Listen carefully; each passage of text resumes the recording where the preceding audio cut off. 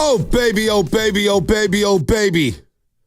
What is happening here on a Tuesday morning? Good morning to everybody out there getting off the graveyard shift. If you're at work, what is happening? If you're getting ready for work, what is happening? Shout out to YouTube, Twitch, and Twitter. Brought to you by First NorCal Credit Union for a low-rate auto loan. Apply online or just ask for First NorCal financing at the dealer. Also, our good friends at Floyd Water Plumbing and Drain. If you're going to call it to the rush, you better bring it, because if you don't, you will be flushed. Brought to you by Floyd Water Plumbing and Drain. We got Spinoni back in the saddle. Lofton back there running around with his head cut off, and Shasky in the building as well. Giants lose a tough one yesterday. They lose a tough one. Their runners in scoring position are going to do them in, because 1 for 8 yesterday with runners in scoring position since July 26th. They're 29 for 157 with runners in scoring position. That is a 185 batting average.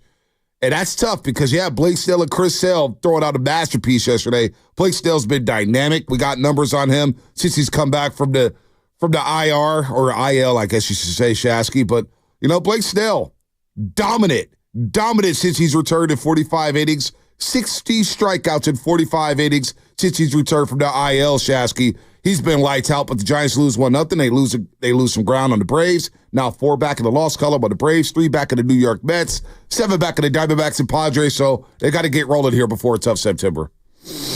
Yeah, that wasn't the best part of last night. What was the best part of last night? Let's get ready. Let's start it now. No. What? I want to get this out of the way. Nope. There was a duel happening last night. We're gonna save that. We're gonna save what? No, we're gonna do this properly. We're gonna do let's this do it properly. right now. Let's get it over with. People are sleeping. I've got real Giants takes to get off. People are asleep.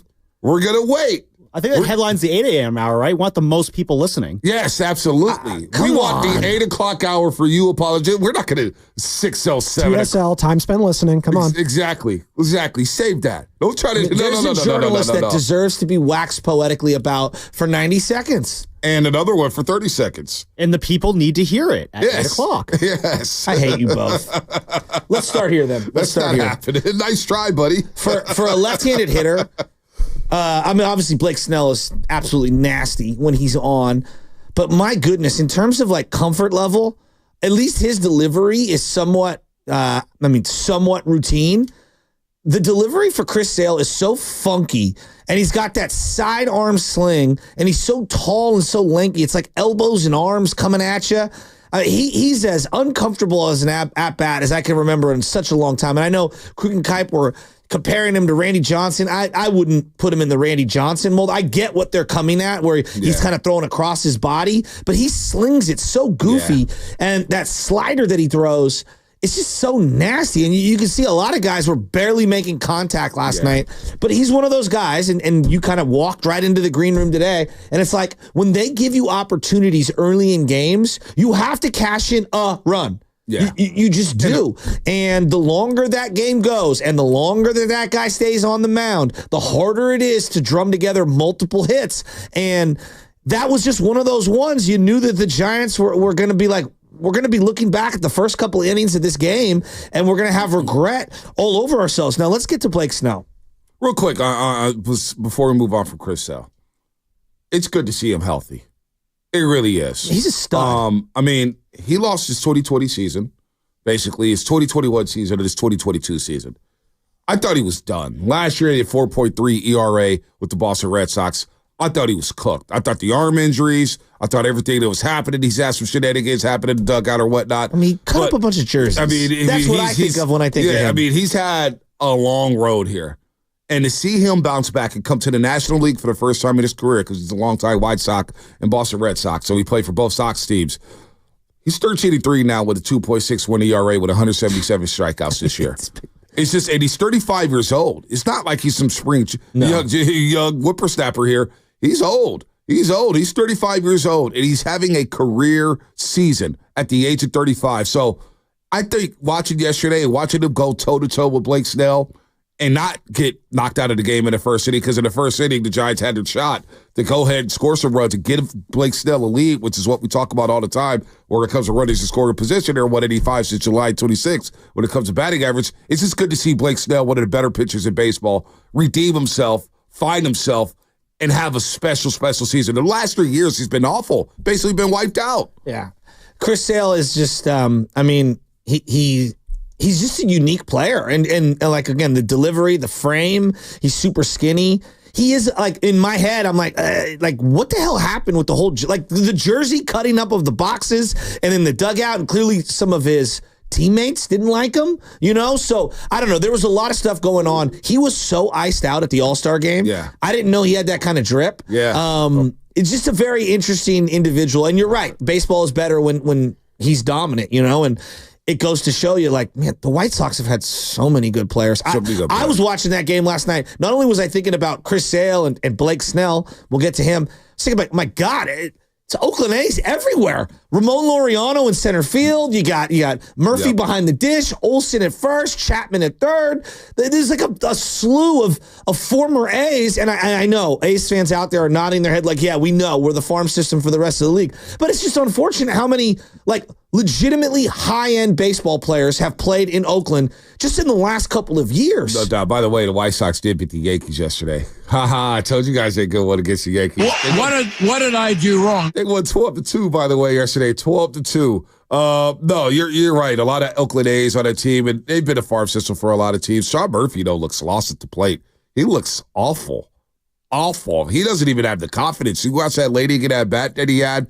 He wasn't even, it was like, this guy's got no shot. Well, catchers in general, if you just look at, like, all of the batting averages, the WAR, the defensive metrics, like all that stuff, like, as bad as Bailey's been this year, and he's fallen off the cliff in the last, I'd say, month and a half, all the catchers are giving you very little production. The days of the Joe Mauers and the Yachty, even Yachty are batting 250 and hitting 15 home runs. Like, those are few and far between. JT Realmuto is the gold standard at the position across the league.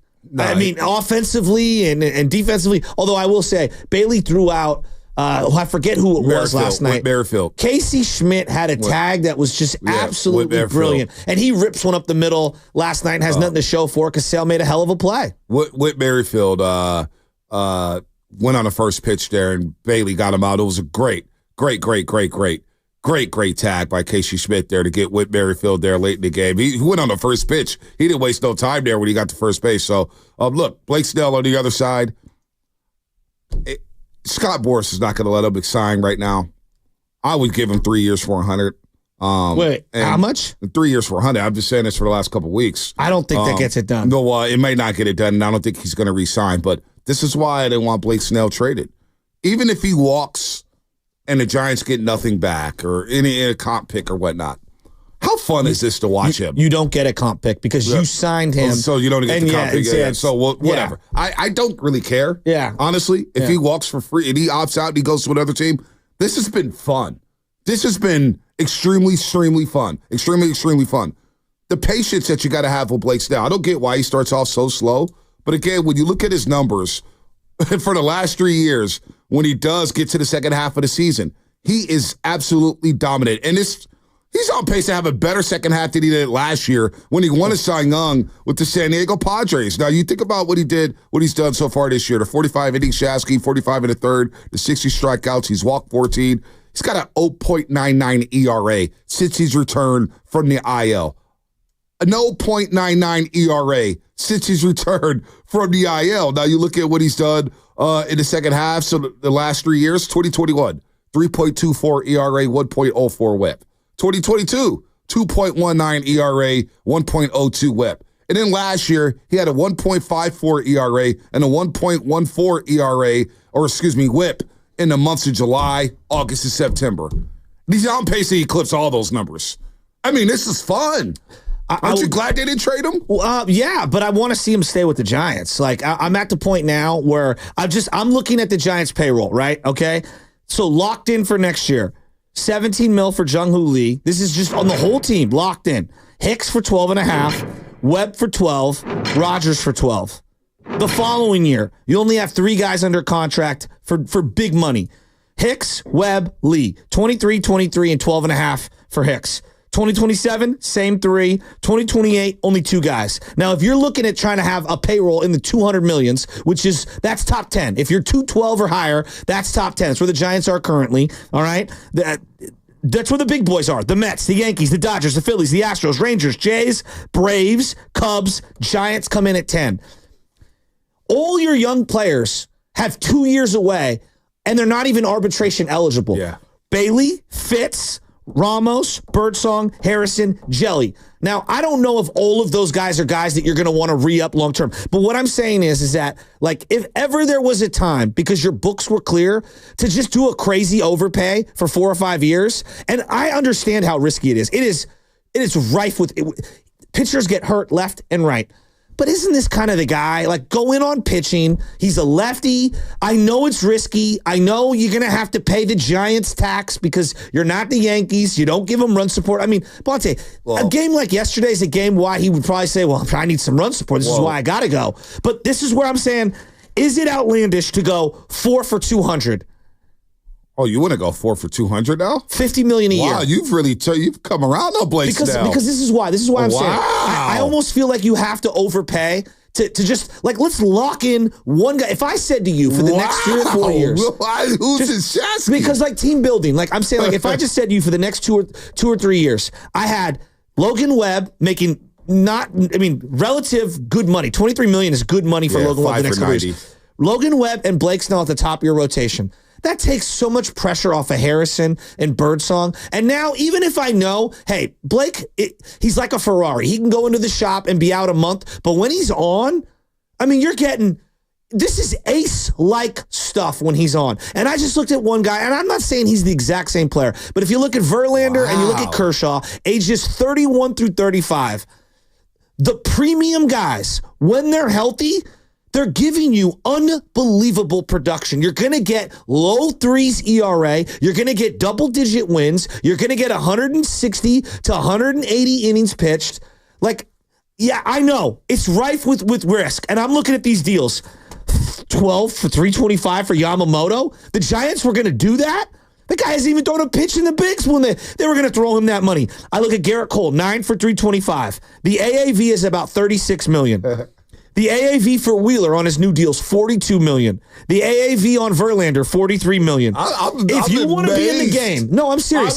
If you want to be in the game for Blake Snell, it starts at $50 million. Wait, you're in the game for Blake Snell now? I think you have to roll the dice. Wow. And I understand it's risky. I freely admit this is a risk. You're probably going to regret it when he's 35. It's not a risk. But I think you got to like put your flag in the ground and say, we're going to be hell-bent on having elite pitching. Well, I got news for you.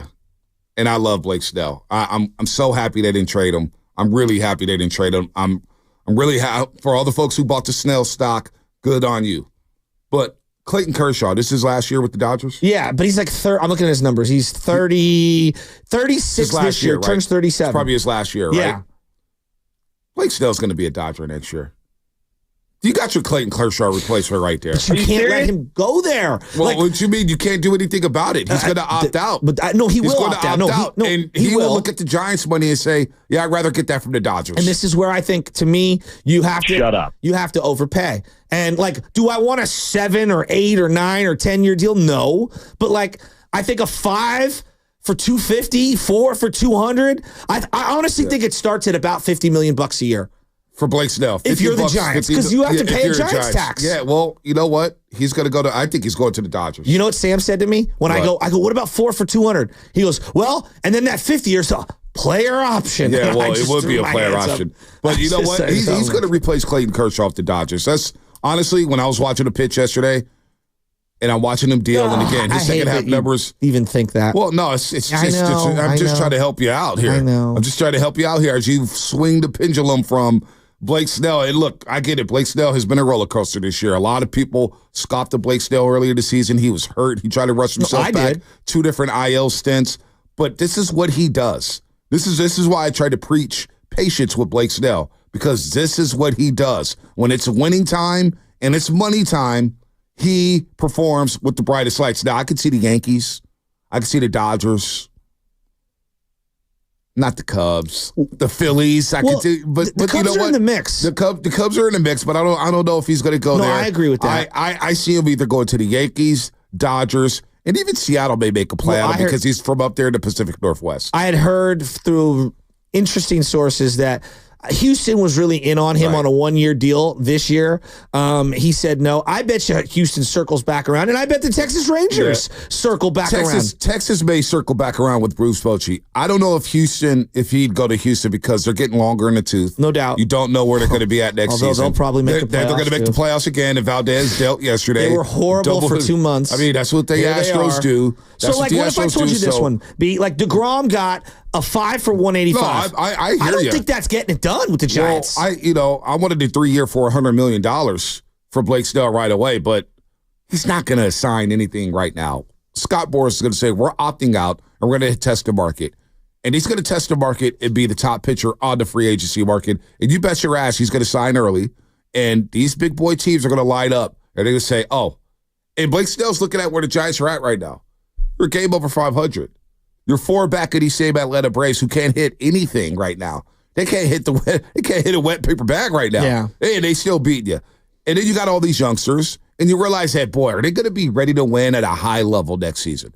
Are they really? Is the Ramoses, is the Fitzgeralds, is the Lucianos who can't? By the way, you want to hustle down first base, please? Can you bust your ass down the line? Well, I think he thought he caught it on the fly, but I'm with you. But you got to be running hard, dude. And then he immediately regretted it, and I was thinking, oh, boy. Yeah, oh, boy. Now everybody's talking about it. So Blake Snell's in a position where he wants to win. He tasted the World Series already.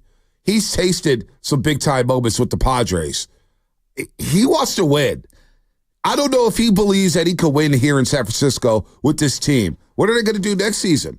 How are the Giants going to put together a winner that's competitive towards the Dodgers, towards the Diamondbacks? They're not only light years behind the Dodgers right now, you're 7 back in the loss column of the San Diego Padres and the Arizona Diamondbacks. Well, I guess my start would be to him all right, look, you clearly can see that we've got 2 young, promising pitchers in Harrison and Birdsong, but they're going to be middle to bottom of the rotation guys for the next couple of years. Logan Webb, he's a 1A, 1B type of a guy. You would be our 1A, 1B type of a guy in that rotation. I don't know what's going to happen with Robbie Ray. You're asking me, how do you compete against those teams? Well, clearly it's been pitching.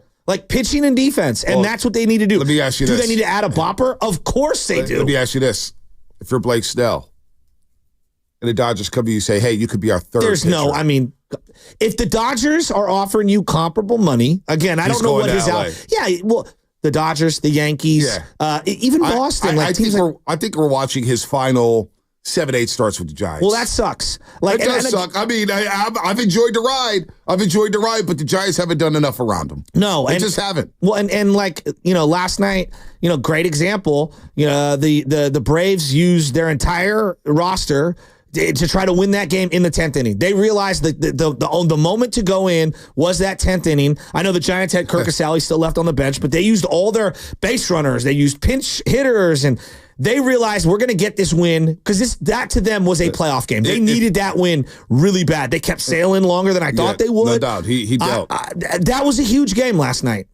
Last 7 games for Blake Snell again. If you're Blake Snell, you're thinking, boy, I can't get a win around here. He's 2-0 in his last 7. 2-0. Should be 4 or 5-0. Exactly. He's got 5 no decisions. Minimum.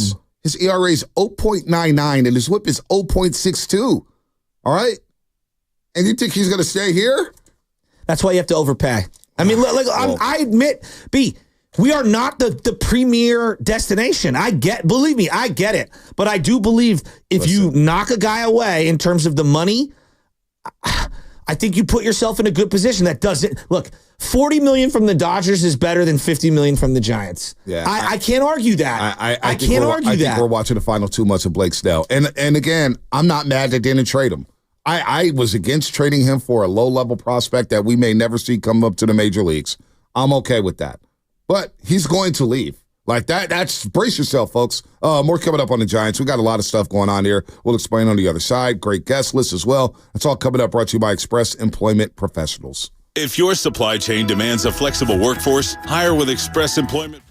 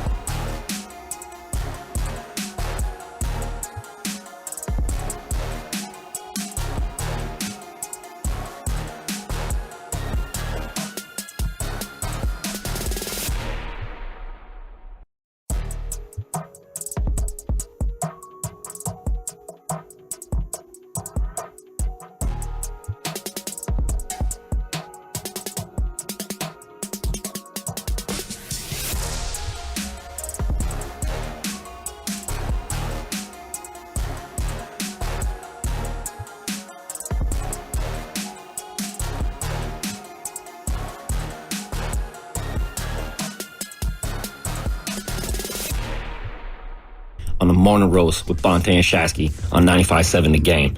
Yay! Turtle pie. You got that smoke, baby. Got that smoke. Check out the latest episode of Garlic Fries and Baseball Guys with Sam Love and Joe Shasky celebrating 100 episodes of the best damn Giants talk in the Bay Area. How about that? Give them a round of applause. 100 episodes, Garlic Fries and Baseball Guys. Catch episode 100 now. Wow, for the special episode, Sam Love caught up with Giants All-Star Logan Webb. How about that? Maybe one day you'll cut it up and maybe we can play some of it on the show, love it. Yep. Available wherever you listen to your podcast. Shasky, I love the Xfinity Mobile text line because you get a text from the 510. I get a text from the 510. Bonte is living proof of the older you get, the more negative you get. Actually, I'm living proof that the older you get, the more you don't beat around the bush. Okay. The more you just tell the truth. So and I don't know what was so negative. I love Blake Snell. I didn't want Blake Snell to be traded. But the proof is, I'm just trying to look at it from the other side. Why would he want to re-sign with the Giants in their current state? That's all. But it's true. Well, I think money. like that's like you're asking me what motivates a guy. Obviously, money, winning, culture, fit, family, all those things. But money is not. It's not always the number one thing. But as we're learning, money is a big part of this. Okay, it's not the end all be all, and not all money is created equal. New England money isn't the same as San Francisco 49er money for a guy by the name of Brandon Aiyuk. But for Blake Snell, it's the same thing with Brandon Aiyuk. If Brandon Aiyuk really was going to get lured to New England, it had to be $40 million a year. Yep. For him to even consider it. So when I look at where the Giants are at, if you have 17 committed to Jung Hoo Lee next year, Hicks at 12.5, that's about 30. Then you got Webb and Rodgers. That's another 24. So you got $55 million of your $212 million payroll that you to get into that top 10. Because we all think the Giants should be in the top 10 annually of the payroll. And they have been this year. Okay. So to get to that number, you got to pay somebody. And when I look at their best players that are young, Bailey's got 2 more years of arbitration, meaning his number is going to be suppressed. Tyler Fitzgerald, 2 more years after this one of arbitration. So his number is going to be suppressed. Ramos as well, Birdsong as well, Harrison as well, Jelly as well. All right? The number committed after 225, it's just 3 guys. Hicks, Webb, Lee. Webb, Lee, Hicks in 2027. Webb and Lee in 2028. You got to pay somebody. Now, if you bring back Blake Snell, hypothetically in this situation, even if you give him $50 or $55 million a year for 3, 4, 5 years, okay, whatever it's going to take, well, then maybe Robbie Ray, instead of opting out, maybe he opts in. Maybe Robbie Ray is a guy who thinks about re-signing with you because Blake Snell's on board and you're trying to bulk up and have the best starting staff 1 through 5 in baseball. Maybe Matt Chapman decides to opt in. Maybe Matt Chapman is more apt to sign a 3 or 4 year deal. You get where I'm going with this? You've got a lot of team-controlled assets that are going to be salary suppressed. Now is the time to overspend. You know what, though? They've been in this position the last 2 years, though, Shasky. And it's, I'm just going to take the other side here because they have been in this position to where they don't have a lot of money committed on the books. And you look at their offseason classes, their free agency classes, their inability to strike and overpay guys, they failed at that. And if the guys calling the shots in Farhan Zaidi is going to be around here, because now I'm having my doubts about him leaving, I could see a scenario in which he's back. Well, Farhan Zaidi, would he be willing to give Blake Snell $40 to $50 million a year? I have my doubts. I really have my doubts. Now, you look at the free agency market here next season, and there's a lot of guys who are going to be free agents. Obviously, Robbie Ray, who you just mentioned, could opt out. Max Scherzer, at the age of 40, is going to be an unrestricted free agent. He'll sign somewhere because I don't think he's done quite yet. He's a final piece for a winner. Final piece for a winner. Justin Verlander is going to be 42 next year. We'll see what happens with him. He's coming off the books with the Astros at $43 million to the point where they may just retool their starting rotation and say, hey, here, Blake, here, Garrett Cole has an opt-out with the New York Yankees at $36 million. Will he opt out looking for new money? Probably. Maybe. Wow, possibly. He's going to probably opt out. Patrick Corbin's cooked. He's going to be a restricted free agent. He'll be on somebody's back of the roster. I could see the Giants bringing him in as a 6th starter. See that? There we go. Could you not? Well, that's It's got Ross Stripling, Sean Mania written all over it. Well, it doesn't have Blake Snell written all over it. No, Basically, I you're know. telling me that we're going bargain basement shopping. We're going to Ross Dress for Less and getting a Patrick Corbin or, dare I say, a Charlie Morton who's going to be 41 years old if he doesn't retire. He's making $20 million this year, by the way, Charlie Morton. So I'm not trying to be a Debbie Downer here for Giants fans. Because trust me, I want Blake Snell around. I'm so thrilled. I just think you got to plant the flag. You got to try to plant the flag, but haven't they tried to plant the flag over the last 5 years? I would say that this year's different. And the reason why this year in particular is different is because you didn't have an all-star center fielder in Elliot Ramos, who is under 25 years old. You didn't have the emergence of Harrison and Birdsong for a full season, right? So those make things different. Bailey, I still believe, is a starting catcher. I think he's an upper echelon. Now, I don't think he's top tier, but he's an upper echelon starting catcher, especially given how bad the position is offensively in the game. And then I look at Tyler Fitzgerald. I don't know what Tyler Fitzgerald is. Honestly, though, if you're Blake Snell and you've played with some dominant teams, the Tampa Bay Rays, you played with a great lineup in San Diego that went nowhere, but you were there. I mean, if you're Blake Snell, is that enough to convince you to stay here and think that you could compete in the division? Remember, you're in the division now. He signed a one-year deal. But hold on. To play on a team that wasn't even... Yeah, he signed late. No doubt. He had to re-up his value. He already came here. He already came here. But he sees it now where he said to himself, we're 7 games behind the Padres and the Diamondbacks, second and third place teams. Can I honestly compete within my own division with the Giants? But this is where you have to overpay. Like I'm telling you, we are not. We are not on the level of the Padres but Blake in Snell, terms of sex appeal. but we Blake are not Snell, on the level however, of the Braves. I understand all that. We've said this with Aaron Judge. We said this with Shohei Ohtani. Yeah, this is where we you said this have with to overpay. every free agent over the last 3 years. Overpay. And it still wasn't good enough because players, they want their money and they know, I could still get comparable money and still be in a position to win at the highest level. But this is different because he's actually wearing your uniform right now. But the Giants aren't ready to win at the highest level yet. I mean, these guys aren't ready to roll. They're in the mix. Is Mookie Betts going anywhere? No. Is Shohei going anywhere? No, but their books aren't immaculate. It's not immaculate, but they're ready to spit. The Padres, is Manny Machado going anywhere? Xander Bogaerts? Jackson Merrill? I mean, Fernando Tatis Jr.? I mean, who else? Why didn't he sign with those guys on a 1-year deal this year?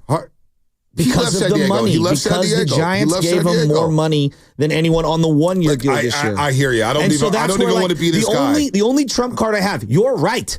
The only trump card I have is the Giants have to oversell. Well, they have to oversell, but then the Yankees just say, hey, Blake Snell, you like pinstripes?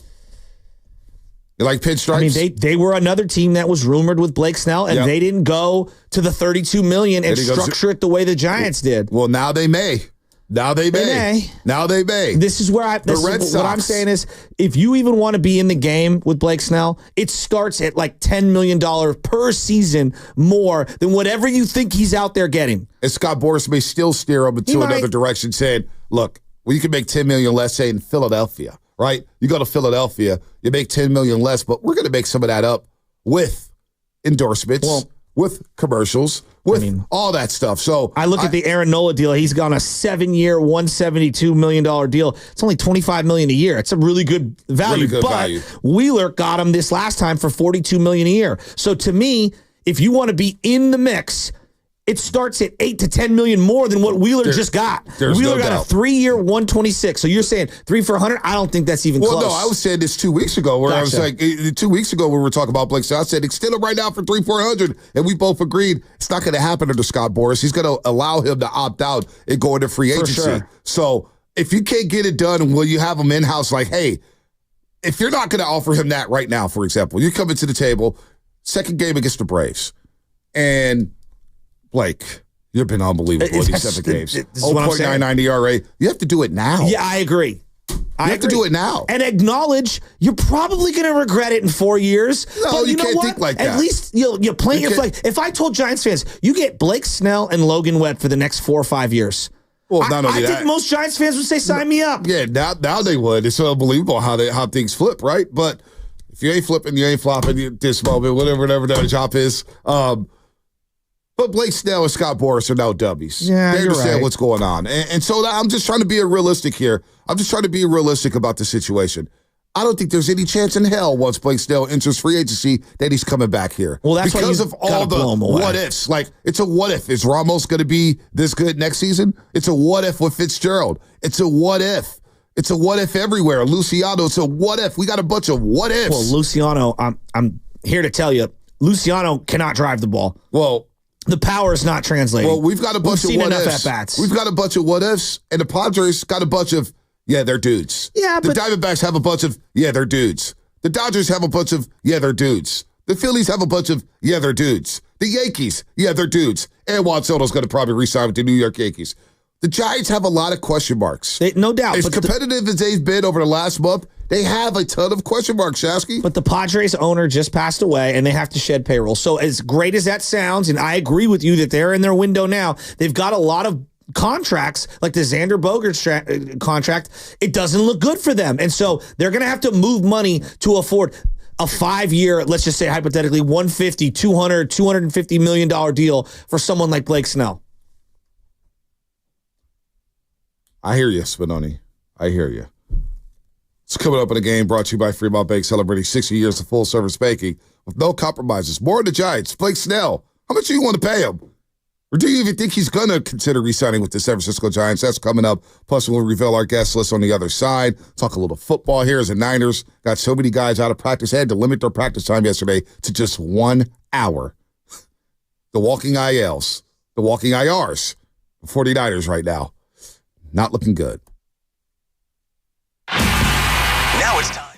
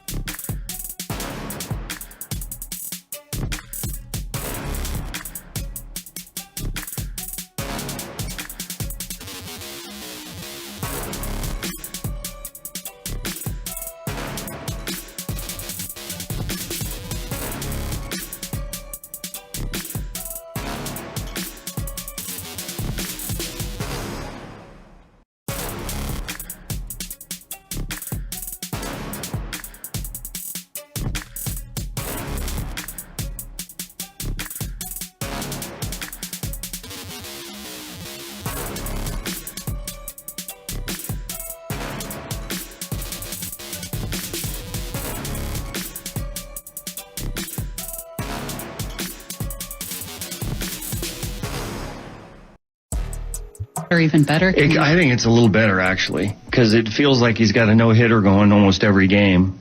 And, the strikeouts on top of it. I think his mix of pitches is even a little bit more so this year with the way the curveball, his usage of the curveball. It's every bit as good, if not maybe a little better as far as the stuff goes. This is Adam in the city, and you're listening to The Morning Roast with Bonte Hill and Joe Shasky on 95.7 The Game. What up, Adam? What up, Roasters? This segment is sponsored by Golden State Lumber, serving the Bay Area for 3 generations. When you succeed, we succeed. Visit GoldenStateLumber.com. What's up? This is the song right here. Turn it up a little. This is what Farhan should be saying to Snell. Right here. This is it. I'm telling you. Snelly, if you give it to me, I'll give it to you. Whatever you want.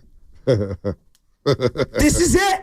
This is it. You just tell him, here you go. And then Snell saying, Farhan, if you give it to me, I'll give it to you. I'll sign on the dot. I'm telling you right now, dude, they've got to plant their flag down right now. And look, I know you're going to overpay. It's good. You're probably going to regret a pitcher contract. It's not even about that. They've got to have an identity.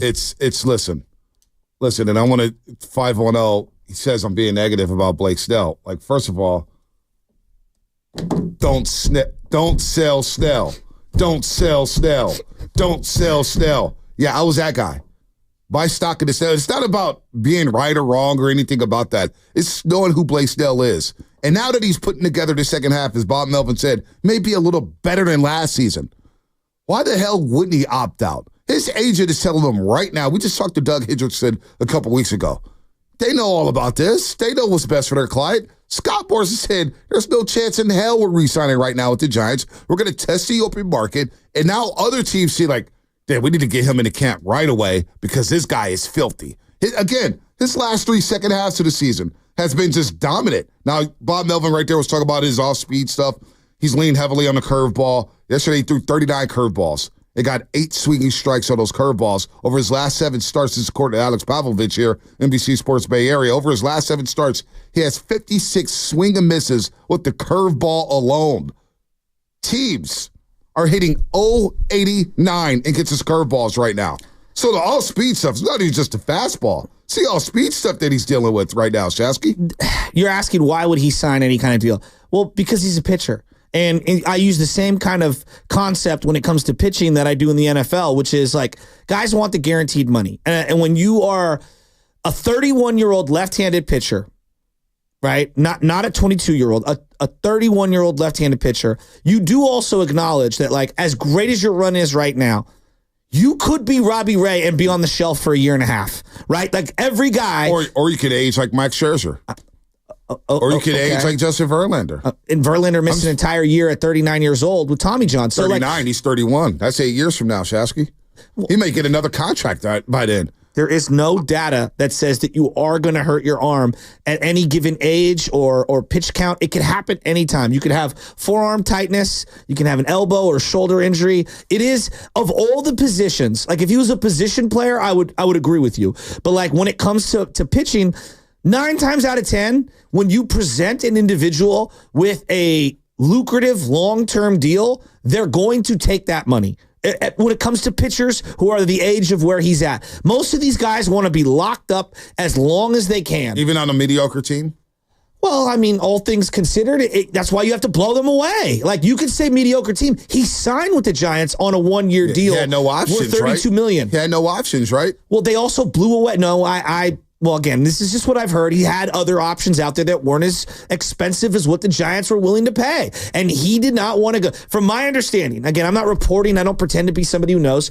He didn't want to walk in to certain clubhouses making significantly less than middle tier starters that were already in tow. And the players union, himself, the ego, the agent, no one was going to allow him to walk into a locker room without having $30 million, even on a 1-year deal. So, to me, this is all about AAV and how many years he can get. And if he's reading the room correctly, the most he's probably going to get, given the amount of innings he's pitched, is a 5. Maybe someone gives him a 6-year deal, but I doubt they're going to go as high as $50 million AAV. So this is where I think the Giants need to get out in front of this. And it's still unlikely that he accepts your in-season offer. But I'd probably be very bold and very aggressive. And I'd say to myself, the Giants are going to create an identity. And their identity for the next 3 or 4 years is young players and pitching. We are going to be pitching with a bunch of young guys, and we're going to see what sticks. And maybe now a Matt Chapman wants to sign a 3-year deal with you, and maybe Robbie Ray is less likely to opt out or sign a multi-year extension with you. Look, I'm playing the probability here. It's probable he'll hit free agency. What's it hurt you to overpay and try to present him with an offer now? I don't disagree with that. I don't disagree with that at all.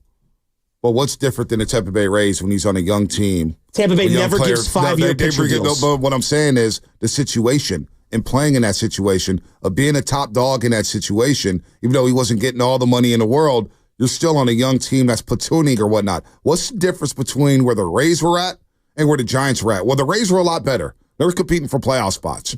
Right now, the Giants are 1 game over 500. And with a lot of unknowns. The Rays have never had a payroll. Never had a payroll. I'm not saying that, Shasky. I'm saying in terms of the personnel and the players and the unknowns. Well, what if I said to Blake Snell, if you don't miss a month of the season early on, maybe we're 3 or 4 games better than where we're at now, because of when we signed you, it kind of derailed your season. And to a degree, it kind of derailed our pitching staff and everything like that. And like next year, if we lock you in, we think we're going to be 3, 4, 5 games better. If the Giants were 3, 4, 5 games better right now, right? Don't we look at this whole situation a little different? Well, I see it and I say, you're still 2 back in the Diamondbacks. You're still 2 back in the Padres. You're right in the mix. Still gaze back in the Dodgers. And those teams are not going anywhere. So it all sounds good, but I'm not gonna, I would love the Giants to re-sign Blake Snell. I would love for them to do that. I'm not trying to sound like a Blake Snell hater. I've been all over Blake Snell. I love Blake Snell. I love when they signed him. I love his numbers in the second. Again, his last 3 years in the second half of the season. Back on May 28th, we were screaming about Blake Snell and everybody saying, get him out of here. He's a bum, blah, blah, blah, blah, blah. And I said, here's why I'm optimistic about Blake Snell in 2024.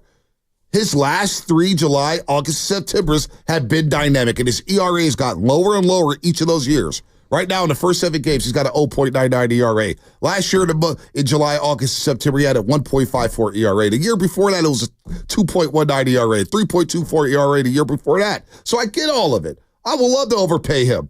I'm just saying, why, when he looks at this situation, does he believe in this situation? Does he believe in this regime? Does he believe there was conversations last month that, oh yeah, he's not really a Farha guy. He doesn't really feel what's going on in this clubhouse. He doesn't feel what's going on with this program. He still may not feel like that. He might. I mean, so I would love to see him why, here. and I keep coming back to you got to overpay. Like that's what it is. It's about the comfort level of a you have to overpay 4 to 5, 6 year deal, and you have to give him the amount of money that's going to knock his socks off. And I look at all the guys. I don't think that's once good they enough, hit though. free agency, once a pitcher hits free agency, the numbers become staggering in terms of years. Right. Garrett Cole 9. Yeah. For 325.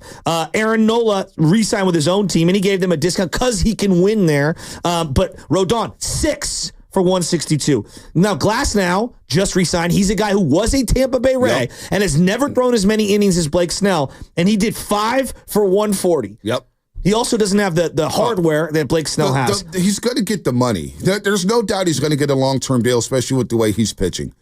I'm just asking the question, why would it be here? There's a lot of unknowns here. This team, are they going to just flip the script and be a championship contender next year? I don't know. No, they have $50 million committed to next year and basically under $40 million the 3 years after that. So this is a team where I know I can carve out $50 million and I could put an ace. I think he's worth it. I mean, that's the crazy thing is if he pitches, he doesn't even have to pitch as good as he did yesterday. But what you've got in the last, what did you say, 7 starts? 0.99 ERA. Has there been a pitcher in a Giants uniform, even Bumgarner, since Lincecum, this dominant for this long? I trust me, you're preaching to the choir. I mean, this has been the best 2 months of a Giants starter in over a decade. And we're talking about a team that hung its hat on pitching, right? And so, to me, I think he's definitely worked it, and it comes with risk. I mean, these pitchers, one tweak, one bullpen, covering first base, you could hurt yourself. Like, I freely acknowledge that. you're just going to have to overpay. And I think that they need to get out in front of this one. And I think it sets up the entire end of the season in a different way. Get out in front of this, and the free agency. You're just saying overpay once free agency starts. I would present him with whatever you can right now, knowing he'll probably reject it. Is that a Farhan style? I would love to get somebody on covering the Giants tomorrow to ask them the same question. Are the Giants in conversations with Blake Snell to re-sign him? Because they weren't with Carlos Rodon. They weren't with Kevin Gosman. They let those two guys walk. And I think they regret that. Is that his style, Farhan Zaidi? I mean, their style has to adjust. Does Greg Johnson want to do that? You know what I'm saying? Is this a break-even type of team? Because maybe Blake Snell sitting back said, boy, at the trade deadline, we had an option to maybe go for it. And we stood stagnant. I mean, we were stagnant. Like, I don't know what Blake Snell wants. Does he want to win? I mean, I think he wants to win. I think he wants to make a ton of money. I think he wants to be locked up. And I think winning is obviously in the mix. I think he's going to make a ton of money, though. I think he's going to make a ton of money. I mean, he was coming off one of his best seasons last year, and he waited till a week before the season started and signed a one-year deal. He admitted that was a mistake. Well, yeah. He admitted that was a mistake. I don't think they're making the same mistake 2 years in a row, Scott Boras and Blake Snell. I don't see that happening. But here's my question to you then, B. Like, then why didn't the Yankees and the Astros and the Padres offer multi-years? I don't know. I don't know why. I'm not in Houston. And then I'm not in New York the first City. 2 months of this year, I don't know why. As we're looking at it over the last 7 starts, a front office from another team's like, yeah, but he also got hurt, and the guy is up and down, and his pitch count does go up. Look, he's dynamic, but his pitch count does go up really high, and there are times where you got to yank him out in the 5th or 6th inning because he's at 110 pitches, 100 pitches, and he's walked a couple dudes. So it goes both ways. I just look at it this way: like he's probably saying, I want the comfort of a multi-year deal, 5-6 years, and then I would like to win. That's the algorithm in some order. I don't know. We'll see. And look, if I'm the Giants, I'm sitting here saying, like, we'll see. Our bullpen has been really good this year, but 9th inning, the closer spot hasn't been perfect.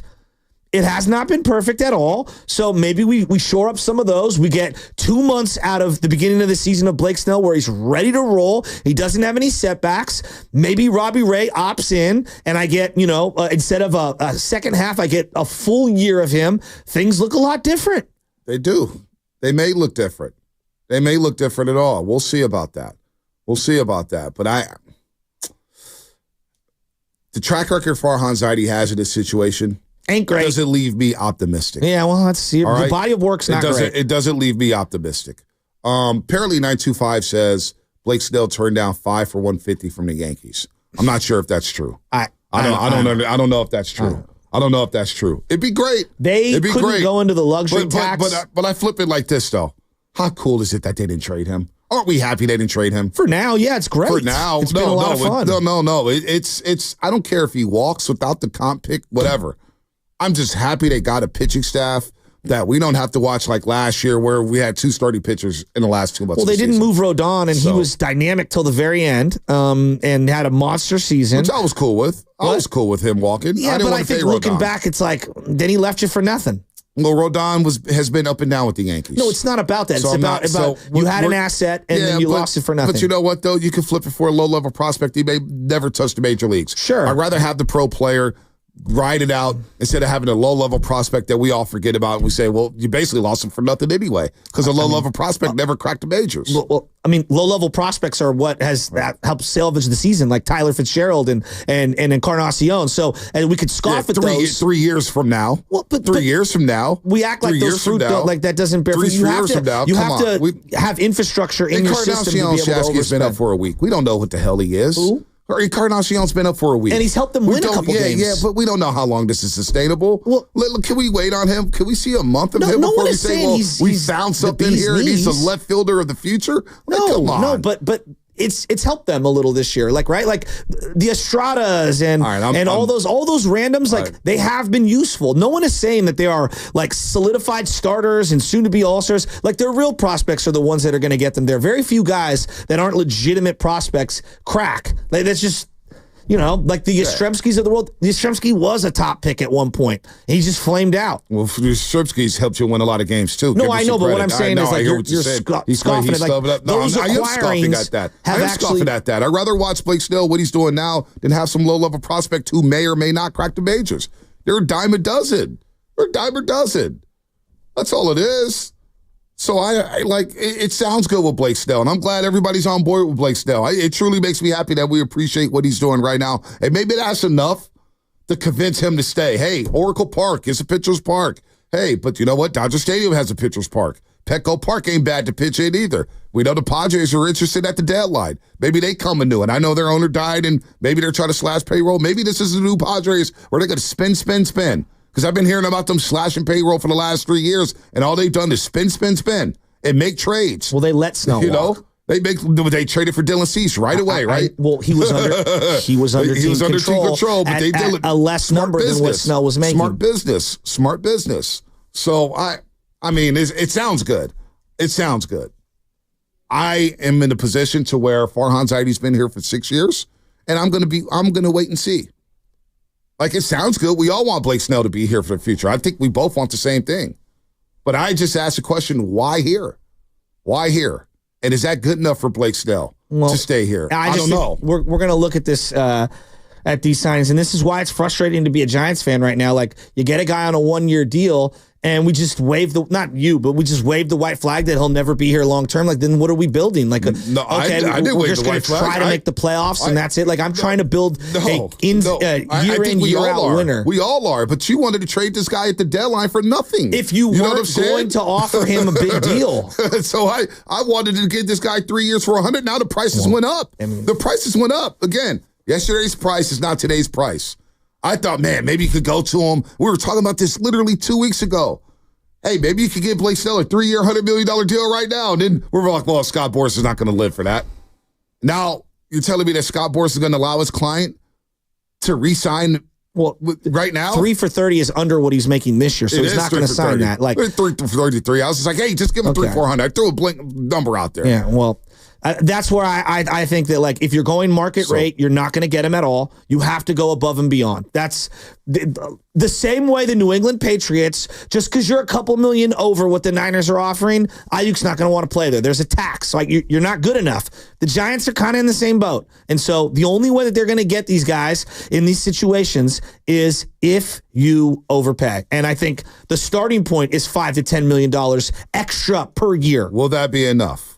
Will that be enough to re-sign Blake Snell? I have no idea. You're listening to 95.7 The Game, KGMZ FM and AC1 San Francisco, not a Sports Station, always live on the free Odyssey app. River Island's guest line today. Baldy's going to join us at 7:30 to talk some football. That's right, Brian Baldinger will join us at 7:30 to talk some ball. Matt Barrows, 8:30 to talk some Niners and what the hell's going on in practice. That's going to all happen at 8:30. All guests on 95.7 The Game appear on the River Island's guest line. Is it a time for you to discover the islands, River Islands in Lathrop? Kyle Shanahan yesterday was at practice, and look, he was talking about, how they had to reset their practice. What did they practice 1 hour yesterday? They had coaches on the field or whatnot. Guys are hurt. 23 guys weren't able to play. The 2s and the 3s basically had to play the entire game Saturday night in Tennessee, so he had to back off of them yesterday at practice because they're all sore. Then he brought up Brandon Aiyuk, and he brought up Brandon Aiyuk basically saying this right here. Not with us. I trust Brandon knows what he's got to do for this year to get ready to play. I have a feeling he's finding a way to stay in shape and do those things. But there's a football shape element that I know he's eager to get back to, and us too. So hopefully we can get to that soon. But Brandon knows what he's got to do to be in shape for the season, and I feel confident he's doing that. Is he not allowed to, like, work out at the facility? I know that you'd want to, like, not risk certain things, but, like, is he running? He's running somewhere. Somewhere out of sight, out of mind. But he is under contract. The longer this lingers, this just gets weirder and weirder. Well, hasn't he been taking part in, like, meetings and stuff? He's been in meetings. Like, the people we've had on basically said he's doing everything except suiting up for the practices. Yeah, no doubt. He's been doing all that. Doesn't that kind of worry everybody? You're just going to go from 0 to 100 right when the season starts? Well, what I took out of that is that maybe they're getting closer to a deal. If Shanahan is trusting Brandon Aiyuk's going to be ready to go against the New York Jets. That, to me, is the first time I've heard any of the personnel talk like he's going to be back with the 49ers. Last week, it was Brandon's situation and former teammate, and we understand the situation and it sucks and blah, blah, blah. Now Shanahan's talking about, I trust he's going to be in shape for the football season. Huh. That's what I took out of that. Let's hear it again. Not with us. I trust Brandon knows what he's got to do for this year to get ready to play. I have a feeling he's finding a way to stay in shape and do those things. But there's a football shape element that I know he's eager to get back to, and us too. So hopefully we can get to that soon. But Brandon knows what he's got to do to be in shape for the season, and I feel confident he's doing that. The longer this thing lingers, the more I just scratch my head, and I just don't understand exactly what's going on. Like, is there an end game to this? Is there a deadline where does he just, okay, hypothetically, the Niners refuse to trade him. He just shows up, what is it, the September 4th or whatever that Tuesday is, ready to work right after Labor Day, just ready for week 1? I don't think they're going to try to let that linger. I think they want to get something done by the end of this week. Belichick was talking about this. I don't know if it was McAfee or Busting with the Boys or whatever he was on, but he was basically saying that, like, he had made the determination for his organization at that point, and he had also been very, very established. I would say Kyle's pretty established, not on the Belichick level, but he's pretty established. But he was like, anytime there was like stuff, I just said, just get out of here. And like he was talking about like Chandler Jones. Like he had a bunch of stuff with Chandler Jones. And he basically was like, I knew Chandler was a really good player, but I also knew that like I didn't want the distraction. And he was talking about how he wanted singularity and focus and how everybody in the organization had so much to worry about when it came to just football and X's and O's and details and all that. He didn't want them thinking even for a second about any question that might come from anywhere outside the organization on what was going on with player X. And I don't know if that applies to this modern era. I mean, that worked 10 years ago because the players didn't have all the social media that they have now. And it's different. But it was an interesting point of view from a head coach who had been in the mix of fielding questions from the media and understanding the dynamic of a team and being the de facto GM of an organization. I believe that Kyle Shanahan, he may not be the guy picking the personnel, but I believe he has final say. We'll see. We'll talk more about it on the other side. Brought to you by Fremont Bank, celebrating 60 years of full-service banking with no compromises. Get back to school.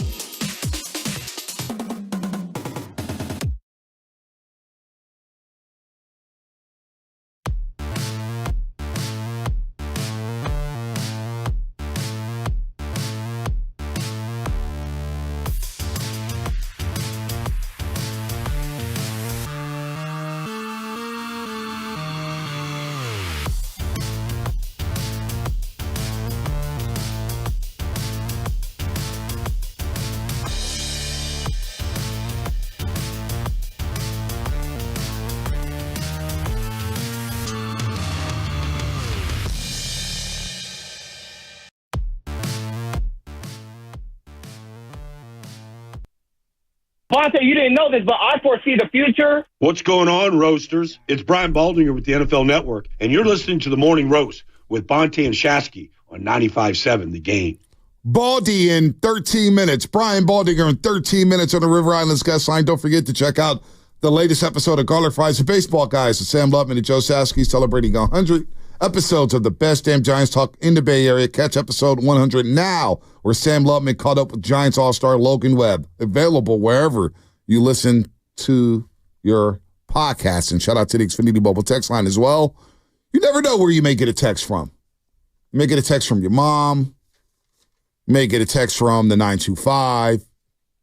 You may get a text from the 209. Maybe the 408. Or maybe the 510. Hey, now,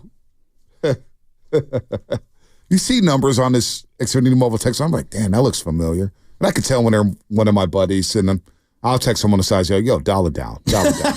You don't need to text it. Like, calm it down. I've had a few friends blocked on the text line. Yeah, just calm it down. I may have to block some friends on Twitter. It's all good. Shout out Big Frisco. Big Frisco.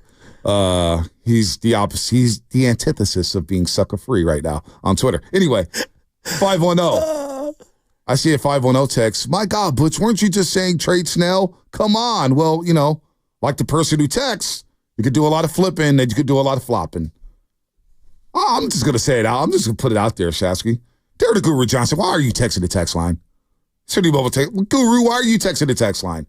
You've done it before. You've done it multiple times. And we always hear, somebody's hacking me and using my number.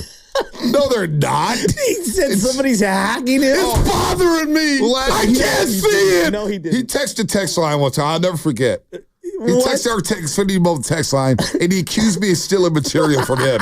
I'm like, Guru, the next time I steal material from you would be the first time I steal material from you. And he's like, that's not my number. Somebody's using my number. Well, actually, that is your number, Guru. You're texting the text line. Come on, man. That's funny. So I'm asking the great Rich Mitchell. What? Can you play that again? So I'm asking the great Rich Mitchell. Unbelievable. This 49er thing that I've been thinking about. No, like on the real. He's like, calling you out, by the way. What's that? He's calling you out. Who is? Who is? Guru. What do you mean? He's calling you out with his text. Oh, the one that he just sent? Yeah. Oh, whatever. Again, presented with new information. Pivot, don't panic. Can you play the flip and drop? Can you? Where's the flip and drop, Spinoni? Can you play that? Well, wait a minute. Wait, interest rates went up, and then 2 days later they went down. That's what happens. Yeah. No, that was at the old. I couldn't get that one from the new building. I try to track it down. That was Mark Ibanez, right? Yeah. If you're not flipping, TV hit. If you're not flipping in that moment, you're not trying that. I like that. But I'm looking at the Niners situation, like with this. Hey, they cut short practice because they don't have enough guys that are healthy. Like Again, this is not the end of the world. I've just never heard of anything like this. There's 90 guys, I believe, that are allowed to go to practice, and they can't hold joint practices. They can't even finish their own practice. What is this, my 12U, summer team, where a couple of kids get sick, and the next thing you know, we can't even have a practice? Guys are banged up. Ricky Pearsall's banged up. Jacob Cowing was out there yesterday. He ran a deep route yesterday against Yamada Lenore. Lenore picked it off to end practice, so that's a good sign. Purdy practice.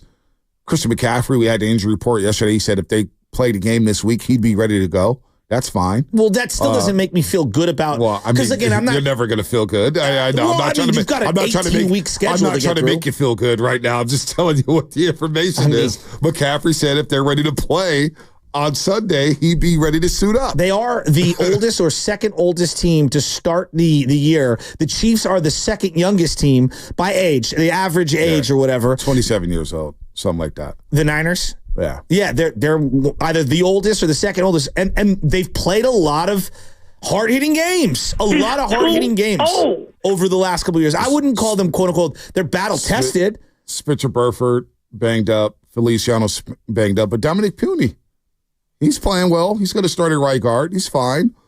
Fred Warner, he's got a minor injury, foot injury. We'll see about that. Nick Bosa's healthy. Leonard Floyd's healthy. Javon Hargrave's healthy.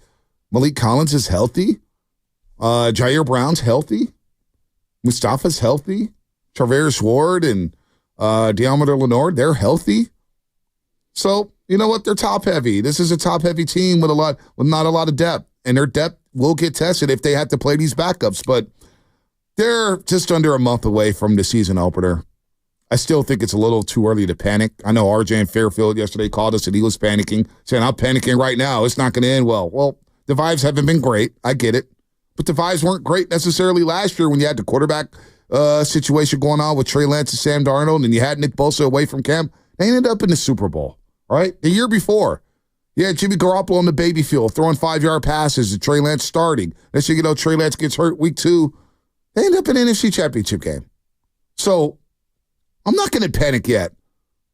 14 practices in the training camp. Not yet. I'm not there yet. No, but it's not ideal. And I think we can all acknowledge that. And where they're at right now, health-wise, is, it's unfortunate, right? They not that they need the work, like there's some team that just got put together, but I think that all of these, reps that you get in training camp, they do harden you and get ready for the regular season. And, this is a team that doesn't tackle, right? Like by nature. And they're going to be a physical team throughout the year. And when you start the year off banged up, it's just not ideal. That's all. No, it's not ideal. But again, we're nearly a month away. Or just under a month away from the season opener. You got 4 weeks, Shasky. I know, but when you look at the history of the league, with the team that loses the Super Bowl has the quote-unquote hangover. It's a variety of things. It's health. It's, there's a drop-off, the desire, the hunger, the offseason's lesser. Your picks in the offseason aren't as high, and everyone wants more because they've had a monster year, and so you're shelling out more money. And, this is the natural progression for a lot of teams. And so, I look at what happened with the Eagles last year, and it's not saying it's like for like going to happen with the Niners, because I think that the Niners are a really, really, really talented team. But you could start to see the omens aren't great. It's not ideal to have to cancel a scrimmage. It's not ideal at all. And scrimmages matter. Scrimmages look good. Shanahan said the scrimmages matter more than the preseason games. He said that forever. A lot of coaches, Belichick said that forever. A lot of people within the NFL, Baldy said it to us multiple times, and we've had Baldy on for 3 years. He said scrimmages, you get more work in against guys in the preseason game. Because the preseason game, you're not going to game plan, but you could really work on your stuff in practice. So that's not ideal. I'm not saying it is ideal. I'm not saying I'm like, whoa, 23 guys out of practice. Wow. Guys are out left and right. Wow, you have to cancel a scrimmage. That's not good. Yeah. But again, I don't know how much bearing that's going to have on the regular season. I think we have to wait on that. And we have to wait on Aiyuk to come back. We have to wait on Trent Williams to come back. I'm hoping on all that stuff. But yeah, right now, practices are not going well because you don't have enough healthy bodies. We have a long way to go on the contracts for Trent and Aiyuk, but I'm just looking at it from like a top view situation. If ever there was a time for Brock Purdy to just kind of silence any of the doubters, it would be like, hey, there's some injuries, there's some holdouts, and then, first couple months of the season, he just comes in and he's just boom, boom, boom, boom. He's firing on all cylinders, and let's say you don't have a fully healthy McCaffrey, and maybe the run game doesn't get established, and he's kind of running for his life, but he's making things happen. I mean, this is where you go back to franchise quarterbacks, having a franchise quarterback, and I think him being healthy and him looking his most optimal, that is one thing that I'm very optimistic on. I still don't even know if we've seen the best of Purdy. He's healthy. Kittle's healthy. Again, McCaffrey said if there was a game on Sunday, he'd be suiting up and he's playing. So I'm not worried about McCaffrey. Fred Warner's got the minor foot injury. We'll see about him. Bosa feels healthy. Bosa's healthy. Yeah. Leonard Floyd's healthy. The defensive line's healthy. Khalil Davis, he's going to be out for a while. So, look, man, missing Brandon Aiyuk right now sucks. Missing Trent Williams right now sucks. Missing Dre Greenlaw right now sucks. Missing Hufanga right now sucks. There's a lot of energy that's on the sideline, a lot of good vibes on the sideline. But a lot of other guys are getting work. Now, what's disappointing is that we haven't seen all of Ricky Pearsall. That's the unfortunate issue. That's not good. I think he could have benefited from these, like Marcus Lattimore in New Orleans. Or is it Marshawn Lattimore? Marshawn Lattimore, the corner. I always confuse him with the running back. The corner. Yeah, but is it Marshawn or Marcus? Marcus Lattimore, I believe. Marcus Lattimore or Marshawn? Now you're confusing me. I know. I'm very confused. Marshawn. Marshawn. Okay. But, like, that would be great work for him. It would be great work. I mean, like, I want to see the Rook go up against one of the better corners in the league. Now, he may return to practice. We'll see. Now, I don't know what is a shoulder injury. They haven't classified it. They've been very vague with it. So we'll see about that. Jacob Cowley will get some work. He's been back at practice. And another positive sign is Deebo Samuel looks phenomenal right now. It's true. Deebo Samuel looks amazing. So, again, we're a month out. I think it's a little early to panic. I understand why fans would be concerned with all the guys that, trust me, I want everybody practicing too, and I want the Aiyuk situation settled just like everybody else. It's not driving me crazy anymore because I just put it to the side. When it breaks, it breaks. By the way, how foolish do we look by playing a breaking news sounder last week that he was he's going to Pittsburgh. I mean, presented with different information. That hasn't aged well at all. Has anyone checked on him? Andrew Filipponi? Yeah. No. Spinoni, do some digging. What's going on with Andrew Filipponi? I've actually been looking at his feed to see if like he'll like recount or just say I was wrong or anything, but it's a lot of just sad Pirates tweets. Is it? How he's pivoted to the Pirates? Roger. 8 straight losses for the Pirates, by the way. Have they lost 8 straight? Yeah. Wow. That many. No wonder Guru's so rattled he's hitting the text lineup. They hit the gauntlet of the NL West. It was not kind of them. Oh, yeah, they got swept at Dodger Stadium. Yeah, that's what. By the way, you see Mookie Betts come back and hit a home run yesterday? Of course he did. See Shohei's 3-0 count, opposite field 430-foot bomb. Yeah. He's got the #1 selling turf shoe in baseball right now. So you got the Blake Snell seeing that right now saying, boy, Dodgers, Padres, Diamondbacks. Yeah, let me resign with the Giants. Overpay me if you want to. You got to try. No, there's no touch. You got to try. I don't disagree with that right now. Just fire everybody. No. Well, the problem is with the Giants, they didn't do either. They didn't sell or buy. They just stood pat. By the way, Jorge Soler, I didn't know he could play the field. I mean, all of a sudden he's playing left field with the Braves. What? I trust him in the outfield more than Jock Peterson. I mean, speaking of which, Jock Peterson having a monster season for the Arizona Diamondbacks. Oops. The Pony Express. He's probably crushing the Passoy tournaments, too. And we got a Passoy problem in the clubhouse. I don't know if you know this, but Marte's having one of the great infielder seasons offensively. Cattell? Dude, he's having a monster season. Monster season. I think Christian Walker's been hurt for him, too, and they're still crushing. Well, he should have been an all-star, but yes. What's the name? Corbett Carroll started to turn the season around. He's hitting for power now. He's running the bases very well at a high level. Who said the Diamondbacks don't go after Blake Snell? Well, they spend money. It's him, Merrill Kelly, and Zach Gallen. That'd be a good. That'd be really good. That'd be really nice. Down in Phoenix, Arizona, with that lineup. But that's what makes. I mean, again, go back to Snell. That's what makes him so unique. He kind of fits in every single situation. Right. Overpaid in Phoenix or overpaid in San Francisco? What do you think he chooses? Well, Phoenix has the no state tax. Yeah, exactly. Right? And the favorable weather. And exactly. I mean, like that. Again, this is why you have to overpay. But he is a Pacific Northwest guy. So maybe he wants to It's like 110 in Phoenix in the summer. Is that favorable? Well, he plays in a dome. Yeah, it's air conditioned a lot of the time. It's not a dome. They don't really leave it open. Have you ever been there? Retractable roof. Yeah. And you say indoors, you got plenty of AC. You got plenty of swimming pools. I don't know if you know this. Phoenix is nice. Phoenix is great. Oh, no, I would say just, Scottsdale, really, if you have money. Well, I mean, you're going to be there half the summer. You're going to be traveling. Yeah. Players still play there. Okay, Players still sign there. He's very big. I know that Blake Snell is very big in travel ball in the Washington State area. And he goes back and forth. And he actually did some camps during the All-Star break up there.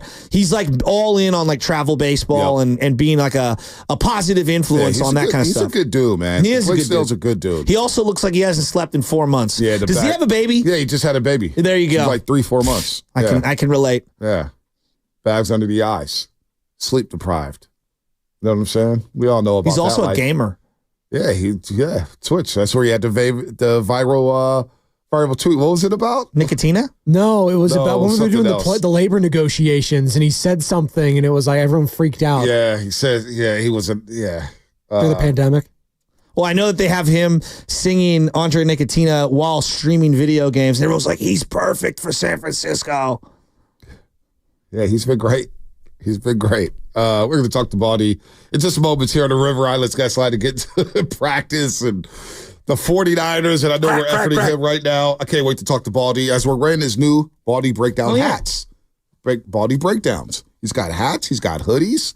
I'm gonna wear mine on the stream. Yeah. Oh, I did my hair today, so I'm gonna just put it to the side. It's a sweet hat. So what are you doing after work?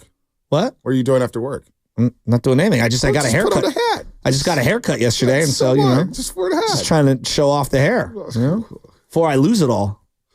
You've been saying that for 3 years now. I know. I'm going to say it until it falls off. Have you seen my brother? Jeez. You remember what my dad looked like? Don't worry. You don't have to throw them under the bus. Pops is rested in heaven. You don't have to throw him under the bus. I can't find the Tom. He's playing catch with Willie Mays. Just leave him alone. Telling him to use two hands leave him alone. on the basket catch. Leave him alone. You don't need to throw Bat under the bus. We don't need to do that. We already ran over Guru once. We don't need to do it again. I can't believe Guru. He's going to come in here and say, guys, he's going to make the same excuse he makes all the time. That wasn't me. Somebody hacked me. I wondered, like, he's going to delete the text. So someone hacked his cell phone to text into the 95.7 The Game text line. I just busted in his office to do when it comes to hacking. I know the Guru playbook. I know the playbook. You really think he's going to say that? Oh, I know he's going to say that. He said it multiple times. The explosion of when it goes in my mouth. What? Really, that's not fair. Jeez. 3 career farts in my 12 years on air. I love this random text on as we wait for Baldy here. We're stalling time for Baldy, but Matthew on YouTube. Dubs trade for Lonzo Ball yet? That's where we're at right now. I do like Lonzo Ball, Matthew. I'm not laughing. I'm not laughing at all. I do like Lonzo Ball. Losing your hair doesn't come from your dad. It comes from your mom's dad. See, I've heard that, but I've also, I don't know. I mean, I've heard so many different things. Who knows? I've heard that wearing hats makes you lose your hair. You tell me, man. Well, my granddad, Webb Tyndall, he lost his hair. Maybe I'm going to lose my hair soon. I don't know. I do not know. That's why I'm growing it out now. One last hurrah. One last hurrah. The Niners may play their starters. The Niners may play their starters on Sunday because of the lack of scrimmaging, so we may see Brock Purdy Sunday against New Orleans Saints. Now, Dennis Allen may try to blitz or whatnot, and it's not good. It's not good to not have Trent Williams out there protecting Brock Purdy. But we may see the starters on Sunday against the Saints. 5 o'clock game on Fox, and I think it's the debut of Tom Brady in the broadcast booth. So do you think that, okay, because you can go both ways. You obviously want Trent protecting Brock Purdy, but I mean, if he holds out for a game or two, do you kind of need a couple of reps in some series to just kind of see what it looks like schematically and for, understanding how long you can hold on to the ball? I mean, you don't want Purdy going down. I mean, that's obvious. But is Trent going to come in? It sounds like it's Aiyuk first and then Trent, and there's no movement on either. Well, here's Adam Schefter on the Trent Williams situation. This was on the Pat McAfee show. I think their focus has been on Aiyuk, and we got a 36-year-old tackle who it doesn't matter that he misses camp. I would think that they'll get that addressed and figured out and get him in. And if he misses camp, he misses some camp, but they want him back. He's so good, they have to have him back. And I would think that they want to get this Aiyuk thing taken care of before they move on to Trent Williams. All right, Shefty, what about Brandon Aiyuk? Now it looks like the focus and emphasis is on keeping him in San Francisco and not trading him. But I would say that this has had many twists and turns to it, and until there's final resolution, you don't know. But the 49ers want to keep him. They don't want to trade him. They've never wanted to trade him. They've wanted to get a deal worked out with him. The deal has been elusive. That's Adam Schefter on the Pat McAfee show yesterday that they want, and that makes me happy. That they still want Brandon Aiyuk. Okay. That makes me happy. So, but if we're haggling, this is where I get frustrated, because if we're haggling over $1 million or $2 million or $3 million here and there, like, and you referenced this yesterday in a phone call to us, like, what's the backup making right now? Oh, $2.5 million, Josh Dobbs. Josh Dobbs, okay. Trent Taylor's on like a $1.5 million. Like, shave the roster, like, shave the roster and figure it out. Hey, Shark Week time. Let's go.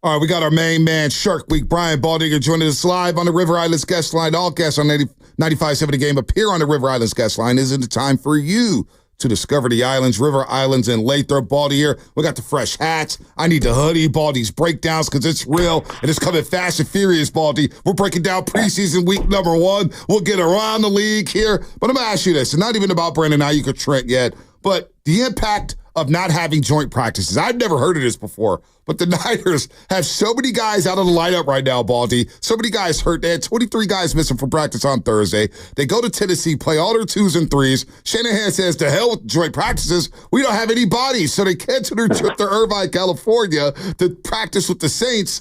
The impact of not having a joint practice in today's day and age, isn't it massive, Baldy?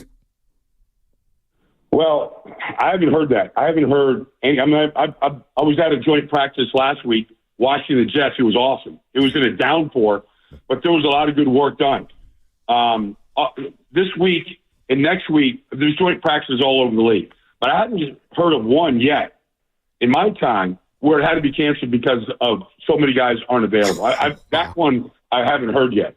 That's unbelievable. It's the first for us, too. So they're not going to practice at all. So the impact of that's where you get a lot of best work, right? A lot of coaches, Baldy, say that you get your best work in the joint practices. So will they have to probably play their starters in the preseason game, week 2, Sunday against the Saints, by not having the joint practices? Well, I mean, you got to get some timing before you start the season. You know, they get the Jets week 1. The Jets are having joint practices. I'm not saying the Jets are going to be ahead of the 49ers or behind them. I know, obviously, you play week 1, but the Jets had a scrimmage last week against Washington. They have one this week against Carolina, next week against the Giants. I mean, they're getting their work in. And, you know, a lot of the guys, I mean, look, Aaron Rodgers didn't play, Garrett Wilson didn't play. But they feel like the scrimmages and the joint practices where these guys are going to get their work and their timing in. And so they're getting a lot of that. And if the 49ers aren't, you just got to wonder, like, is one team going to be a little further ahead than the other to start the season? Well, I guess that leads me into the Brandon Aiyuk and the Trent Williams thing. I know a lot of people are like, oh, Trent can just roll out of bed and play. But for the rest of the team, every day that these guys miss, doesn't it make it harder to be just hitting on all cylinders week 1? Yeah. I mean, you saw when Trent was out of the lineup last year, you know, it was more than just not Trent, but they weren't a dynamic offense without Trent in there. I always say, and I'm half joking, but I'm also kind of serious too. I don't care wherever the run with Christian McCaffrey is going to go and where it's designed to go, it usually ends up behind Trent. Like just the wind backs, the cutbacks, it winds up behind him. He's just that. And look, I'm his biggest fan. You can't replace him. He's just irreplaceable. Your offense is just not going to be the same. Nobody gets to the second level. Nobody moves bodies as well as Trent does. There's some young guys, Panay Sewell. There's some young guys in this league. They're good players, but they're not Trent. Baldy here on the River Islands guest line on the Morning Roast here on 95.7 The Game. The impact of Brandon Aiyuk, Baldy. We haven't seen Ricky Pearsall. He's finished like 6 practices. They've had 14 practices, so we have no idea what the first-round pick is looking like right now. He's had a shoulder. He's had a hamstring. Debo looks great, but what about the impact of not having Brandon Aiyuk? How would that impact the 49ers offense if they can't get a deal done with number 11, Brandon Aiyuk? Well, they're not going to be as dynamic, period. Look, I understand, and I'm not trying to report anything that hasn't been out there already, but my understanding is deals were in place for compensation, contract, the whole thing. It was just they want a player in return. They need a receiver. If you lose Brandon Aiyuk, okay, you're going to put Danny Gray out there? Like, what are you putting out? Juwan Jennings? What are you putting out there? Nobody. There's nobody they're going to get that can run a route like Brandon Aiyuk. There's probably nobody they're going to get that blocks like he does.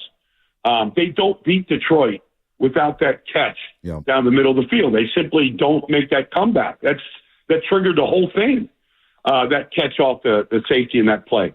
There's a reason why he's holding out. He thinks he's a pure number one, and he is. He's a real number one wide receiver. And they love to attack the middle of the field. That's their offense. That's where the ball wants to go. And if you're going to attack the middle of the field, you better have some fearless players.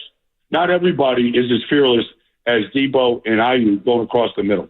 Yeah, there's no doubt. This has just been bizarre. I know, like, Hassan Reddick has got his own situation with the Jets, but look, Aiyuk and Trent and just the way how public this Aiyuk thing has been, allowing him to negotiate outside, but we still want him. And like, I've never seen anything like this. Have you? Yeah. Well, I mean, it kind of happened to Jimmy a little bit a few years ago, didn't it, Joe? Yeah, like, on the baby field. Yeah, I mean, they were like, he was out there, next thing you know, he's back, so, I mean, we have seen something similar with Jimmy. But, no, look, for anybody to say this isn't a distraction is crazy. Like, it is. Like, it's all everybody's talking about with this team right now is those two players not there. And they're great players. And the 49ers have rewarded great players. They just under the John Lynch, Kyle Shanahan regime, they've rewarded every great player. And so Aiyuk is next up. Trent's like at the very end. He's like, okay, I just saw Penei Sewell. I just saw these guys get rewarded this year. Like, I'm way down the list right now. Let's just put me where I belong. And so it's kind of hard, but money is and I don't think they're thinking about what they have to do to the quarterback.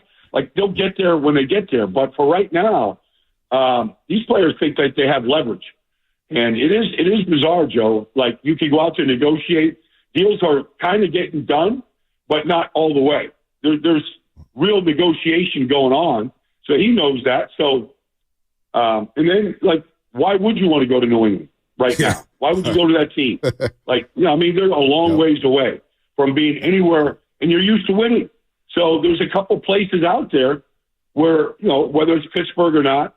I mean, I was there in Pittsburgh last Wednesday. I think they need a receiver. It just looks like that to me.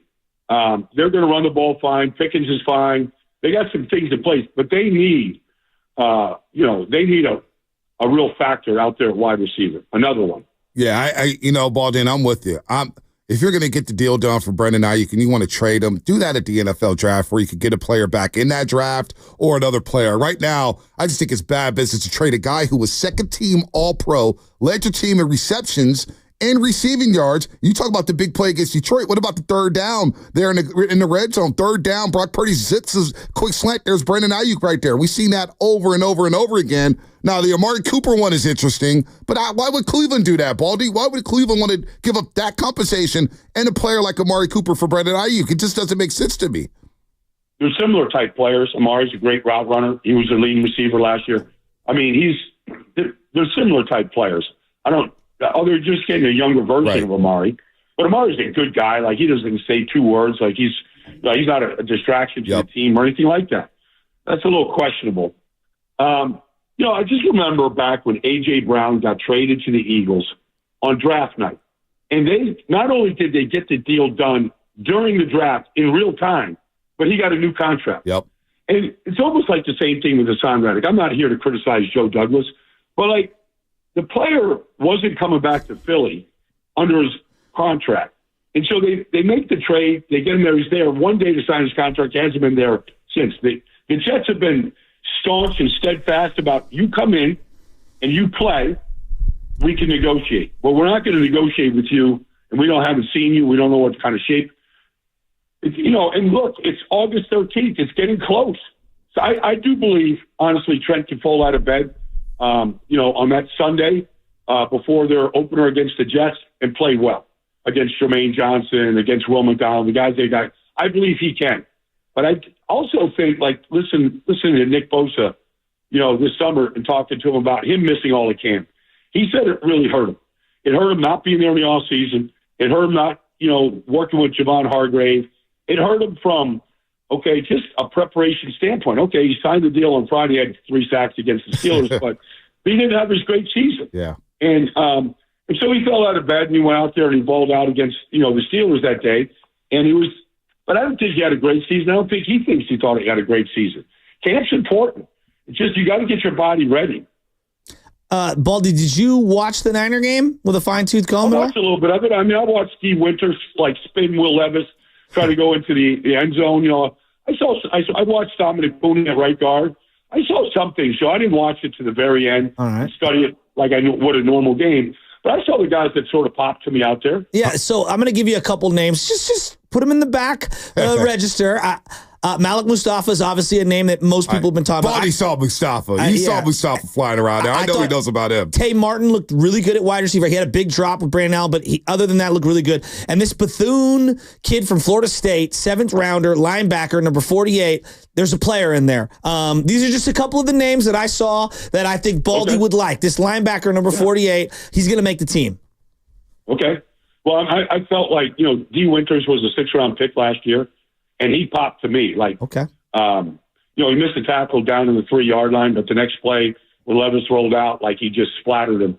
And I'm like, all right, well, I know you think you're made of granite. You ain't going to hold up to a whole lot of hits like that. He came like a BB and just blew him up. No, there's no doubt. Mustafa played well. D. Winters as well. We're looking around the league before we let you go. Played well. Yeah, J.P. Mason. Yeah, J.P. Mason can run that rock between the tackles. There's no doubt about that. I didn't like him missing the blitz pick up there on one of the pass plays, but he'll work on that. That'll be McCaffrey's doing there. Looking around the league. Obviously, the number 1 overall pick. They're on Hard Knocks right now. New episode tonight on HBO Max. Chicago Bears and Caleb Williams. I'm looking at their win totals, and I'm not trying to talk gambling with you, Baldy, but 8.5 is their over-under for win totals. And I'm saying, has there been a rookie quarterback that's come into a situation where you have Keenan Allen, Rome Odunze, DJ Moore, DeAndre Swift, and a defense that we saw down the stretch last year that looked like a top 5 unit? Call me crazy, but I think the Bears are going to make some noise this year, Baldy. Well, they played a tough division. I mean, I feel like the Packers and the Lions got better this offseason. Packers got better just by changing the defensive coordinator. That guy could coach. Anybody that's been out to Green Bay this summer, those young wide receiver, Romeo Dobbs, Wicks, like these guys, Jaden Reed, these guys are legit. And the quarterback is. And you look at what Detroit has done, they got better. So the division's tough. But I saw Caleb in his receivers at the Hall of Fame game. I watched the game the other day. Like, he was as advertised. Now, look, it's a small sample. They turn the ball over. He makes the flip to DeAndre Swift on the screen. Like, you start thinking about, that's another Mahomes here. He pulls it down on 3rd down. He protects the ball. He scrambles for first. Like, he made a lot of really big-time throws. So, look, I mean, it's a very good team around him. So he's got a chance. They've got a chance, for sure. Yeah, I'm looking at some of the young quarterbacks. It's made the preseason way more watchable, quite honestly. No doubt. I was like glued to it on Sunday. Thought Penix looked good. He looked very rhythmic. You could tell he's got good feel. I know he missed a throw. And then I thought Bo Nix looked good. JJ showed a little something. He holds the ball a lot. He obviously had the big throw. I mean, but I just think like this class, you could tell there's a little more feel, and they've played a lot of football, this class of rookie quarterbacks, compared to, let's just say, the 2021 class with Trey Lance and Mac Jones and all those guys who didn't really hit. Well, I totally agree with you, Joe. I was in the studio in L.A. at the NFL Network, and I was watching all the games. I was with David Carr one day. I was with Steve Smith another day. I said the same thing. I said, first of all, when you get good quarterback play, you want to watch, even if it's preseason. As soon as the frontline quarterbacks went out, they'd look like preseason games. But, we saw Joe Burrow, we saw Patrick Mahomes. We saw some legit top-flight Derek Carr. We saw some good quarterbacks play. It's substantial. I mean, Joe Burrow goes down the field, 14 plays, touchdown to T. Higgins. Like, the ball goes exactly where he wants it to go. He's amazing. He's an amazing player. And he's never played in the preseason. But the young guys, like, it made it watchable. Like, Bo Nix played well. Now, most of it was against the 2s and 3s. Okay, I get that. But he'll start this week for Denver. Even Jaden Daniels in his little bit of time, like, he takes him down the field. He makes a big throw on an audible check, and he walks into the end zone on a read option.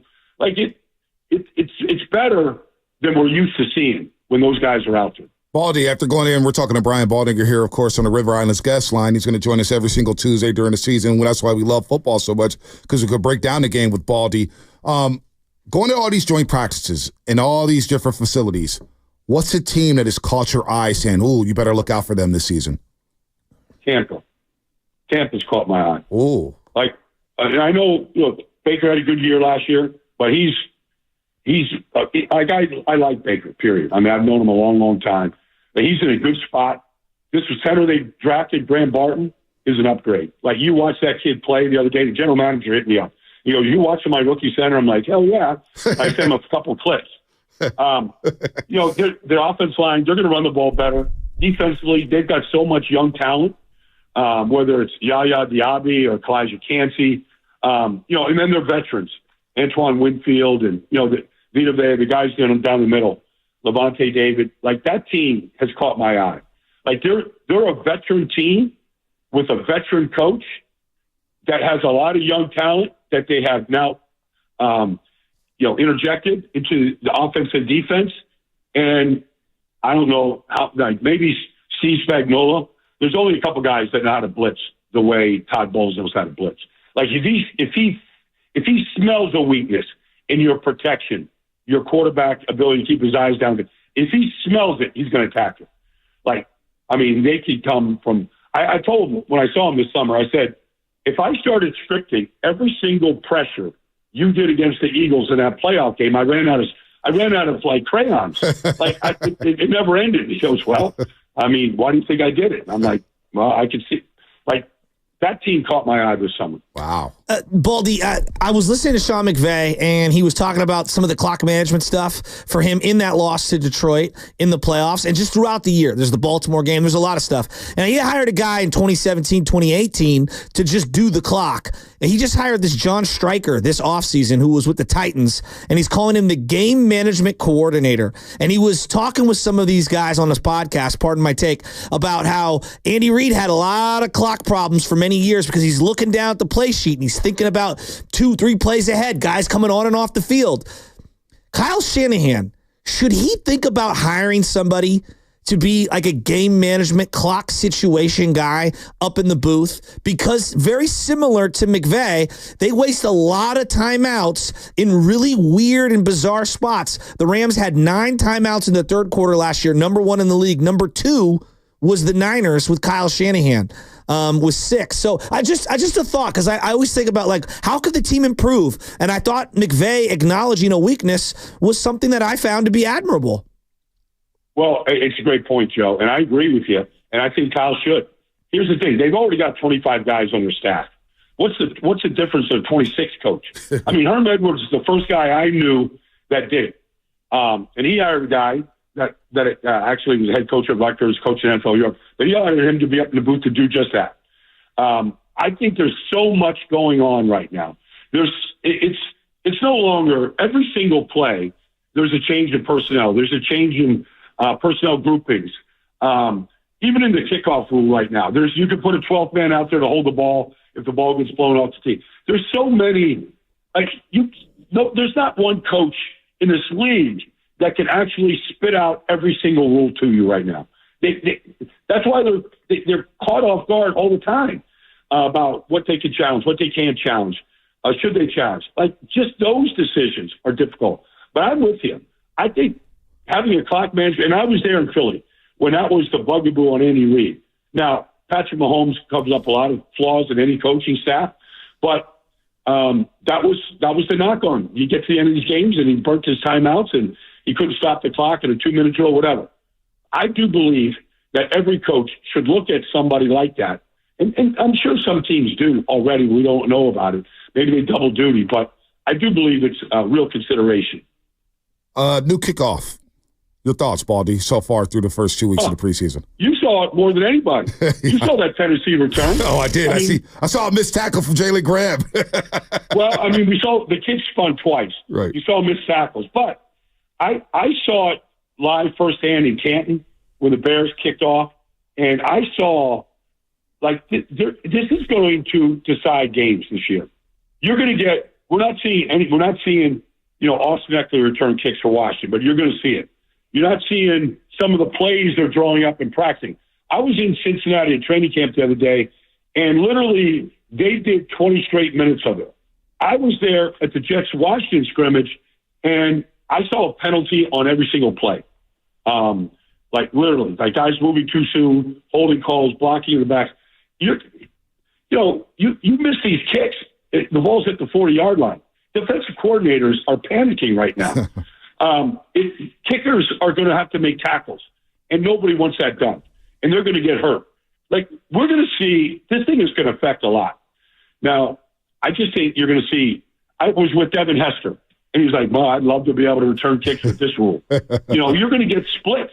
And look, Tennessee scored a touchdown because of the field position they had the other day. Yep. We're going to see. I don't know. Will we see Tyreek Hill return a kick? I wouldn't doubt. It wouldn't doubt me. I wouldn't doubt it at all if he returned a kick this year. Wow. Baldy. That's Brian Baldinger, folks. Get his hats. Get I his miss you, buddy. Where can you get the hats and sweaters, Yeah. Baldy? Plug it. Where can you get the hats and sweaters?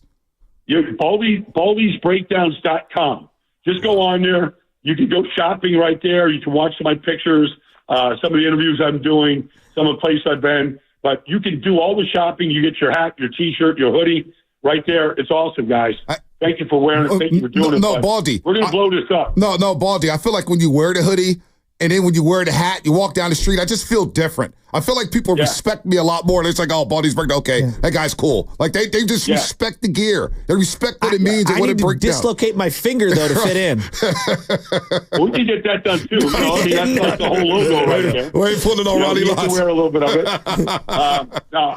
it. Look, this is awesome for me, but honestly, I'm not really doing it to make money. I'm just doing it for fun. Yeah. I just want people to feel like these breakdowns are what fans want, what players love. No. I got general managers hitting me up right now. Coaches hitting me up. Like, we need to take the analysis of this game to another level. Yeah, I agree. But even Tom Brady was doing a practice rehearsal game, the Rams Dallas the other day. I saw him on the sideline. Tom Brady is probably going to be really good at this, but even still, Troy Aikman, Tom, they get 12 seconds to tell you what happened. It's not enough. It's not enough time to really show all the things that happened in the game. And we've seen Baldy breakdowns grow over the last 7 years, Baldy. It's really tremendous. So go ahead and support. Get the hoodie, get the hat. They're really cool. Baldy, we'll talk to you next Tuesday. I look forward to it, guys. Man, have a great week. You too. Brian Baldinger here on the Morning Roast on the River Islands guest line. We got to run here. We're a little late to the break, but injury report time.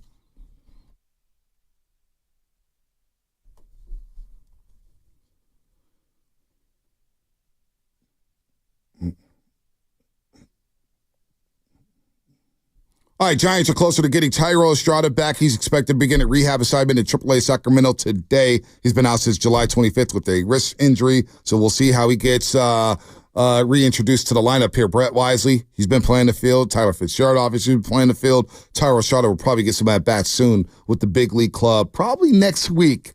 If I'm guessing, probably against the Chicago White Sox. The injury report brought to you by Boxer & Gerson, Northern California's premier workers' compensation law firm, helping get your workers get their lives back for over 40 years. All right, what's coming up in the game brought to you by Fremont Bake, celebrating 60 years of full-service bake with no compromises. Matt Burrows, 8:30, but next, Shasky's on the clock, folks, and we'll explain why on the other side here on The Roast. Tommy! I can't wait for golf this weekend, huh, buddy? Time flies.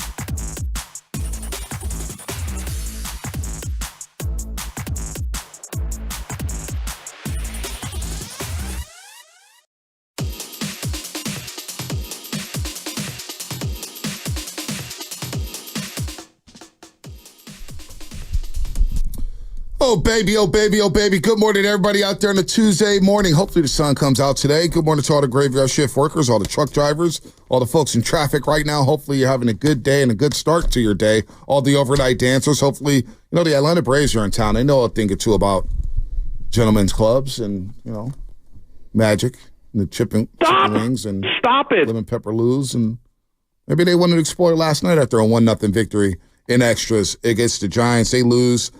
What's going on in camp? The Niners got to cancel joint practices. We'll talk to Matt Barrows about that at 8:30 because I do believe the Niners have held joint practices before at Santa Clara or in Santa Clara against the Denver Broncos. But anyway, shout out to our friends at Floyd Water Plumbing and Drain. If you're going to call it to the roast, you better bring it because if you don't, you will be flushed. Brought to you by Flowing Water Plumbing and Drain. And, Shasky says a lot of things. Some really, really good.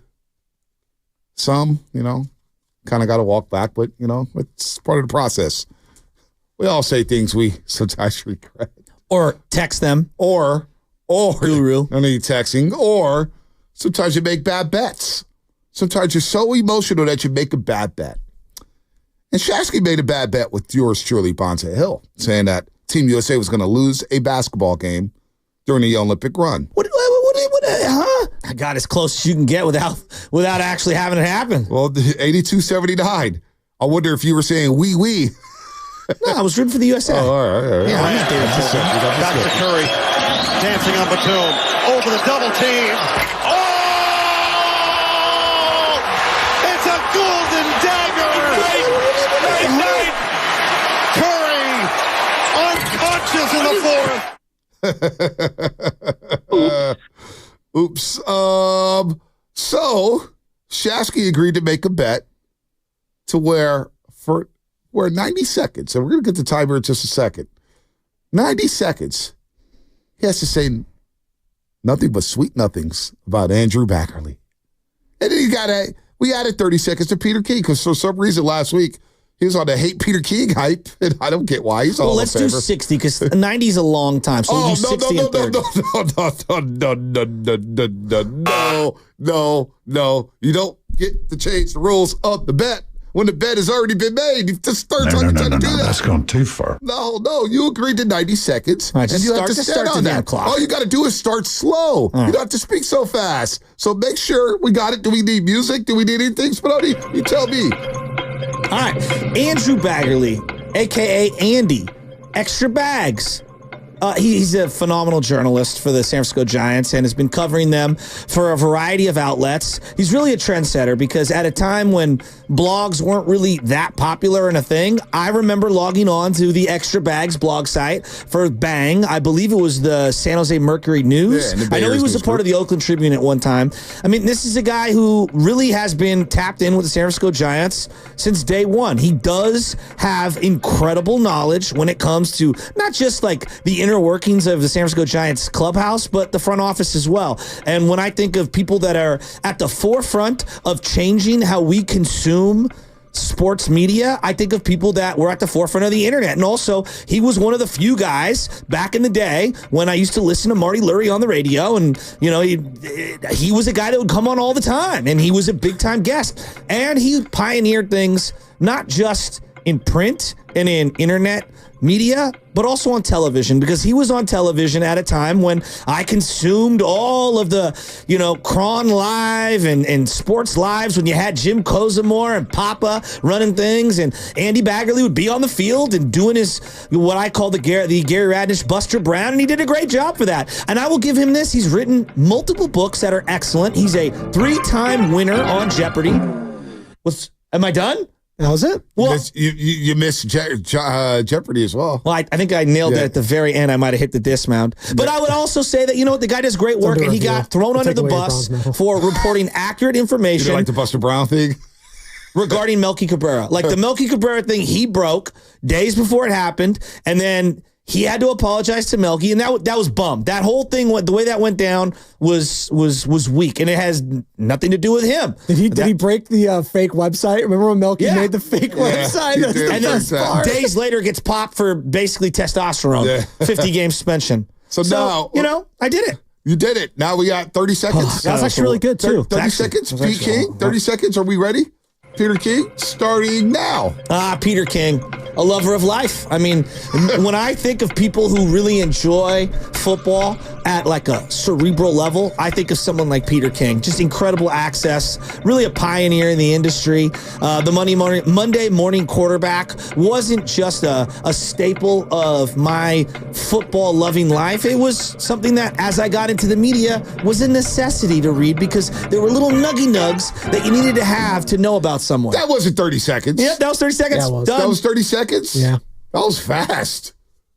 Damn. Does it get a round of applause? You paid your debt. Paid your bet. That wasn't too hard, was it?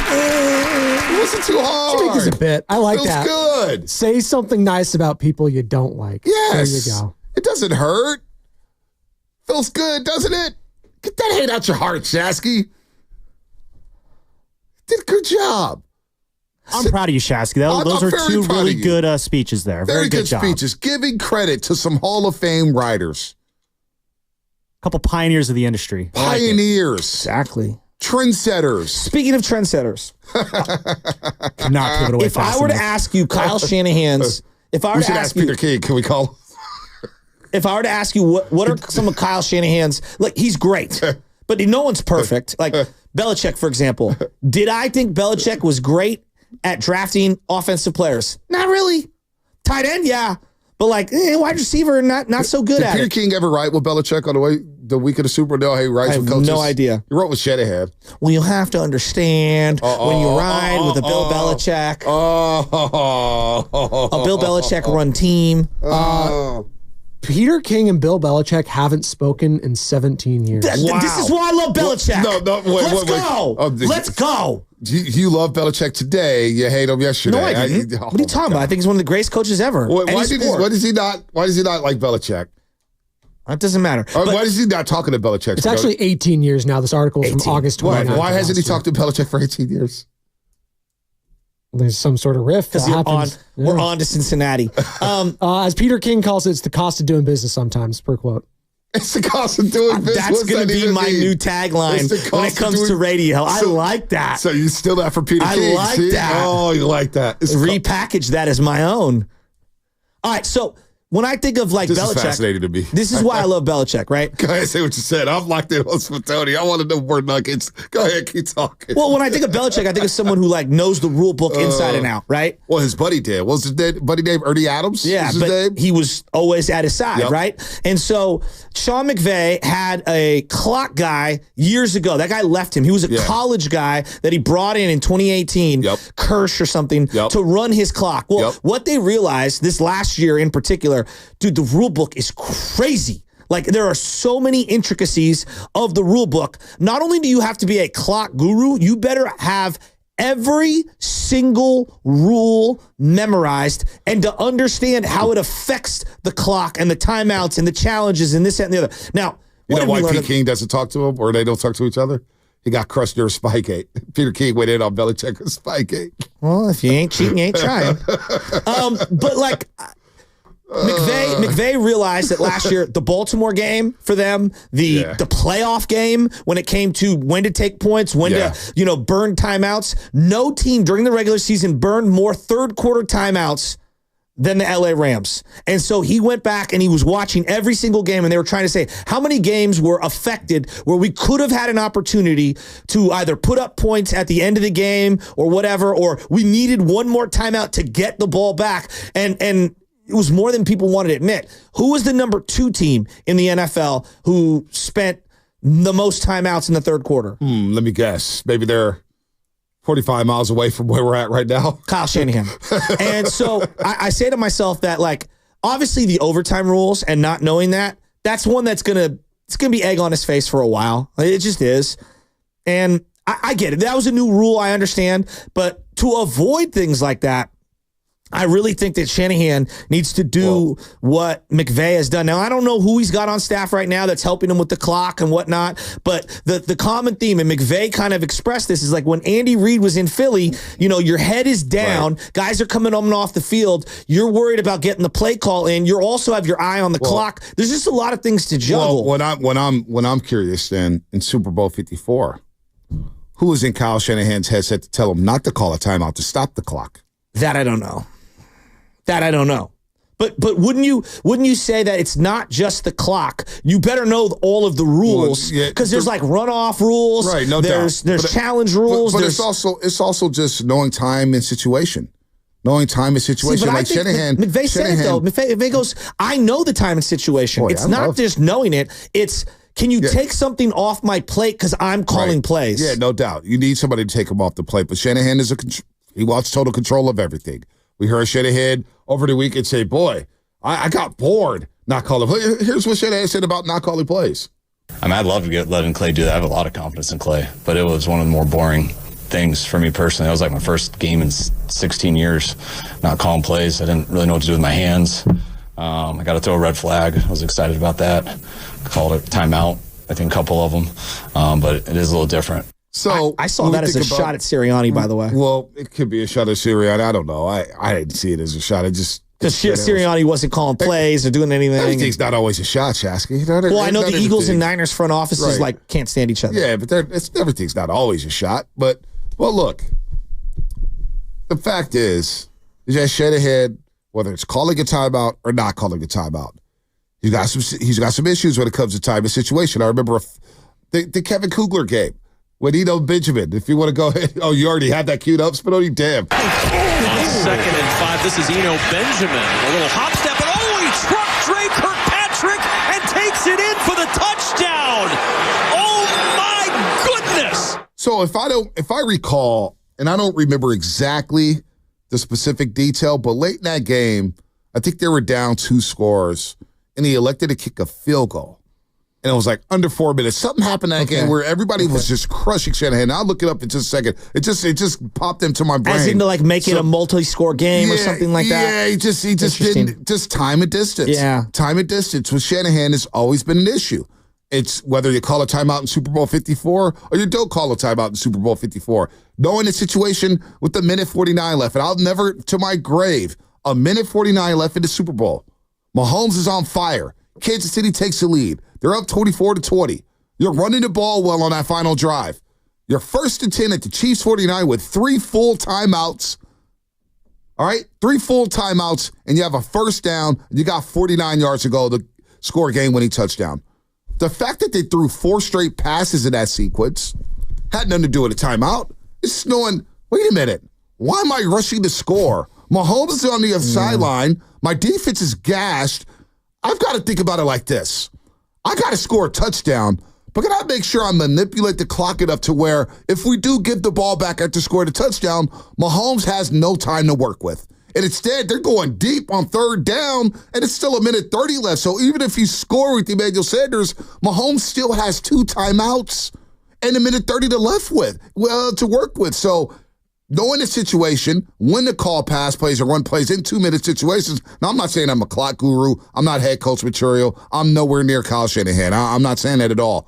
But it's also when the call plays and knowing the time of a situation, how to work with the time, making sure that you bleed enough clock to where that other team doesn't have a shot to score. Well, I think one of the things that separate, for me, and I don't know because we don't know like behind closed doors, but one of the things I'm starting to see in terms of separation of how they are, like both McVay is innovative in offense and Shanahan's innovative in offense. Where I find McVay to be very fascinating in the last couple of months, his level of self-reflection and admitting some of his shortcomings is just different. But publicly, I don't know what's going on behind scenes, but publicly, McVay showcases himself as a little more vulnerable. And he's like, yeah, we should have done this better. And yeah, I should have done that better. And you know what? I'll bring that guy in to come help me out.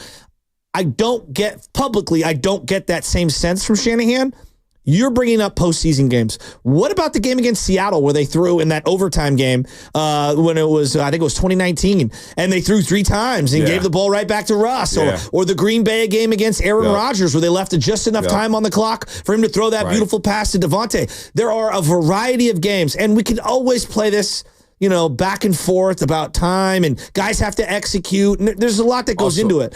I just find it fascinating that McVay has clearly realized this is important.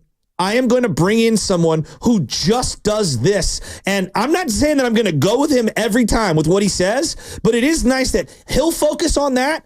I'll focus on this, the play sheet, Right. and there's going to be times where I'll override him, but there's also times where I need his wisdom and perspective to give me the options in my head in the matter of a snap of my fingers. I'm going to take it a step further.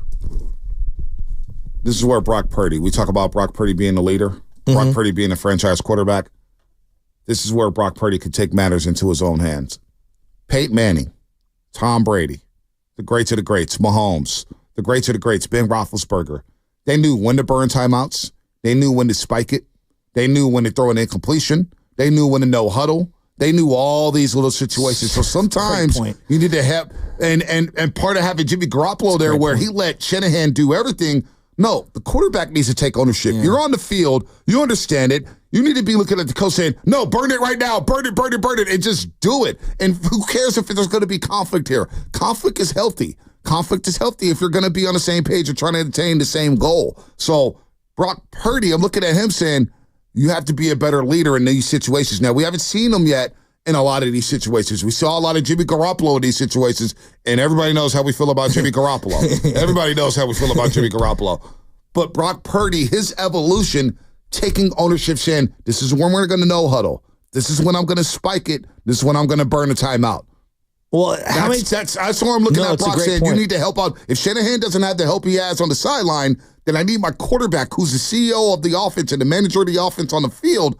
He's got to take a little more ownership. When I think of Brady in my eyes, it's not just like knowing when to call timeout. It's knowing when, hey, everybody line up, and I'm going to wait to spike it until a certain number or whatever. That's what I'm saying. That's a really good point. That's what I'm saying. The other thing is that, we just haven't had a lot of those opportunities where Brock has, think about the scramble mode at the end of games. Like the Green Bay game was kind of scramble mode, kick a field goal to win it, but you gave the ball back to Green Bay, and Green Bay had the ball at the end of that game, right?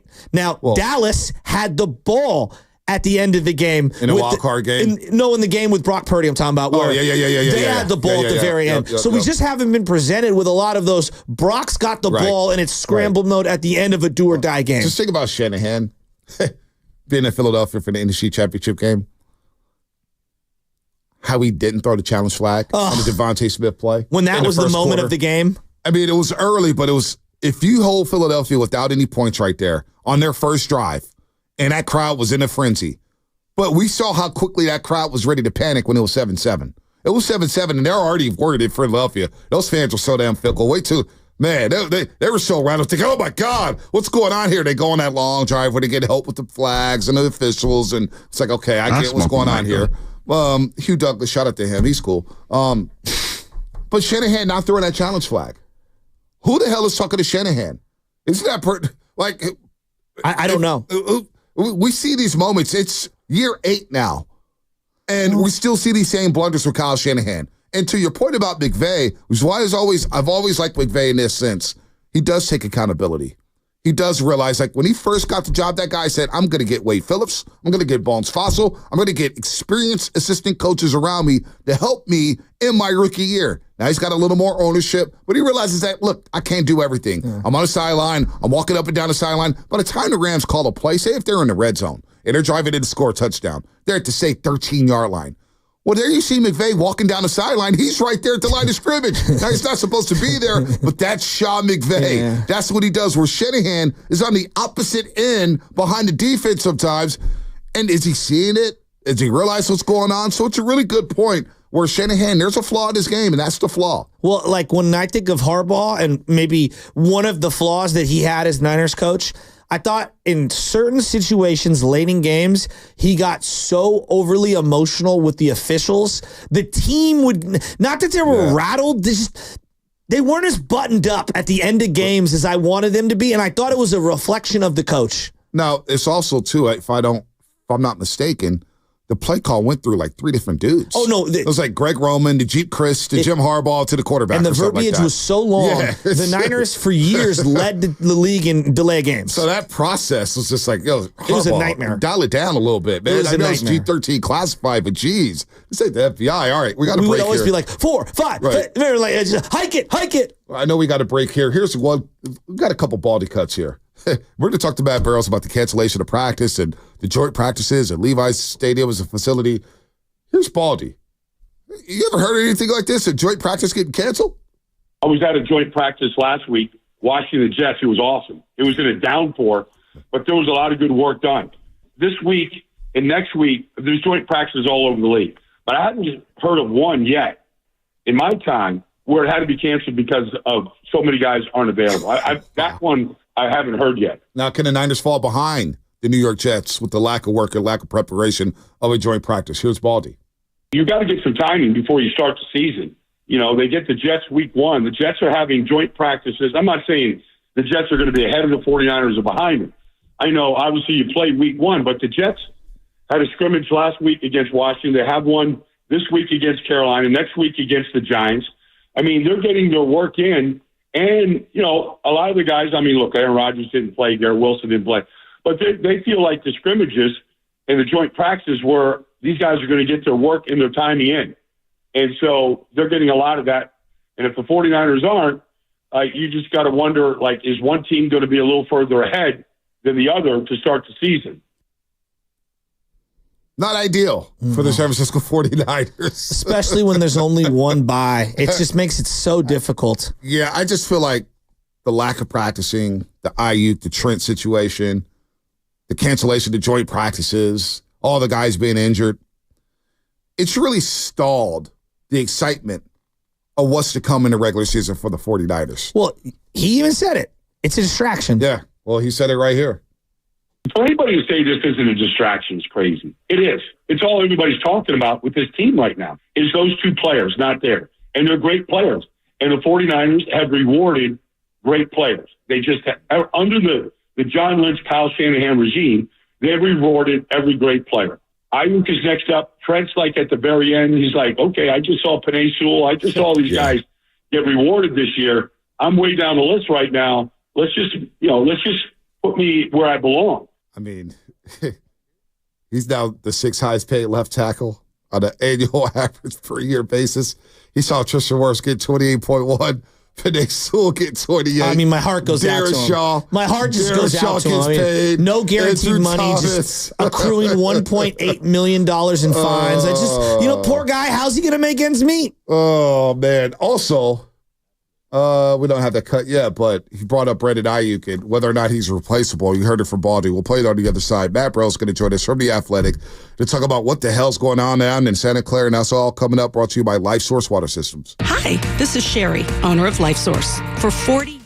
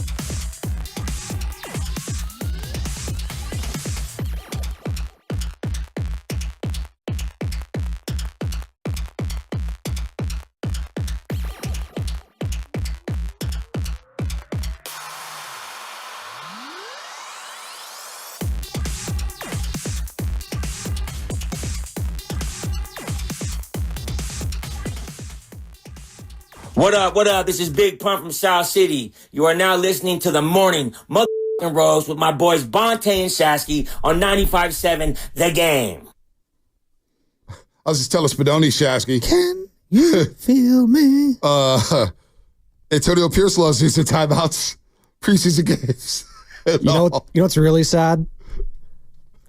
Instead of the gold medal game, I watched Aiden O'Connell and Gardner Minshew play the Minnesota Vikings. Did you go back and watch the gold medal game? Are we sure Kirk Cousins not getting traded to the Raiders at some point this year? I actually was impressed by Aiden O'Connell and Gardner Minshew in that game. But that might say more about Minnesota not being great. Brock Bowers. Brock Bowers looked amazing. He's so much faster than I thought he was for that size. Him and Michael May are going to have that two tight end sets are going to be I wanted him to leave Georgia after his freshman year. If you were to give a Yelp review for the Las Vegas Stadium, what would it be? 30 seconds or less.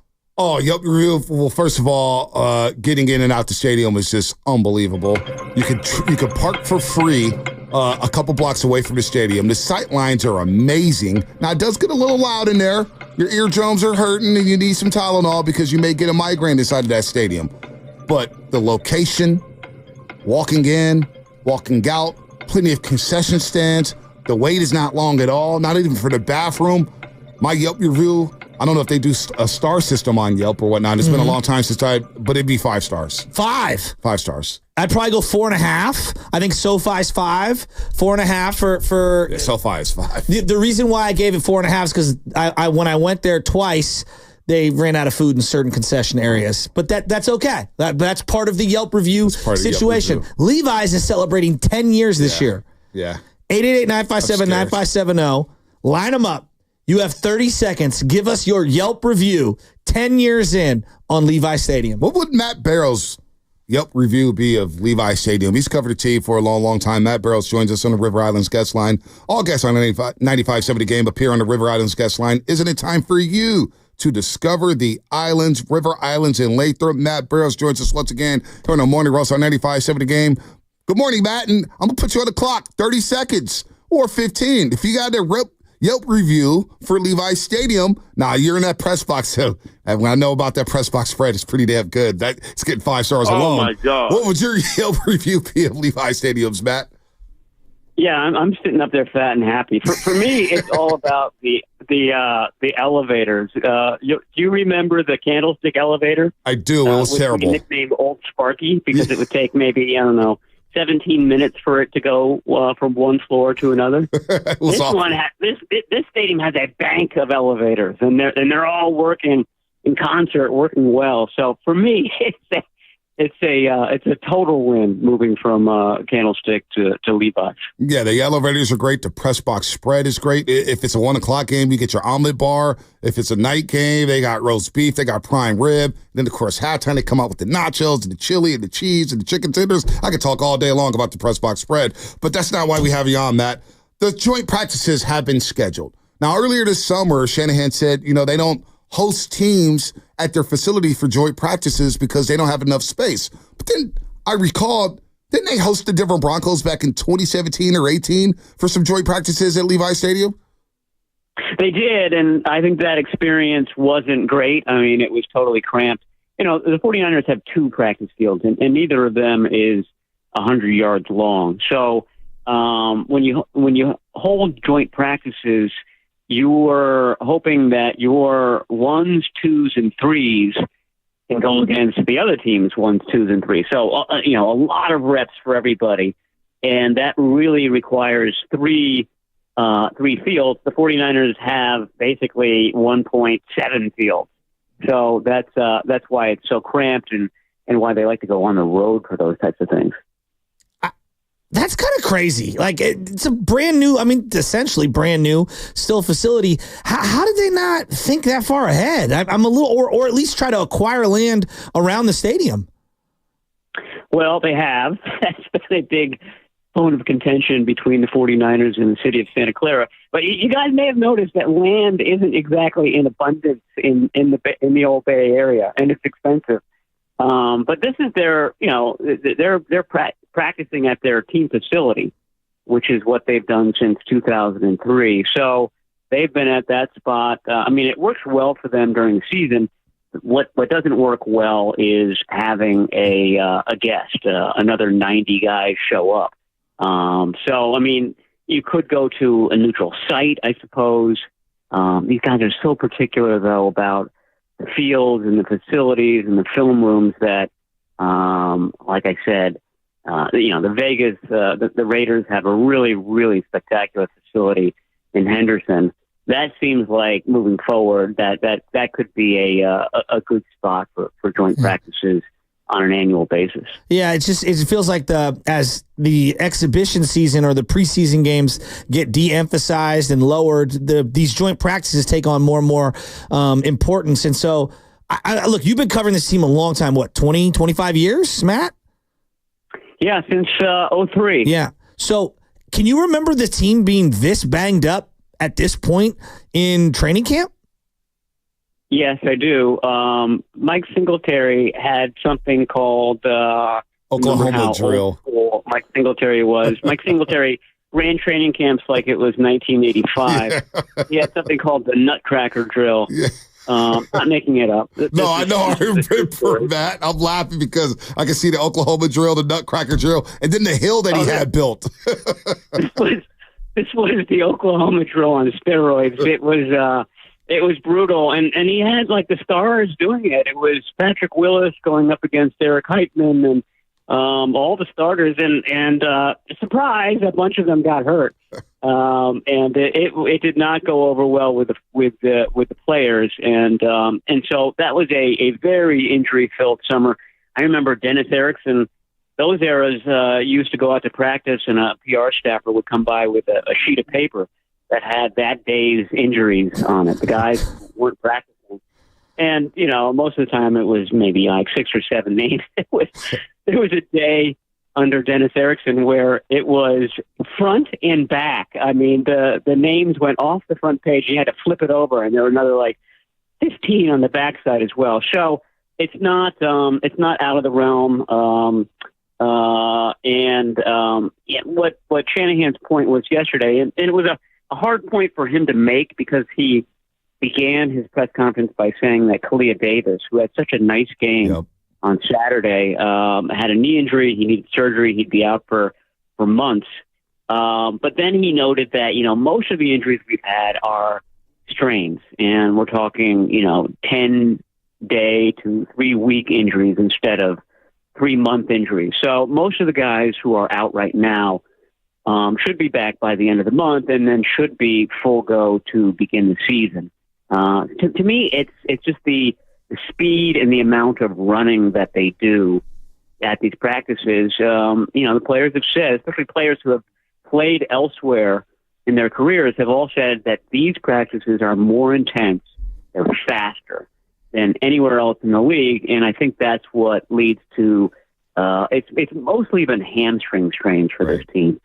They've had maybe almost 15 or so hamstring strains, and so that's the major injury that's keeping guys off the field. Talking to Matt Barrows here on the River Islands guest line here on the Morning Roast on 95.7 The Game. Matt, before we get to Aiyuk and Trent Williams, because obviously we're going to ask about that, but Ricky Pearsall, the first-round pick, we know he's hurt his shoulder. He didn't play in the preseason opener against Tennessee. What's his availability for Sunday? When can we expect him to be back on the practice field? He was running around on the side field yesterday, and that doesn't really mean as much when the guy has a upper body injury like Pearsall does. But it does seem like he's close to coming back. They've got the day off today. They have a block of practices Wednesday, Thursday, Friday. These are going to be the replacement for the joint practices. So we can expect these to be fairly intense too. And I'm sure that the 49ers want him to be back for those so that he can take part in the Saints game on Sunday. So I'm looking for him on Wednesday. I haven't heard that though, but he seems close to returning. Aiyuk, Trent Williams, is there anything? I mean, what is going on? It's like the good, the bad, the ugly. It's like a stare-off. Yeah, I got nothing for you. I mean, I think we talked, I forget when our last conversation was last week. Really hasn't changed much since then. Here's where things stand. It's the Steelers, or the 49ers. And the Steelers deal probably would be done if the Steelers had offered the 49ers an abundance of riches, something like what the Cleveland Browns were offering. That hasn't happened. And the way I see it, I mean, I feel like the farther this goes on, the less apt the Steelers would be to make that sweetheart offer. Because, you know, we're about to start the season here. And Aiyuk hasn't taken part. How much can he really help them? His value to them probably goes down a little bit with every week that this goes on. So, I mean, part of me has thought that the 49ers don't want to deal him at all and that they're sort of slow playing this, manipulating it from their end. They do have the control. He's under contract. And they can force the issue if they want to. Now, I say that, and, you know, at the same time, they probably would have accepted the Browns deal had Aiyuk wanted to go to Cleveland. He didn't. They probably would have accepted the Patriots deal had Aiyuk wanted to go to New England. He didn't. And maybe they knew that. But that's always been in the back of my mind that, you know, the 49ers don't want to trade Aiyuk. They want him here. They're acquiescing to his trade demands, but in a way that kind of shows him, okay, these are your choices. If you don't like them, you can always come back here. You know, we had a really good season last year. We've got a good young quarterback that we want you to basically grow old with over the next decade. So maybe you should kind of rethink where you want to be. I've always thought that was the subtext behind everything that they're doing, and it might end up being that way. I'm sure everybody involved wants this to be over right away so that he can get at least one preseason game in, get at least some practices in. That's going to be the next kind of storyline with Aiyuk. He didn't practice in the spring. He hasn't practiced in the summer. He had spectacular practices both in the spring and the summer last year, which led to his remarkable season. Hard to see him duplicating that with no practice in the offseason. You know, Shanahan, maybe I'm reading too deeply into this, but listening to his presser yesterday, Matt, it certainly sounded like he felt as confident that they're bringing Brandon Aiyuk back with the way he talked about, hey, I trust Brandon to be ready for the season. I think he's going to work hard. I trust Brandon there. Last week, it felt like the rhetoric was, our former teammate, and the situation sinks. But yesterday, maybe I'm looking too. Did you read it like that too, Matt, where it's like, Shanahan's kind of changing his tune a little bit? Yeah, I mean, the way I see it, I keep going back to Shanahan's "nothing's changed" quote. And I think that's the underlying frustration that they're basically in the same boat. They're not exactly sure what he wants to do. I don't know where the Steelers kind of came from. It's a little odd that, a guy who's under contract, I mean, a free agent, you understand. He's going to have a list of teams that he wants to go to. But a guy who's still under contract, it's strange that he would pick two other teams that I know that the Steelers had a nice record last year, but they're in a tough division. They're rebuilding in a lot of ways. I think that surprised the 49ers that he, had these other teams maybe above the 49ers. So there's a little bit frustration, disbelief in what's happening. I think that they just want Aiyuk to make a commitment to being back here. So what about the other wide receivers? Because I'm looking at this like Debo's making the team, Pearsall's making the team, feels like Conley's making the team. That's 3. Aiyuk, let's just put him up in the air.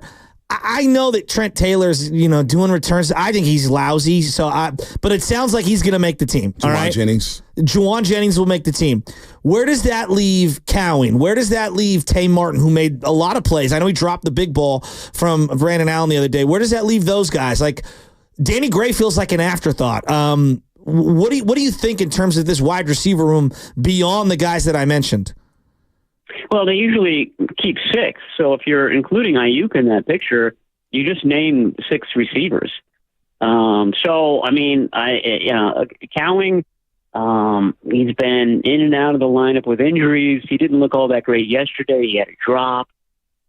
They need to see something from him in order for him to make the team. If not, he either goes to the practice squad or an injury list, or maybe some other team picks him up off of waivers. The 49ers had 3 guys snapped up off of waivers last year. So they're one of the teams that the other teams are circling on cutdown day, which I think is August 27 this year. So I think wide receiver is going to be one of the positions that other teams are looking at. And cornerback certainly is. They're going to have to cut a good cornerback. To me, it's let's just assume that Aiyuk is still on the roster. Okay. It's Aiyuk, Deebo Samuel, Juwan Jennings, Ricky Pearsall, Conley. Conley is Aiyuk's backup, basically. Yeah. So even and a if special Aiyuk teamer. is back, I just don't see Aiyuk getting. Aiyuk gets like 98 to 99% of the snaps on game days. I don't know if he can even do that if he hasn't had a full training camp, at least not in week 1. So I think Conley would be necessary. Now, the thing with Conley and Taylor is that you can sort of move them up and down from the practice squad as you like. So that's a wrinkle that I think it may be that one or even both of those guys aren't on the 53-man roster per se, but you see them in uniform every week. So there are ways for this team to hold on to a Cowing, hold on to a Ronnie Bell, and also get the game day experience of a Trent Taylor or a Chris Conley. Real quick before we let you go, Matty, because we're up against it here. Fred Warner. Should we be concerned about Fred Warner's injury? No, he was back yesterday. Okay, and, good deal. Even if you were struggling with your sight, you knew that Fred Warner was back at practice because he was loud and he was doing his usual thing where he's cheering on his defensive mates. He's talking, to the offensive players. So it's always, if you're the 49ers, you always want to see Fred Warner back in the lineup. But I think it's even more important now during these sort of dog days of August where you have so many injuries. You just had the canceled joint practices. They need a shot of adrenaline. Fred Warner is the guy that provides it on defense. George Kittle is the guy that provides it on offense. So both of those guys were in practice yesterday. All right, Matty B, enjoy your day off. Enjoy your day off. It should be intense over the next 3 days. And let's see if we get some healthy bodies. And hopefully by the time you get back to Santa Clara, the Brandon Aiyuk situation has been resolved. But we'll cross our fingers on that. Thanks for the time today, Matt. We can only hope. We can only hope. It's nauseating, no doubt about it. All right, Matt, take care, man. We'll talk to you soon. All right. Talk to you soon. Bye. Matt Barrows, 49ers insider for The Athletic here on the River Islands guest line. Fred Warner's back. Good news. Great news. Great news, right? I'm just looking at this wide receiver depth chart. Maybe I'm getting too in the weeds here, but Aiyuk, Deebo, Jennings, Pearsall, that's 4. He's saying Conley and Taylor, 5, 6. So they've historically kept about 6. That means you're cutting Cowing, Tay Martin, and Ronnie Bell. Maybe you're putting Cowing on the practice squad or trying to slip him through the practice squad. I don't see where he hasn't played and no one's seen him. I don't see how he's going to get elevated to another. So put him on the practice squad. No, that's what I'm saying. Like, I don't see how another team is going to claim him and then play him. Wow, Ronnie Bell getting cut like that. Isn't that interesting? Year number 2. Damn. I tell you, I really like Tay Martin's game, dude. I know he dropped the ball, but if you watch the whole game, he made like 6 or 7 really nice plays, adjusting to the ball in the air. Like, I like him. A good player is getting cut, which kind of sucks. It speaks to the depth of the position, even though I know we're losing our minds about Aiyuk. It's just, it's just a numbers game. And that's why I go back to Conley and Taylor. It's like, really, Trent Taylor? Really? Like, I don't see what they see in Trent Taylor. Well, I don't get it. Right now, Chris Conley's been your starting X. He's been breaking the huddle as one of the starting wide receivers. He made plays in the Super Bowl at special teams and in the playoffs as a wide receiver. I get Conley. And he's a bigger body than what you have. But as your starting X? No. You get what I'm saying? No Super Bowl champion or contender I like is like Conley. Yeah. That's what I'm saying here. On this, he's our 5. So, Brandon Aiyuk. Let's start there with the Baldy cut. We heard it from Matt Barrows. He said he's seen practices here. We finally got, there's no space, I guess, with the Denver Broncos and the pro practice facility and everything like that. We'll get back to your question. If you had a Yelp review for Levi Stadium, 888-957-9570, what would that Yelp review be? Now, I'm seeing 510 saying 0 stars. They don't even have garlic fries. Don't have SF in your name if you don't have garlic fries. That's a little harsh. People want their garlic fries, man. I'm not mad at the 510. But Brandon Aiyuk, because I've heard a lot over the last month about the Brandon Aiyuk situation. We've been back and forth as a fan base. Now, I've never believed that he's replaceable. Some of the rhetoric around Brandon Aiyuk is like, oh, you just give him up for nothing. Just get rid of him. We'll be fine. Yeah, I don't know about that. Well, we asked Baldy the same thing. Is Brandon Aiyuk irreplaceable on this offense? Here's what Baldy had to say. You lose Brandon Aiyuk, okay, you're going to put Danny Gray out there? Like, what are you putting out? Juwan Jennings? What are you putting out there? Nobody. There's nobody they're going to get that can run a route like Brandon Aiyuk. There's probably nobody they're going to get that blocks like he does. They don't beat Detroit without that catch down the middle of the field. They simply don't make that comeback. That triggered the whole thing. That catch off the safety in that play. There's a reason why he's holding out. He thinks he's a pure number one, and he is. He's a real number one wide receiver. And they love to attack the middle of the field. That's their offense. That's where the ball wants to go. And if you're going to attack the middle of the field, you better have some fearless players. Not everybody is as fearless as Debo and Aiyuk going across the middle. He's right. And I think this is where everybody, I think the team, I think myself, we're all exhausted over this whole thing. And did Debo do some stuff when he was going there? Yeah, he did. He did. Remember, there's the whole him at the bar with the sparklers. At the club. He was flashing. I'm looking at, and Sam, you did a great job on this. I'm looking at this Brandon Aiyuk timeline. Look, can we just go down this time? It's been exhausting. February 13th. He said he'd be back if it was the right move. And then right after his friend posted a video criticizing Aiyuk's targets, and that's not his fault, but that happened, right? And then his girlfriend ends up posting, this might be the last time we touch Levi's grass. She's not lying. It might be the last time. Okay, that was in February. Then in March, this is what happened in the month of March. The Aiyuk deal will be done after free agency. That's what Rap Sheet said. And then the 15th, there's interest between the Jaguars and Brandon Aiyuk. Yeah, and then, we had Mia O'Brien on, and she said it was real. Exactly. It was real. And then all of a sudden, I'm randomly watching LSU Pro Day, and our guy Brian Thomas from Jacksonville, whoever it was sitting there with him, I forgot who was interviewing him, but they said, an executive told me that you remind them of Brandon Aiyuk. I was like, well, they're not going to trade for Brandon Aiyuk now. They're just going to draft the guy they think he's Brandon Aiyuk. On a rookie deal.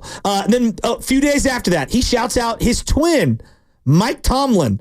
What? What? And then a couple days after that, Lynch says... Hold on. Well, because there was a rumor like, Brandon Aiyuk looks like Mike Tomlin, blah, blah, blah, blah. So he just shouted out his twin.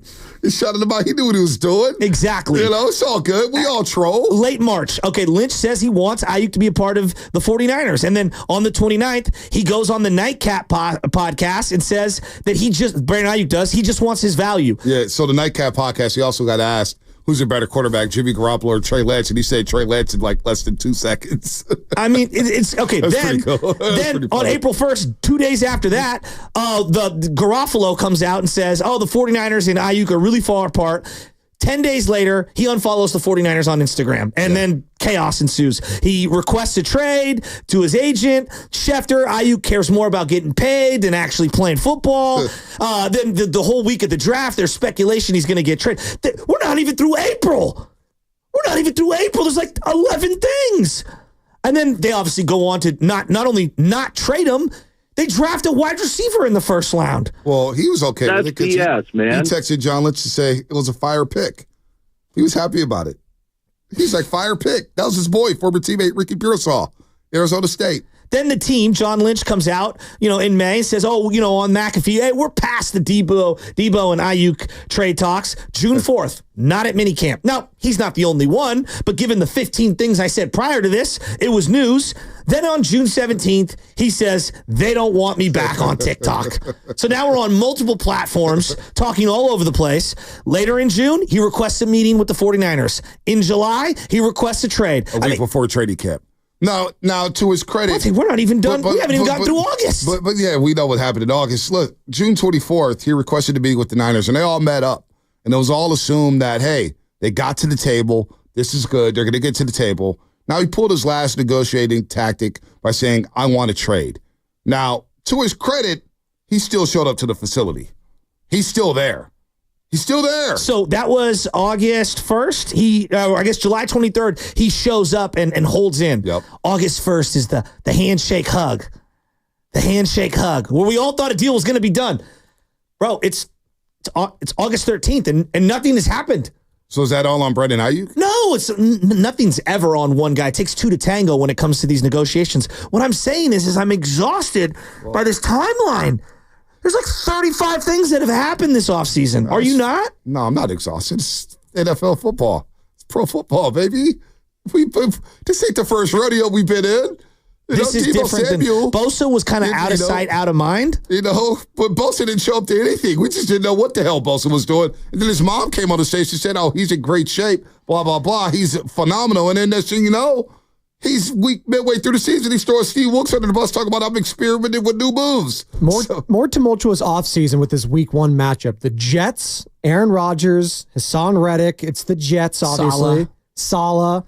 Or the 49ers with the best left tackle holding out now and seemingly not coming back. And the second team All-Pro and Brandon Aiyuk holding out. It's the Niners. Because this is just Jets. Exactly. This is price of doing business with the New York Jets. The Hassan Reddick thing is so weird. Like, why they traded for him. That makes no sense to me. So, so now we got Trent Taylor out there returning punts, and you see Danny Gray's going to get cut bodies, right? You're going to trot out Danny Gray out there to watch Eddie's going to start next. That's what I'm saying.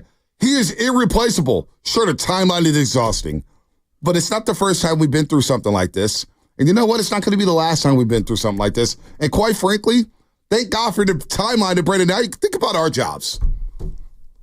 Would you rather talk about Brandon Aiyuk and what he means to the 49ers or what he doesn't mean to the Niners as opposed to the Giants baseball we saw in May?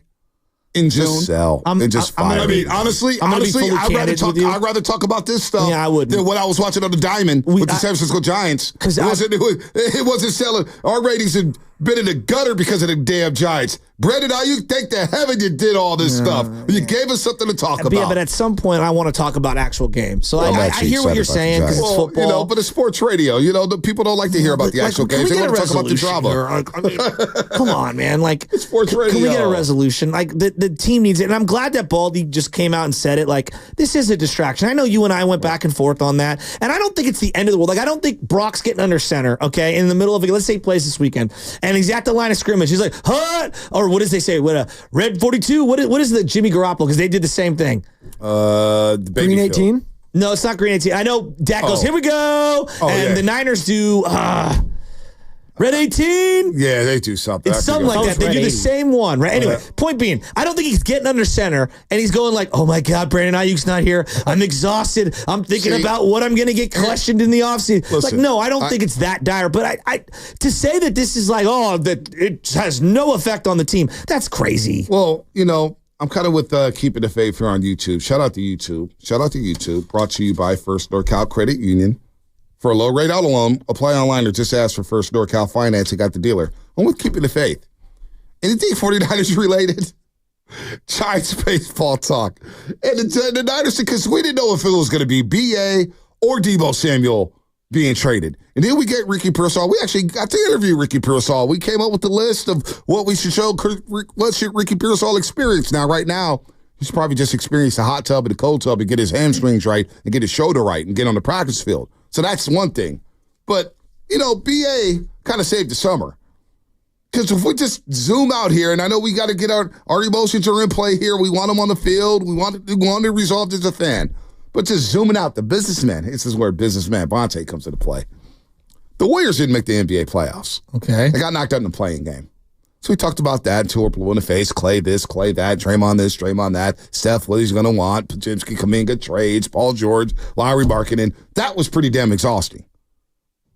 But boy, with the Giants scuffling and their inability to hit with runners in scoring position, the Warriors all season and the Niners all season, same summer. So the businessman in me is saying, you know what? Thank you, Brandon Aiyuk, for the content.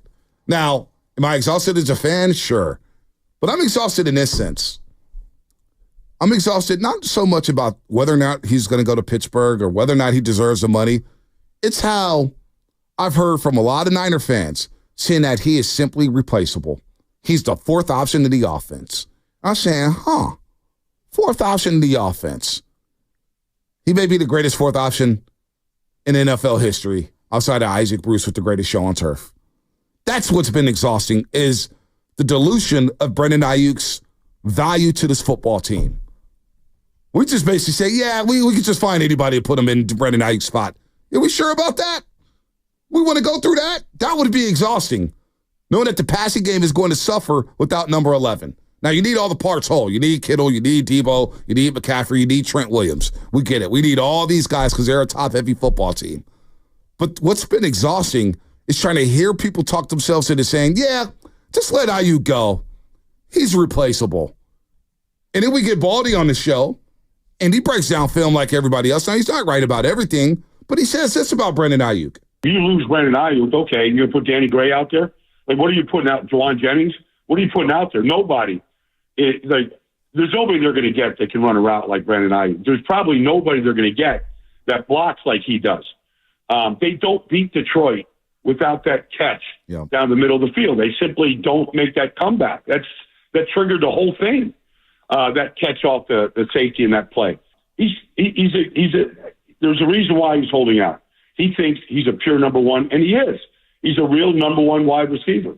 And they love to attack the middle of the field. That's their offense. That's where the ball wants to go. And if you're going to attack the middle of the field, you better have some fearless players. Not everybody is as fearless as Debo and Aiyuk going across the middle. So that's what we're facing right now. But just because a couple people online anonymously with avatar eggs are saying they quote-unquote replaceable, I think it's more. No, it's not that. Then what is it? It's not that. I get a lot of people. I think the majority of Niner fans are like, I really want the player, but I'll look at my text thread. I got two diehard Niner fans that I've been knowing for a long, long time, Umair and Sheldon Shumter. Okay. Who I respect dearly. Sheldon Shumter played college football, and I've been going back with Sheldon Shumter, and he goes, man, Aiyuk's replaceable. He's replaceable. Let him go. Let him go. Aiyuk should be paid. He balled out for us. I just don't think he's as good as he think he is. Well, that's a lot of people have said trade him. No, but a lot of people have said that we can find other guys who do what Aiyuk does. It ain't just eggs on Twitter. I know who I talk to. I know who I talk to in my everyday life. There's a lot of people I talk to saying that he is replaceable, Shasky. I've heard a lot of it from Niner fans. I don't think anyone's like, Trent Taylor can replace Brandon Aiyuk. Nobody's saying that, but they're saying that. I think the question is this. It's very simple. It's like, he's really good, but we're tired of hearing him talk about an extra million and the team balk over an extra million here and there, if that's what it ends up ultimately being. We're exhausted with that. And so I do believe the majority of people are like, if it's going to be this big of a hassle, like, you're a really good player, you're not that great. And I think that's where people come down. Like, you're really good. I think it's really difficult to find your replacement.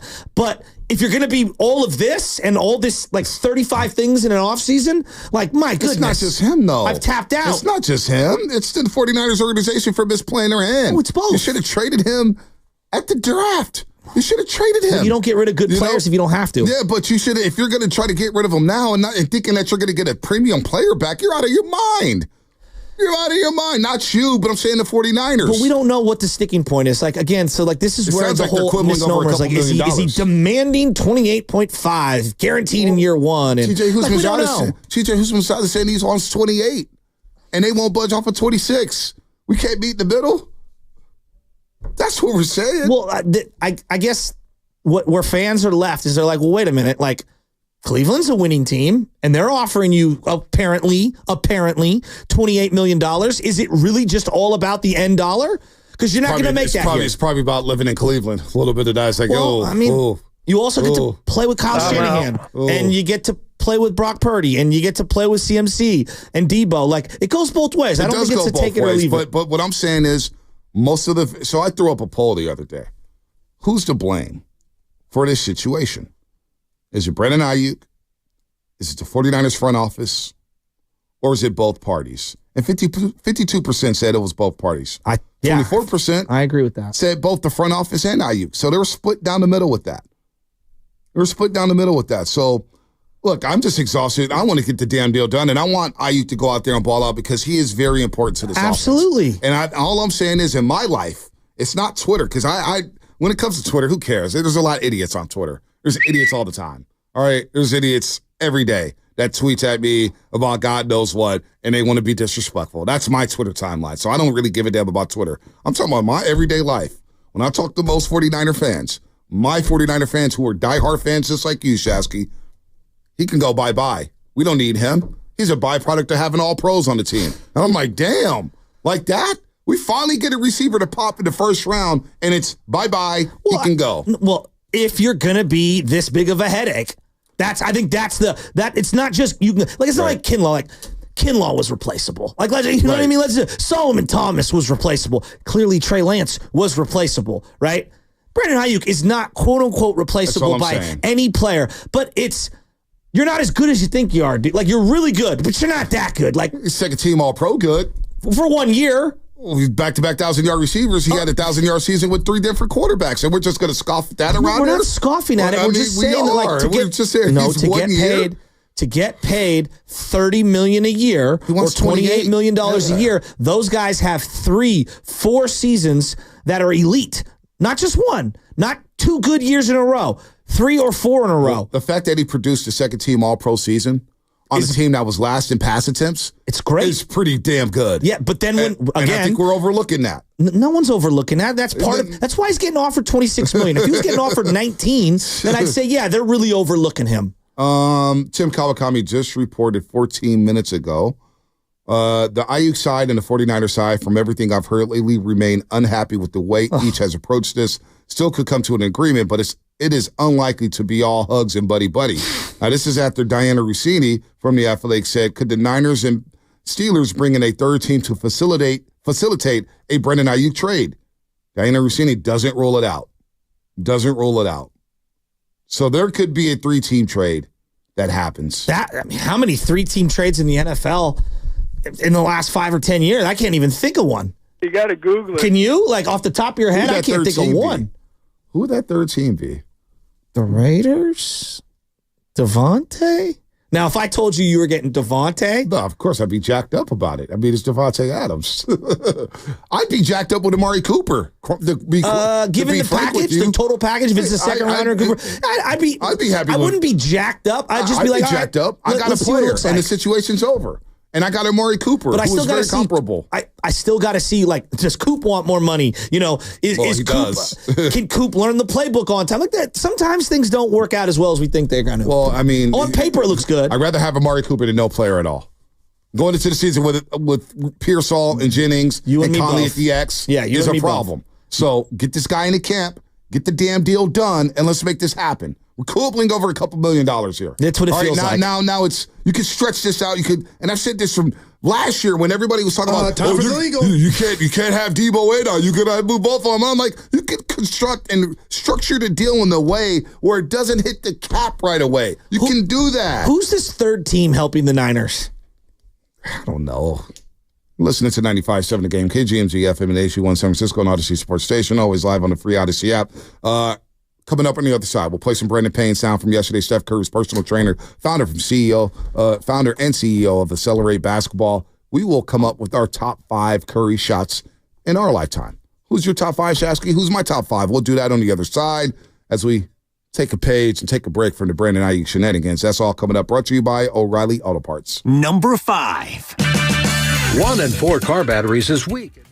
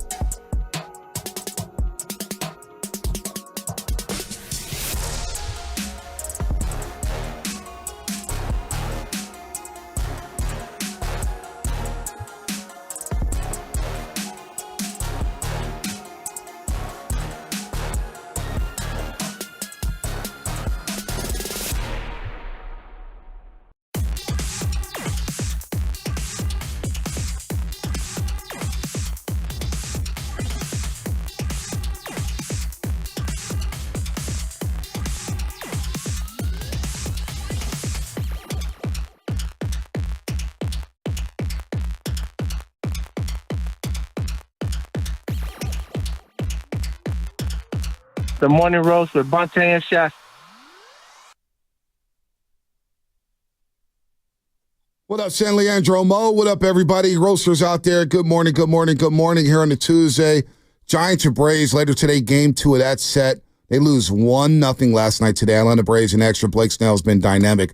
Last 7 games, 0.99 ERA, 0.62 whip. What do you do with Snell after the offseason? Well, you hope that he opts in. Probably not going to happen. And you hope that you have a chance to re-sign him. And we'll see if he does hit the open market today. A huge start for Kyle Harrison. Probably the biggest start of his young career. He'll oppose Charlie Morton, who hasn't been dynamic this season, 4.47 ERA, 1.31 whip. You can get to Charlie Morton. You can hit him as he's getting up there in age.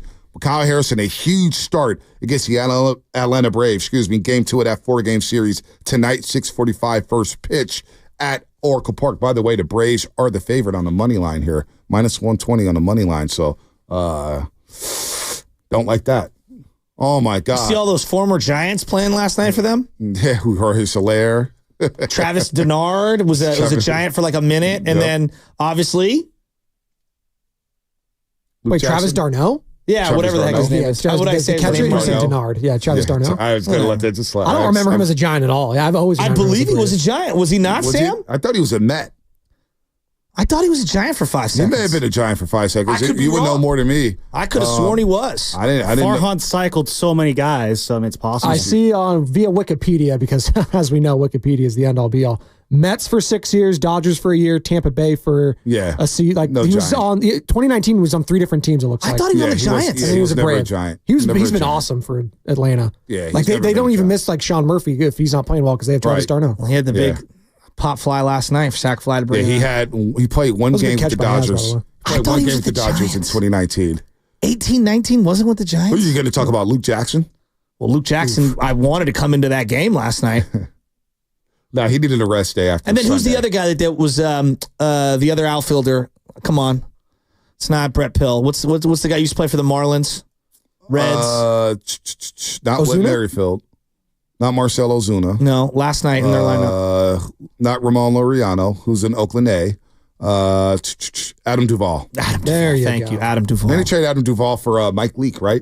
Is that the deal? Yep. Mike Leake. I'll never forget that. And then Mike Leake, He leaked. he leaked, and he blew his hamstring out on the start against the Texas Rangers. Remember that?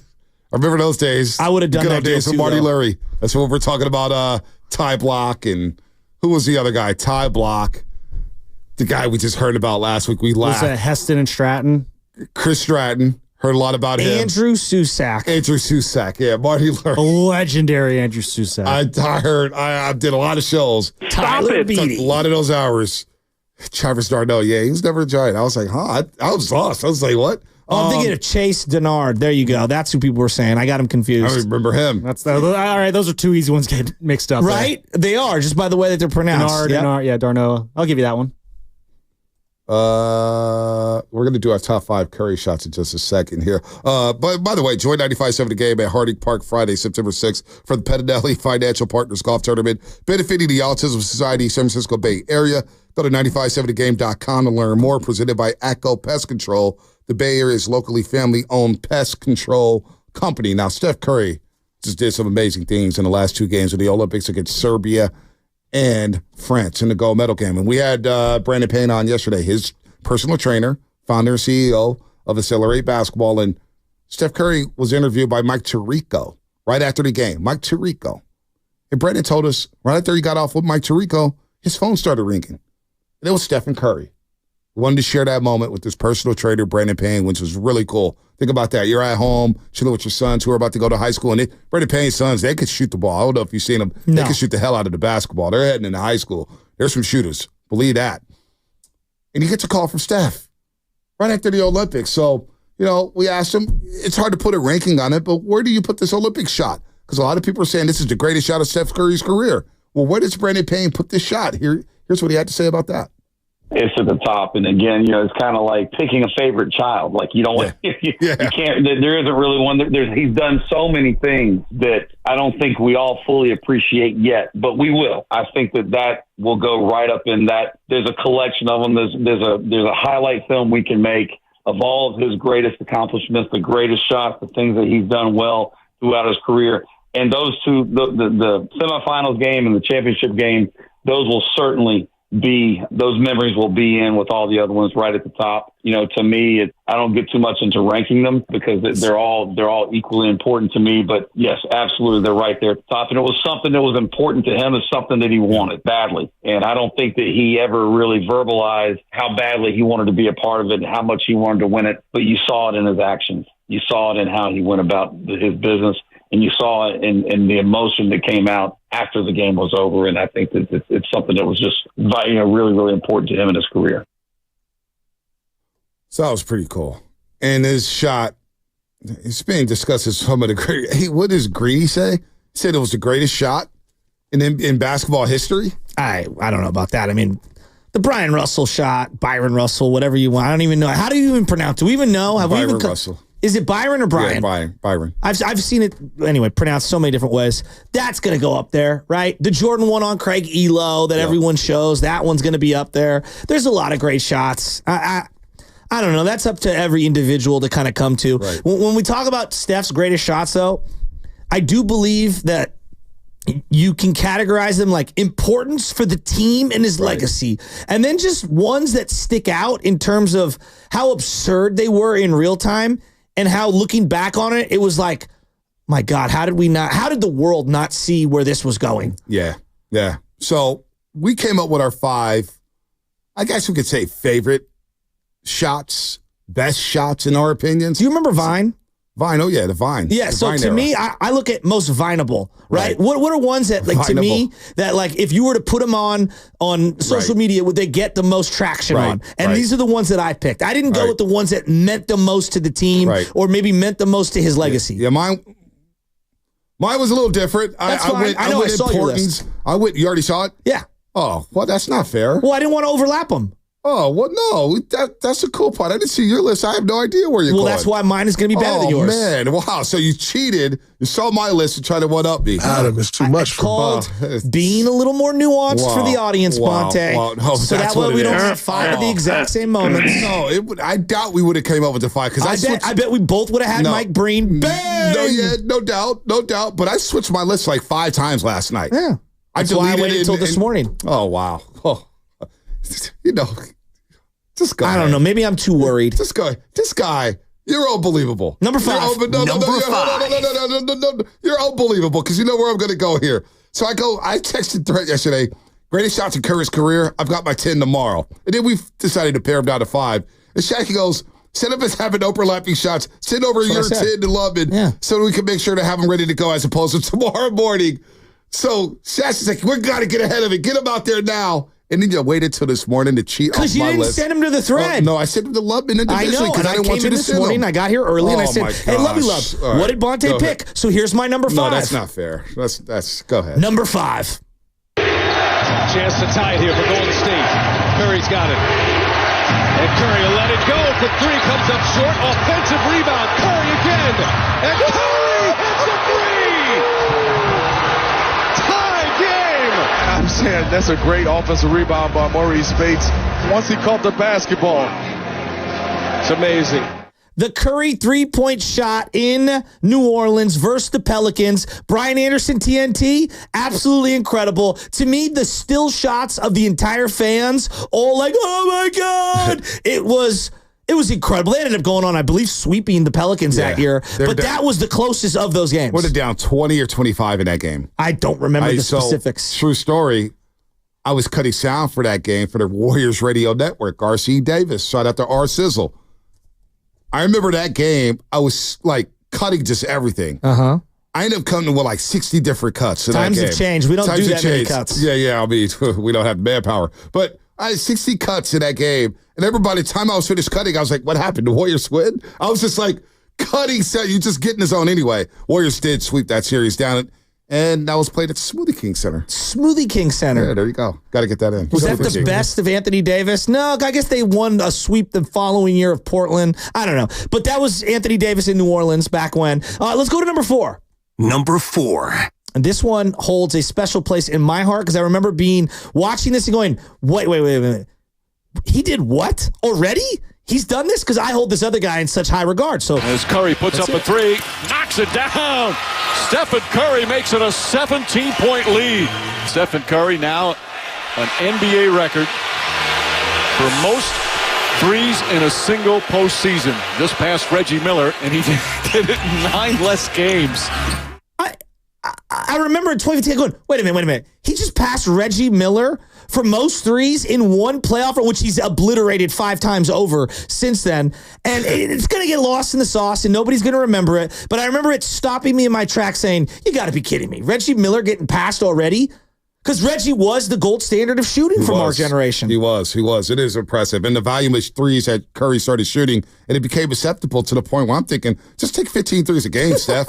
Hey, who cares? True. Just take 15 threes a game. Why not? which now gets me to my number 3, which I believe. Number 3. I forgot about this play, and 10 years later, it hits even harder, given he was on France, and he's just such a hateable character. The whole world hates this guy, but they're in the green Jazz jerseys. Steph Curry puts Gobert in a blender. This is game 1, Western Conference semifinals. As Curry does his magic, gets by Gobert and scores. We've got Curry flair. Rudy was outside of his comfort level right there when he had Steph Curry.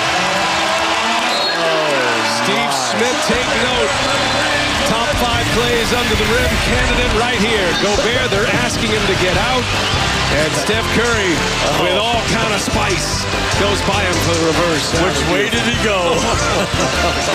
In the words of Guru, he did that, and he had it on a yo-yo, and he was going back and forth like he was going to shoot a 3 on Gobert. Gobert must have spun around 3 or 4 times. Pirouetting. And then he finishes in the lane with the up and under, finishing on the reverse side of the rim. I mean, it's just an incredible play by Curry. By the way, some breaking news. J.J. McCarthy with that meniscus issue in his knee. Meniscus issue. Sounds like Sam Darnold's going to get the start in Minnesota, and the Niners could be seeing Sam Darnold in week 2 up in Minnesota. Revenge game. So that play at Oracle, I mean, that arena was hopping. I mean, it was already like. You remember that? Oh, I was for all those playoff games. I was fortunate enough to be in the building for a lot of those, and it was just like being at the playground. Exactly. And the crowd's like, oh, and he looks just like, and you're looking at Gobert, and he's trying to get back down the court, like, oh my gosh, I got cooked. And you look at Donovan Mitchell, they're like, oh boy, we're about to get blitzed. I mean, the arena, you heard him play it one more time. Play the highlight one more time. The crowd got so loud. At him. The crowd got so loud. Oh, we don't have it? I was going to say, play the Utah Jazz highlight one more time. That Gobert play. This is game 1, Western Conference semifinals. As Curry does his magic, gets by Gobert and scores. We've got Curry flair. Rudy was outside of his comfort level right there when he had Steph Curry. Steve Smith, take note. Top 5 plays under the rim candidate right here. Gobert, they're asking him to get out. And Steph Curry, with all kind of spice, goes by him for the reverse. Which way did he go? And, for me, the reason why I put that in there, everybody talks about the 3-point shot, and there's no doubt he's the absolute innovator when it comes to the 3. But the threat of the 3, allowing him to finish in the lane, where I believe to be his most underrated skill, which is finishing around the rim, which he's gotten better and better and better at. That's why I had to have that one on this list. I thought that was an absolute perfect encapsulation of what the threat of the 3-point shot can do. Let me guess, one of your 2 then. I'm surprised the layup over LeBron James in the NBA Finals isn't on this list. We avoided LeBron in this one. Why? How come? We don't want to alienate the king. We want to inspire the king to come here. They're great teammates right now. Exactly. Right? Exactly. You see the Instagram gif where you got the cars going in opposite directions, and this Warrior Laker fan's like, all right, here's how we split up. And I like that. Going in different roads now. It's like the end of the Batman movie when Catwoman takes off. Yeah, there it is. All right, number 2. The caption was real quick when the Lakers and Warriors get back to reality and they're playing for a 10 seed next year. Can't wait. And they look at each other and split off. I can't wait. Trade us all your team. We'll give you all our broken parts. All right, number 2. This one is one of the more iconic Steph Curry moments, and the fact that he did it against the guy he idolized. This didn't mean anything, but it signified a changing of the guard. And when Chris Paul had to get cleaned up off the floor by the janitor, you knew this one was going to go viral. boots and hits a fallaway jump shot. You want to see a dribble move? Watch this one. Double behind your back, knock it down, and the bench is loving it. Coming at Chris Paul, takes it out under the basket, and suddenly goes 2 times behind his back to leave Paul on the ground, and then finishes it off. 1, 2, Paul goes down, Curry knocks down the jump shot. This guy is something special. Is that Mike Fratello? It sounds on like the Clippers broadcast. OG Mike Fratello. I love Mike. Oh, that was a change in the guard. Right? That was the night where Curry was like, I'm not afraid of you no more. This is my league. I'm the best point guard in the NBA. And I think that, for most Warrior fans, it was us and the Clippers for so long. And it was like, finally, we've got our guy. And it was just amazing. But here's number one. And to me, it's not even Steph and what Steph did. It's the way a young Steve Kerr in a suit, by the way, bring the suits back. It's the young Steve Kerr in a suit. Let him quit quarter zips. Young Steve Kerr throwing his hands up. This is one of the most iconic moments, and it's when he just realized, like, you know what? There is no bad shot for Steph Curry. And I feel like Warrior fans all across the world were like, Steve, yeah, we kind of agree with you. And it's Steph Curry's amazing shot that had Steve Kerr looking amazed. Spadoni, play it for me. Curry splits the defense behind the back. Fires a three. Oh, he puts it in. What a spectacular move. And it's the largest lead of the game. That could be the greatest move I've ever seen. No, I'm being serious. Watch his head coach, though. We're going to show the reaction of Steve Kerr as this play was developing. And one of the reasons why Curry is one of the special players. Steve Kerr's throwing his hands up. It's the no. Yeah. You know what? You can't take a bad shot. And with Van Gundy saying that might be the greatest play I've ever seen. No, I'm dead serious. I was going through the whole game, like of the highlights to get this. Funniest thing, it was like 2 minutes prior to it. They're just talking about a shot, and Steph's like going on this. He's been on this huge run. He's been great. The heater. And he's like, you know what? That's a top 10 kind of a player. Like Van Gundy's just raving. He's like, top 10 player. And then Mark's like, well, Jackson. He's not going to be a top 10 player. And then Van Gundy's like, you sure? Like, I was like, what? Play Van Gundy one more time. He's dead serious on this. Unbelievable. Curry splits the defense behind the back. Fires a three. Oh, he puts it in. What a spectacular move. And it's the largest lead of the game. That could be the greatest move I've ever seen. I mean, it's just so flippantly, and like to me, it's not like I know there's bigger shots and stuff and moments, but to me, like when I close my eyes, Steve Kerr going like, I can't believe. Well, I guess he can shoot from anywhere. Like, wasn't that all of Dub Nation at one point early on with Steph Curry? No doubt. That's why my list is a little different than maybe others. It doesn't have the resume significance. It was more the viral moments for me. All right, my top five. Shasky cheated. He already knows what it is, so the commentary Number 5 is going to be very short for Shasky. Kind of ruined the exercise, but it's okay. I think I enhanced it. I think I won. Top five. My top 5. It has to do with importance, favorites, my feeling after the fact. Oh, yeah. Oh, man. How Number did it make 5. you feel? How did it make you feel? Well, 2016. A late February day out in Oklahoma City. February 27th. Come on. This is so famous that Mike Breen got his shoe and the call inside the box. Mike Breen, take it away. The drive falling away. Won't go. Rebound taken by Iguodala. They do have a timeout. Decide not to use it. Curry way downtown. Bang! Bang! Oh, what a shot from Curry with 0.6 of a second remaining. On his way to hitting 402 threes, an NBA record in the regular season. On his way to winning the first ever unanimous MVP award that season. The Warriors on their way to 73-9. And we know how the season ended. But that moment in Oklahoma City on a Saturday night prime time, in a game in which he twisted his ankle and was out for a while, Klay Thompson had to pick up the slack. Draymond Green had one of the craziest stat lines ever after almost getting into a fight with Steve Kerr at halftime where Lisa Salters was like, something happened in the locker room. Draymond said, you want to turn me into a robot? Then fine. I'm a robot then. It was an iconic game, and it was a precursor of what was to come in the Western Conference Finals between the Golden State Warriors and the Oklahoma City Thunder. That's number 5, the double bang shot.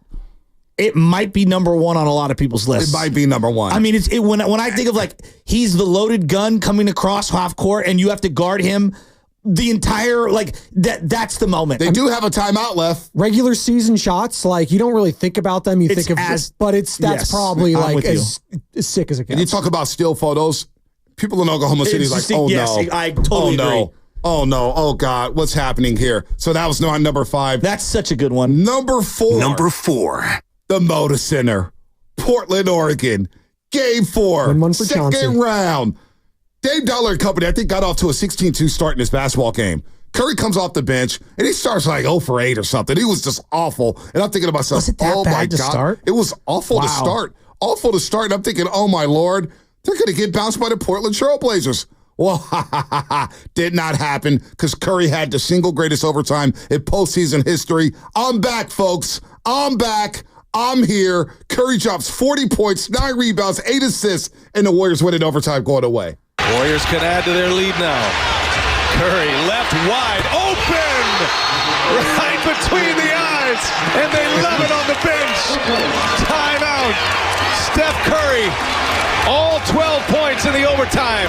He has 35. Such record, an iconic moment. 17 points in overtime. He was only expected to play 25 minutes in that basketball game. Well, the hell with that plan. You're Steph Curry. You feel all right. I mean, unbelievable.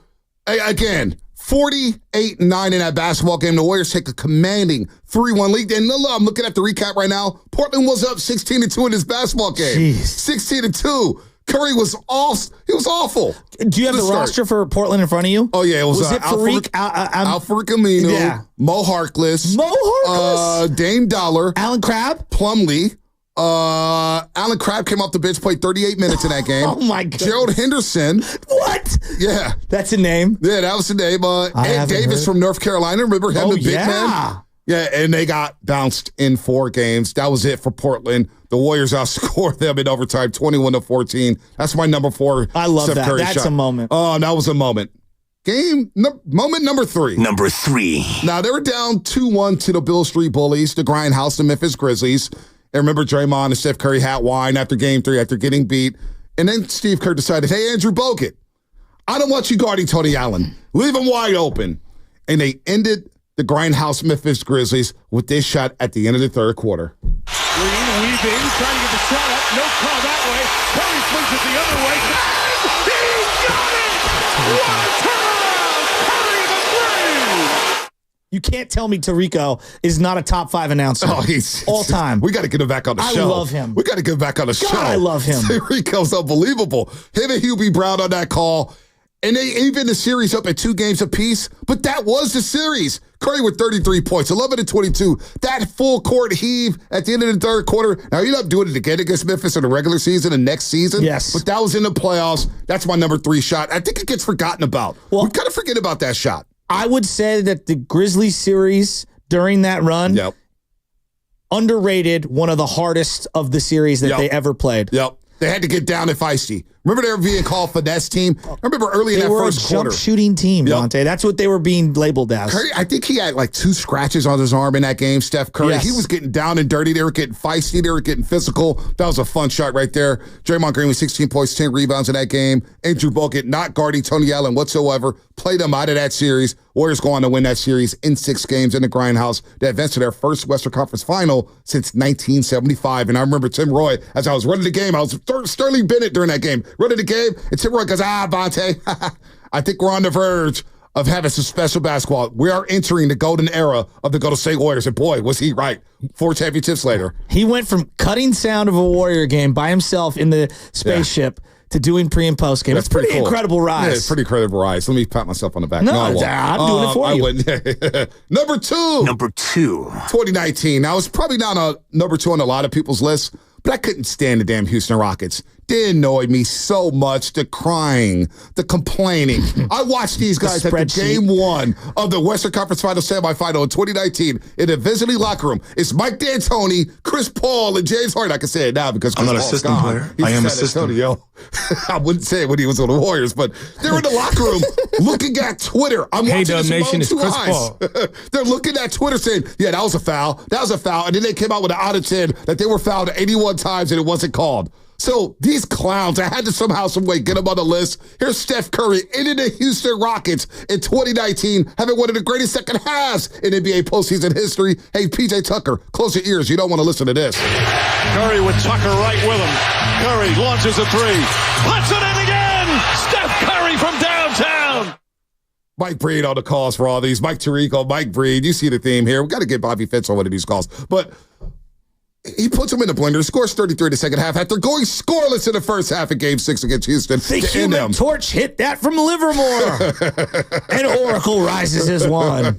Did you hear him yesterday on with Grandy and Dibbs, how he would have called Curry's last shot against France? He would have said there would have been gold at the end of the rainbow. That's something. Oh, my God, that's pretty good. Fitz is unbelievable. Dude, I wanted to... I live with these people. I love these people. They're part of my family. He hit that shot from Nice. He would have dropped the Saint-Tropez.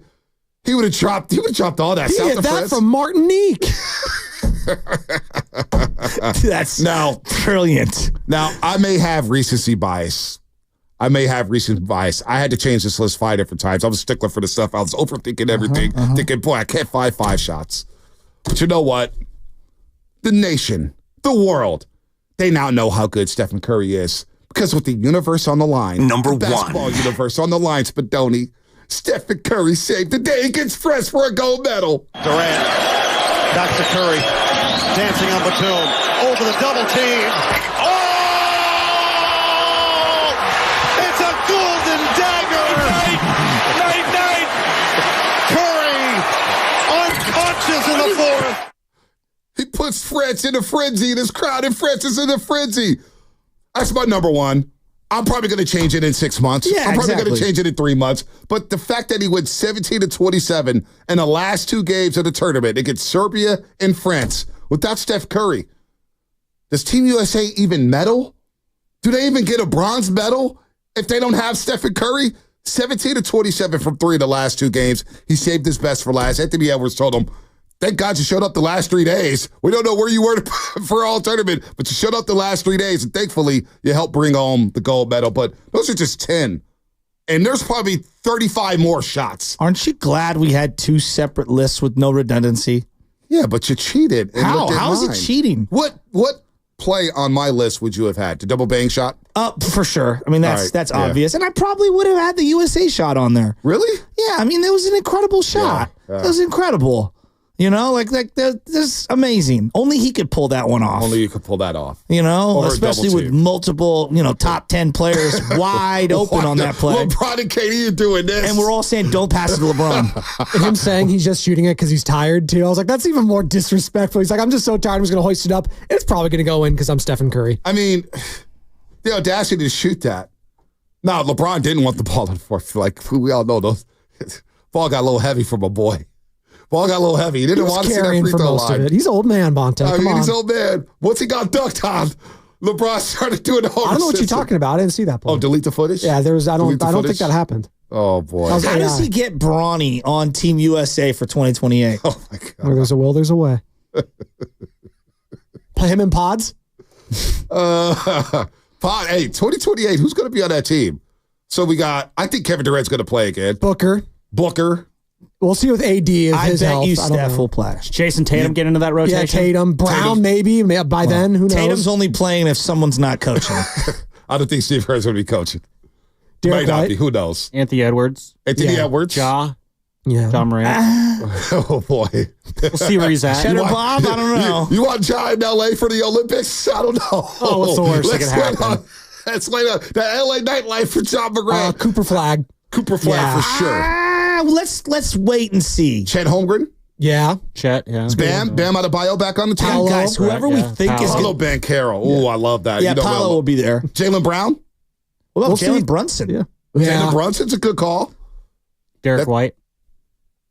I don't know about that. Yeah, I don't know. He might be one and done. Maybe Halliburton actually has a role this time around. Maybe. We'll see. We'll see. You got to figure there's probably 1 or 2, kids in high school right now who just haven't really jumped onto the big stage yet, who probably be on there as well, right? There's a lot of people. I mean, who's the youngest? 4 years from now. The youngest guy on the team is in his 4th year, and Anthony Edwards, right? He's in his 4th year. Yep. So, Okay, yeah, maybe. Cooper I mean, and he's a phenom, right? Well, but Anthony Davis was the last one that was right out of college. Yep. So that it happens. He's also 7, whatever. Well, I know, but there'll be someone coming around who's going to be like another. It could be a 16-year-old out there who's going to be ready by then. Oh, De'Aaron Fox. What about De'Aaron Fox? That's a good one, Spida. The point guard position is so loaded. I don't know. Loaded. Like, would you rather have right now? If you had to choose right now, De'Aaron or Jalen Brunson? Like Jalen plays a very different, specific brand of basketball. I don't know. I know the Knicks fans would be like, "Oh, Jalen." Yeah, that's a good point. You know, like I don't know. That's a good point. Is Embiid going to be on it? No. Probably not. He's probably would have done. He saved himself there at the end. I'll give him that. He saved himself. Can we talk about something like it's not the end all be all? It's not the end all be all. But I personally, and I'm not trying to be like the old timer kids, and it was it's not the end of the world. I'm not losing sleep over it.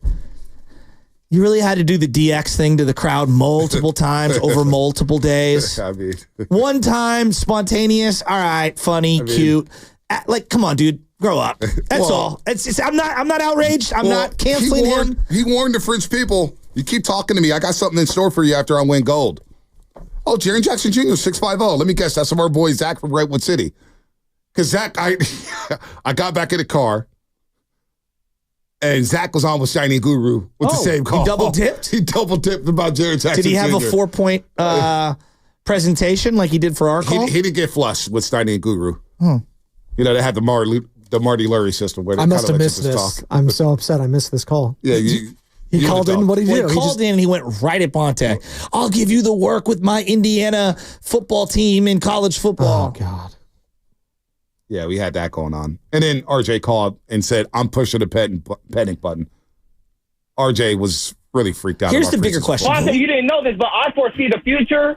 I want to see LeBron coach the USA team. I want to see him do a Pete Rose player coach. First time since, Bill Russell back in the day? I want to see player coach LeBron James. I got Guru banging on the glass back here, by the way, letting me know that he did not text you guys in the morning. He's banging on the producer studio to tell me he did not send a text. I've heard that about 6 times in my career at 95.7 The Game, but every time his number pops up. Happened with Jolo and Dibs. Happened with us on the morning roast. It's happened multiple times. I mean, if he's getting his phone hacked this often, like, you need to go to the Apple Store. Something's going on here. It's getting hacked and then texting into 95.7 The Game. Yeah. Wow. Maybe it was Mia. Oh, no. That's not Should we take this? You know what? I'm a Pirate fan. You got to have more hope than that. Let's get to the, before we get to Fast Five, let's go to our girl, Tony in Oakland. Tony, what's happening? Shasky's going to walk out with a bad move. Come on, Tony. Come on, Tony. So, without Curry, they would have lost. But this is how we could help the rest of the team because they don't have any fire. And I'd be hiring all those Serbians. So, do you see those girls before they're going to run like the 100 or whatever? And they're doing the sway, right? Before they get ready to go. So, they got to get into that motion. Or if you want a good visual for you, Shasky, of what this stuff is about, did you see that high jumper, Hamish Kerr? Now, Kerr should be like this Kerr. This dude was like the Zen of archery. He would wait until he got that feel. It's like you could visually see him being penetrated by it. It's unbelievable. And then he would go. And the one time that I knew he shouldn't be running at that moment, he ran under the bar. But this dude is the most elite athlete out there because he's like Bruce Lee, right? To have everything is, when you're of the divine, right? To have all technique is to have no technique. So this Hamish Kerr, you guys got to watch that high jumper. You do got to watch that high. Tony, what was your favorite event? Oh, okay. Well, I like all the events, but this Hamish Kerr is like the real deal. You can see him. He waits.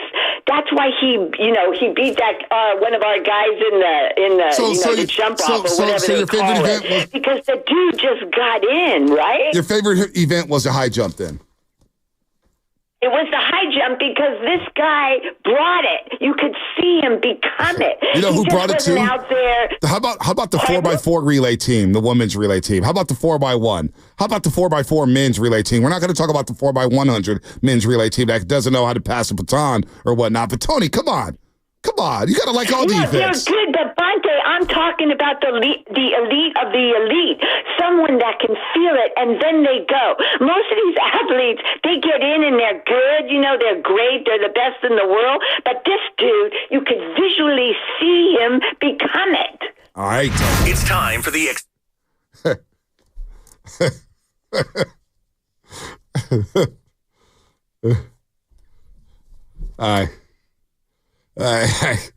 I don't know where that one was going, but she liked the high jump. She loved the high jump. So that's what you pulled from that? Yeah, that's what I pulled from that. You gotta kind of go through the weeds, man. Get through the forest. He ruined your zone. Yeah, I mean, you got to get in the zone. I was in the zone with Tony. I said, okay, she loves a high jump. I get it. She loves a high jump. So if I was a left-handed batter, last night might have been, on both sides, one of the most uncomfortable evenings for left-handed batters ever. Blake Snell was just unbelievable. Chris Sale was unbelievable. And there were like 40 strikeouts in that game between the two teams. Did you know that? Yeah. I think it was 38. Yeah, it's like a record, right? It's incredible. Let me pull up the... Lovely gave us a stat sheet. I saw it all over Twitter last night. Here it is. It also marks the first time at Oracle Park that both starting pitchers had double-digit strikeout games since April 28th, 2010, when Lincecum and Cole Hamels struck out 11 each. 23 combined strikeouts by Sale and Snell, the most by two starting pitchers in Oracle Park history. Previous was 22 back on June 6, 2006, when J.C. Smith had 16 against the Marlins. Wow. And Josh Johnson had 6. No, we're not talking about Josh Johnson, the quarterback. No, the other Josh Johnson, the burly boy. Would shock me if he did play baseball there. So the most overall, the 33 combined strikeouts are the most in the game in the majors this season. So it was old school baseball last night. Josh Johnson was with the Giants in 09? I want to say he was with the Giants. 09? Old Marlins pitcher. He won a World Series with the Marlins, right? Johnson. Yeah, absolutely. Him and Josh Beckett? Yeah, you're thinking of Josh Beckett. No, did Josh Johnson play with them? The big Josh Johnson. Josh Johnson was on the Marlins for a while, but... Yeah, the Marlins won a World Series. No, I think he wasn't on the 03 team. You sure? I think you're thinking of Josh Beckett. Well, I know Josh Beckett was there. Yeah, I'm talking like number 55.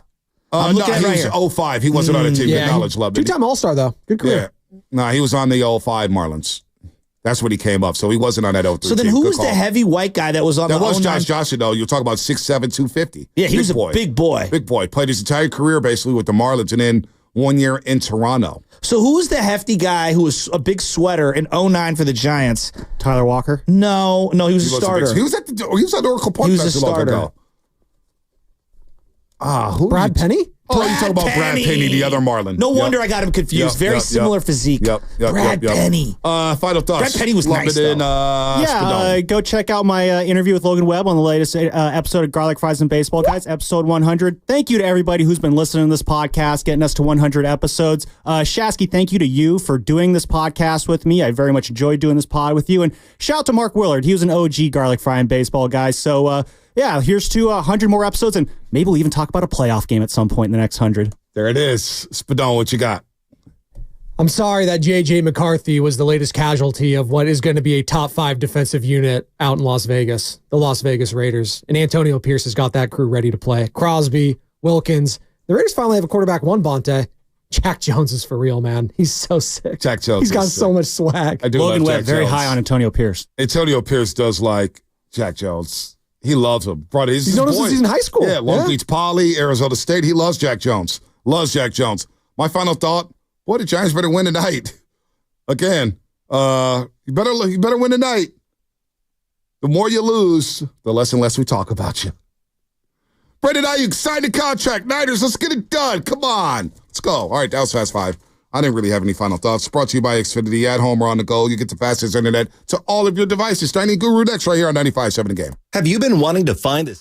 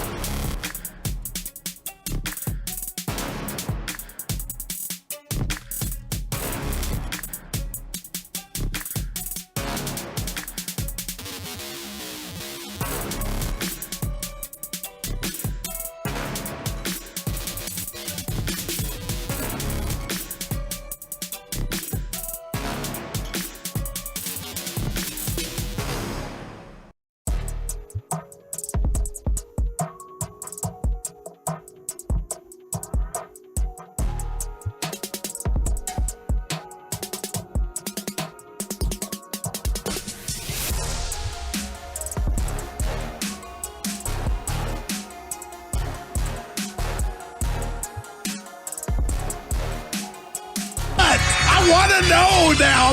I'm mentally invested. Don't tell me to pray and you don't say what for. He brings the perspective. Yeah, I think they both have a great point. Get off me, text line. He's truly one of a kind. That is wow. Oh, my God. And he's doing a great job. I need you to man up and say what you really want to say. Simon, you're doing a great job.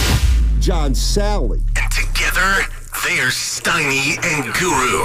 Yeah. On 95.7 The Game. Oh, boy. My guy's wound today. Who is that? You. I'm in a good mood. No, I didn't say you weren't. John Sally. I said you're wound. I am. You really find out, Steiny, the guys that you put up on a pedestal that you not call brothers, you call them family. Oh. And when things pop off and your character is on the line or you need the benefit of the doubt and you don't get it by multiple people that you work with, right? You kind of feel like fraudulent, like the relationship is not as strong as you once thought. Can you tell me what specifically you're referring to? It's, you know, I get here at 9 and it's hard to get here an hour before. Once in a while. And Evan, what's the smirk for? Anyway, Steiny, there was an anonymous text on the text line this morning on the Morning Roast. This has happened before, different shows. And the text read, Shasky, now you want to sign Snell when before you wanted to trade him. Okay. Somehow the text was from my number. Well, then it's not anonymous. It was from you. No, I was in the shower, bud, trying to get here. I could tell Shasky that when we talk like we do every day. With all the shysters out here in AI, I wouldn't run. That's not my anonymous text. I'm good. You know what I mean? It ain't like Shasky stinks. That's my brethren. You believe me, right? Just tell me you believe me before we kick off and get this day started. Well, you know me, Goo. I need some. I've got some questions. What do you think happened? Why do you think one your of number these shysters showed from up? YouTube or text line? They know how to do it. I didn't text. I believe that they need to keep Snell. Oh yeah, for what? What next year? Like he's a badass. Well, he's got an opt out. You sell him on opting in, I'm out. Farhan, because I don't think you're going anywhere. What a game last night. Yeah. I got it off my chest. I didn't send the text. That's all. Okay. Spadoni's laughing at me. Evan, I can't tell if he believes me or not. Bonte, Shasky smiling. I wonder what our listeners think, if they believe you're not. Yeah, no. They would be more of an accurate barometer than me. I've never talked crap about you behind your back. That's I can a lie. say I say a couple things. But of course. Other than that, I give you the real deal, though. When we need to talk, I'll call Steinmetz. This guy. I'm ready. Hey, Brian Baldinger, our 95.7 The Game Odyssey Insider. Big time. He came on the morning show, courtesy of the River Islands guest line. And what'd he say, Stein? My question is this. If you're a 49er fan, so I'm trying to think back on years. Sometimes you'll have a favorite team, all right? You'll have a favorite team. And it'll be training camp. And stuff will happen. Mm-hmm. And you'll say, big deal. Doesn't matter. Doesn't matter. But then, like, stuff starts to happen during the season. And then you start thinking to yourself, well, I wonder if what happened at the beginning of the year is still carrying over. And I wonder where we're at with the 49ers right now. They have their first regular season game in 3 weeks and 6 days. Damn. They don't have Brandon Aiyuk, and they don't have Trent Williams. And I get that there's going to be some fans out there that say, guys, this is no big deal. But at what point does something become a big deal? When does something become a big deal? Or when do you start thinking, you know what? What's going on now, it's going to leak into the season, and it's not going to be good for anybody. I've always tried to figure that out because sometimes teams win titles and you say, well, they overcame a lot. David West, remember? Nobody knew. But then there's other times when things go wrong and you say, well, I don't think the Warriors had a chance after Draymond Green punched Jordan Poole. Yeah, wow. And nobody punched anybody as far as we know down in Santa Clara. But at what point does this go from as Guru likes to say, nothing to see here to this is now jeopardizing our season. That's kind of what I'm trying to. That's what I'm trying to glean from 49er fans, where they're at with this situation. And can we put a panic meter to it, Steiny? Yeah, you can. Sure. I'm at 8.5, and I'm going to tell you real quick here why I'm at 8.5. Out of 10. 1 through 10, 8.5. Now, I'm the guy that said, take away the San Francisco 49ers. If the said team has had this same run that the Niners had for the last 5 years, and they come so close to getting it done more than a few times, I have been consistent in telling you tomorrow is not promised. Yeah, you can feel that pain of almost getting it done, but when you start in sports and in life assuming that you're going to get to a certain plateau and everything's going to go your way every single season, Steiny, I firmly believe that is dangerous. So I was consistent with that mindset before any of this popped off. Now, no Aiyuk, you're telling me this whole offseason, Brock Purdy has not thrown the pigskin to Brandon Aiyuk. I think, Steiny, maybe you don't make or win the Super Bowl because of that, but I can firmly put my finger on that and say, damn, that will not go under the good column. And then here we go with Trent Williams. He wants his money. He's not there. So, Evan, I will not forget when he's filled in for you, Steiny, the word of the week was continuity. There's no way this offseason, since OTAs and what we've seen thus far, mirrors continuity. So, to me, I think it's a bigger deal than normal just because the Niners have had so much go their way, and they've earned that. But now I think, you know what? What did you mention? 27 days? But my gosh, Steiny, you got to get your asses here. And I don't know what's going on. We've been playing this dog and pony show. Shout out Andrew Filipponi in Pittsburgh, who was saying a trade was imminent.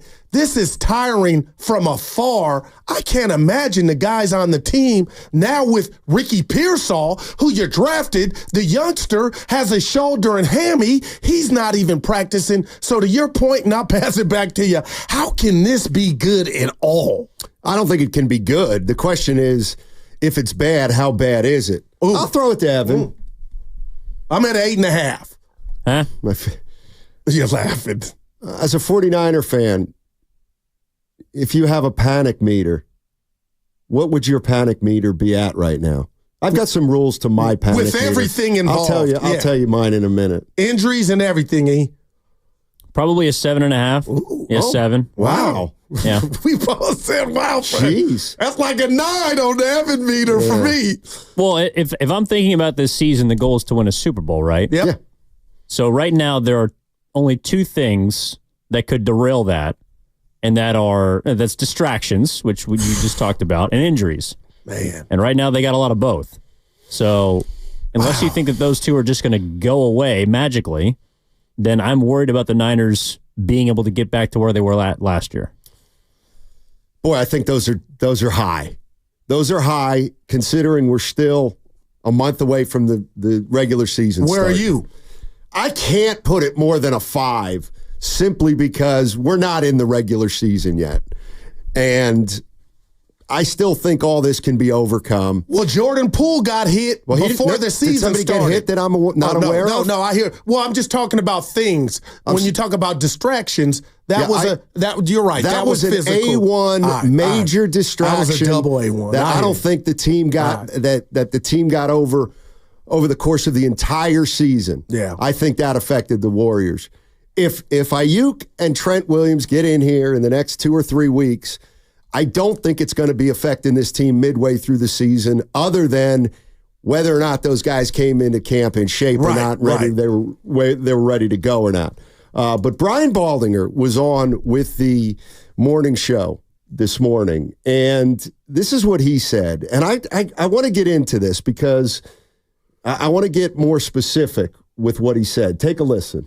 For anybody to say this isn't a distraction is crazy. It is. It's all everybody's talking about with this team right now is those 2 players not there. And they're great players. And the 49ers have rewarded great players. They just have, under the John Lynch, Kyle Shanahan regime, they rewarded every great player. Aiyuk is next up. Trent's like at the very end. He's like, okay, I just saw Penei Sewell. I just saw these guys get rewarded this year. I'm way down the list right now. Let's just put me where I belong. Anybody who says this isn't a distraction for the Niners is crazy. All right. Napa State. So let's say it is a distraction. What does that mean? Like, what does it mean? How does it affect the team? How do you fix it? How specifically are they distracted? How do you fix it? I don't even know what it is. Well, I'm trying to define what a distraction even is if two guys aren't practicing. You know what I mean? Like, if Spadoni is in the studio. By the way, Benny, have a good first day? Yeah. Nephew. Couple tears, but you know what? He said he was scared, but he did it anyways, and I was very proud of him. Good for him. Way to go, Definition of bravery. I hope you didn't do it like my mother did me. My first day just dropped me off and she cut out. That's the way to do it. Well, I'm still traumatized. I hope don't even went into the classroom. No, they don't bring us into the classroom. You do the assembly area. They say hi to all like the new students and stuff, and then they walk with their teachers and stuff, and then that's where we said our goodbyes. Yeah, I'm old school. You don't want to linger like the Cranberries. Drop him off and get out. Dude, wow, man. That's By the way, cool. whenever I coach my high school or college team, ain't no parents going to be in the gym. No chance. You don't get to watch practice. You might not even get to come to the games if I'm the coach. Anyway.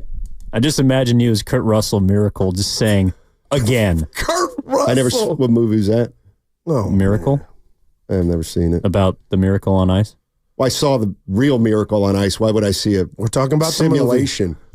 I know, but what I'm saying is I watched both those games. I watched Mike Eruzione. It's your world, bro. Live. Okay. Why would I see a movie without Mike Eruzione? That's what they do in life. You make movies about great things that happen. All right. So Baldy played the game. So his expertise is second to none at what he's doing. And he's got some merch out now, Steiny. We'll get into that. But also, he's a former player. Okay. So he's giving you that both perspective. So 9 out of 10 guys that join us courtesy of the River Islands guest line. But again, I'm getting back to Spadoni. Yeah. You and I are in this studio now. Evan and Spadoni are in the control room. If Joe Spadoni right now started doing jumping jacks, that would distract me. That would be a distraction. What a visual. But Trent Williams isn't around. Look at him doing the jumping jack. Brandon Aiyuk's just standing around. So what does a distraction mean, and why is it so negative? Is it the only thing I can think of? Is absence. But the only thing I can think of is the players are getting asked about it a lot, and it gets tiring. That's the easy part to me. I live with these people. I love these people. Guru, They're I got part of my news for family. you. If you're out sick one week, it's not a distraction. You're out sick. Or vacation. Or a Thursday. Oh, boy. Or any given Thursday, that new movie they're making about our station. No, seriously, GP3. I'm trying to really nail this down. I thought in the NFL, if a guy's not there, he's just not there, next man up. So what? Well, how much do you care or put emphasis in the NFL on practice? If Brock Purdy has not thrown Brandon Aiyuk a football all off season, I think that's a big deal. Or if you tell me, hey, dude from Union City, you don't know what you're talking about. We're going to go out there week 1, and I'm going to throw him 10 targets. He's going to catch 7. I don't know. But from the outside, Steiny, that's a big deal. They have not worked with each other all off season. Now I get OTAs, but now we're talking about training camp. And we're talking about the one game, allegedly, dress rehearsal this week, this Sunday, where if you wanted to play your starters. And now, what did you say yesterday? I got in the caddy. I swear to you, Stoney, I thought about Trent Williams. I'm like, this is the one where they know how valuable he is. This is not about how valuable Trent is. It's about how valuable they deem Brandon. So Brandon is more about the green guys. Trent's about the green guys, but it's not /worth. They know that they need Trent. So there's 3 guys right now out there that I think are interesting. One is CeeDee Lamb, wide receiver in Dallas, who's not in camp at all. He's holding out. And Jerry Jones has been talking about that situation for the last week or so. Yeah. There's Hassan Reddick, an outside linebacker for the Jets. They acquired him in the offseason from Philly, and he's holding out, and he wants a contract extension. And the Jets general manager, a guy named Joe Douglas, says, we will not trade him. Wow. We are not trading him. He is under contract. We've been clear all offseason. We want him to come in for the $14 million that he's due this year. Period. End of story. It's up to him to come in. That's where we're at. Our position hasn't changed. The Niners, Goo, it's a little different. They've got a guy holding in. They've got a front office that not ostensibly, they've confirmed that they are allowing Aiyuk to look at trades. So I'm just wondering, is there a good way to handle this? Should the 49ers have been doing it another way? Do you like the way Jerry Jones is talking about CeeDee Lamb? They're a month away from the start of their season. Jerry Jones 1 minute says he has no urgency. Then he says we miss him. But there's still not a lot of urgency. The Jets are saying, we're not budging. We told you 6 months ago. And the 49ers, on the other hand, apparently have been negotiating with Aiyuk. Can't figure it out. Maybe he's going to be traded. Maybe he's not. They're back to the table. They're not back to the table. I mean, I'm just trying to assess how much this matters now and how much it's going to matter come the regular season, if at all. Well, that's where I'm at. Okay. I'm trying to figure out I love it. What we're talking about here in terms of manifesting itself into a successful season. Well, I'll tell you what, CeeDee Lamb, I haven't heard one iota about a possible trade. I think that takes a lot out of your teammates and everybody involved, especially the way we thought the Brandon Aiyuk situation was going. And the one thing about why I'm a bit irritated with the Niners and everybody involved, Aiyuk included, is this thing jumped off in April at the draft. We just didn't know if it was going to be Debo or Aiyuk. So it's been going on that long. And then when you talk about Reddick, Stoney, I like the team saying you ain't going nowhere. So my question to you is, who's the adult in the room in regard to the Brandon Aiyuk? It's obvious that Brandon Aiyuk does not want to go anywhere because he had allegedly the opportunity. That to me is a teammate watching this. Oh man, we losing Evan today? Well, yeah, I think it's about to go down by 4. Then it doesn't happen. Then we losing Spadoni today? Yeah, I think it's going to go down about 3:45. It doesn't. That's tiring. So I don't know what the Niners are doing, but CD, to me, they know he's their Bosa. It's just about win, to me. Aiyuk is, I don't know if they know how much they care about him or want to pay him. So that would scare me with 26, 27 games left, Stoney. This from the 650. And I asked for it, and this is kind of what I was looking for. This is how it's a distraction, says the 650. Brandon Aiyuk's hold-in due to a contract dispute can be a significant distraction to the team by disrupting the offensive game plan and team chemistry. His absence on the field may force other players to adjust their roles, potentially impacting their performance. Additionally, it can create tension within the locker room as teammates might feel frustrated by the uncertainty surrounding a key player's availability. What do you think? And I don't know that you could put a blanket statement over the whole team. But let's say you're let's say, Guru, you are somebody who's just a pretty good player but not a great player on the Niners. Give me one. Juwan Jennings. I was going to say, okay, Juwan. You want better? No, I was thinking of the reason I didn't like Jennings because he plays wide receiver. Right, Lenore. Okay, Dominic Lenore. Yeah, baby. Okay. What do you think, if you were Dominic Lenore, what would you be thinking right now about Trent Williams and about Brandon Aiyuk and the situation and how the 49ers I'm being honest as all outdoors. I wouldn't mind my own effing business because both of those dudes are trying to get their chicken, and I may be months or a year away from being in that position. And that's what that's the old adage, right? But I'm Charvarius Ward now. Okay. So you're Lenore and I'm Ward. Yeah. dude, what do you think about Trent and Aiyuk? What do you think's going on there? The team don't want to pay him. We need him in here. Don't you think Brandon might be asking for a little too much? See, I'm not cool with that, man. You know that. You don't speak on nobody's money. You don't know what he's asking for. You don't speak publicly on people's money. But what good is this doing you and I? But this is what a distraction looks like, apparently. Wow. What if it's after practice, I guess, or at lunch? Well, no. I mean, I think there's something very real about if you're a player on that team.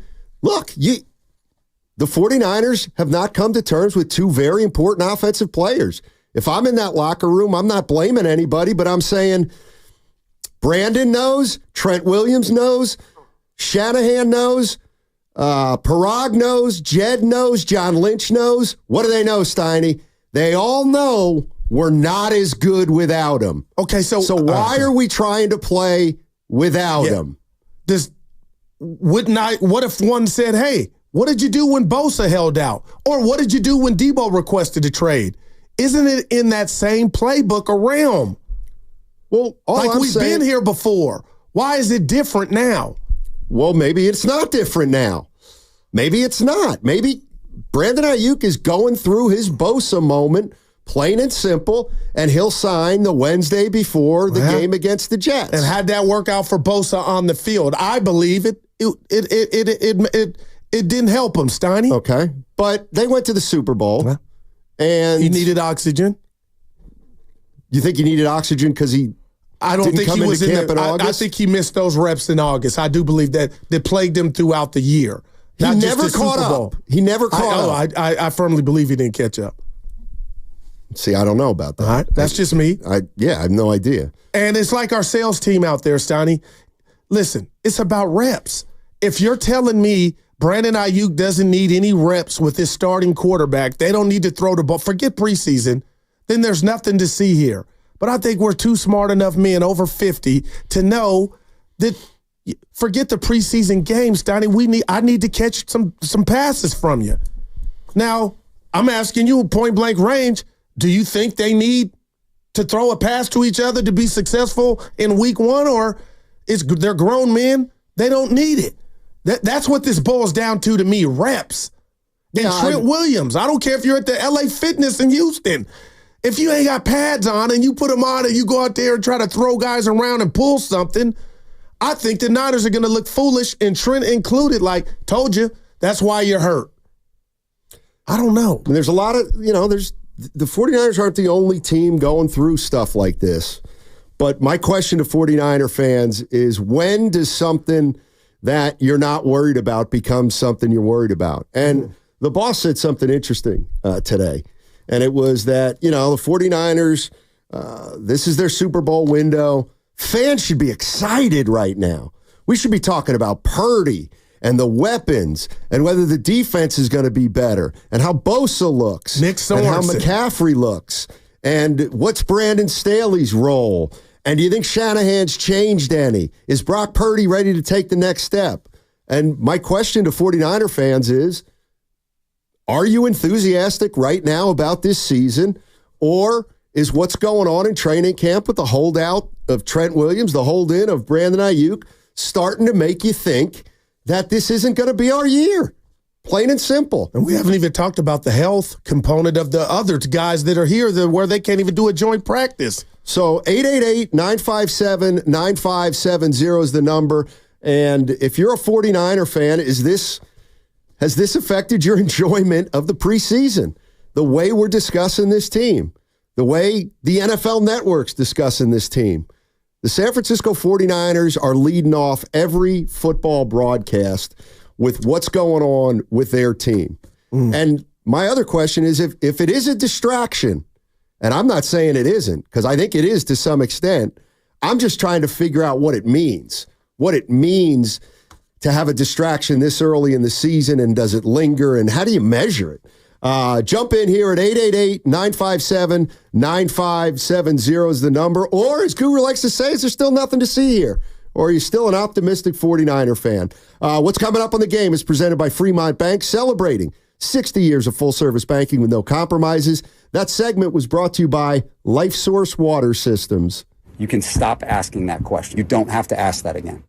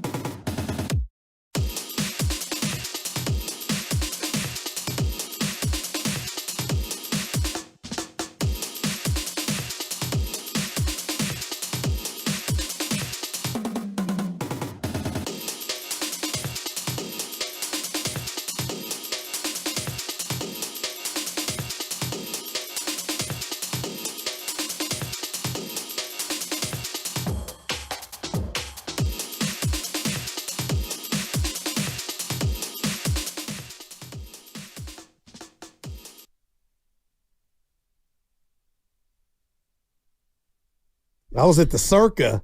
Putting in work. I root for Africa. Now, back to Steiny and Guru on 95.7 The Game.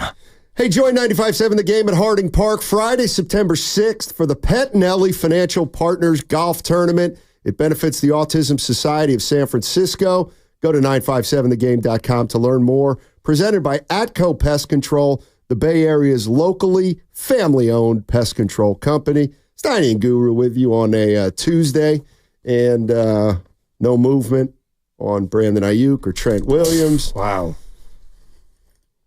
Is it a wow? I'm just like, when it's all said and done and we find out what the numbers are, hopefully. Oh. That's where I'm at. I got some information for you. Steelers offer to Brandon Aiyuk revealed. This is SI.com. Okay. And they're saying the Steelers, this is what I thought all along. The Steelers' offer was around $28 million per year that several other receivers got this offseason. It's not about the $28 million. It's about what the Niners want back and what Pittsburgh's given back. Right? Yeah. That's what we're really talking about. But here's the latest from Matt Barrows of The Athletic. He was on with the morning show. Here's our jumping off point. Yep. It's the Steelers or the 49ers. And the Steelers deal probably would be done if the Steelers had offered the 49ers an abundance of riches, something like what the Cleveland Browns were offering. That hasn't happened. And the way I see it, I mean, I feel like the farther this goes on, the less apt the Steelers would be to make that sweetheart offer. Because, we're about to start the season here, and Aiyuk hasn't taken part. How much can he really help them? His value to them probably goes down a little bit with every week that this goes on. So Matt Barrows essentially saying, yeah, the Steelers want Aiyuk, but they don't want to give anything up for him. The 49ers want Aiyuk, but they want him at $14 million. Man. It's pretty simple. What do you give me for this comparison? I was thinking about this the other day. So the Warriors, and I get it. The 49ers never won a title. But just bear with me for a minute. So in 2022, the Golden State Warriors signed Andrew Wiggins and Jordan Poole to contract extensions. Okay? We find out 18 months later, essentially, that kind of bothered Klay Thompson and Draymond Green because they kind of felt like they were skipped in line. They, we found out later, also wanted contract extensions that offseason, and they didn't get them. Now, Draymond ended up getting one the following year, but Klay didn't. And Klay never got an extension, and now he's gone.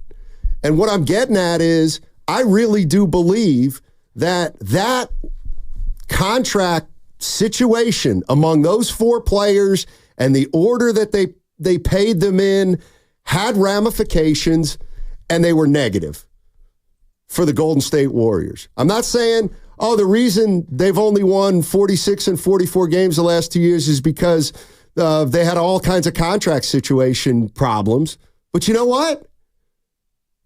It didn't help them.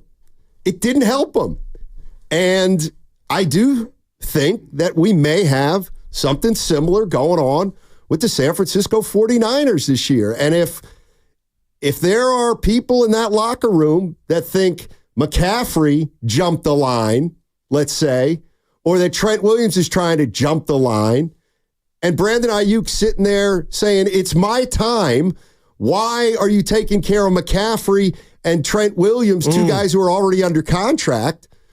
Well, then maybe this is going to be a problem regardless of how it plays out. 95.7 The Game. Breaking news.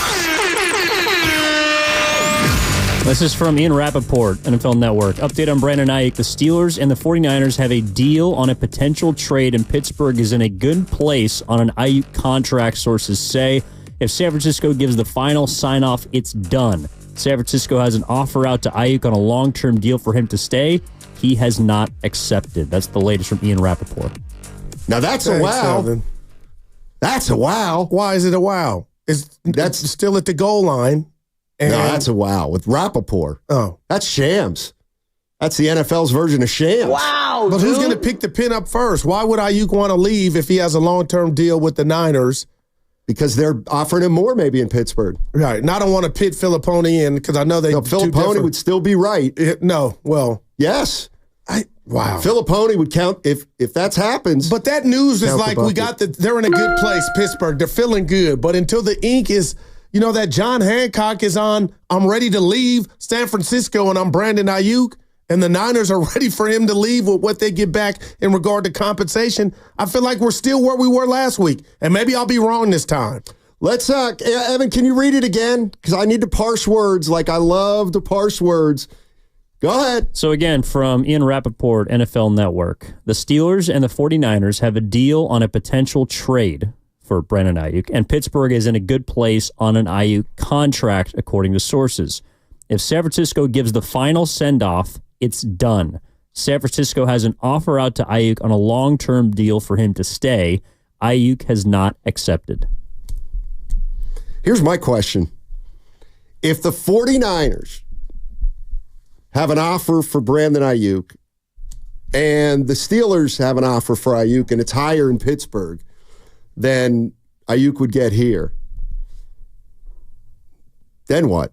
Do you just give Brandon Aiyuk, you want to sign here for 26, or you want to be traded to the Pittsburgh Steelers for 28 or 29? Right, or New England for 32, allegedly. Yeah. So, again, here we go, Steiny, who I think we've known a deal was in place. That I never scoffed at, but it's just about now when you say the new news to me is Pittsburgh's in a good place, but it boils down to the Niners again. But yeah. And if they haven't pulled the trigger, why would they do it now? Unless Pittsburgh's sweetened the offer, right? Because you were kind of just talking about that. I don't know. The Niners didn't like what they were getting back. So, I just feel like pinch me when it's done, Steiny. Like, who cares if the Steelers are ready to give Aiyuk $30 million if they're not ready to give up players for the Niners or draft picks that the Niners won? There you go. Like the part about this that has always confused me is, they've got a deal on the table. Yes. Well, maybe for Aiyuk, but what about the trade itself? Right. And allegedly that Cleveland deal was real, Steiny.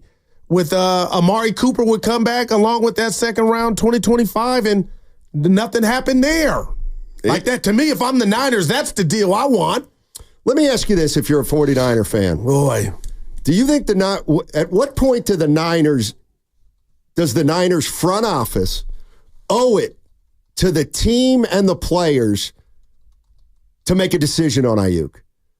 In other words, if he's not taking your money because he doesn't think it's enough, do you owe it to the team, to the players, to move him to Pittsburgh, even if you're not crazy about what you're getting back? I love the question. Is it addition by subtraction at this point with Aiyuk? Or do you continue to hold the line even though everybody is saying this is a distraction? I think we're finding out, Steiny. They're like, I still think the Niners are like, you're going to play on that $14 million. 888-957-9570 is the number. Are you ready to cut bait with Brandon Aiyuk? In the year that you're going to find a lot out about your quarterback, you're going to say night-night to him? Wow. Well, like I've been saying, stop it consistent. I would be shocked as all outdoors if he's not in a Niner uniform in 27 days, even with this report. Chris A. on the YouTube chat, and it's the question that is the $1 million question. Why would the 49ers trade Brandon Aiyuk?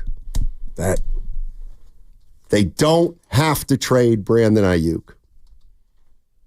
Why are they trading Brandon Aiyuk? Well, they haven't. And they've had offers. Why are they even looking to? Why don't they just pull a Jets and say,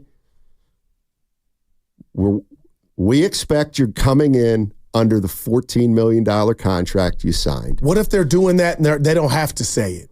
Their actions are saying it. I think that's possible. Okay. All right.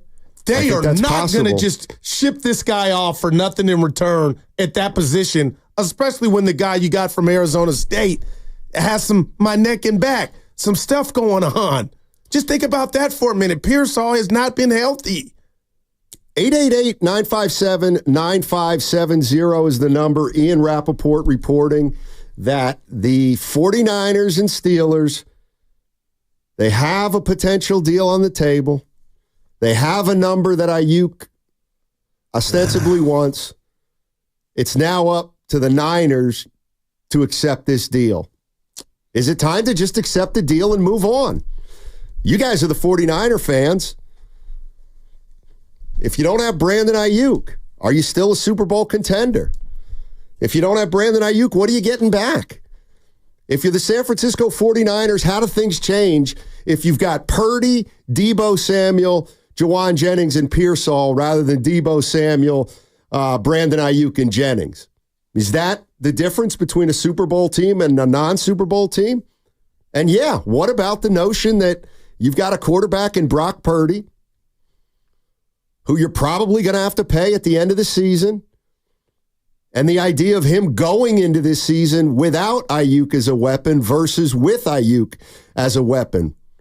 I mean, couldn't you make a case that if they don't have Aiyuk, the odds are Purdy's not going to have as great of a year, and so maybe they don't have to pay Purdy as much because he'll have one less weapon, and chances are his numbers may not be terrific. Who would even as terrific as they were, let's say, last year. Sonny, let me ask you a question. I'm being real right now. Forget the names, forget the reports. Do you feel any different? Because this whole situation, I told you, is exhausting. It is. And I'm on the outside looking in. Do you think there's anything remotely further down the road than from the reports we had from Filipponi last week about a Pittsburgh and Niner trade? Like, I don't. That's how tired I am. Like, and I could be wrong, but I feel like we knew this last week that two teams are trying to get something done. Do you feel like, oh boy, that breaking news right there by Evan, oh boy, I think something's imminent? There's something about Rappaport that's big.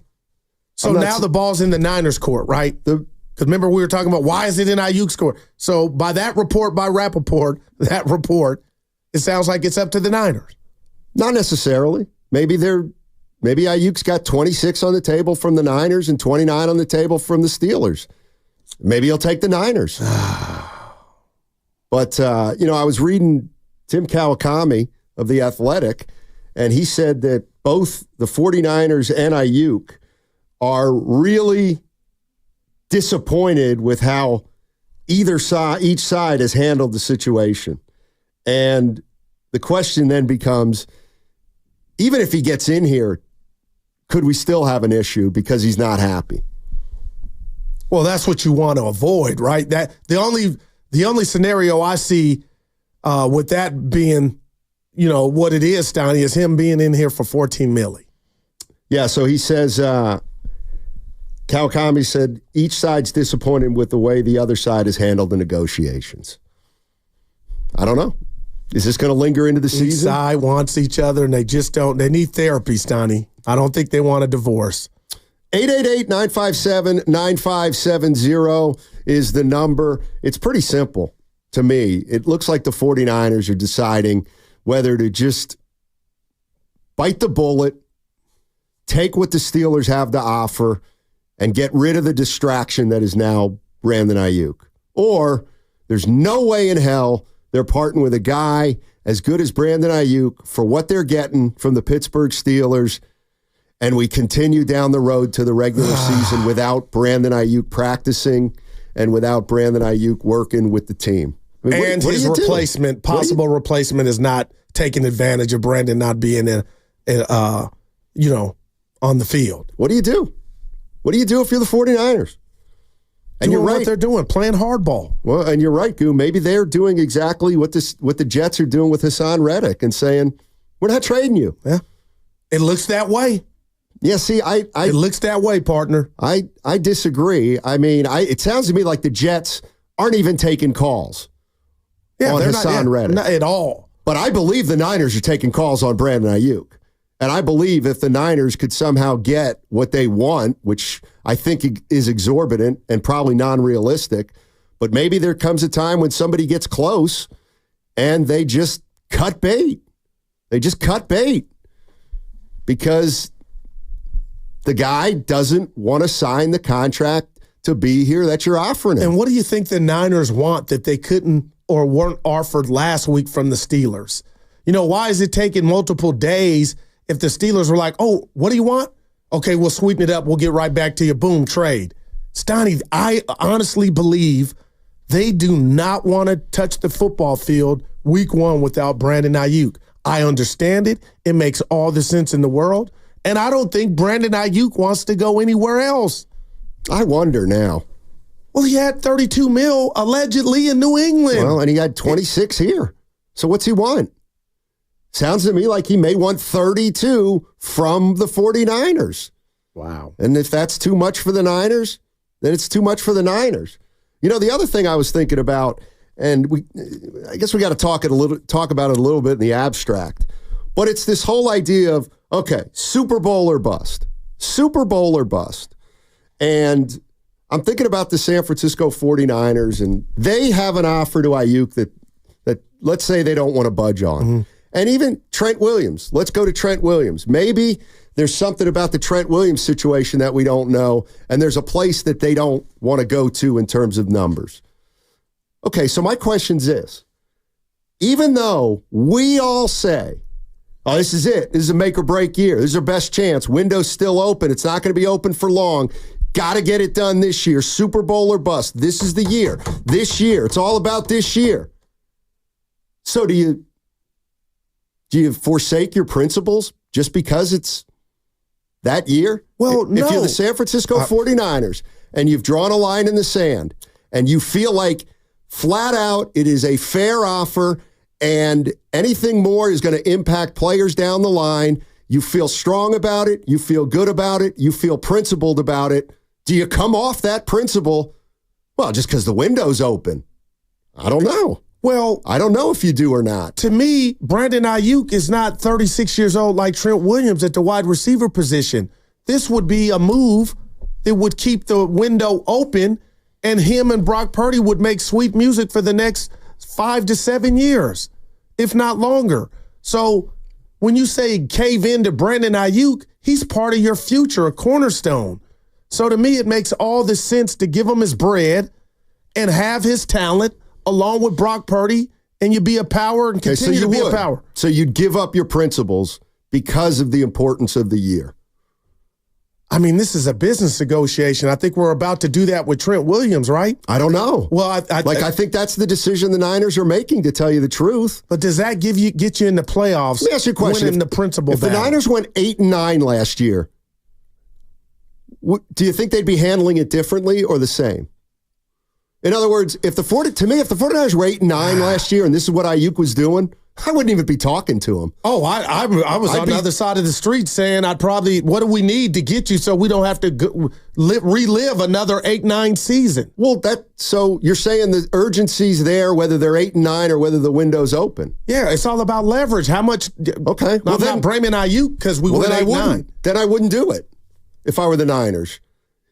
What I'm saying is, if the 49ers, in theory, were not the favorites in the NFC, in other words, because the 49ers are the favorites in the NFC, all right, because everybody believes they're the best team, is that the reason they should maybe give up on some of their principles with Brandon Aiyuk and Trent Williams? Because this is the year, and because it's the year, we're going to make some exceptions, and we're going to do some things that we really don't want to do, but we owe it to this team this year, and we have to do it. Did you do that with Bosa? I'm asking you. Did you do that with Debo? Did those thoughts even come to mind? And that's my point, in a way. 2 years ago was the win. 2 years ago was make or break. Last year was make or break. This upcoming year is make or break. I'm fully prepared that next year is going to be make or break. So that's where I'm at. Like, I don't know how much the Niners are looking at this as, this is a 1-year deal. this year's more important than the last 4, and it's going to be more important than the next 4. If you really believe that, which is fine, then you got to get the deals done. But if you don't think this year's more important than the last 3, and you think the next 3 are as important as this past year or this year that's coming up, then maybe you stick to your guns. Well, I'm not saying you're wrong by any stretch, Steiny. Who am I to even say that? But it's, that's a lot. But I love the idea that if I were running the team, I'm taking nothing for granted. I do care about the future, and that's why Brandon Aiyuk symbolizes that to me. I don't know what he's not done for his said team to not want to give him or meet his demands unless it's something ridiculous. But as far as that window and Super Bowl or bust, I just like any team looking at that said year as we're going all in. But right now, the Niners are drawing a line, and I don't know with the drafting of Ricky Pearsall, because we can't ignore that. I think back then in April, they told Brandon Aiyuk without telling him, you ain't all that to us like you think you are. And that's why we're at where we're at now. Okay, then stick to your guns. Don't pay him and make him come in under 14. Now, I know Rappaport's a big boy. Unless something pops off today or tomorrow, I think that's where this train is headed. It's also the first, I think, real update from a big-name newsbreaker that, again, the Steelers and the 49ers have a deal on a potential trade. Like, that means that it sounds like Aiyuk has to make the choice, and the Niners are pushing him to make the choice, like, in the next 24 hours. Do you guys think that he makes that choice? I don't know. Yeah. I don't think he wants to leave, Evan. That's just me. So that's where I think this thing is, if it's up to him. I don't know why he'd want to stay at this point. Exactly. And if you had way more money from New England, if it was just a money grab, why wouldn't you go? See, there's something else here that leaves a really bad taste in my mouth, particularly with Trent Williams. I think one of the reasons these guys are holding out, one of the reasons these guys aren't playing is because they do know that this is an important year. Because, what I'm saying is this. If the Niners were 8-9 last year and there weren't a lot of expectations for this season, I think it would be so easy for the Niners to go, pound sand, Aiyuk. Come in for 14 or sit out. We're not even going to deal with it. How come? Because we went 8-9 last year. Same with Trent Williams.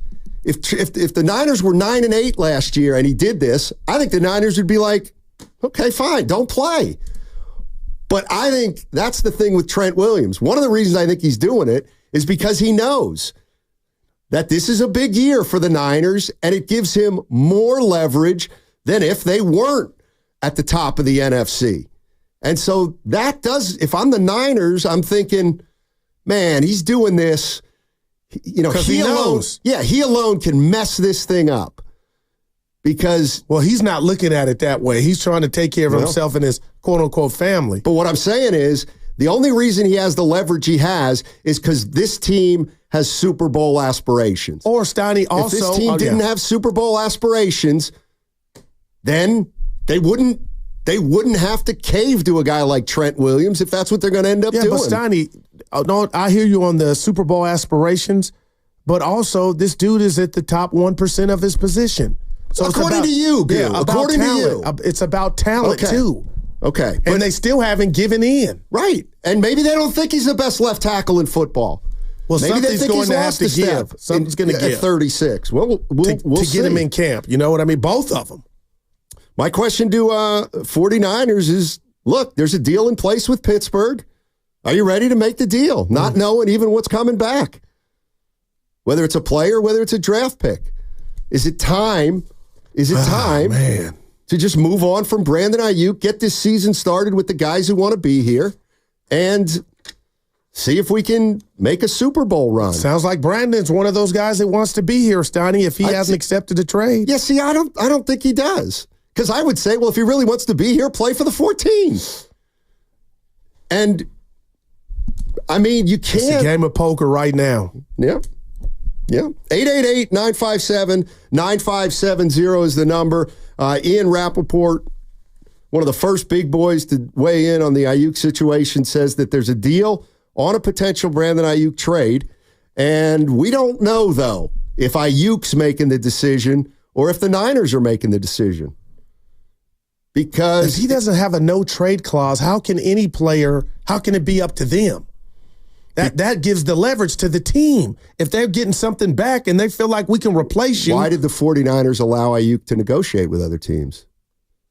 Maybe to call his bluff or see if somebody would overpay. Well, what I'm getting at is they've already given Aiyuk some decision making when they didn't really have to. So I don't necessarily think Aiyuk's making this choice.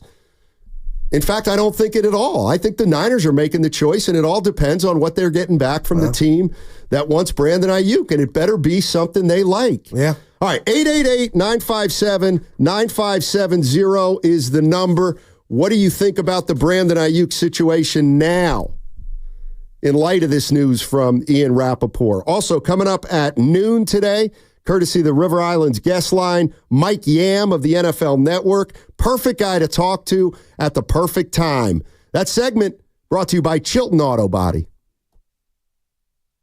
Have you been in a car accident? Chilton Auto Body has 15 convenient Bay Area locations to help restore your vehicle to pre-accident condition. Chilton Auto Body.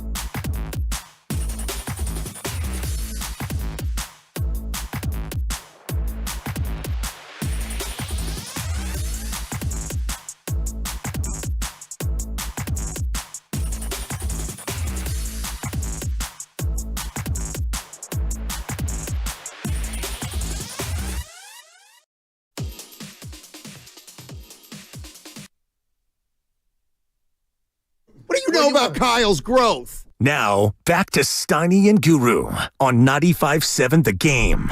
All righty.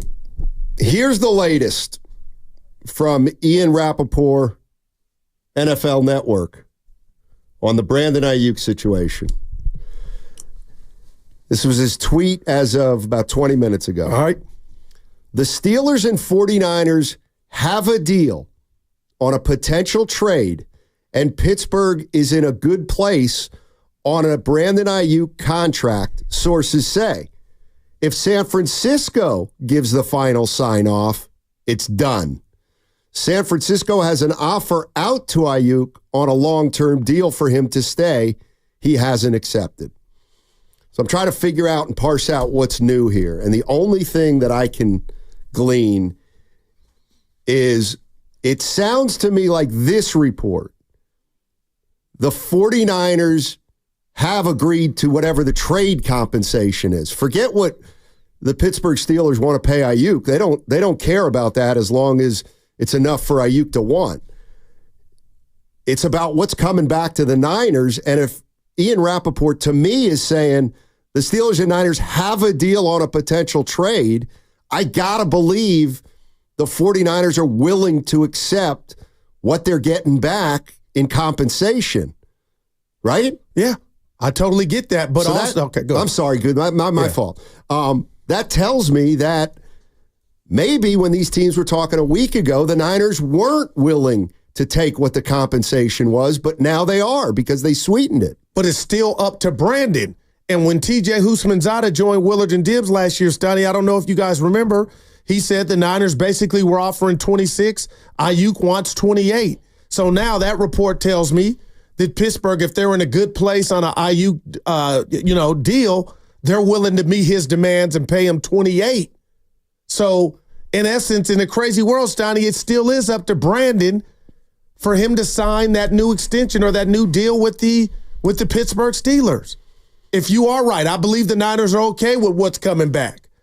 But what's funny about this is, because I keep going to Willard and his friends' analogy about they don't want to part ways, the Niners and Aiyuk.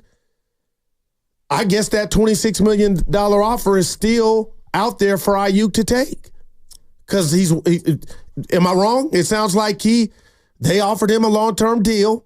He still can review that. Or he could say, night, I'm taking 28, which I assume Pittsburgh is offering, and I'm out of Dodge. And I think, just to me, I think Aiyuk does not want to leave. I don't know. Man, there's a lot here. But yeah, the one thing I do agree with that you said is that it does look like the 49ers do have an offer on the table long-term, because it says San Francisco has an offer out to Aiyuk on a long-term deal for him to stay. He hasn't accepted. Clay's $24 million deal vanished. That went away. Right. Aiyuk's is still there, it sounds like. Yeah. What's he going to do? I don't think he wants to leave. That's just me. I don't know that I want him to stay at this point. If you're the 49ers, at what point what do they say, fish or cut bait? I don't know. What would be your biggest reason? Because Debo requested a trade and it was all forgiven and he came back and balled. Like, you remember you let off the show, Goo, this is just a negotiation. Like, if I was going through it with the station here, I don't think you and Evan would judge me, would you?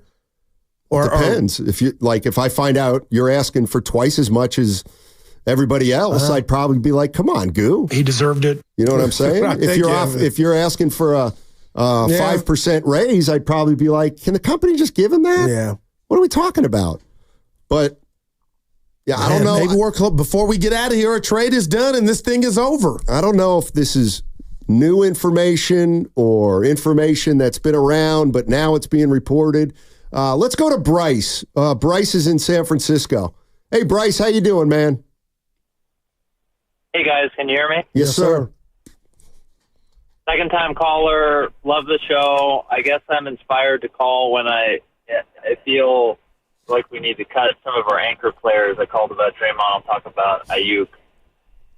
Two quick points. Am I inspired and engaged and excited for the season as a 49ers fan? Yeah, absolutely. I'm excited until we're formally knocked out of the playoffs each year. There's so much that goes on into a season.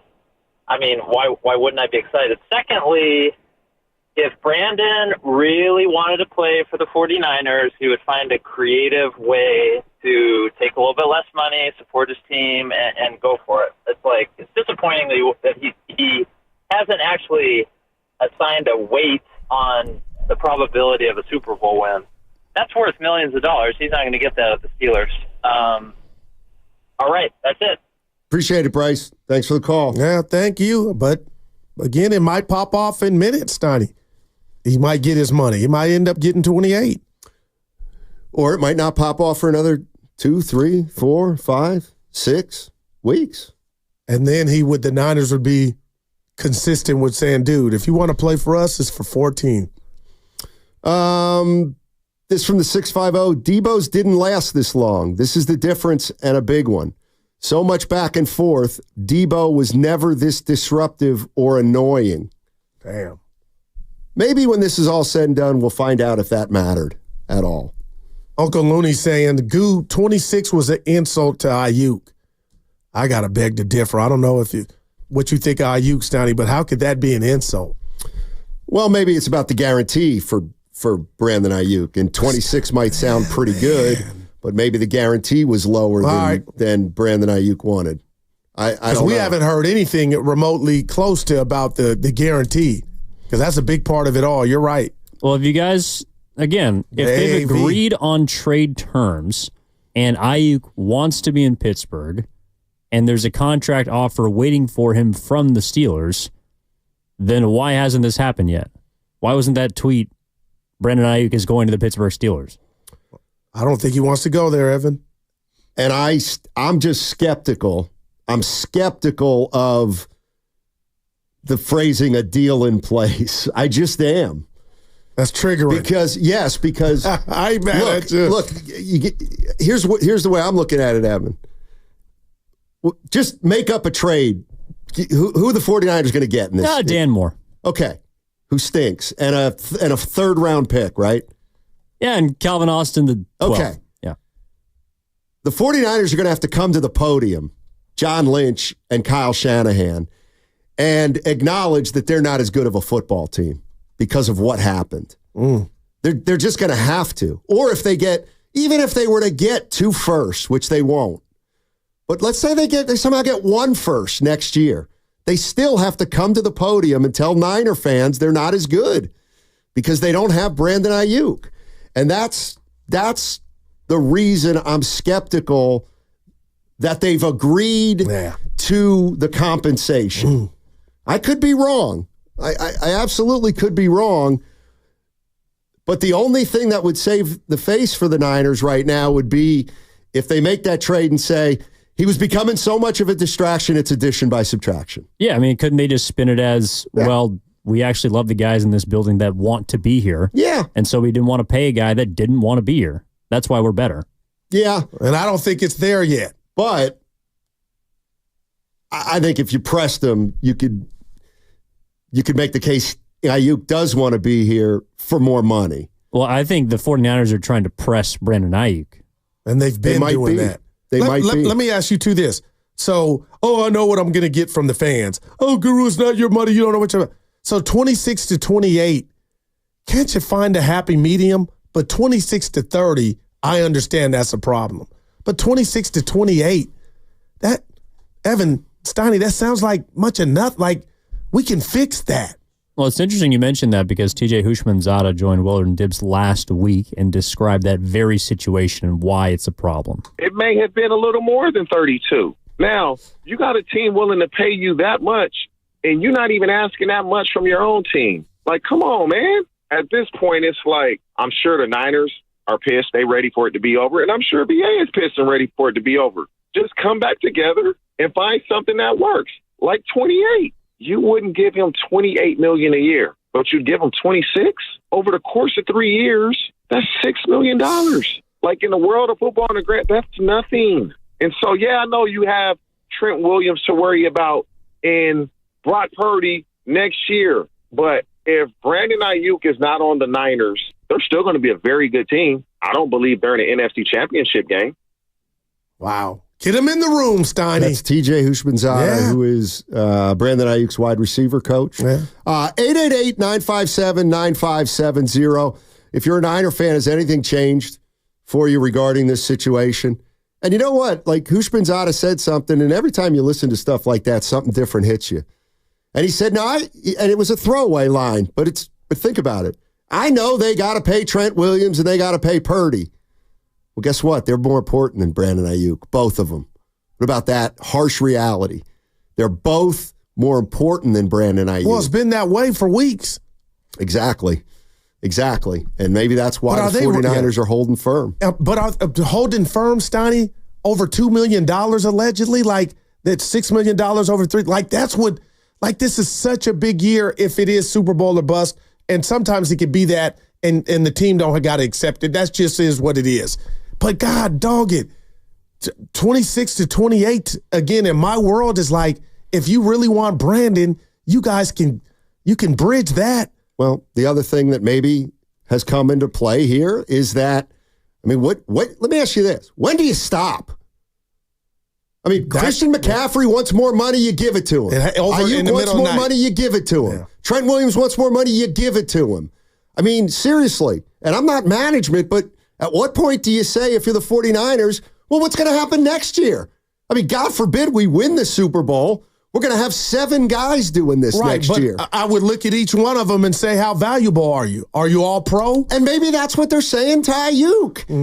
And they're saying you're not as valuable as you think you are. Well, I think you're onto something there. Paul's in San Jose. What's up, Paul? 888-957-9570 is the number. You want to jump into the discussion on Brandon Aiyuk. We have got more information from Ian Rappaport. I'll pass along. Also, courtesy of the River Islands guest line at noon, Mike Yam, NFL Network. That's called Perfect Timing. What's up, Paul? How you doing, Paul?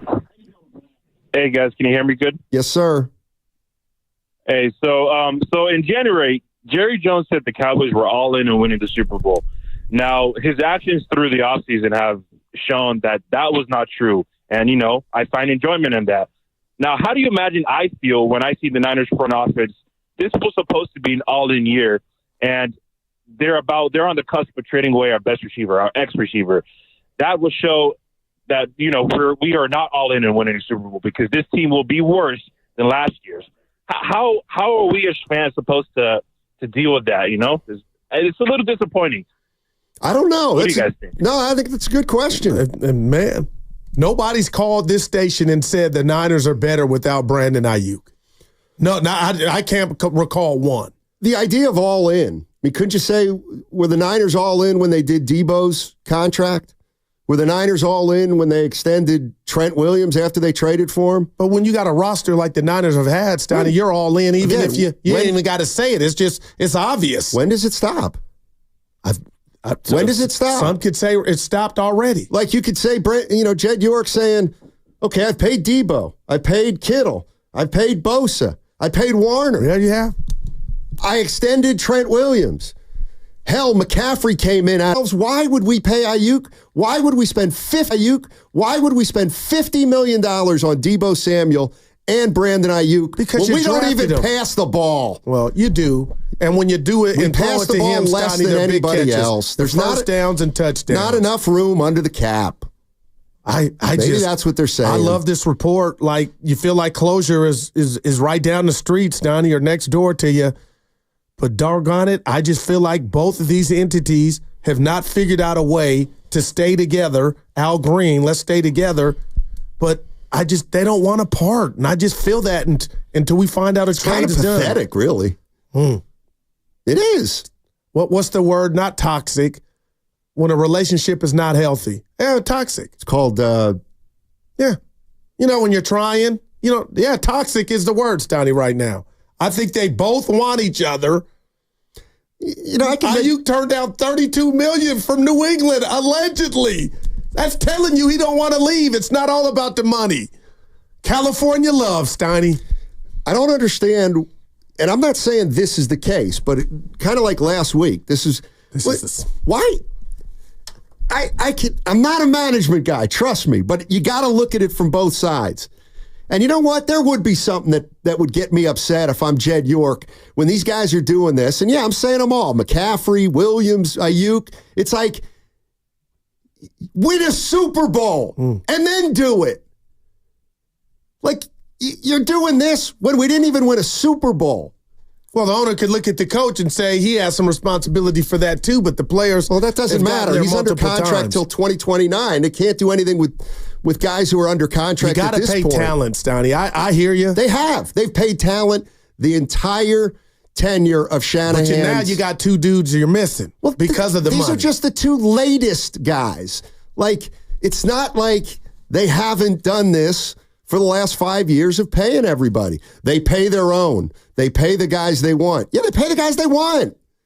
They don't pay the guys who are asking for more than they want to give. So do you think with this report, have you changed on the Steiny meter? Do you think, and if I ask you right now, Steiny, you think Aiyuk's traded? Has anything changed up or down? No. Either for me either. I don't know. I feel like he's going to be a Niner. I feel like I have no idea. I have no idea. Right. I wouldn't even hazard a guess. The signs are pointing to these two entities do not want to part. And that's how I feel. Well, it's very easy to look at Rappaport's tweet and say, boy, it looks like they do want to part. Well, Friday there was a deal in place. That's what we knew then, too. There was a deal in place with New England. There was a deal in place with Cleveland, allegedly, and nothing happened. Question is why? Let's go to Jamie in Pittsburgh. Hey, Jamie, what's going on, man? What's up, man? How y'all doing today? Doing well. Hey, man, I just want I hear Guru in there sounding like his girlfriend's going to leave him and stuff. Hey, leave it on your heartache, man. Wow. Hey, now, look, I'm a Raider fan. I'm going to tell you just like this. My boy called me at 4 in the morning when Gruden came back. And I'm like, Khalil Mack ain't going nowhere. My boy called me at 4 a.m. in the morning and told me, bro, they traded Khalil. God. So you know what? It broke my heart. It broke my heart. But you know what? I see the same thing with Aiyuk. Hey, Guru, hey, man, suck it up, bro. He gone, dog. He gone. You know? Right. It ain't gonna listen, I'm not gonna die if he's traded. I'm just telling you, if I were the Niners and I'm a Niner fan, we need Aiyuk. But he's still a Niner. I know the report's out there, so call back when he resigns. That's what I want you to do. Okay. All right. My brother, good luck this year. For what team? The Niners. They're gonna need it. Agenda City. No, you got to say what you said a couple years ago. It's Agenda City. If we don't do another show together, I'll always the disease of me. Well, no, you know what? I'm not using that phrase. That's reserved for champions. Yikes. This is Agenda City. Steiny out here throwing heat rocks. Trent Williams. I take the pig around back and come back. Trent Williams. What happened to the pig? What a bad taste. He's going to get paid. Yeah. What part of American culture don't you understand when you're at the top of your craft, you can pull these shenanigans? Keep saying that. Keep saying he's at the top of his craft without being able to prove it. Keep saying it. Steiny, there's nobody. Well, Mike, Trent Williams is still a beast. Okay. Keep saying it. We know it. Yeah, keep saying it. Now, keep saying it because you know exactly the way Kyle Shanahan measures Trent Williams. I'm not saying that. Okay. No matter how Kyle measures him, we all can say what we've seen on the gridiron. What if Kyle looks at him and says, you know what? We've measured Trent Williams and he's worth $22 million, which is what we're paying him. That's it. Right now, you're right, because nothing's... And I do wonder, if you had to... Okay, I keep telling you to bet. So there's no doubt in your mind that Aiyuk will get taken care of before... I didn't say... I have no idea what's going to happen. I'm starting to wonder. I think they need to do Williams and then double back to Aiyuk. I'm not making any predictions. Okay. All right. I just know this. One of my phrases is, just because you can do something doesn't mean you do it. And you know what? Trent Williams is doing something just because he can do it. And that leaves a real bad taste in my mouth.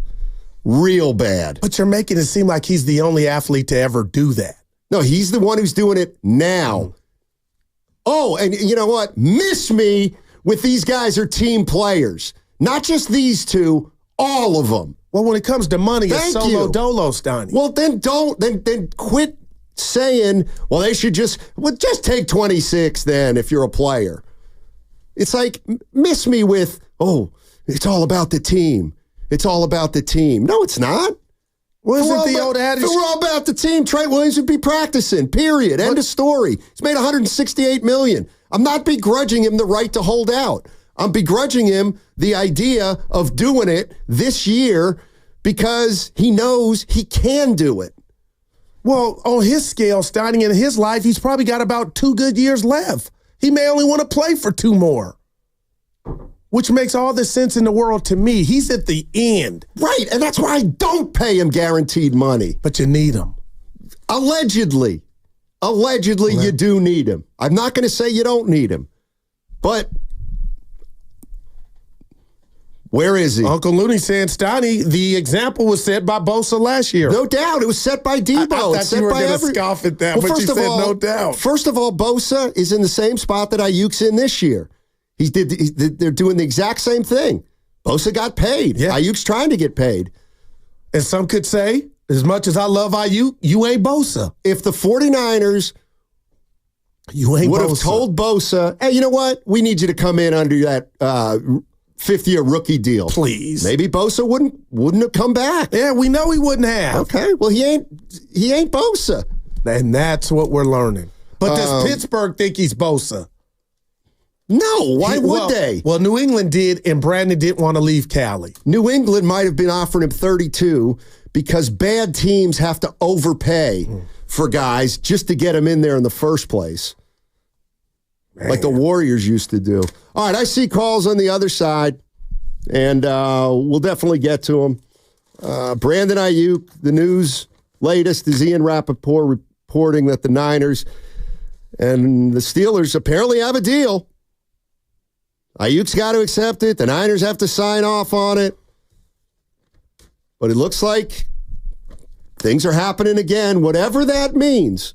All right, 888-957-9570 is the number. What's coming up on the game is presented by Fremont Bank, celebrating 60 years of full-service banking with no compromises. Once again, Mike Yam will join us in a half hour. I'll take some calls on the other side, and Mike Yam will come courtesy of the River Islands guest line. That segment was also brought to you by O'Reilly Auto Parts.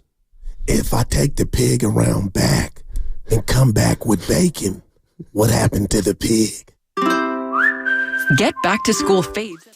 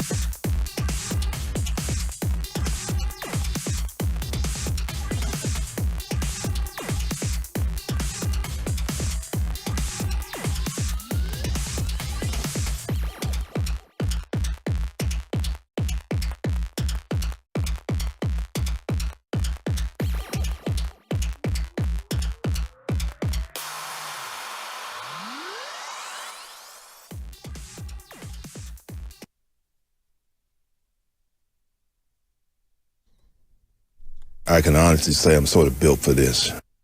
Now, back to Steiny and Guru on 95.7 The Game. Fender. All right, here's what we're talking about. We're talking about a Brandon Aiyuk update that's been sent by Ian Rappaport of the NFL Network, and it reads like this. The Steelers and 49ers have a deal on a potential trade, and Pittsburgh is in a good place on an Aiyuk contract, sources say. If San Francisco gives the final sign-off, it's done. San Francisco has an offer out to Aiyuk on a long-term deal for him to stay. He hasn't accepted. I mean, in fairness, this is pretty much exactly what Andrew Filipponi said a week ago on this show, that they had a deal in place for Brandon Aiyuk and that it was going to happen. And now here it is a week later. Things had died down. And to me, this report is very similar, if not exactly the same as what Andrew Filipponi said a week ago on this station. So I don't know if this is the same deal, if they're different players or what, but I'm not sure how much movement there's been or hasn't been. Great word. And I feel the same way. So I feel like the reporting is accurate, Steiny, but the parties involved are doing the same dance. Nobody's signing their name, either Aiyuk or the 49ers. And again, I am just going to stand on the hill, and I hope I'm wrong, I hope I'm right, because I don't want to see Brandon gone. But I just don't think they want to part ways, and we can talk about it till we're blue in the face, and we will. But when or what have we gotten from any one of these parties to suggest they want to part ways? I mean, the one thing that's interesting here to me, because people are saying, well, the ball's in Aiyuk's court. It might not be if Aiyuk has already said, you know what, I'll take that money from the Steelers.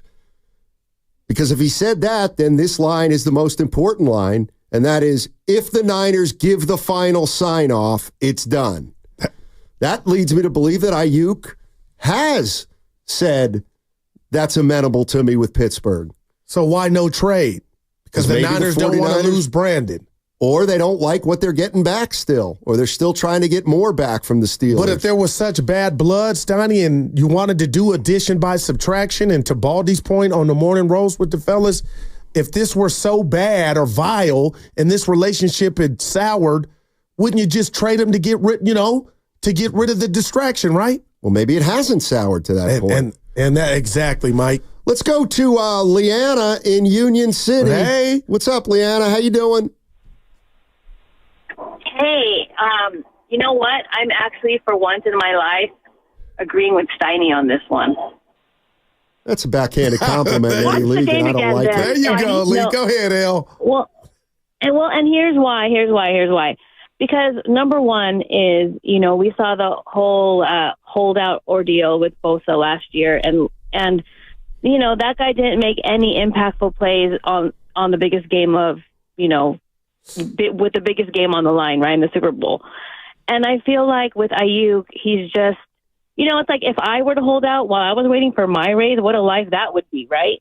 I would get fired from my job. I'm not saying this is on the same level, but I'm saying that, you're talking about it's about the team, but you haven't done anything. You haven't won anything. Similarly with the Warriors, it's like they paid everybody after they won a chip, right? Or after they won their first couple. And I feel like you say you're about the team, but you can't meet me, even close to, the ballpark of 26. I don't even think he's worth 30. I don't even think he's worth 28. So at this point, I think that bye-bye Aiyuk, but I'm just griping about the timing, because what are we going to get in return that's going to help us, in December and January? So I'll take your answers offline, but I just want to say I love you guys. And, for once in my life, mark this as the day that I agree with Matt Simon. L from the Yoon. That's a compliment. L is in loss. Yeah, wow. That's an L is in a loss. No, I'm going to say L for love. Yeah. I don't know if you remember, she brought us to Lumpia at the Fremont Bank. Well, she better bring us more now. Yeah, you look good in your black shirt. But Steiny, again, if they end up trading Brandon, all I'll double back and go Monday morning quarterback on the Niners front office is, why didn't you pull the trigger and have your chest out draft night? You drafted, obviously, it looks like what could possibly be Brandon Aiyuk's replacement. Chess. Light years. Chess. Light years. Well, this ain't light years right now. They saw this coming with Aiyuk, and they drafted Pearsall. Mm-hmm. Oh, well, then why is he still in red and gold? Because they sign off on it. Because their best case scenario was they would sign Aiyuk, and then at the end of this year, they would move Debo or Aiyuk, and Pearsall would be ready to step in. That's what I thought was going to happen. But what do you... But Brandon Aiyuk has thrown a monkey wrench into it. As well as he should. They have to, well, not if the 49ers think that they've offered him a fair deal. Oh, okay, with the 20. I hear you. And so maybe the 49ers are saying, you know what? We wanted to push this back a year, but Brandon is not taking the fair offer that we offered him. And so, you know what? We have to push up our timetable. We have to push up our timetable, and we got to lose Brandon this year. And we won't have a choice as opposed to the end of the year. It would suck, but, I mean, in a crazy way, this is where I'm different than people about how this year is more important than last year and is more important than next year. If the 49ers know that they were going to have to lose Debo Samuel or Aiyuk at the end of the season, they'd hope to get Aiyuk for 25 and then go through the year and then lose Debo or Aiyuk the following year. They knew they were going to have to do that, and they know they still may have to do that. It's inconvenient, but maybe they're thinking, you know what, stinks, but we got to do it a year early now because Brandon's not taking our offer. Yeah. And then if you know, a lot of people are saying, I thought, are you really going to do that to your offense? But the bottom line is Ricky Pearsall, Steiny on draft night, was their replacement for Brandon Aiyuk. Yep. And if we focus in on that, I know you said there's a month left to open into week 1, Monday night against the Jets. I can look you in the face and confidently say, I don't know what's going on with his body or his availability. And the football heads could say, goo, it means nothing right now. But man, Pearsall played last 3 years of college. He played 13 games, and 12 games. So he's basically played every single game the last 3 years of college. Does that matter? I don't know. Doesn't matter if he's not available week 1, but I got to believe he'll be available week 1. Dave's in Fresno. What's up, Dave? How you doing? Hey, guys. Thanks for getting me in. I appreciate it. Yeah. With all this, Aiyuk drama and contract situations, I want to ask you guys, is this fair, with all the success they've had, they've been to Super Bowls and conference championships, is it fair to offer a difference of opinion or critique some of their thought process? Because I feel like when I bring this question up, whether it be online or just in regular conversation, it's like I get the how dare you question, what the 49ers are doing. To me, I feel they have, as far as we've gotten, there's been a lot of questionable decisions, and I just want to ask you guys, I get it. We win a lot of games, but some of this stuff is easily avoidable. And I'm just amazed that we have gotten as far as we've gotten, with the Trey Lance situation and, and all these contract disputes. And I get it. We get them all signed, but dang, 4 years in a row of these contract dance-offs, at some point, what are we doing here? And I'm not trying to sound like a bitter old man or somebody that's ungrateful. Wow. I acknowledge the success, but I mean, I just want to ask you guys: is that a fair question, though? Their thought process, especially with this Aiyuk situation, where we're here every day on 95.7 asking the same questions. How do we get here? Yeah. So I'll get your guys' thoughts on the other end. Appreciate it. It's absolutely fair. More than fair, Steiny. What did I say? I'll go first here. John Lynch sells me or comes across like we got our house in order.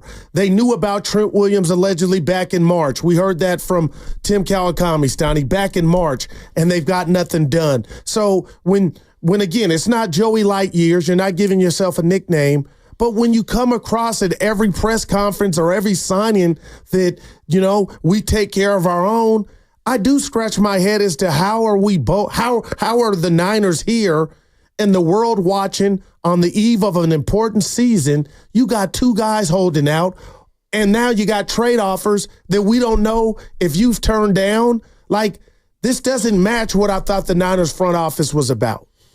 Well, I'm not saying it's just all their fault, but it does look, I am scratching my head as to damn. I mean, it's absolutely fair to wonder what they're doing. And that's what we do on the radio. I mean, to my way of thinking, the 49ers, what if their thought process was this? You know what? Brandon Aiyuk's going to want a lot of money, and we're not crazy about paying Brandon Aiyuk. That's just an Listen, I'm creating a scenario here in which they could still, quote unquote, theoretically come out smelling like a rose. Right. So the Super Bowl ends, and Aiyuk talks about a contract right after the Super Bowl, and the 49ers know that Aiyuk is going to be really hard to sign. They know he's going to be a tough one. They know he's going to hold out for big boy money, and they are not, I wouldn't say comfortable, but they are worried about getting it done, and they realize, you know what? We may have to make a real unpleasant decision about Brandon Aiyuk. Okay. Why, John? Because we can't pay him $30 million when we've got McCaffrey and Debo and Purdy's coming up and all that stuff. Okay. So maybe they went into the offseason knowing Aiyuk was going to be a problem. Hence, they draft Ricky Pearsall. Okay. And maybe at the beginning of the summer, so it's off-season, they knew that Trent Williams was going to pull these shenanigans. And maybe they've just decided with Trent Williams, you know what? We'll take care of Trent a week before the season. That very well and could then be. They say to everybody in a day or two after Brandon Aiyuk gets traded, we knew this was going to be acrimonious. That's why we drafted Ricky Pearsall. That's why we held out for the best possible deal for Brandon Aiyuk. And the reality is, while it's easy for a fan to say, just pay him his 30, we didn't think he was worth 30. They won't say it like that. They'll just say, we had to make a hard decision on Brandon Aiyuk. And we did. And now we're on to the regular season. Wow. And right now, that road doesn't look rosy. I feel that. But right now, because your replacement is not healthy, he's not taking advantage of the absence of Brandon Aiyuk. But what will stun me, and I'm talking about to the core, shake me, is the fact that they looked at this team and this offense and said Brandon Aiyuk can be replaced. And the fact that they drafted him, Stoney, they kind of said that with their draft move. Right, but I'm right, but I wouldn't say they think they can go and get along without. They want Brandon Aiyuk on the team, but it's got to be on their conditions. And I guess they've maybe made a decision that if it's not on their conditions, then that's the guy who's got to go. Christian McCaffrey, he wanted a new deal. You know what? We don't want to give him one, but he's so important, we'll do it. Before he even said he wanted one, it was done. Trent Williams, you know what? We don't want to do it. We think it's BS that he's pulling this, but he's really important. Yep. We'll do it for Trent Williams. But Brandon Aiyuk, maybe there's something going on where he's different. And what might be different is they're more important. The last three guys who the 49ers had to deal with were who? Bosa, McCaffrey, Tebow, Trent Williams, and now Aiyuk. And the 49ers are saying, you're number 4 out of those 4 in terms of priority. It's just the way it is. You got drafted by a team with better weapons than you are. Jacob in Castro Valley. What's up, Jake? How you doing, man? Hey, what's going on, guys? Hey. Hope you guys are doing well. Yeah. I just wanted to say, I'm born and raised a Niners fan, a Bay Area team fan, and this whole Aiyuk situation is frustrating because looking at the team we had last season, our team was elite. Brandon Aiyuk showed he was elite. And I feel like the Niners not only owe it to themselves, but they owe it to the fans. We've been knocking on the door for years now, and you're griping over just a couple mil. Sign the man. You're paying your QB next to nothing right now. Sign the man, win a chip, and then you can sell Aiyuk for more if you want to pay Purdy. If he's as good as we think he is, get a chip. It shouldn't matter. We got the A's leaving town, the Warriors, who knows where they're at right now. The Niners owe it to the Bay Area to sign Aiyuk, get a chip. I feel like Trent Williams, Aiyuk is much more important than Trent Williams for this reason. McCaffrey can make do with another big man on the left side. Trent Williams is elite, don't get me wrong. But McCaffrey, he's versatile. Put another big man on this side, he'll work with it.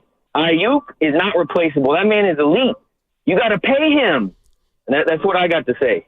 Appreciate it, Jacob. Yeah, I love Jacob, Stoney, but I vehemently disagree. My gosh, Trent Williams?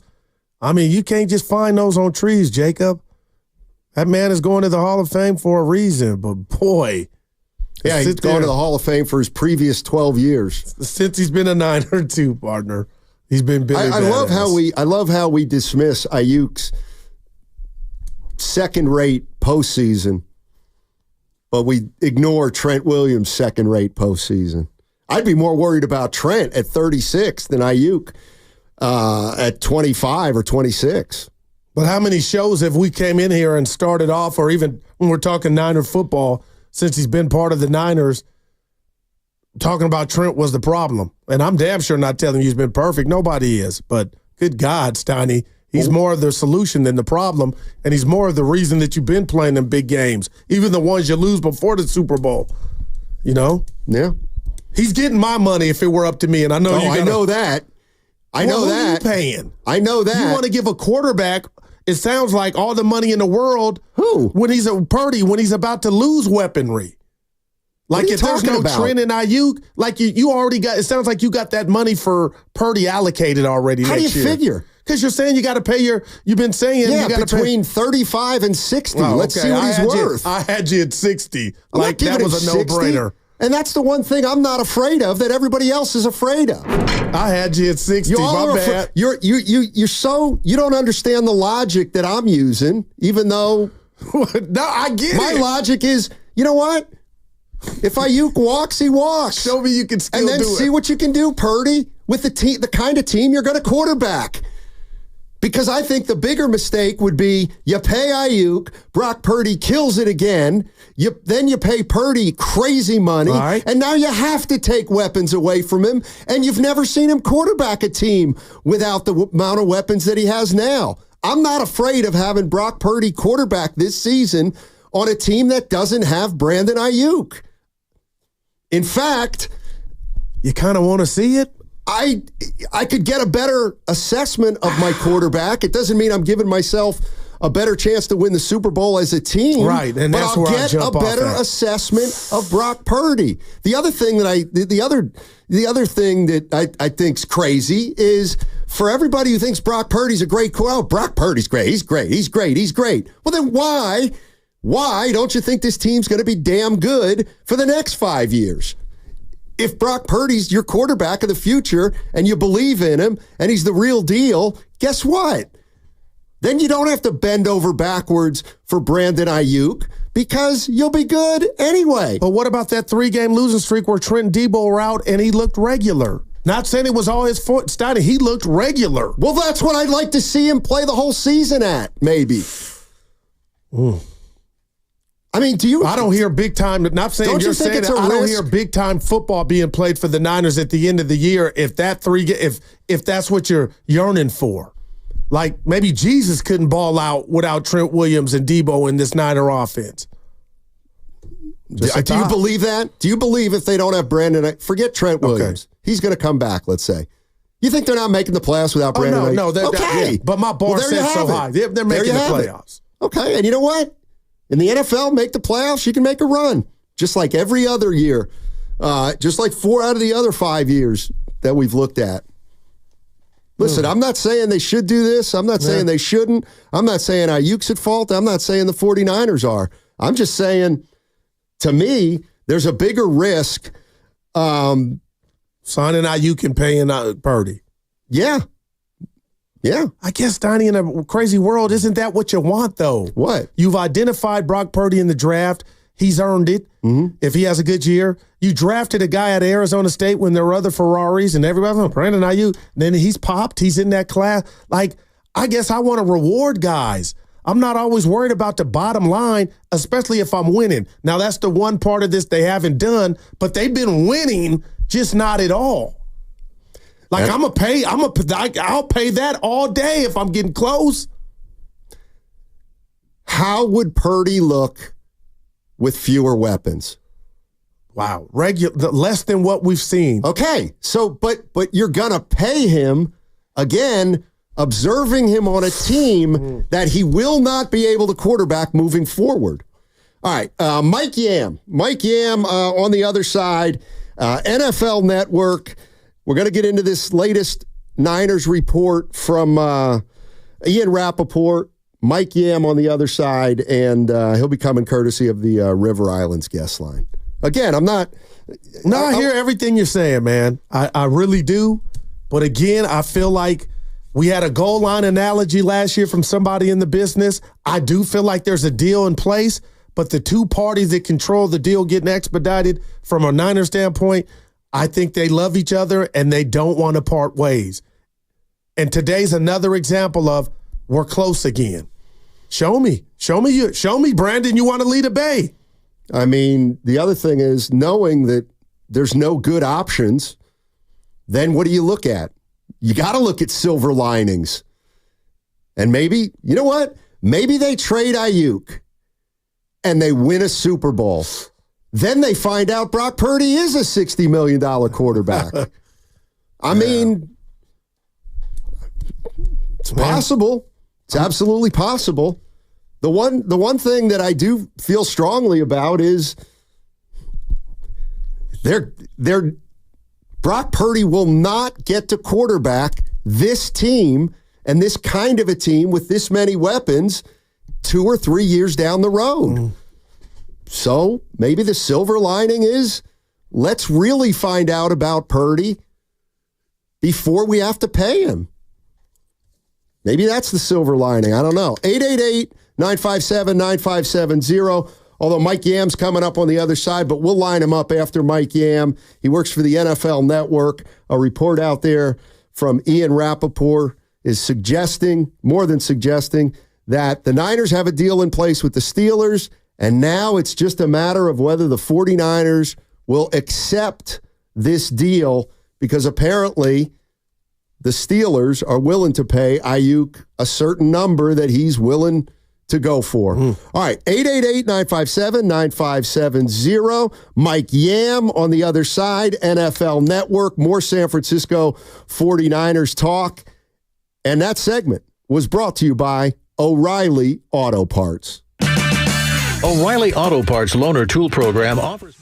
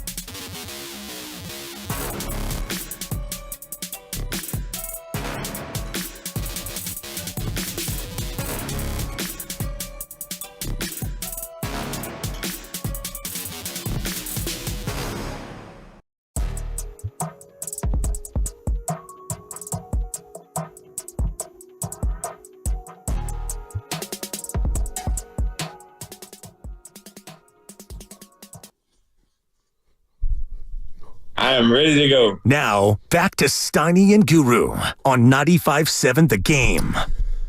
All righty. I use that as a crutch. I've noticed that. What did you just say to Guru in his ear? Quit being insecure. Issa Rae. All right, first of all, get out of my ear. Yeah, get him. Goo was asking me, who sings this song? I like this jam. The answer's Daft Punk. Yeah. Figure it out. On the treadmill, Steiny. I'm like the 49ers. What? Distraction after distraction after distraction. But like That's a Kyle lot. Shanahan, I just plow through. I'm interested about Kyle's growth. I'm interested in the guys who are here. That was a banger. I just coach Evan. who I coach. You got to do it like this. The guy, you know, the little thing he does. He does always seem out of breath. It's a And stuff. He got to smoke cigarettes. Yeah.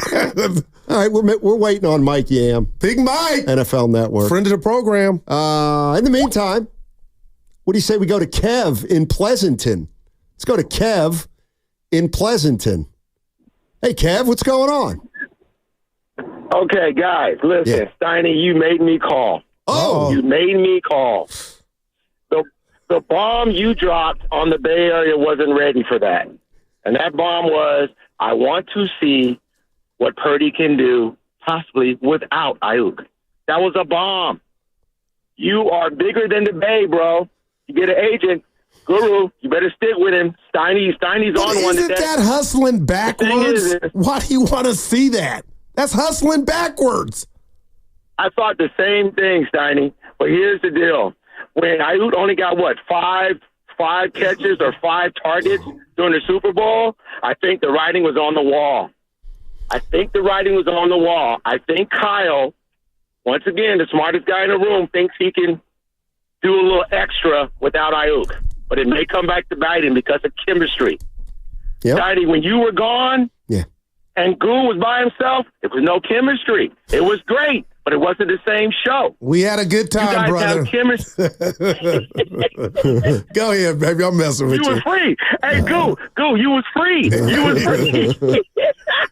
But listen, guys, the only thing, though, is I think Purdy's going to miss that chemistry. I kind of agree with Goo on that one. But, Steiny, the bombs are lovely, bro.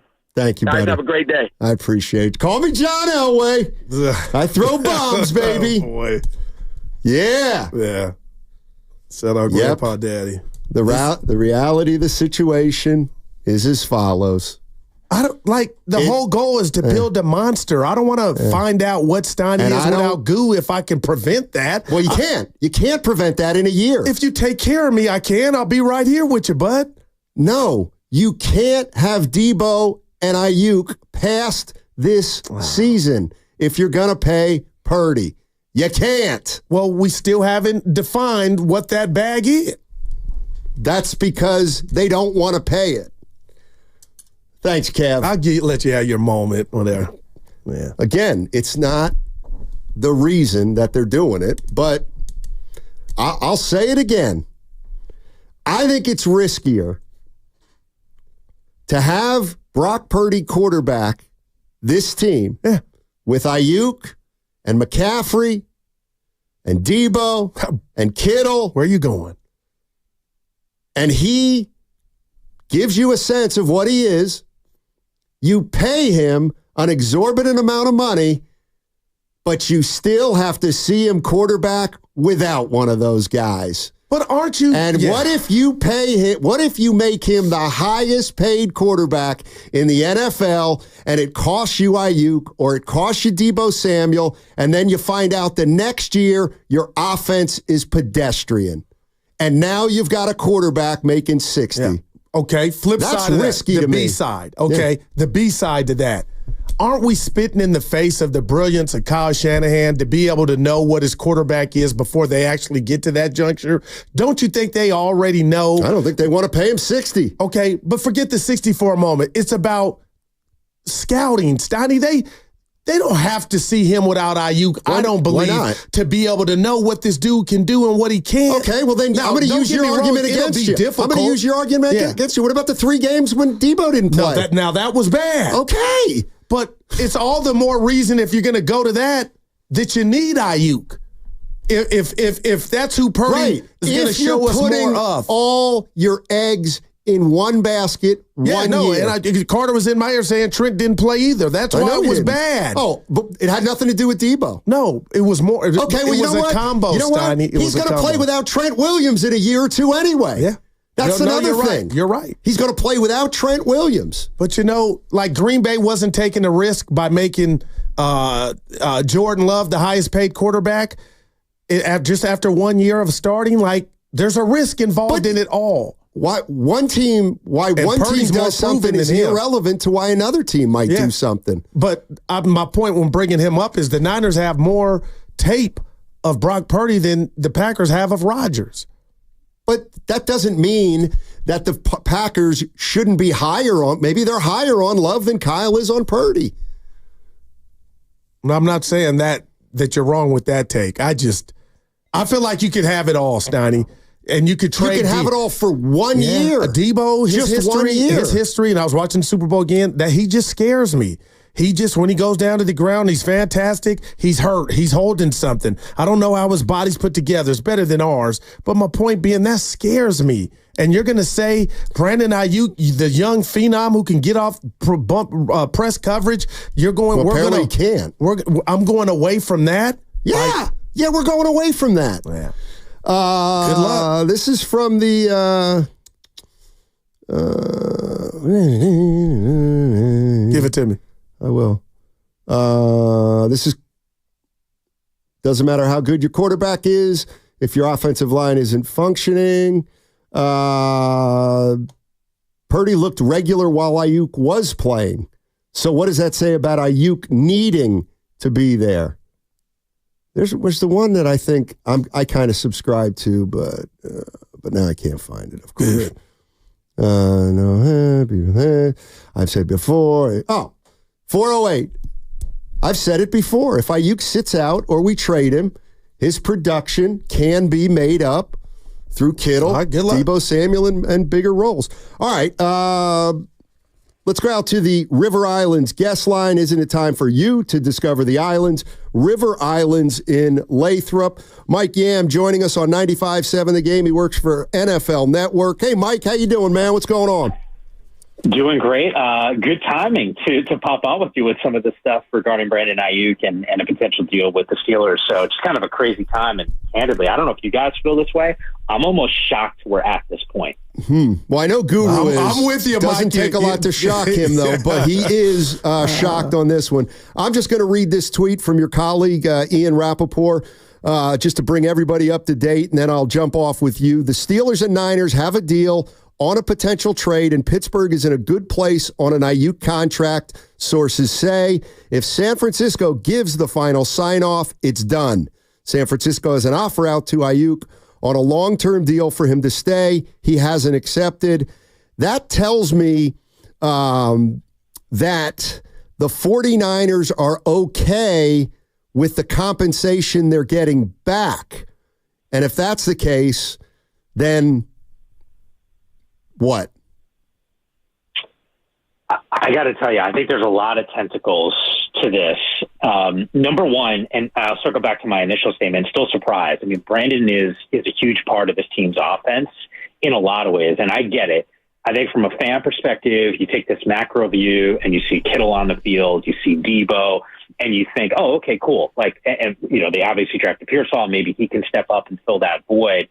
I just think back to so many of these critical moments last season where Aiyuk had, in some ways, was just a huge safety net for Brock Purdy. I just think it'd be a really big loss for this football team. And look, I think Debo is obviously the premier wide receiver on this team and can get utilized in so many different ways. But Brandon's, I don't know if he's a 1 like that. He's a 1B though. And I see what the market is across the NFL for these wide receivers and what they go and get paid. Like if I was him, I'd want those deals. Here's the other layer of why I'm surprised about this. San Francisco has done a really good job over the years of drafting, having success with some of these players, and then rewarding those players with big deals. And I get it. At some point, it's going to be too big, right? Like you can't go and literally pay every single guy The Trent Williams situation to me is really concerning, and I think you can make an argument maybe more concerning than the Brandon Aiyuk deal, which doesn't get as much headlines. But I think the Niners are now saying, and John Lynch is like, hey, there's only so much money to go around, and there's still eventually a Brock Purdy contract that needs to be decided. So maybe this deal does happen. In my heart, I didn't think he was going to get traded. I still kind of doubt that this thing is going to happen. But, at the same time, maybe just from a financial standpoint, they're sitting there going, look, we got other dudes that we got to go and pay. And, Brock Purdy's deal is, you look at these quarterback contracts, what are they taking? 25-30% of the salary cap on some of these deals. And if, a guy like Jordan Love is going to get, 220 and Trevor Lawrence is going to be sitting at $200 million, like what's Brock Purdy going to eventually have to make? And I think that's why this deal potentially maybe gets done. Yeah, Mike, you're on fire. I agree. And the fact that the Niners don't have a Super Bowl victory to kind of deal with these problems, to me, just make it more stressful. But I've been shocked since draft night when they went after Pearsall. That shocked me. I love Aiyuk. But you mentioned Trent Williams. Mike, is it fair for me or anybody any Niner fan to question the front office and how they're doing their books? Because we have reports out here since March that Niners knew that Trent wasn't happy with, his contract. But now that you got this back-to-back with Aiyuk, the national talk shows are leading off with the Niners in their books. If I say they've kind of let me down on how they're handling it, how would you respond to that? I would hedge and maybe pump the brakes on people saying that they've not been spending well. I mean, Bosa is a really good example coming off of, one of the great campaigns that we saw in the NFL as Defensive Player of the Year. What are you going to do? Not go and pay that guy? I think they've been knocking on the door of winning a Super Bowl. 2 years ago, who knows what would have happened if Brock doesn't get hurt in that NFC Championship game against the Eagles. Maybe we are talking about that Super Bowl victory. It's really hard to win, and they're so close, and this roster is ready to win right now, and they've paid their players like that. I don't remember what the exact stat is, guys, and you might have a better handle on it, but you look across the NFL, and I think the Niners in key positions, whether it's Trent, whether it's Christian McCaffrey, Fred Warner, for example, Debo, Kittle, like they're paying premier guys. Like they're in the top 5 in terms of salary on really notable positions. They have not been cheap, and that's a reason why they've had success. But at some point, there is a salary cap in the NFL. Like you can't go and pay all these guys, a boatload of money. They got to go and manage it. And I think now we're at the point where, I think you make a really good point initially. Like they haven't won that Super Bowl, and yet they've been close. Had they won a Super Bowl, I think this conversation is vastly different. I think you say, okay, like we got one ring.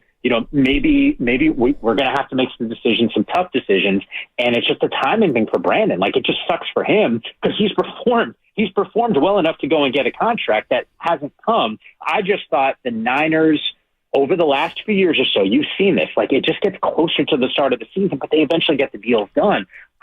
Maybe they just sit there and go, we can't make this work financially. Mike Yam joining us on 95.7 The Game. He works for NFL Network. Here's one thing that crossed my mind, and I'm not saying it's the reason this is happening, but maybe it's just something that's in the equation. They know they're going to have to pay Brock Purdy, and I've been harping on this, so I'm sure some of our listeners are rolling their eyes right now. But right now, the Niners have McCaffrey, they have Kittle, they have Debo, they may pay Aiyuk, and that means if they bring Aiyuk in here, Brock Purdy will quarterback that team. Then they will have to pay Brock Purdy based on this season. But he won't be able to quarterback the team that he's quarterbacked the last 2 years because somebody's going to have to go, one of those weapons. Yep. And one of the things that I'd heard was obviously if you pay Aiyuk this year, then you only get Debo Samuel and Aiyuk for one more year, and we're going to have to lose one of them. So I was thinking, again, not the reason you would do it, but if you play hardball with Aiyuk and he's not here, don't you get a better assessment of Purdy with the type of team he is going to quarterback the next 2 or 3 years? It's a good call. I hate to have that be the reason why you don't try to get a deal done. Look, there's a lot of factors, and I think that's just one layer to it. I think you hit the nail on the head because this is what eventually it's going to be. Hell, last year, we were on set and we'd walk off the set and I would turn to someone like David Carr or Michael Robinson and go, what is Brock going to get paid? Yep. Eventually they're going to have to go. And like, how do you assess this? Because I am not one of those people who says, hey, he's a system guy. Every quarterback in the league is essentially running some sort of system. Like, I just think that is an over the top simplification of what this guy is capable and proven that he can do. Like right now, tell me Brock Purdy has done it consistently, gone through pain, and Jordan Love just got $220 million in a 4-year extension. Like, if he's going to get that, what do you think Brock's going to go and get paid? Now, the biggest challenge is going to be if he doesn't have Brandon this year. Like, this roster is still primed to win it right now. If you said to me, who's the best team in the NFC, I would still point to the San Francisco 49ers and say I would be disappointed if they're not in a Super Bowl. Like, they should be with this roster. They're capable of getting there. And then it becomes, Matt, like, if it's neither or, who's more important to your team's offense? Is it making sure that Trent Williams is happy or making sure that Brandon Aiyuk is? And for as painful as it is, there needs to be a decision that gets made. And to me, I'm going Trent 100 out of 100 in that scenario. Wow. Mike, you know what? I've told my partner he thinks I'm crazy. I don't think either party wants a divorce, Brandon nor the Niners. But with that said, in your opinion, why do you think it's dragging on? Do you think it's more so Aiyuk or the Niners? It's a really good question. I haven't thought about it in those terms.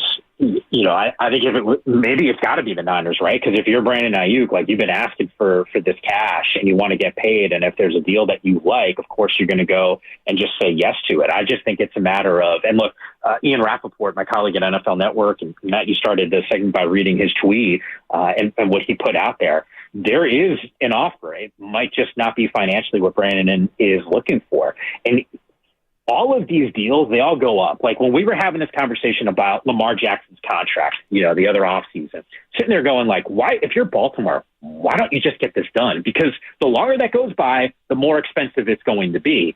And I think Brandon's sitting here going, no, guys, like, I am one of the best wide receivers in the NFL. His camp feels like that. He feels like he's had that production. We're on a really good team that can win the Super Bowl. You need me to get over the hump. I have some leverage here. That's probably what he's thinking. I just don't know if the Niners say, hey, are we having this conversation to like Justin Jefferson or CeeDee Lamb, who's also looking for a contract, or Tyreek Hill? Like, Brandon's really good. I just don't know if Brandon's looking, what kind of money Brandon's actually looking for, and if the Niners see that number and go, hey, we love you, dude, but we got other decisions to be made. We want you a part of this team, there's no doubt, but we just can't pay you like you want to get paid. So I guess I would still net out that it's probably a little bit of both, but maybe I'd lean closer to the team. Mike Yam joining us on 95.7 The Game. He works for NFL Network, and we're talking about the San Francisco 49ers. Mike, when do you make a determination, and he comes courtesy of the River Islands guest line, Mike, when do you make a determination about whether what's going on with the Niners right now is just kind of business as usual, as opposed to, I don't like the way that things are going even before we've played a regular season game? So I circle back to something that I alluded to before. They take the deals and they eventually get done, but it's much closer to the start of the season than it is, the first preseason game. That's just typically how it's gone with this organization. I don't think there's anything wrong with that. I start to worry, though, because in a day and age where you're trying to assess what a guy is posting on social media, what emojis and GIFs actually mean what. I need usually someone to help decipher that stuff for me. There's just more drama around it. There's more eyeballs. As time has gone on, the league and the sport has been more popular, and we want to know what's going to happen with some of these players, and it gives us fodder. Like, if this wasn't going on right now, guys, like, what would you be talking about on your show? Like, we love it from a media perspective, right? Like, these are the moments that we're able to magnify, and we're creating some of this drama, and it becomes this real life soap opera. I'm with you. I look at it and I say to myself, I'm still cautiously optimistic that this thing gets done. And the biggest reason why is Brandon is still young. They've taken care of their own over the years. Proof is in the pudding. But I just don't know I'm not in that front office. I don't know how they assess these guys and in conjunction with what the books look like, because it's not an infinite amount of money. This is not the New York Yankees in baseball where you just say, hey, we can clean up a mistake and just overpay someone else. It's not how it works in the NFL. And I think they're looking at those books going, you know what? Like, we got some expensive bills, one in particular in Brock Purdy, and we need the quarterback. And we got to make sure that Trent Williams is happy at 36 years of age. He's still top 2, top 3 at his position, maybe even the best still at that spot. I don't want to be a stat geek here, but if you look at the next-gen stats with Christian McCaffrey, look at the success that he has. It's usually when Trent's on the field and he's running that way. Just saying, like, you need that dude on the field. And I just think they're in a position where they got to make some tough choices. Man, you're on fire, Mike. I'm different. I embrace it. And when I tell you this, you tell me if I'm crazy. Last year, McCaffrey had 339 touches. I know the offense is McCaffrey-centric. I get it. Football's a tough sport. But even throughout the playoffs, he was rubbing and touching on the calf, the thigh. This offseason, he's not playing any preseason games. The calf has been barking. Any concern there for Niner fans about McCaffrey and just, Mike, how much the offense goes through him? I think there's always going to be concern for any running back who's makes up that much of a team's offense. But Christian is dynamic, and the amount of touches that he gets in the game and how he gets them, whether he's coming out of the backfield as a runner or as a pass catcher, hell, we've seen him throw at times as well. And I'm glad that he got paid, because I am not a believer in devaluing that position. I look across the league and see the teams that are able to run the ball effectively and the success that they have. Christian is one of the most explosive players in the NFL. There's always going to be concern there, but you got to make sure that I wouldn't be playing him out there. Like, even this weekend, as a prime example, I think I was on set with Steve Smith and Brian Baldinger. We're looking at each other in these breaks going, damn, I saw Joe Burrow play in the preseason. That's kind of cool. I saw Patrick Mahomes play in the preseason. It's the first preseason game number 1. And we're seeing notable quarterbacks out there getting some reps. Now, granted, they're not out there for, multiple series. Maybe it's 1, maybe it's 2 series, and it's a short period of time. But I don't really remember seeing that, 5 and 10 years. Like, you just didn't play these guys really because you were worried about them getting hit. So it is something in my mind where I'm going to be concerned, but I can't go into the season freaking out about it. Mike, thank you for joining us as always. Really appreciate it, man. You guys are the best. Appreciate the invite. Yes, sir. That's Mike Yam, NFL Network. And don't forget, all guests on 95.7 The Game appear on the River Islands guest line. Isn't it time for you to discover the islands? River Islands in Lathrop. Great info there from Mike Yam about the San Francisco 49ers. Kind of echoed what your theme. You can't pay everybody. I got a little piece of news. Uh-oh. No breaking news sounder. I'm a sucker for stuff. Go ahead. Tangentially 49er related. You see who was activated today? Eric Armstead with the Jaguars. No.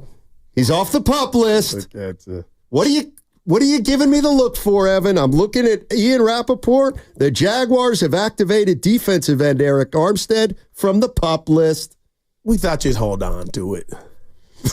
Yet another 49er thriving. Oh, please. Thriving. Just like Jimmy Garafolo, you get him out of San Francisco, they can be themselves. What about the shade he was throwing last night? I sent it to you.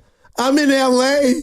They allow me to be my true self. That's right. Shut up, Jimmy. Is he even still on the team? Dude, he is on the team. He's their backup quarterback. Oh, man. We don't know. He's better than Stetson Bennett. That dude looks like a jockey on the football field. He's so small. Tiny. By the way, put this one in your pipe and smoke it from the Jim Leland from the Xfinity Mobile text line.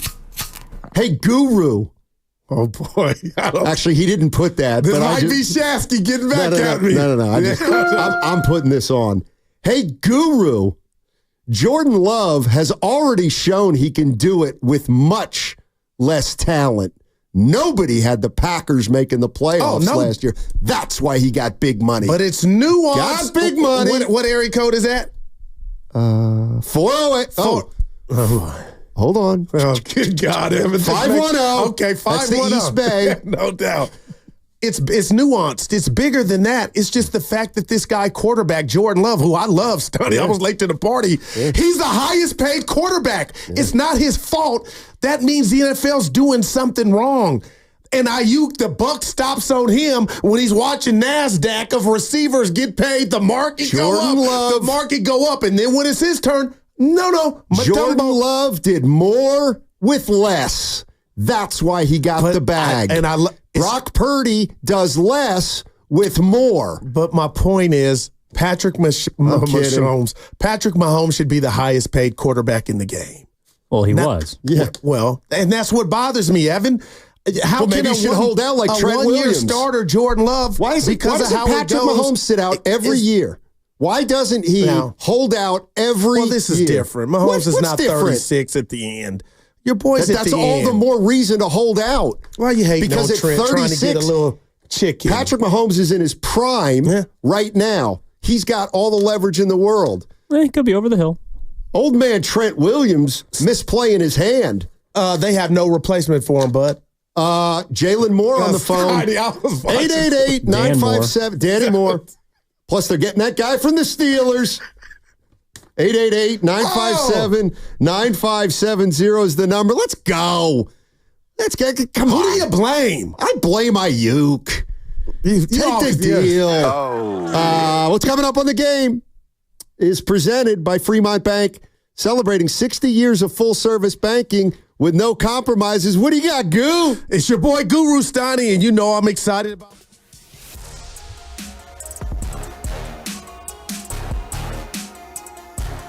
numbers. Prize Picks is the easiest and most exciting way to play daily fantasy sports. Unlike those other apps on Prize Picks, it's just you against the numbers. All you do, Steiny, is pick more or less on 2 to 6 player stat projections and watch the chicken roll in. You can now, get this, win up to 100 times your money on Prize Picks with as little as 4 correct picks. You could turn $10 into $1,000. Prize Picks is the best way to win real money this football season. Which players are going to go off? Which ones aren't? Make your picks in less than 60 seconds and turn your sports opinions into real cash all season long on Prize Picks. Preseason football's underway, but you can pick more or less on the 2024 season stats on Prize Picks. Will Mahomes throw for more or less than 4,300 yards? Will C.J. Stroud, the youngster, season result in more or less than 4,150 yards? Enter your season picks now. Week 1 kicks off here shortly. And tonight, I have Nestor Cortez for the New York Yankees with less than 4.5 strikeouts as the Yankees try to knock off their opponent. Download the Prize Picks app today and use my code GURU957 for a first deposit match up to $100. That's code GURU957 on Prize Picks for a deposit match up to $100. Pick more, pick less. Is that easy? Must be present in certain states. Visit prizepicks.com for details. High five! Up top!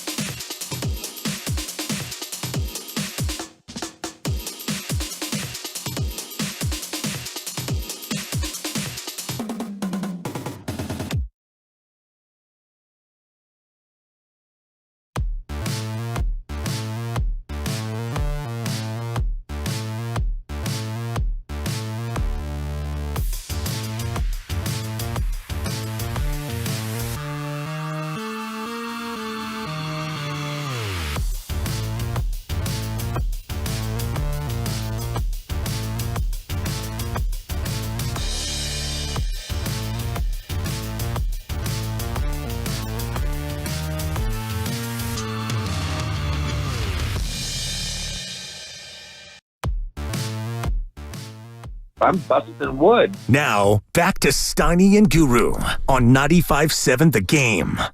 Get to know your hosts. Can't do it.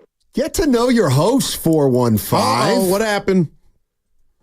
And 989. Where the hell is that? Steiny.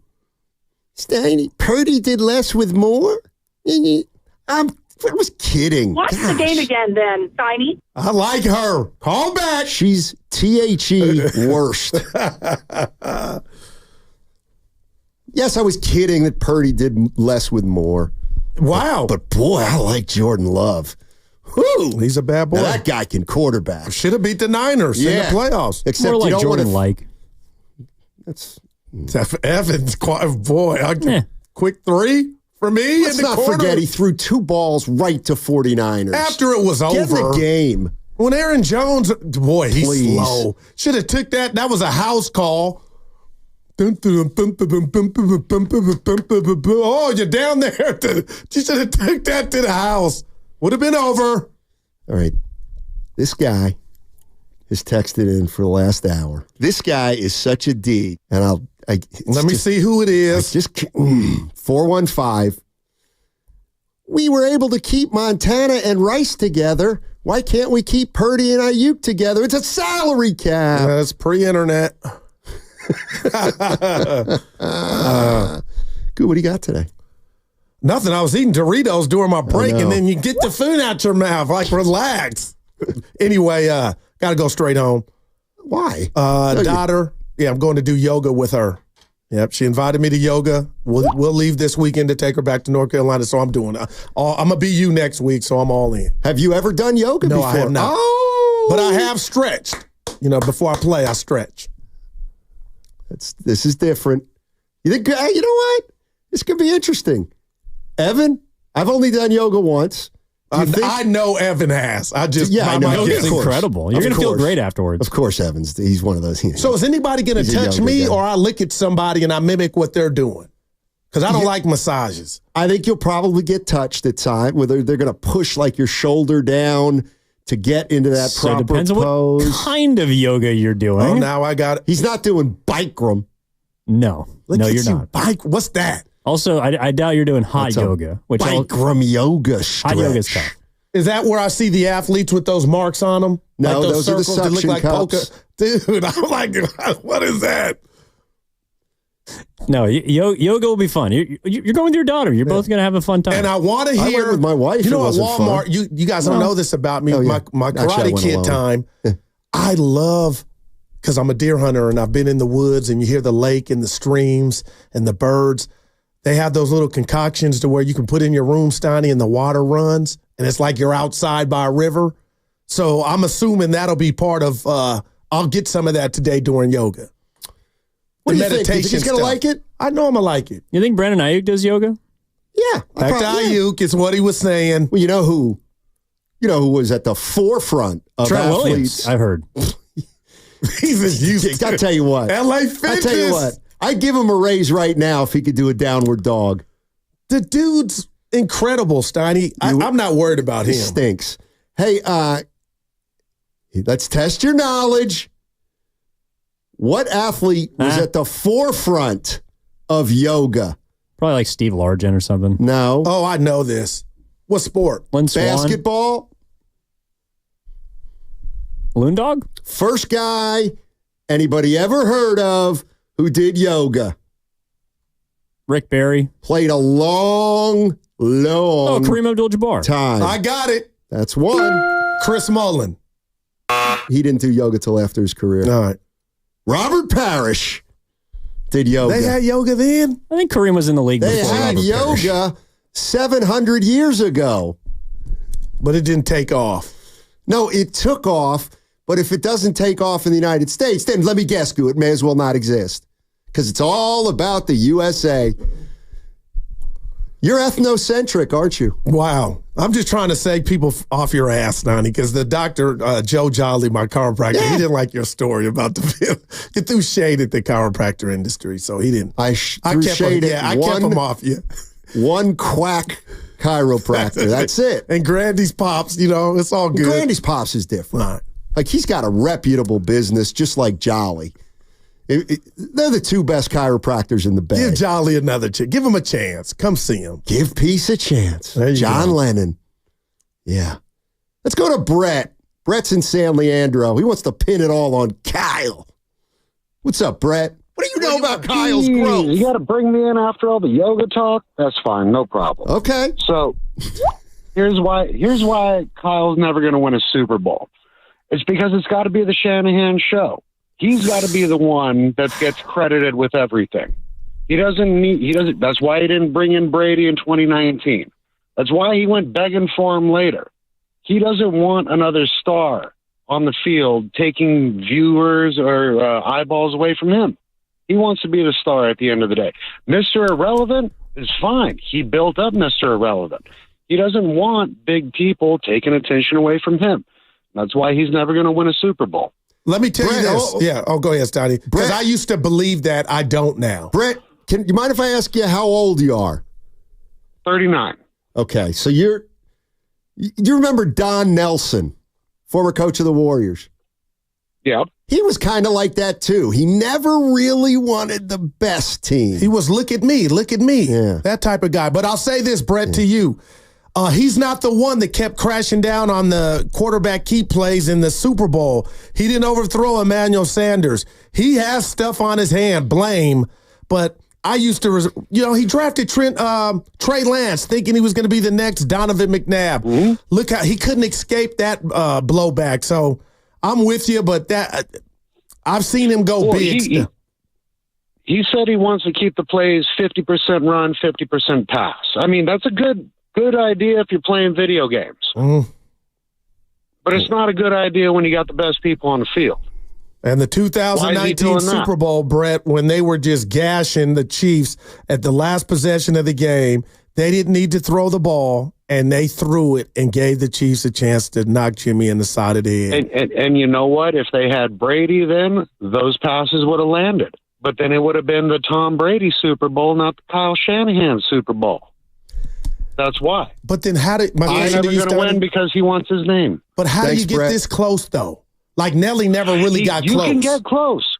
Nelly got to a bunch of plays. No, but not finals under 3 minutes. The thing. You know what I mean? If they win a Super, let's say they win this year, who's going to get the credit? Assuming Aiyuk, Trent, everybody's on the team, everybody's fine, right? Christian McCaffrey's getting his runs. Receivers, Kittle, Aiyuk, Debo, everybody's getting fed properly, right? There's no one superstar. It's Shanahan for putting the whole thing together. Well, I think McCaffrey kind of goes against that, right? Because he gets all the credit, right? More than Kyle. Not if they're running 50-50.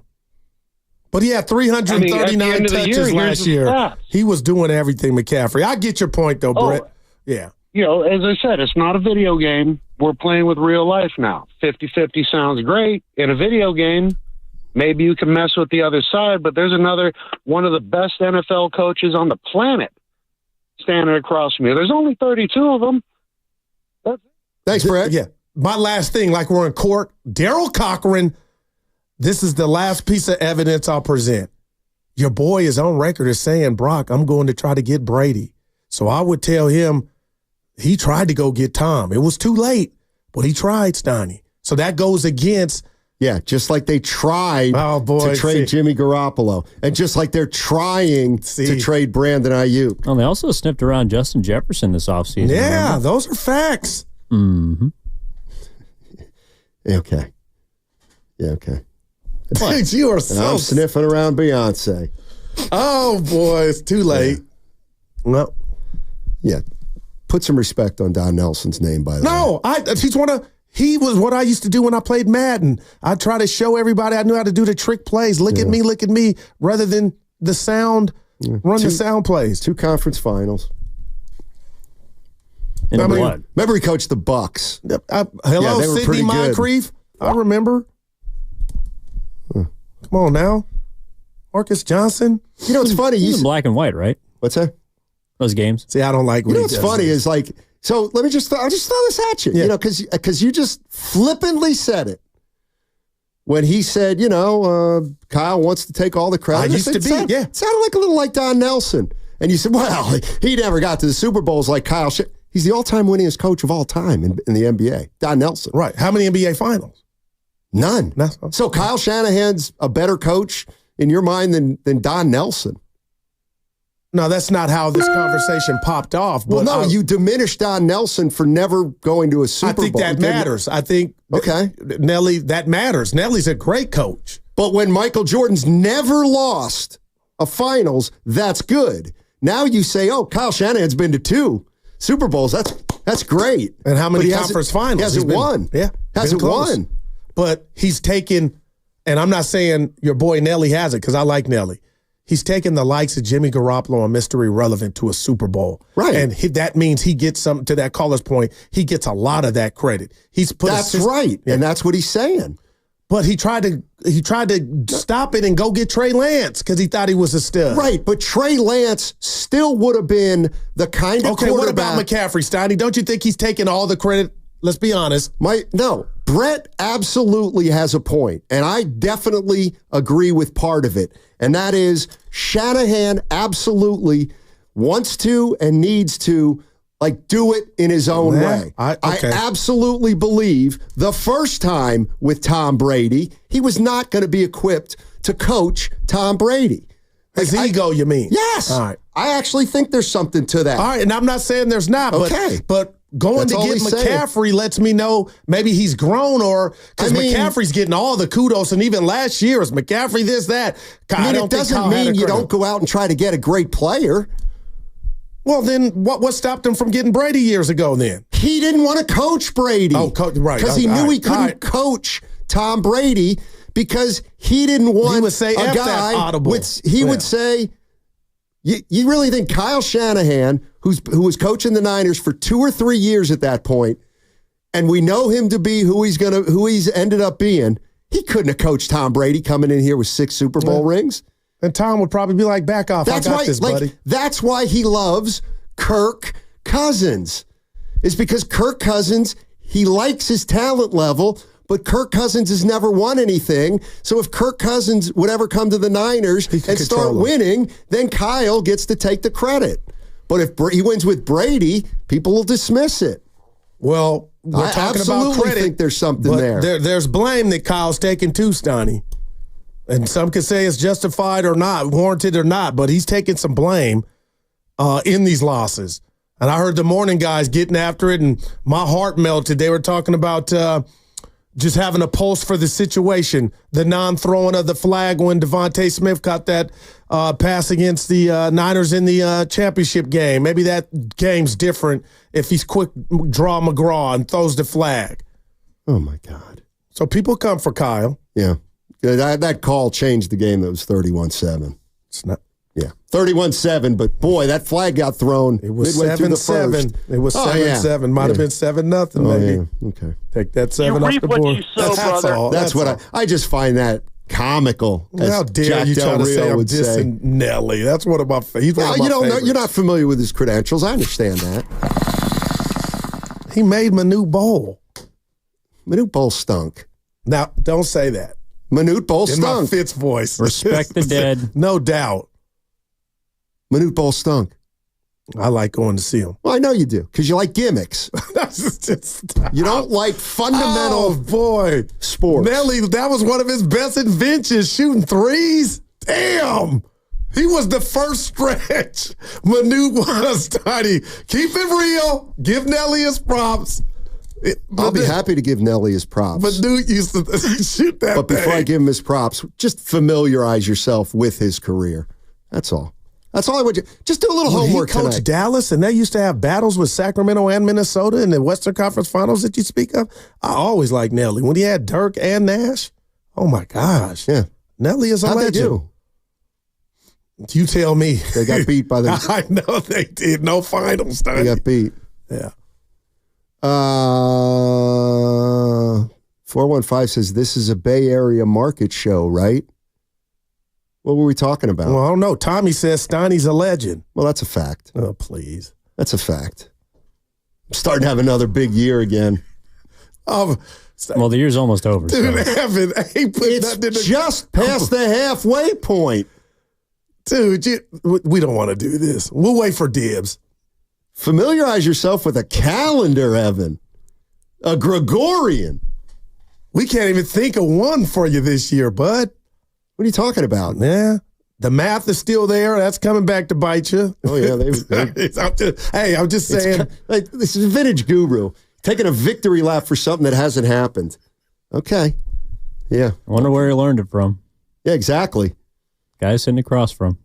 Yeah, right. Because I'm the guy who thinks a game's over when it's 2-0 in the first inning. That's Spadoni. That's you. Don't put that in and my I'm getting doorstep. sick of it, quite frankly. Hey, it's big crickets. Football ain't started yet. If the barometer of being a good head coach is winning a Super Bowl, then there are not many good head coaches. Thank you. Thank you, 415. No, I mean, everybody thinks... Hey, I got news for everybody out there. 32 teams don't win a Super Bowl. Was Marv Levy a great coach? Hell yes, right? You know what, Goo? I was 7 years old. I don't know if he was a good coach or not. And you weren't 7. What years were those? Yes, in the 90s. Okay, I was 22. Hey, my man said 7. I was locked in on the Eagles back then. Randall Cunningham. Missed a 2 before. Yeah. Huh? You're a little older than 7, bud, but we'll give it to you. What years did they go to the Super Bowl? Do we know that offhand? 95. That was earlier than that, they wasn't lost to Dallas in 95. I think you're wrong. They lost to Denver. They lost to the Niners. And they lost to the Giants. Right. I'm asking wasn't the years. Wasn't it 90 to 93? They lost when 4. Did Bills lose? Lost to Dallas in 95. Lost to the Niners. Super Bowls. 90 to 93. Yeah, they didn't get Niners. Not quite good. Count the bucket. No, they lost 4. It's not. Yeah, 90, 91, 92, 93. All right, okay, gotcha. Right, I was 16. Well, that was I part was of 26. Well, Never mind. I was 26. God, you guys get on my nerves. Yeah, vice versa. Let me look it up. Of course you're going to look it up. You have. Hey, back to the Niners. No. I'm sick of the Niners. Dude, what set you off, Kyle? Oh, yeah. Then when I try to come down, what always sets me off about you. When I'm happy. No. It is. That's true. When I'm happy, it just does something to you. That's not true. It is. No. I would tell a radio therapist that. I would lead off with that. When I smile and the chiclets are I need some whitening. But other than that, Steiny, it puts you in a bad mood. You try to knock me down. No, I just don't Nancy Kerrigan. I just like when you, I love you as a person. Love you as a person. We're not talking about chiropractors anymore. They're great people, just like doctors. Yeah. Well, they are doctors.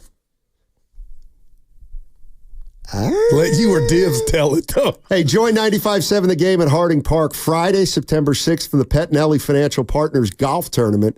Benefits the Autism Society, SF Bay Area. Go to 957thegame.com to learn more. Presented by Atco Pest Control, the Bay Area's locally family-owned pest control company. Billy sent us a text. I ain't checked it yet. You and what? I don't know. I just think you and Nahigian sometimes funny. How so? Yeah, you just, I forget that sometimes you say things that, make me think that you don't watch a lot of sports. Oh, please. Oh, we know I'm watching. Yeah. If I ain't doing nothing, Goo is watching, baby. Boy, you come in today. Oh, my God. That was a turning point of the Giants season. It was. Mathematically, it wasn't. Steiny, they would have been a half game back. They were not. But see, you're so focused on the column. It was the game. They were hot. That's the team they're chasing. Mike Yastrzemski said it was a great game. I don't care what he struck out and then would runner on second and top of the tip, bottom of the tip. Steiny, stop it. That was a big momentum swing. You could win tonight. So what if they win the next 3? What if they win the next 3? You talk to me Friday, buddy. But we're talking today. Thank you. Come on, Thank you very much. They had nothing. Well, you did. They literally scored no runs. Snell was incredible. They never. First and third, no out the first inning. Because a guy didn't catch the ball. Dude, what is wrong with Luriano? What's wrong with you? He can't. Listen, you got to you're runners a in mess. scoring position. You're a mess right is this now. team's downfall? Would You're you a give me mess. that? It's not their pitching. First inning, first and third, you were giving gifts. You got nothing. Yeah. Baseball gods are like, that's it. That's it. Evan, Evan, I just take a break. Let me take a break. Why don't you Evan and I explain? did a great Why don't you week of explain to radio. Guru who Sale is? Okay. Well, it sure ain't Fire Sale. Chris Sale is going to win the Cy Young this year. Oh, he's going to win the Cy Young. But boy, how come we didn't score 7 runs off him in the first inning? No. Maybe because he's one of the best pitchers in baseball. But look at Mr. Go up Get in there the because he's game. Chris Sale with no bat. Get in the game. No, they had runners on first and third. Yeah. And he Give me shut a him sac down. fly or a 'cause he's- sacrifice bunt. He shut him down because that's what Cy Young Award winners do. That was incredible, man. How come the Braves didn't score off of Blake you. Snell then? Snell was filthy. And Sale giant wasn't. outfielders didn't give him 3 walks. Sale wasn't. Giant outfielders weren't going Laureano, giving him a double, missing routine little league flies. Giants didn't take advantage. I don't care how good the pitcher is. You got first and third, no outs, buddy, and you're a pro. I don't think it's too far-fetched to think you can get a run. I'm not saying 7. Get an effing run. And if you don't like that game, watch all the Giant games. Runners in scoring position, pal. They are whack. It's 'cause they're not good That is enough. their downfall. They're not good so enough. miss me with watching the game. I'm watching. This is the same buddy. guy. Same guy who predicted him to win a series. Yeah. But they can't hit with runners in Bring scoring it on position. in. Yep. Yep. They can't hit RISP. Oh, you fuckers, I think that's a rotation. You still got to score. Then why do you think they're going to win a series? I got that in the cap. Yeah. So if they stink so bad and they can't hit with scoring position, You can't hit me with do me 10 a favor. different conversations in Thank one you. conversation. I know. I'm telling you, they should have scored and you know it. It sounds to me like you might not know what you're talking about here. Yeah. Bring it on in because I got that series in the cap. Hey, Aaron, can you tell me why Who a is team that? that can't hit with runners in scoring position shouldn't Evan, score don't 6 laugh. runs against Chris Sale? Is that Red Barber? Who's that? Nobody Please, said give me 6. a break. Give me a sack fly. He wants to know why a team that can't hit off Chris Sale. Oh, God. This guy. Yeah. What do we got? Take Just me like the out of Giants, context. gotta go. Yeah. Trade Aiyuk, let Trent Williams walk, and win the Super Bowl. That's not going to happen. Download the Odyssey app, direct from our QR code, and then for a low rate auto loan, apply online or just ask for First NorCal financing at the dealer. That's right. We're brought to you by First NorCal Credit Union. Also, we're brought to you by Meineke Car Care Centers. But everybody's happy.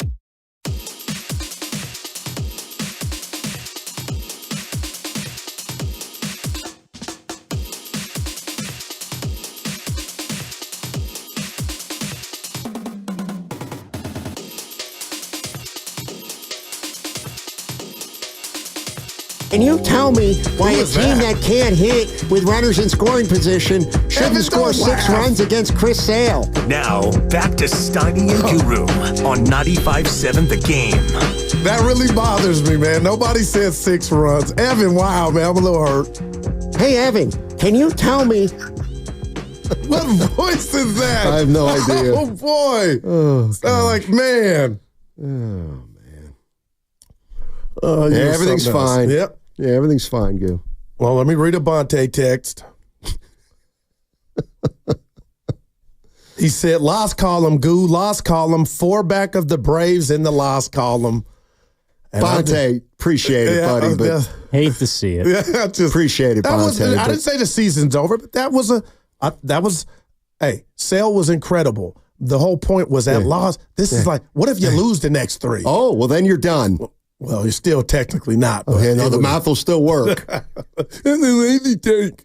See, what you don't understand about sports, standings, when you're in 9th place, it's different than you're in 7th place. Right. You see what I'm saying? Yeah. And you do understand when you're in 9th place, only one team presides over that spot that day. So you don't need every team. You would like every team to lose, but on that said day, you were playing the team that you were chasing. And on that said day, 4 teams you were chasing won.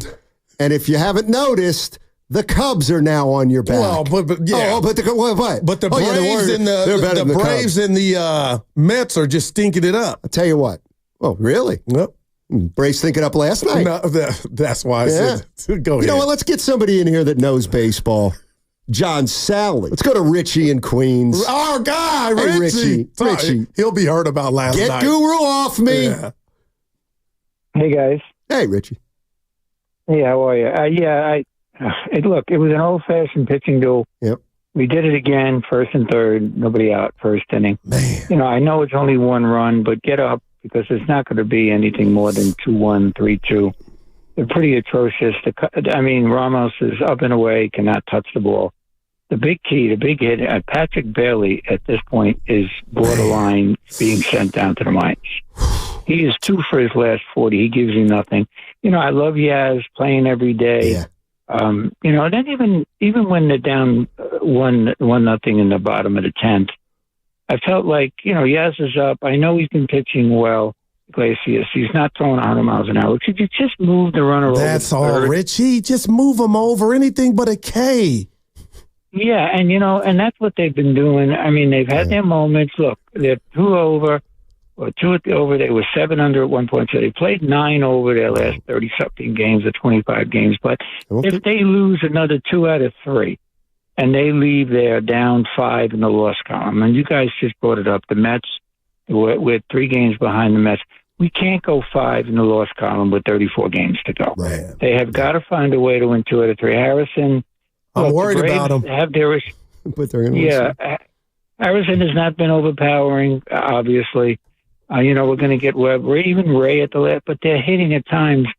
You just, I love Chapman, but Chappie with 1 out, man, just make contact. And we just at times, we go into a funk, but, Fitzgerald is not hitting the home runs. I didn't expect him to hit 30 homers in 28 games, but, they're doing what they have to do. I spoke to you guys 2 months ago. I was not concerned with the pitching.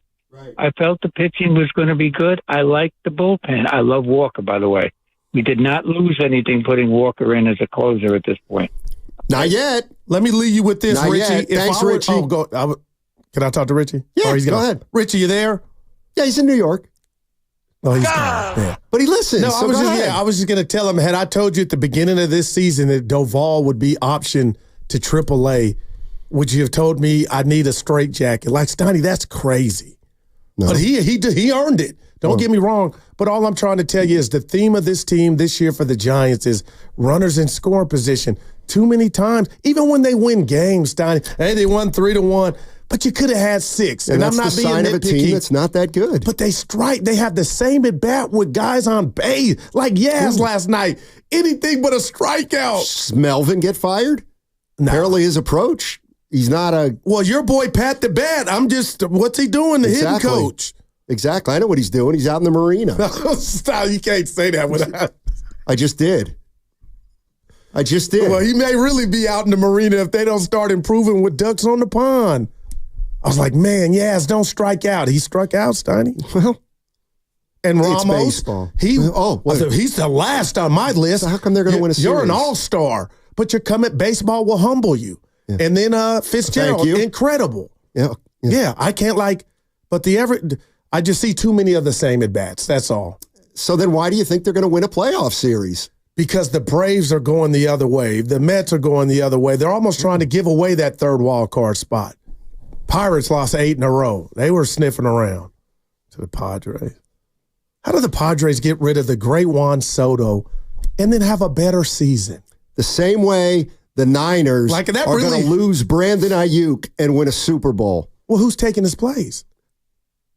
Bullpen by committee. All right, be careful what you wish for if that happens. I don't think they're parting ways. I know Rappaport's a big boy, Steiny. Right. But he doesn't think they're parting ways. Oh, he doesn't do that. No, he doesn't think they're parting ways. But God forbid he does. He's going to say, remember, Steiny, you asked me, Klay Thompson and Brandon Aiyuk, and I said, Steiny, I think they're both out of here. And he did say that. But see, I'm one not that day in early June. I'm not that radio guy that would do, I can't wait to get to work. Why? So I can do my victory lap. Yeah. I don't do that. I'm not Mr. Know-It-All. Well, that's because you never have a victory lap. Oh, my gosh. Uh-huh. Wow. Somebody has to keep you honest. That hurt. And that's what I've been tasked with. Warrior Road win total last year? You lost that bet. It was the Sacramento Kings. Which one did I win? You lost that bet. But what bet did I win? You went 1-1, which I guess is a win for you. There you go. Because you like mediocrity. Please. That's why you're behind this Giants team. One game over. I hope I play you first in fantasy. It's really because that'll be a big. I'm trying to come for you. Yeah. Hey, by the way, Life Below Zero. Remember I was telling you about that show? Yeah. I stopped watching it. What? Yeah. Why? I'll tell you why. So I guess I didn't realize this. They change the characters every season. So I watched season 1, and it had 3 very compelling characters. Gotcha. Let's say storylines about these people that moved up to Alaska. You know, one guy, one woman works at this supply station, and she's by herself 8 months a year. The other was this husband and wife that live off the land, and they have to deal with the Yukon River. And then there's this other guy who went up there, and, You connected with them. Yeah. Anyway, the new season, to me, it's got 3 storylines, but they're all just up there with guns. They got every gun under the sun, and it's really turned into a hunting show. Yeah. Oh. So I'm out. I might be in. It's just like, hey, let's introduce you to Ralph. Ralph lives in Wiseman, Alaska, and he likes to live off the grid and kill animals with his gun. That's not my kind of documentary. It might be mine. Now, little elk. You want to tell me how to trap a fox?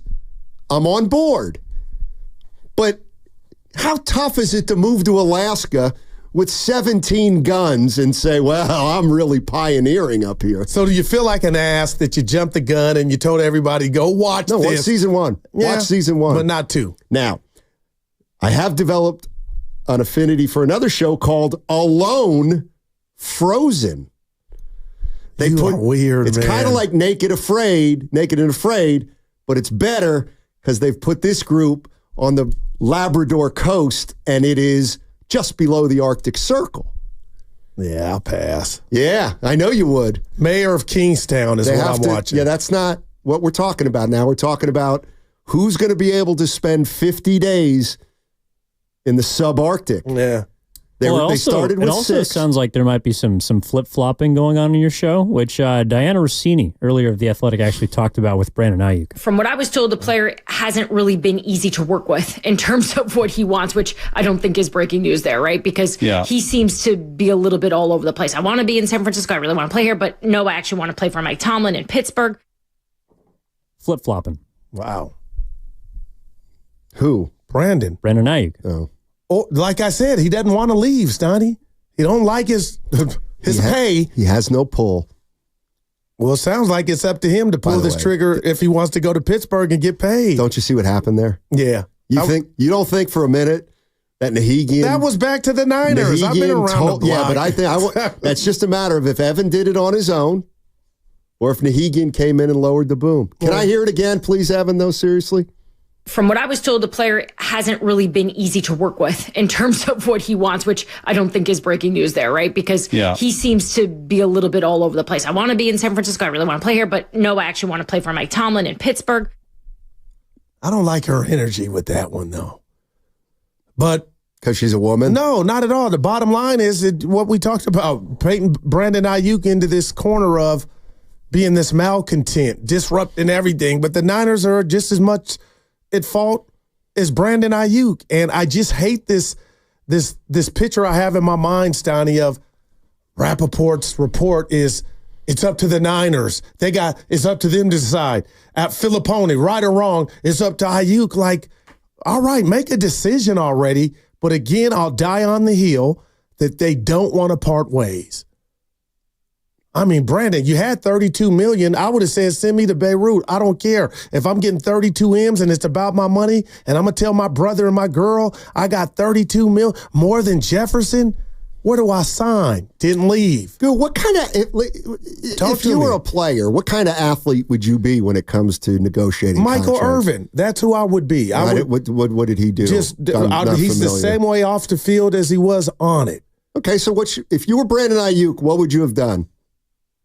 Took the 26. Just knowing all. I'm being real. Took the 26 if it was offered.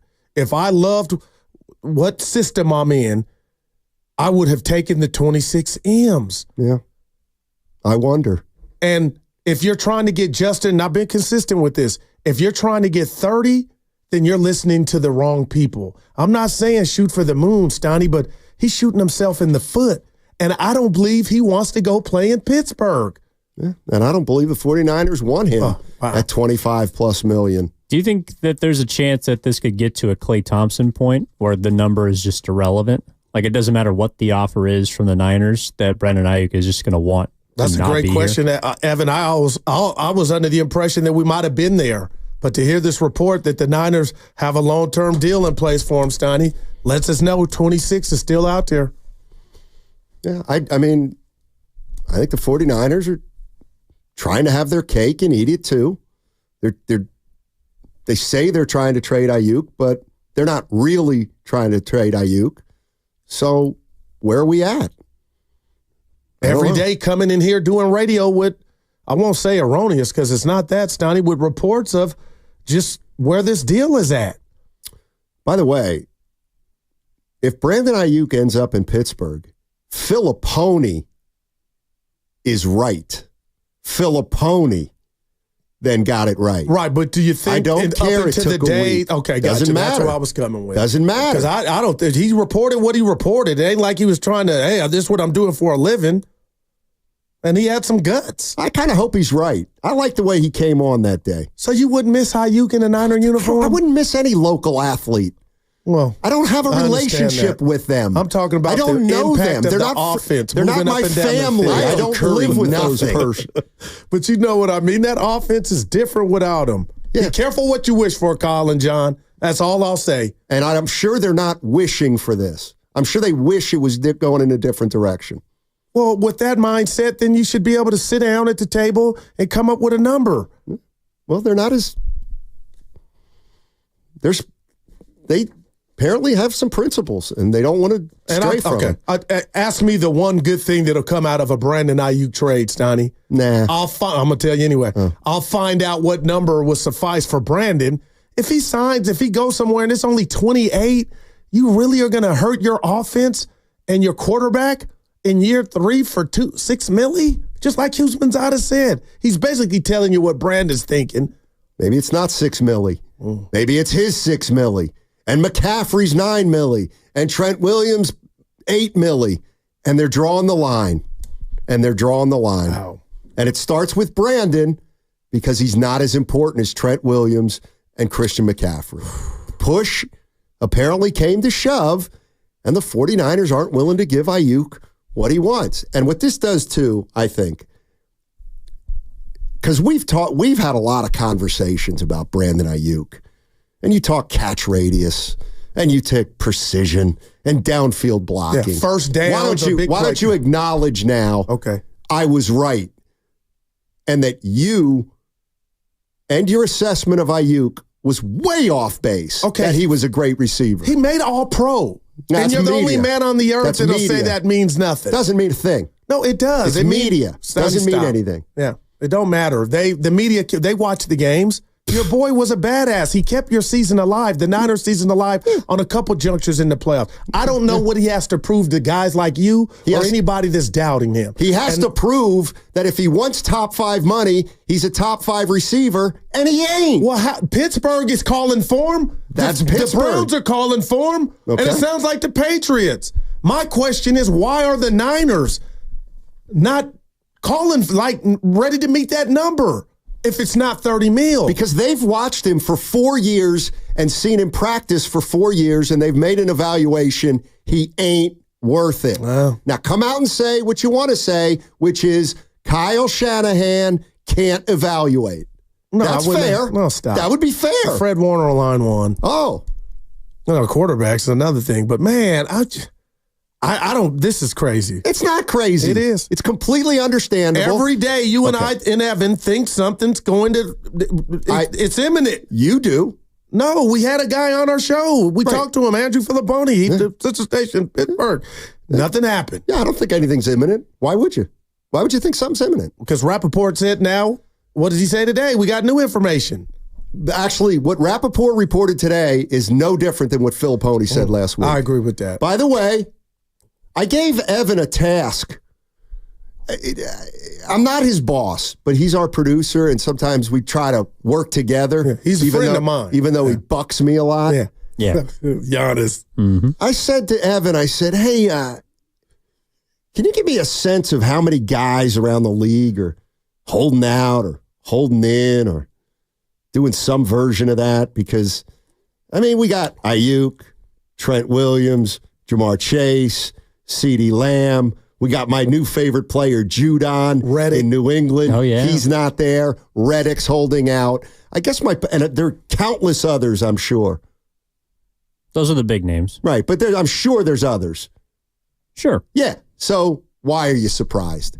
This is what happens in the NFL. There's nothing to see here, guys. I don't care. What did Norm tell us when we were growing up? I don't care what's going on anybody else's household. Right. It's what's happening in the Johnson household. Yes. So that doesn't make me feel better that we still got this unsolved situation with Brandon Aiyuk. My thing is if you have any experience watching and following the NFL like I do, I go back to being a Houston Oiler fan back in the mid-'80s. The bottom line is this isn't unusual. You think it is, but it's not. It's going around a lot of teams in the league. Oh, the Jets are dealing with it? Huh, that's weird. Oh, the Bengals are dealing with it? The Cowboys are dealing with it? Oh, yeah. No trade scenarios. The Patriots? Patriots are dealing with it? Judon, maybe. He might even be on the move. He's a baller. But, Steiny, I just don't get this, man. You drafted said wide receiver. He performed. Oh, please miss me with he was in the doghouse. Okay, I'll give that to you. But he got out of the doghouse to the point to where he was an all-pro receiver, and my man's having problems getting the Benjamins. Oh. Go figure. Oh. It's hard out here. Yeah. How does it end? Well, outside of Jamar Chase, I find it interesting that the players that are holding out are for the Cowboys, the Patriots, and the Jets. And the Niners. Well, no, but I'm excluding the Niners for now because I don't think those three organizations are buttoned up, should we say. Now and I'll be honest with you. I got the Jets coming out the assumption is that you're making is the Niners are buttoned up. No, I'm saying that they're not as buttoned up as we think they are. That's fair. That's what I led the show with. If you two will listen, I said, I told Mike, get your books in order. This one, the one I'm on. Remember, I was like, I feel lied to like the warrior culture thing last year when all that went down. They didn't handle Dre right. I just felt like, I said this, John and Kyle come across like they don't give themselves a nickname, but we handle our business. And when Kawakami reported they knew about Trent being unhappy in March, okay, nothing really, okay. You think you would have some type of resolution. And now the Brandon Aiyuk. What I hate about this whole Aiyuk Niners situation is somebody just stand on business. They are. If you want up, no, Aiyuk would be in New England if it was just about money. Doesn't want to go to New England. It's so hard to understand. But you can't have your cake and eat it too. You just said that. Tell that to the Niners. Both parties. Exactly. That's why it won't be a divorce. I really believe that, partner. Yeah, let's keep a bad marriage together. That'll help the team. Well, that's how they used to do back in the 70s. Oh, yeah. How'd that work out? For the kids. Yeah. And how do the kids turn out? They're a mess. They're all They gone. don't feel loved. Hey, Evan, they're all gone. They feel isolated. Please. And they've got issues. They're all in therapy I'm Team now. Aiyuk on this. I'm Team Aiyuk. Today. No, I am. And this hour. Because if we go past Aiyuk, the Niners are still botching the Trent Williams thing. Watch this. Yeah. So you're Team Aiyuk? Yep, and I've been consistent. So the Niners should just pay him $33 million. Come on. If you hear anything that comes out of my mouth, they should just pay him 33. 28. Oh. If he's asking he's for on more 33. than 28. Oh. Well, then you're not on Aiyuk's side. And I've said that. Okay, well then be more specific, please. The 28 is what I think will get it done. Yep. But Brandon don't want to leave. Okay. JC's in Sacramento. Sacramento. Nobody calls it that. Hey, JC, how you doing?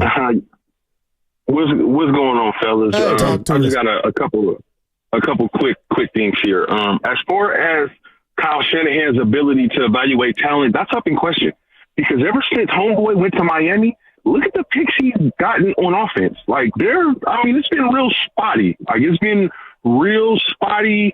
These Ricky Parcells, and now you're bringing in older guys back as wide receivers and running backs because you're trying to relive the 2019. I'm like, the jury's still out on me as in regards to his ability to properly evaluate talent. That's just one. And my second point is, I think the Niners can lose today but win tomorrow with the Brandon Aiyuk situation, and here's exactly what I mean. Hey, trade him for picks now. You trade him for picks now, you get picks for next year, right? Okay, now you go into the season with whatever you have. Maybe you're not paying him, so you can give Trent a couple more dollars because you need your left tackle because you have your quarterback. Now here's a chance to properly evaluate your quarterback and see what he can and can't do. If he balls out, then he's telling you, I don't need a superstar number one. Just give me a decent complementary of weapons, and we can go out there and we can get it done. If he doesn't get it done, you don't go to the playoffs, then he's showing you, hey, I'm not going to command that 50 and 60 that was absurdly being thrown around, right? He's more like a 40 to 45 guy. So now you're saving money on the quarterback. You let C-Mac go or you trade him depending on how many years he has left. You got the Brandon Aiyuk trade. So now you get those picks. You get a left tackle with those picks. You come back, you get him a weapon. You beef up that defensive line it needs a lot of help, right, for a secondary pass rusher. And then you can get you an offensive line with the money you're saving on C-Mac. Trent probably leaves next year because you're going to draft his replacement. And that's how you can get some money back and see what you really have at the quarterback position. And now you can lose today, but you can win significantly tomorrow. JC, you are the man. And the reason I love you is because you actually think like a front office person should think, which is with forward thinking. I love it. And I also want to hear what Kyle says on the other side. He's got a question for Guru on 95.7 The Game. Hey, it's your boy Guru. Every time we put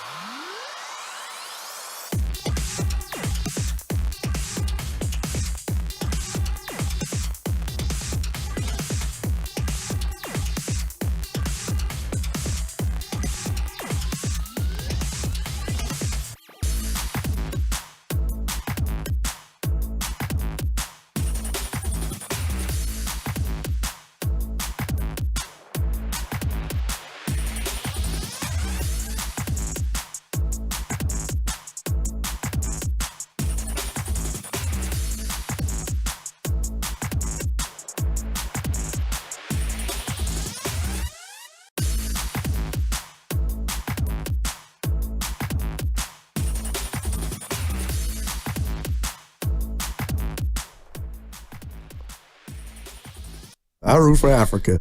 Now, back to Steiny and Guru on 95.7 The Game. Unfollow, but stay friends. That's the way you do it.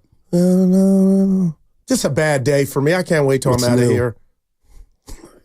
I didn't say performance. I am your Bud Light MVP.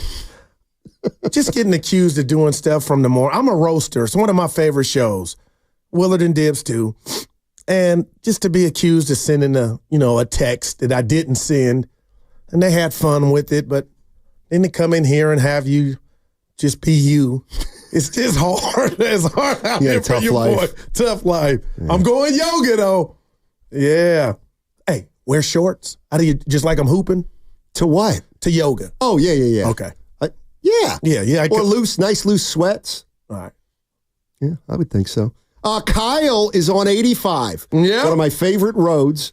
And he's got a question for you, Mr. Johnson. What's up, Kyle? Give it to him, Kyle. Hey, guys. First of all, I just could not express to you how much I like this show. This is kind of my refuge during the day. There you go. So, Goo, you mentioned earlier that you're kind of a Michael Irvin guy, and I'm telling you, I have this sense that Brandon Aiyuk is Alvin Harper. Wow. He's that guy who's really good when he's got somebody else on the other side of him that's really amazing, and somebody really amazing in the backfield, but he goes off someplace else. I mean, that's probably why he doesn't want to go to Pittsburgh or New England, is he's not going to have the same...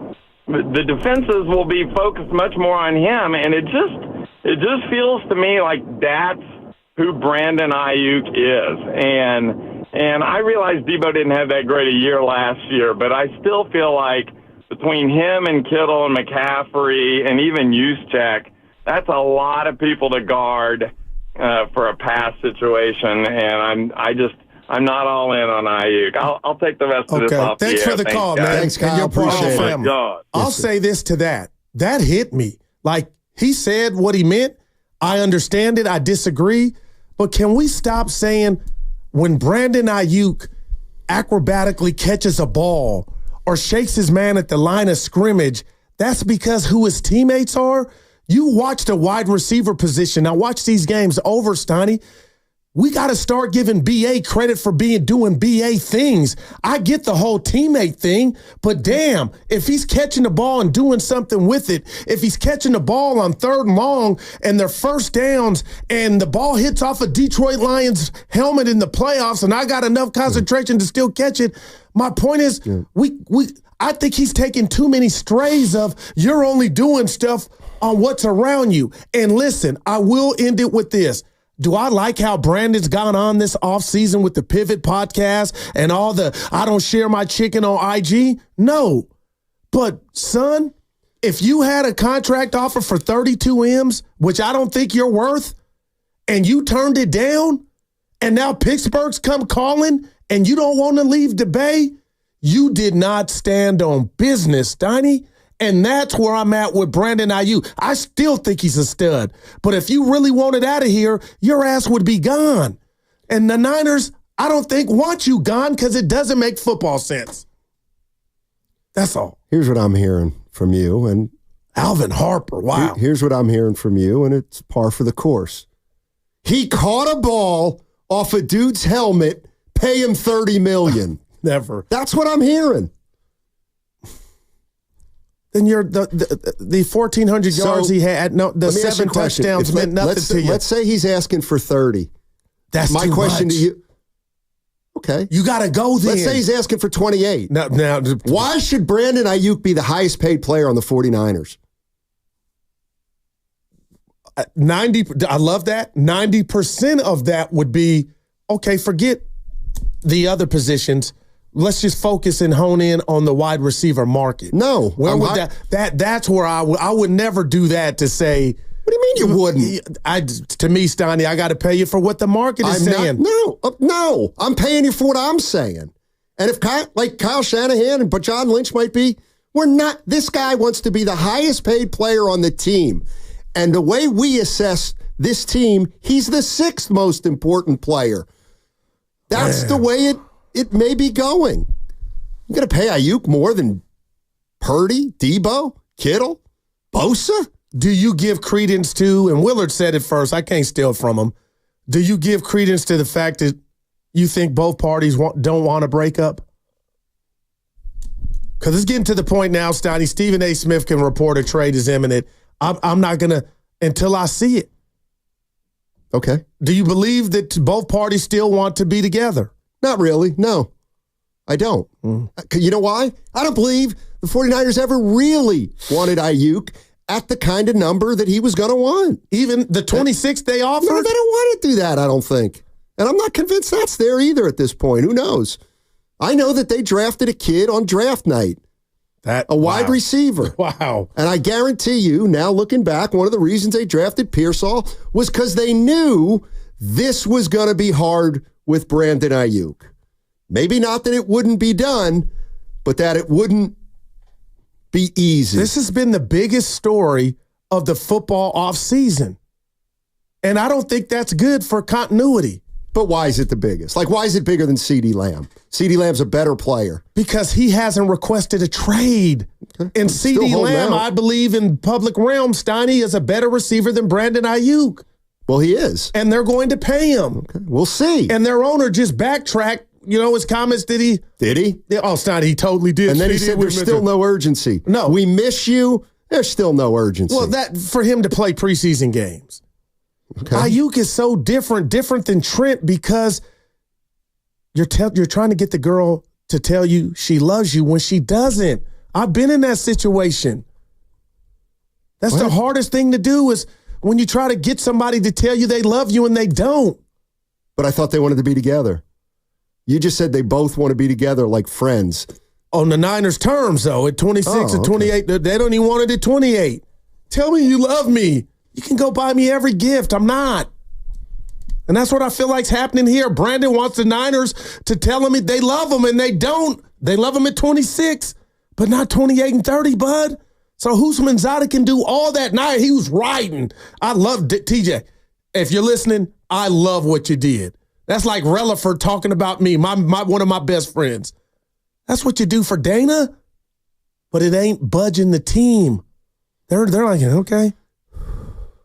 Evan, just jump in. Hey, Carter. Oh, Carter. Just jump in. Hey. Lucas, Nahegian. You've been in Megan love? from Sales. Just jump in, somebody. Come on. That's a great, it works for me. All over. Aiyuk wants the Niners to love him at his, it don't work that way. Oh.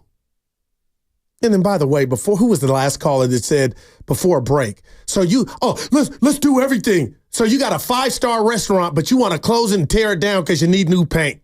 That makes no sense. The Niners have a roster that's ready to win now, and it should have won already, but you want to go trade Jimmy Jack and everybody else to start over.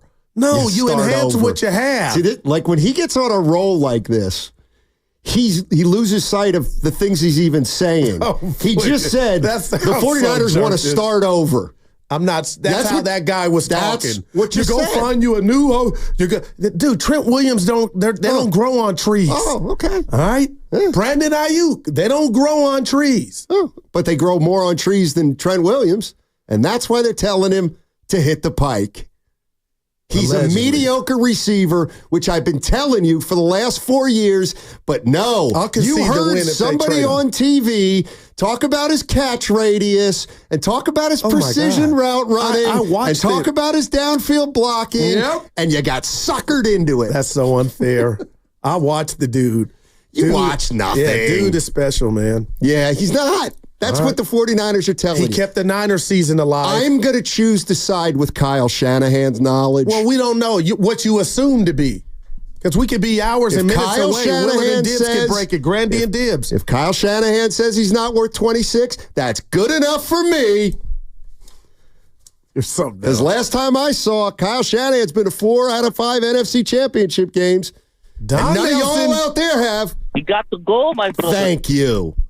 Thank you. That segment was brought to you by Lucky California. As Everyone's playing the Savings Road Trip game of Monopoly at Lucky. This week, collect bonus game tickets when you buy select sizes and varieties of Doritos, Fritos, Ruffles, Sun Chips, or Miss Vicky's. Now, buy 2, get 2 free. No purchase necessary. See store for official rules. Monopoly is a trademark of Hasbro and is used with permission. Have you been wanting to find the secret to losing weight and getting healthy the natural way with no drugs or injections? At Abundant Life Weight Loss, we know the secret to losing up to 1 pound of fat every day. Our weight loss program makes it easy to lose weight and get healthy naturally, safely, and effectively without counting points or calories. No exercising, no prepackaged meals, no surgery, no drugs, and no injections with risk of serious side effects. Learn more at AbundantLifeWeightLoss.com. Dibber Claus here. Yes, I've lost 25 pounds, 2 inches off the waistline, and quite frankly, I almost can't recognize myself in the mirror because I look so good and I feel so good because of this great weight loss plan. Many patients lose 20 to 30 pounds in about a month or 2. Schedule your free private weight loss consultation by calling 925-854-5140. That's 925-854-5140. Or online at AbundantLifeWeightLoss.com. That's AbundantLifeWeightLoss.com. Results may vary. Do you have 3 ex-wives and your current trophy wife wants a life insurance policy 3 times the size of the policies you had to purchase for your previous mistakes?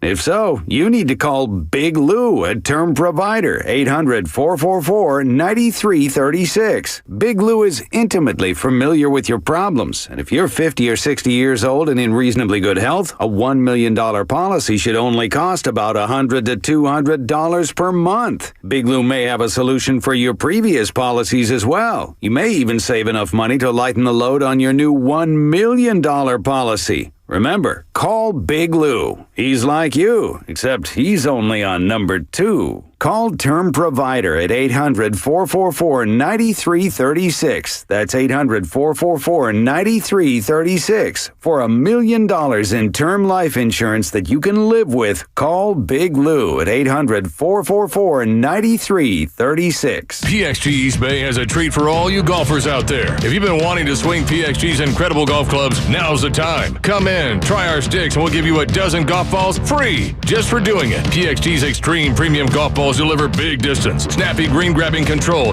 and a slick alignment aid to help you sink more putts. In third-party testing, PXG golf balls delivered similar performance to Titleist Pro V1 and Pro V1X. And if you're thinking PXG's high-performance equipment is too expensive or that you're not a good enough golfer to play our clubs, think again. You'll be amazed that our clubs often cost less than the so-called leading brands. On top of that, we make clubs for golfers at every level, and we'll custom fit you for the right ones to maximize your performance. So call PXG East Bay today at 925-965-7919. Visit us at 4468 Tassahar Road in Dublin or at pxg.com and swing PXG's outstanding custom golf clubs and get your free golf balls. But hurry, diamonds may be forever, but this deal isn't. Limit 1 dozen golf balls per person. Other terms and conditions may apply. See store for details. PXG, nobody makes golf clubs the way we do, period. The Prophetic Matrix. Unlock the secret code to your destiny. A new revolutionary book by Michael John Toste. The first ebook to make history by being filmed in space. Discover your unlimited future. Get The Prophetic Matrix now on Amazon.com and BarnesandNoble.com. Wow, honey, have you seen the electric bill? Yeah, it's out of control. But have you heard of Navien tankless water heaters? Tankless? How does that even work? Well, instead of constantly heating and storing water, it only heats water when we need it. So much more efficient than our giant tank heater. That sounds great. Let's look into Navien. Already on it. Imagine all the hot water you need only when you need it. Bulky tanks are history. Navien High Efficiency Tankless is the future. Compact, wall-hung units free up floor space, lower energy bills, longer life than tanks, and a 15-year warranty. Find out more at tanklessmadesimple.com. Get in zone, AutoZone. Welcome to AutoZone. What are you working on today? Gotta change my oil. How about Valvoline Restore and Protect? It restores and protects your engine to run like new. Get in zone. It restores your engine to factory clean? And protects. Get in zone. So Valvoline Restore and Protect restores and protects. Now you can get 5 quarts with an STP extended life oil filter for $37.99. Get in zone, AutoZone. Restrictions apply. I feel like I'm constantly cleaning hair off my bathroom floor. At least my Swiffer Sweeper makes it easy. Sweeper heavy-duty dry cloths have ultra-thick pads to trap and lock hairs, like a hair magnet. And when I'm finished cleaning up my hair, Sweeper takes care of his too. Now the hair is gone, all thanks to Swiffer. Try Swiffer Sweeper heavy-duty dry cloths. I promise you'll love them or your money back. And also try Swiffer Sweeper Wet to make quick work of tough, sticky messes. When you were young, all you wanted in the summer was an ice cream truck to roll by. Now, you just can't wait for the Harbor Freight parking lot sale to roll around. And it'll be here this weekend. Maybe you're looking to fill up that tool chest. Maybe you're looking for a tool chest to fill up. You'll save money either way. Whatever you do it for less at Harbor Freight. Valid until August 18th, 2024. While supplies last. Limitations apply. Life insurance. Why are you putting it off? Can't afford it? Too much hassle? Think you don't need it? There's lots of excuses for putting off life insurance. But if you weren't there, who would pay the mortgage and other bills? With Ethos, you could be covered in 10 minutes and boom, family protected. Ethos, fast and easy online term life insurance. Up to $2 million in coverage with no medical exam. Some policies as low as $1 a day. Answer a few health questions and get your free quote at checkethos.com. That's checkethos.com.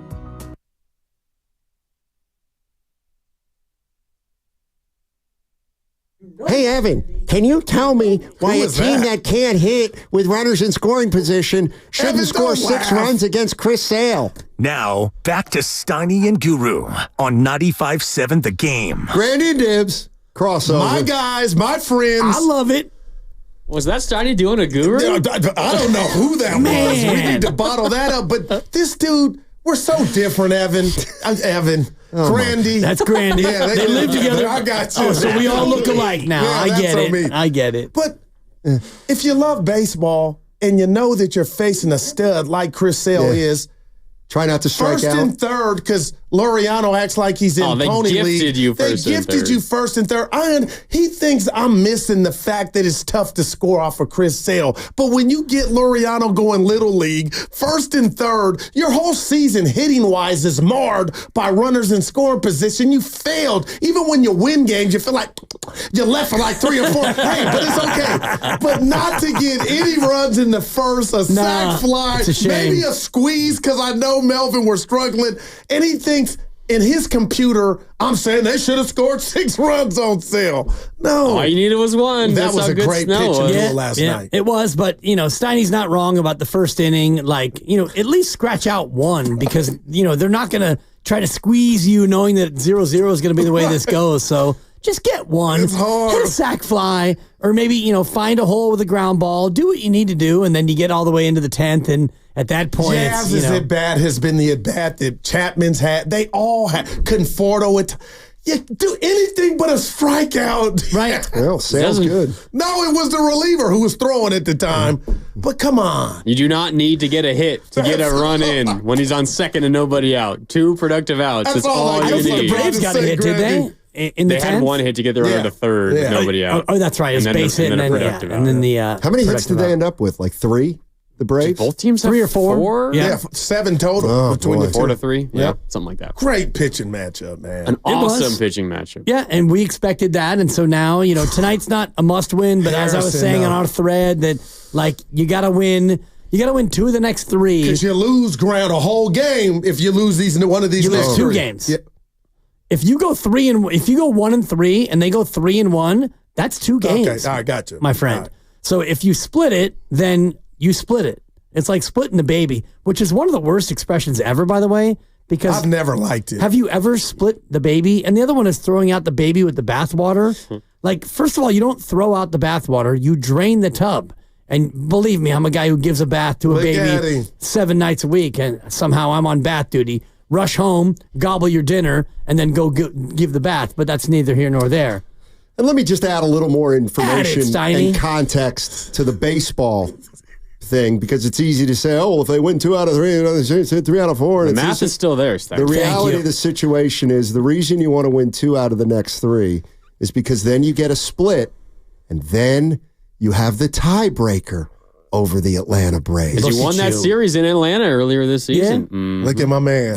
Chestnut checkers from additional He's been sitting on that for 4 hours. My man. Yeah. So no, and plus you have the White Sox coming in, and they're hapless. Laid one on the Yankees. That is at this point, man. I'm gonna give you a 1. Any new news from the Rappaport report? Come on, I'm your boy's tired. 1? I guess it depends how you define news, but this seems like a new development. So who's no trade, but it's Who has the ball in their court? The Niners or Aiyuk? Aiyuk. It's time to Schmidt or get off the pot. The Niners have the ability to keep the ball in their court, but they've handed it off to Aiyuk, in my opinion. But Dibs, if he doesn't sign as John Hancock, they don't have any. The ball's not in the Niners' court. Well, they trade him. And they've agreed in principle to the trade with the Steelers. Which means Pittsburgh's giving them something. Have they, Grandy? According to reports. If you believe Ian Rappaport, yeah. Do you believe the sheet? Yeah, I go to Filipponi. I'm still on last week. Right, and Filipponi says they've been at the goal line for 2 weeks now, which this is the longest goal line stand. I think Grandy said this earlier. Longest goal line stand in trade talk history. The Steelers are at the goal line. They don't want to leave each other. I've been trying to give him the love analogy. He's just like, they don't want to leave each other. I firmly believe that, But sometimes you've got to go. I understand it. I don't know if you've ever ended a relationship. You just missed the last 5 minutes of the show. Yeah, I was out there, grinding over show prep and doing some live reads for the next 3 days when I'm going to be off. So trying to check those boxes. You've been bragging about your little endorsement game. I don't like it. You normally don't do that. You've been throwing it in our face. Baby Shaq. No, you know what I mean, Dibs. Yeah. We don't all have it like that. Much like Shaq, go ahead and try and stop me. Because right now, when I get the ball in the low post, which is in the sales pit, I can't be stopped. I love it. You can hack a Shaq, fine. I'm going to dunk on you, and it's going to be an and one. Well, come at me. Come at me, on-air talent. Yeah, I got Atco and Prize Picks. You're doing great. And you've got the Dan Daly thing now. Which, I get nothing for that. What? Oh, that's on you. I get There's no way. 0.00. That's your friend. I mean, he gave me a golf shirt. I got two of them. No way. I got 2 golf shirts. He doesn't spend enough money for me to get a residual. It's just so great. Anyway, I'm not trying to make this about me. It's about Brandon Aiyuk. And I do think that they have called his bluff and said, okay, BA, we have a trade with Pittsburgh. Do you want to go to Pittsburgh and make whatever, $2 million more, $3 million more, $4 million more than what we're offering you? Or you can come to heel and you can come back in and we offered you 26. And 26 was that, and 26 is what we have now. So do you want to play for 26 or do you want to play for 14 or do you want to go be a Steelers? That's your choice, Brandon.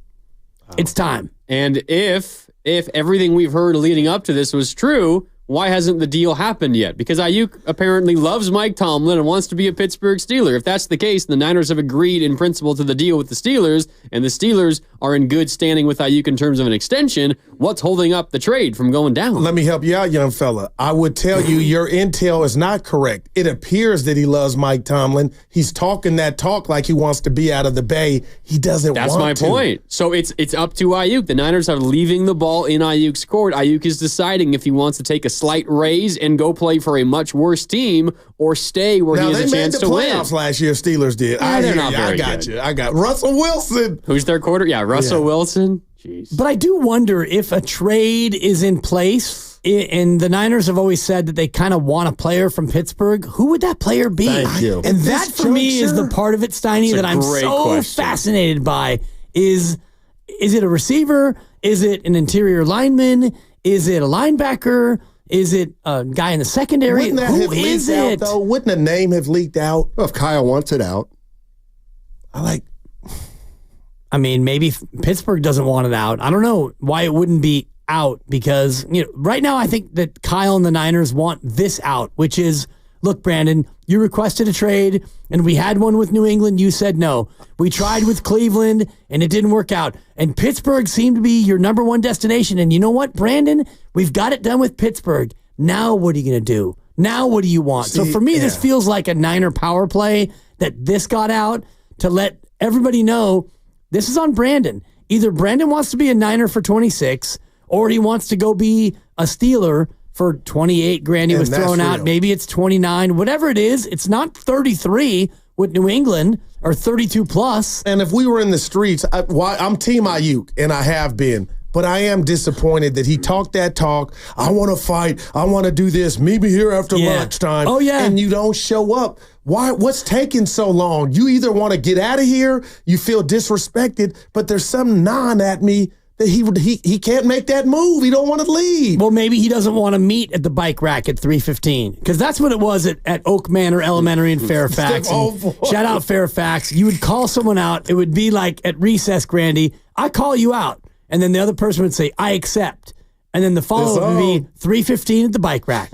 And I'll never forget. I've seen a lot at the bike my rack. good friend Jason Bowler, who was the only person of color at Oak Manor in my 7th grade year, light skin, but yes, he was black. And he was my best friend, one of my best friends, and he got called out and he accepted. And we went to the bike rack and he got absolutely taken apart. Oh, it happened. And so it happened. And we had scheduled a day where I was going to go to his house at the apartment nearby in Fairfax. And I remember, I'll never forget walking from the bike rack back to his house and, giving him a couple. You got knocked up. No, dude, he got bloody nose, black eye. Yeah. It didn't go great for Jason Bowler, but that's kind of where Brandon Aiyuk is right now. The Niners have said, I call you out, and if he accepts, then it's going to be meet you at the oak tree or the bike rack. I don't know where it was for you in the Yoon, but for us, it was always the bike rack. Yeah, the alley.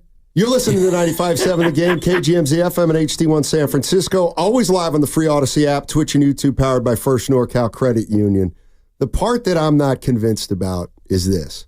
What if we heard that the Niners, if they don't get a player, what have we heard they want? Picks. Yeah, what specifically? First round pick. First round pick. I do not believe the Steelers are going to give the 49ers a first round pick. I just don't. So I'm still skeptical that there's a deal in place. Like, the 49ers are going to have to come to the podium if they make a deal and say, we know we lost Brandon Aiyuk, but we got this lineman nobody's heard of. And picks. But they're going to have to come to the podium knowing the team's not as good or they lost a key guy. And they're also going to have to come to the podium knowing that they let it out, that they wanted at least a first-round pick, and the Steelers said, hit the pipe. I think no matter, if the 49ers end up trading Aiyuk, almost no matter what the return is, I think it's a disaster for the 49ers for this coming season. Even if they get back a receiver, you're not going to get back someone who fits as well into this system as Aiyuk does. So if there's a trade in place and it ends up happening, I almost don't care what the return is. Obviously, there's better returns, there's worse returns. But if they trade Aiyuk at this stage, when you're in a do-or-die season coming up, your last season before you have to pay your quarterback like $60 million, it's a disaster. It's a failure. It's a mistake, and the Niners need to be criticized for such if that happens, which is what makes this so interesting. And when I first saw the report from Ian Rappaport, I was shocked because the Niners, if they don't want to trade Aiyuk, they don't have to do anything. The fact that they've reportedly agreed to, in principle, to the trade of Aiyuk to the Steelers, it makes no sense because the Niners can just say, sorry, Brandon, we're not trading you. Play on the 5th-year option or sign for 26. That's all you have to do. Or stay at home, Grandy. Yeah, I don't want that, but that would be Aiyuk forfeit all your money. I did stand on business. Yeah, I turned down that. I'm here. I'm not showing up. And then how would that go to week 8? Yeah, he won't stand on business. Okay. I mean, it makes no sense to stand on business. $800,000 a week for a guy who's made $12 million so far, and you're going to get 14.1 even if you just show up on this deal. No, and I do wonder, Grandy, about what player they get back because you might be mad up front, but if they get an interior lineman, somebody who turns out to be really good and somebody who really helps you, and you start out 6-1, and Aiyuk is a Steeler, and they're 2-5, and you're 6-1, and whatever player you got back, and you got a second-round pick, and you got a future 5th, and all the rest of it, I do think that the outrage up front would be worse than what could be coming down the road if you got a player who comes in and actually helps you. If the 49ers trade Brandon Aiyuk and the package they get back isn't good, because it won't be. You're not getting an all-pro back. Right. No doubt. And Aiyuk's an all-pro. Right. To me, what they're saying is it got to the point where it's not worth it. Like, that would acknowledge that it's a distraction. That would acknowledge that something's going on that they feel is really going to impact the team negatively during the season, and they just don't even want to go there. Like, that's what, if they end up trading Brandon Aiyuk, then that tells me it got so bad that they thought it would have leaked into the season somehow, some way, maybe in the locker room, and it wasn't going to be beneficial. Maybe part of it is even if, say, Aiyuk ultimately caved and signed for $26 million, maybe they were worried at that point that even then it still might not be great. not a bad point. Because, I mean, if you're Aiyuk and the Niners come to you and say, we're not trading you no matter what, you're either signing this $26 million extension per year or you're playing on the fifth-year option. I mean, Aiyuk might ultimately decide to sign the $26 million, but he's probably not going to be too happy about it. He has not caught one pass this all off season. No. Oh, I'm sorry. From we got some big ones. From Brock Purdy. You can't tell me, I don't care if this is high school, that doesn't matter. Now, they could go out here, let's just say he gets back like when Bosa, but continuity, that was Evan's word. This is everything, the epitome of non-continuity. Like, he hasn't caught one ball this offseason for Brock. To me, that means something. Yeah. I mean, it was what happened with Bosa last year, right? Kind of took him a few weeks to get going. And Debo the year before when we were all like, that wasn't your best season. Came in out of shape. Yeah, man. Although Shanahan saying yesterday, he's not worried. He knows Aiyuk is going to be in shape, and whenever he does come back, assuming he does, he'll be ready to go. LA Fitness, Div. Well, he's out there on the side where Jimmy was. Exactly, on the kiddie field. What about Jimmy throwing shade yesterday? When I was in, that's good to be here. They let me be myself. That bothered me. Jimmy, whatever. It's a wrap. I mean, Jimmy's in the rear view mirror. Okay. Jimmy's like, the ex trying to tell you like what you're doing is wrong or this and that. It's like hit the pike, as Steiny would say. I mean, that's in the rear view mirror. You got no bearing on any of this. It is true though that to me it's telling of the way the kind of coach Kyle Shanahan is. Jimmy Garoppolo is a guy that Kyle Shanahan didn't deem good enough to not toe the company line. And so Shanahan was like, this guy needs to hit the pike. For all we know, he likes Purdy, and Purdy toes the line, but maybe he doesn't like him as much as we all think. Well, we'll find out. Yeah. One more year like last year, then he's got no choice to like him like we think. And if he goes so sure about that. Well, if he goes for more than 4,000 and he takes you back to the Super Bowl and you happen to lose again, then you like him the way you like him. And the other part of it is you're in a spot, unlike Jimmy Garoppolo, although remember, when they paid Jimmy Garoppolo, he was the highest paid quarterback in football. So it's not like he didn't put a ring on it. Oh, man. He put a ring on it. For 5 games. Exactly. And then, turned out to be a pretty good choice in the short term. Went to Super Bowl. Jimmy got you to the Super Bowl, and then you saw Jimmy's warts, and you realized, okay, we need to do better. And then you made a mistake with Trey Lance, and then you got, quote-unquote, lucky with Brock Purdy. But when you get lucky with Brock Purdy, I do think that Kyle realizes what he has with Brock Purdy, and you realize that, it's not so easy as to get a high first-round pick and see a quarterback and pick him and like him. It's easier to pay a guy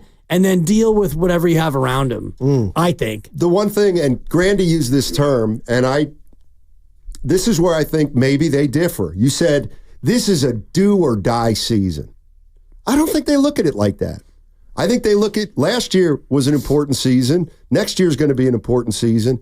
And like the one thing I keep coming back to, they know they got to pay. They know they got to pay Purdy, or that's certainly on the horizon. So here comes Aiyuk, and they know they knew at the end of the season that regardless of what they paid Aiyuk or what they could get him for, whether it was 25 or 30, that if they got Aiyuk back into the fold, how long would it be for? 1 year, because we all were under the assumption that after 1 year, Aiyuk or Debo would have to go. So maybe they're thinking, we know one of them's got to go at the end of this upcoming season, and we've now been thrown a curveball because Aiyuk is not taking the money that we thought he would take. So, you know what? We got to make that decision 1 year early. It stinks. We didn't anticipate it, but the silver lining is then you get to at least see Purdy quarterback a team that he's more likely to be quarterbacking 2 years from now. I get that, but I think this coming season is too important for them to be willing to maybe take a hit for this coming season to maybe benefit them down the road. Like if they're thinking about beyond this season, obviously you don't want to completely empty your cupboard for future seasons. But if you're not doing everything you can to try to win this coming season, if that's putting up with an upset Aiyuk for a year, forcing him to play on the 5th-year option, then letting him walk, or whatever the case is, signing him to an extension, then trading Debo in a year, I think whatever drama follows that situation is worthwhile, considering it gives you the best chance to try to win now before you're spending $60 million on your quarterback. And I don't think that they really want to see, like, in advance what Brock Purdy will be like with a lesser roster. I think that you can examine Brock Purdy in a vacuum beyond, the reality of what may come when you don't have Debo and Christian and George is gone and Trent retires and Brandon's gone. I do think that you have the ability to recognize what he can be even in that vacuum. And can he be Jordan Love? Can he be Patrick Mahomes? Well, you hope he can be, because those guys are now elevating lesser skill position players. I know that you've got Kelsey in Kansas City, but Green Bay is a great example, I think, of where the Niners are going, which is all your guys in the skill spots are on rookie deals. Running back, tight end, wide receiver. You pay your quarterback $55, and you pay the rest of them a combined $20, and then you feel like if you are an offensive guru like Kyle is and like Matt LaFleur is, you can make that work. Like Andy Reid has, because they're no longer, they're doing it. They're big holdouts, but they're doing it and they're winning. But I told Stoney this, and I mean it real quick here. I think Kyle and company already know what they got in Brock.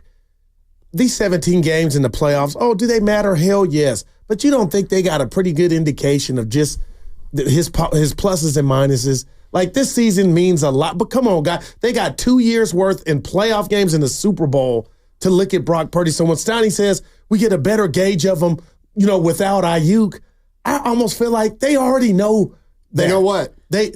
His limitations and projections in regard to can he get it done if he doesn't have an Aiyuk. But I will say this to that. Those 3 games without Debo and Trent Williams for whatever, your boy looked overwhelmed. And they lost all 3 games. So different circumstances. If the kicker makes a kick that the kicker should make, that's a win. Cleveland. Yes. Cincinnati was a scheduled loss. They were coming off a bye. And the defense couldn't stop your boy. That was one of the best offensive performances. That was at the end of your whole run up to the bye. They were off a bye. You were in your last game before the bye. Minnesota was bad, though, from Brock. Minnesota was bad. Yeah. McCaffrey also fumbled that first possession, if you remember that. They were about to get a touchdown. Not the Super Bowl. Yeah, so both of them. I mean, we can micromanage any of it, and I'm not going to sit here and, be a Brock apologist, because that role's taken on this show from 2 to 6. I love it.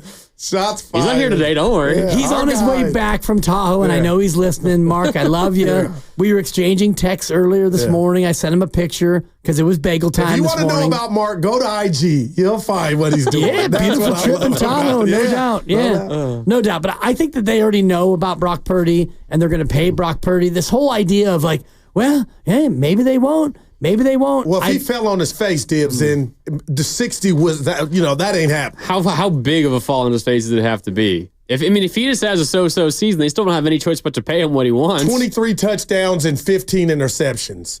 Ooh. And they lose in the first round, which they almost did last year. He still gets 45. Oh, you think so? No doubt. What else are they going to do? Exactly. Well, wow. And that's the thing. Are they going to go out and pay Dak? They're going to trade for Kirk Cousins. He's washed. You need to get off that ship. I don't need to get off it. Kyle needs to get off it. You need to get off it. Here's the other thing I was thinking. If they know, if Kyle Shanahan knows. Big finish coming. Shanahan knows. You know what? Way out. We ain't gonna we get it's Debo or Aiyuk. It ain't both. We know that. Yeah. Whether it's now or in a year, we know that. I believe that. Fine. And guess who else ain't gonna be around when Purdy's money kicks in? Trent Williams. So they might be looking at it as though, why would we give 2 guys a lot of money who ain't gonna be here in 2 years? The minute you give Trent guaranteed money, he's retiring. Because you have to win the Super Bowl this year, Steiny. What you think. That's the way you think. So you're willing to hurt your chances to win this year just to... I don't even know what the goal of that is. To have an easier out for your star wide receiver? The goal would be so you can be better in 2 years. I don't care about 2 years from now. You know, Grandy, you're speaking my language, man. If the Niners are valuing 2 years from now over this coming year, then that's a major problem. Not for a front office. I feel so that's complete, what front offices deal with all the time on 95.7. Oh, brother. The game. They're longtime friends. Let me tell you something real quick about Dibs that I'm sure not everybody knows. And first-time partners. Hang in there, big guy. There'll be brighter days ahead. Now, these two homegrown Bay Area boys finally come together to take over sports talk. Get the hell off of my doorstep. Major League Baseball, you stink. It's Willard and Dibs on 95.7 The Game. Happy Tuesday. Willard and Dibs here on 95.7 The Game. No Mark Willard. He's heading back from Tahoe. He'll be back tomorrow. Mark Randy, Dan Dibley with you here on a Tuesday on 95.7 The Game.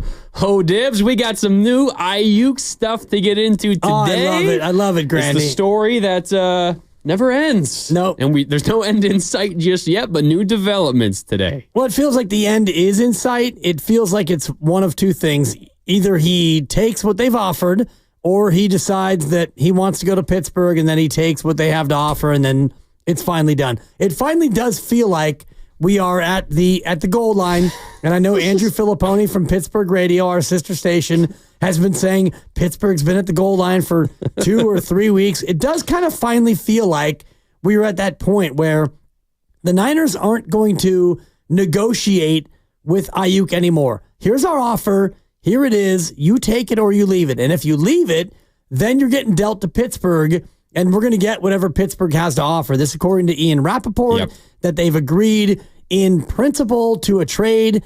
And that's the part of it that makes me so interested is what is Pittsburgh offering that would be okay with the Niners? It has to involve a player. Who's that player?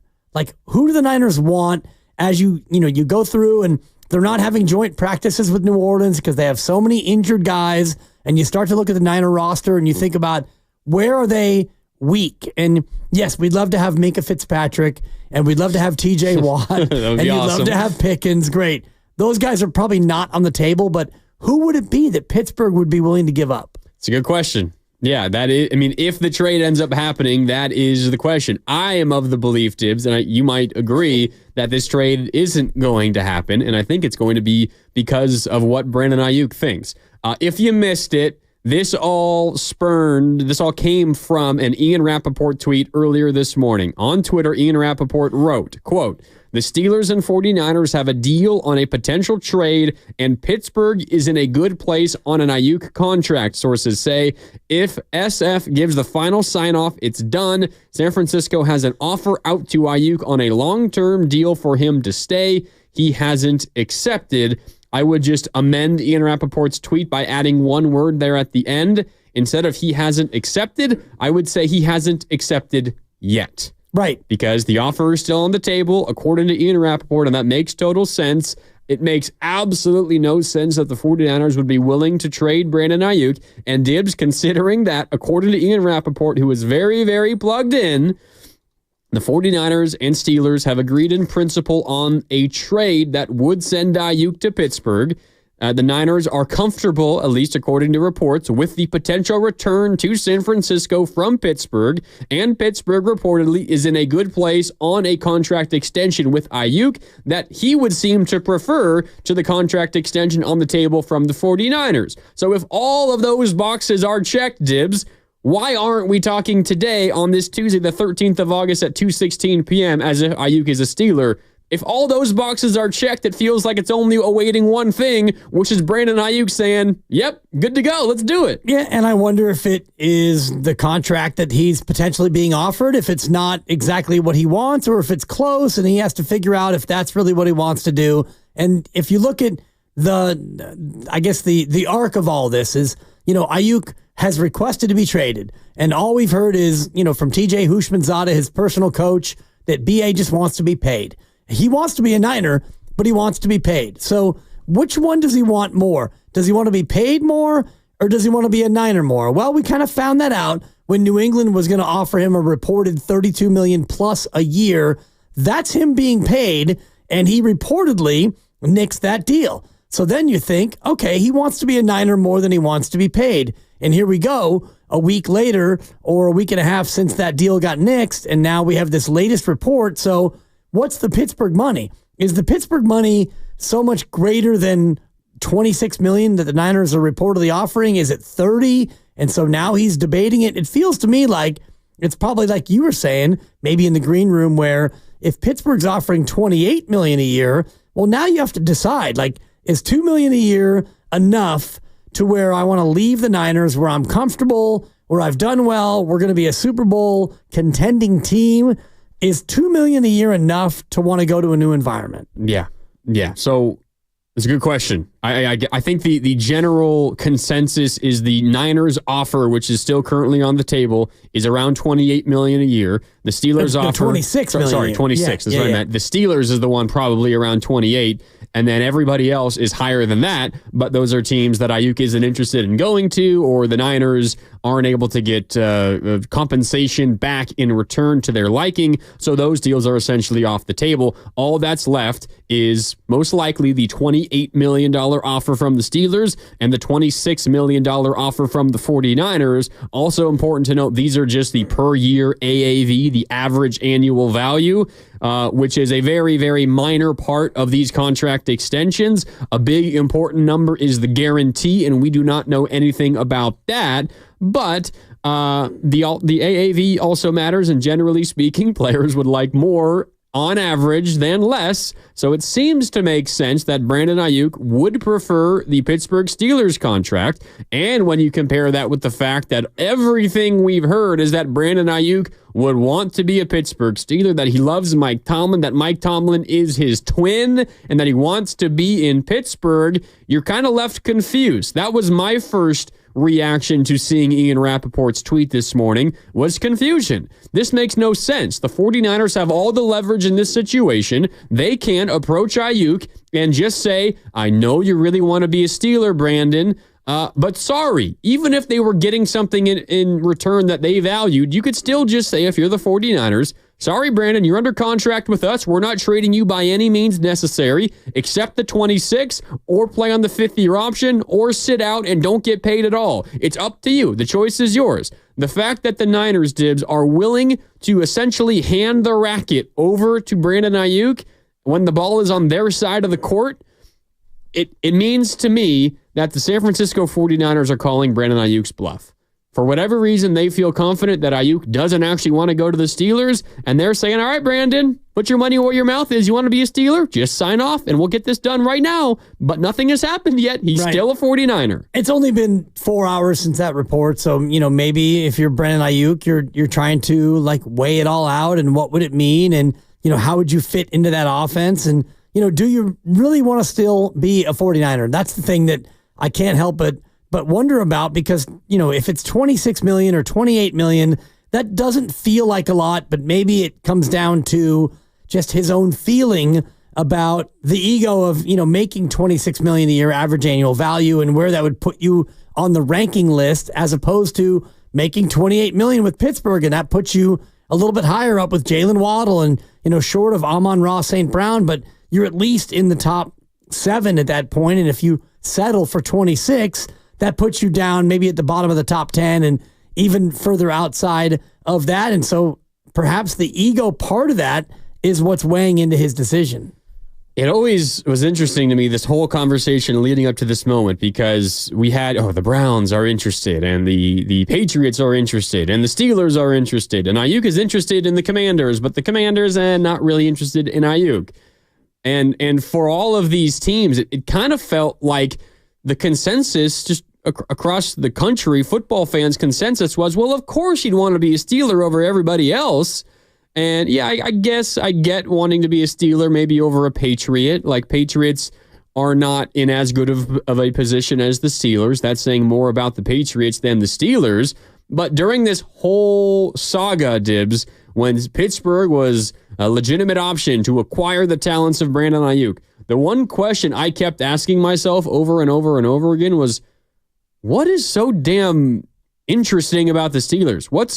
What is piquing Brandon Aiyuk's interest about the Pittsburgh Steelers? Is it just simply that he likes Mike Tomlin? Is that enough? Does Brandon Aiyuk, is he willing to potentially sacrifice being on a winning team? And I know they had a decent record last year, but It was ugly football all season long, and you hope that they have improved quarterback play this year. But shout out to the 925 on the Xfinity mobile text line. Hey, guys, he could be worried about the Steelers' QB play, which will affect his numbers. No doubt it will. Even in this offense with the Niners where you have so many mouths to feed, I would imagine Aiyuk's going to put up better numbers here than he would with the Steelers with Russell Wilson and Justin Fields throwing him the ball. What is so damn attractive about the Steelers that made them an attractive place for him to land in the first place? It didn't make any sense to me. And now with this report from Ian Rappaport today, it's all coming to light for me, Dibs. Aiyuk has no interest in being a Steeler.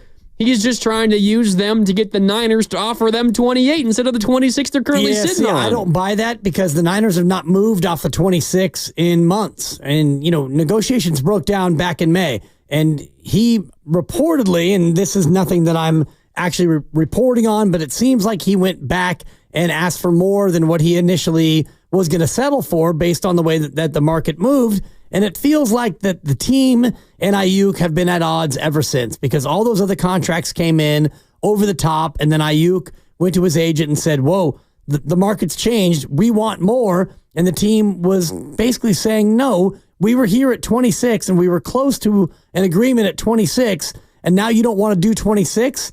That's a deal breaker for us, or at least that's a deal staller. And so then he says, I want to be traded. And then here we go all the way through all the rigmarole. And now we get to a point where I think that it could be a broken relationship to the point where he might take 28. And it's a long play. And you look at Russell Wilson, fine. He's probably going to be the starter in the beginning of the year, but Justin Fields might be the guy.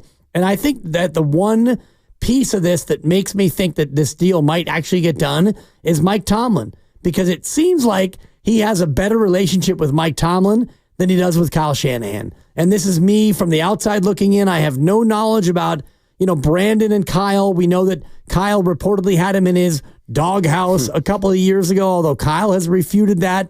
There was no doghouse. And we do know that Brandon has said, hey, Mike, people say we look alike. And so they struck up a little bit of an online relationship. Exactly. So I look at that part of it and think that this may be more important to Brandon Aiyuk. You get a little bit more money. You go play for a coach who might be more of a personal mentor than Kyle Shanahan, and a chance to have a fresh start. I could see it happening. Maybe. If that is what ends up happening, I think it's a major mistake by the 49ers. And I think, what you say is right. Like Aiyuk, let's pretend that my scenario ultimately plays out to be true. Aiyuk using the Steelers to try to get more money from the 49ers. Just because that was a tactic that Aiyuk's camp is potentially using doesn't mean that it's going to work. The Niners can see right through it, which I think they're doing by this report coming out. Makes it seem like they're saying, all right, Brandon, you really want to be a Steeler? Just give us the go-ahead and we'll get it done.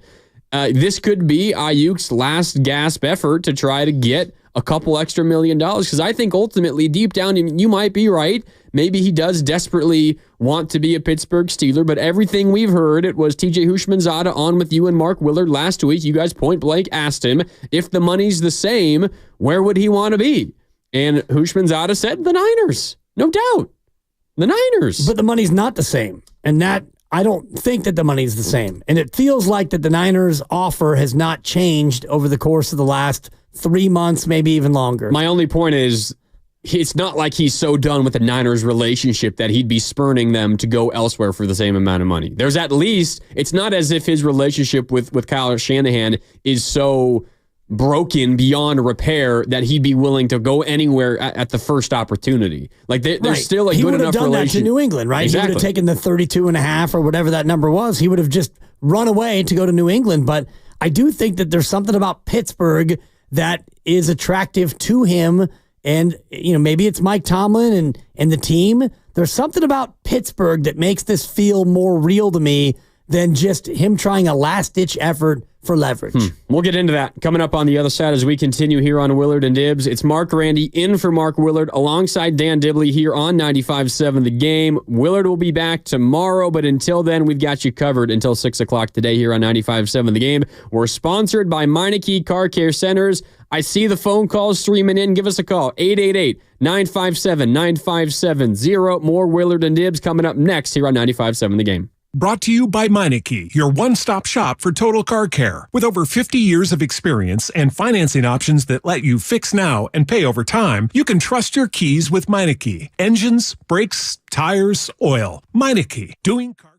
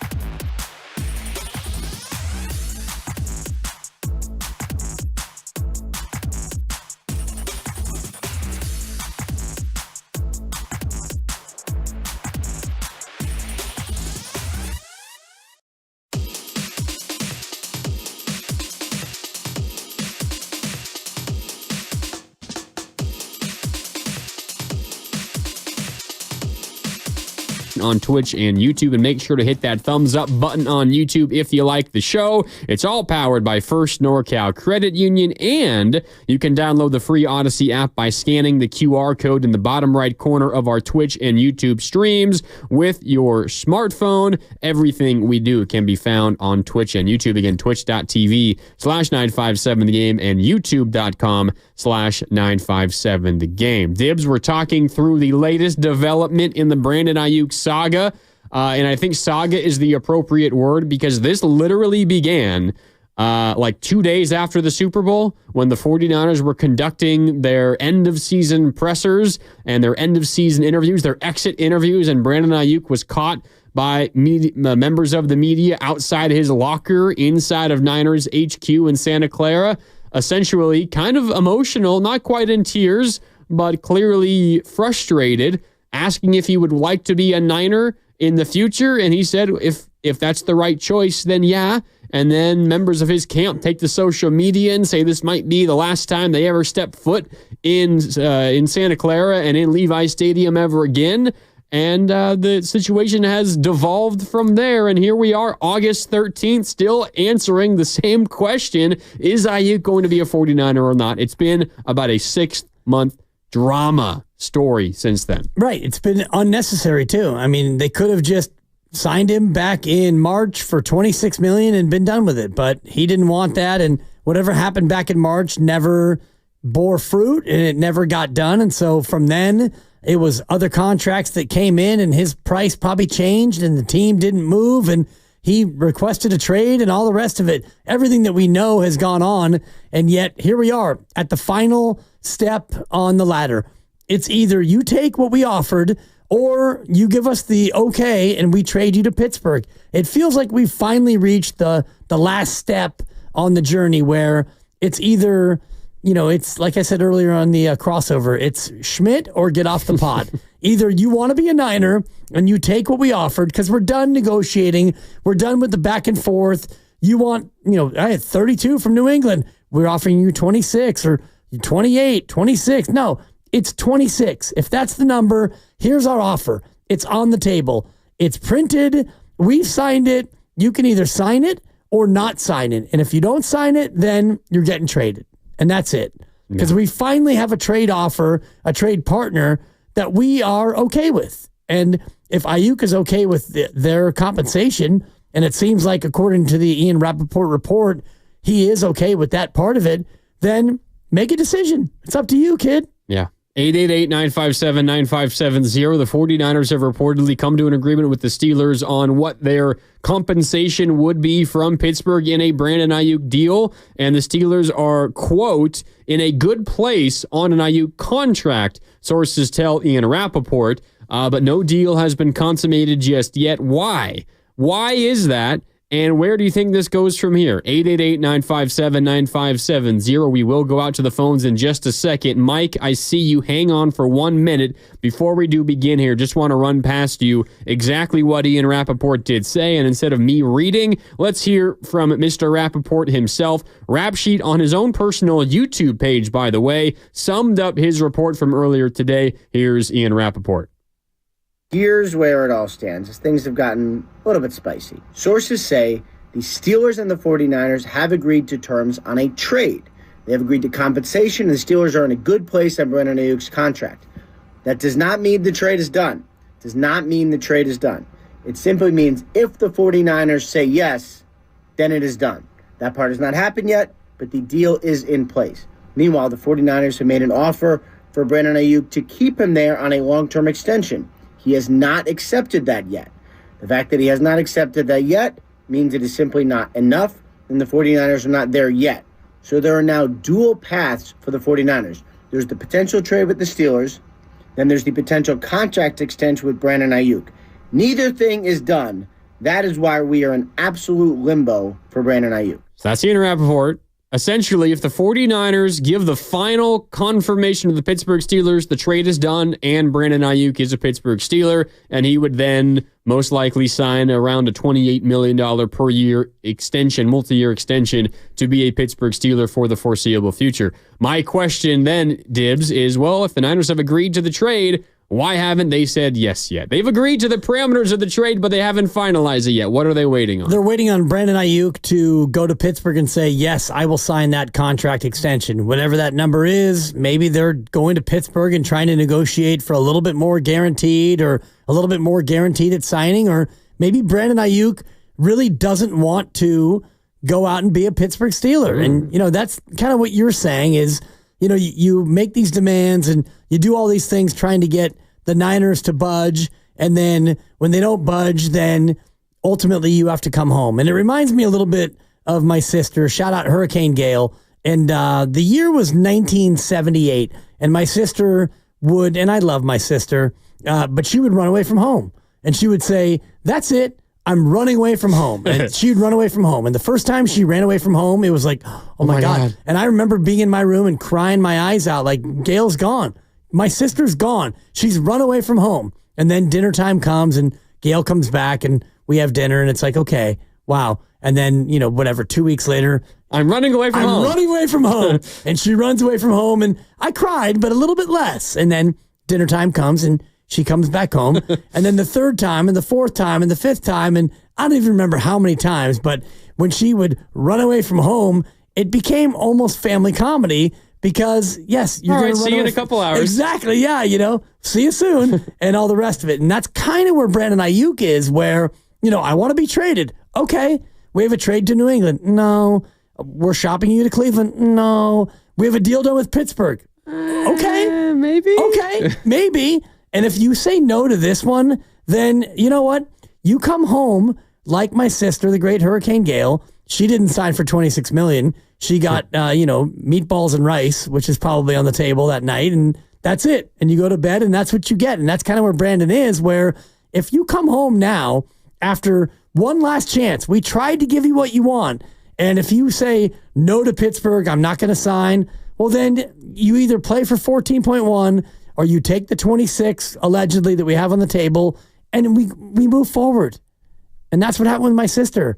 She eventually lived with us. Stopped running away from home. Yes. Every couple of weeks. Even though I kind of encouraged her to try one more time, You wouldn't be a brother if you didn't Seriously, do that. I think Buffalo wants you. Try the Rams. And then Hurricane Gale was like, no. Exactly. Not Buffalo. Totally. Please, not Buffalo. So that's kind of where we are, I think. So this is it. Like, we've called your bluff time and time and time again. This is your last chance to, all right, you want to go to a new family? Go to a new family.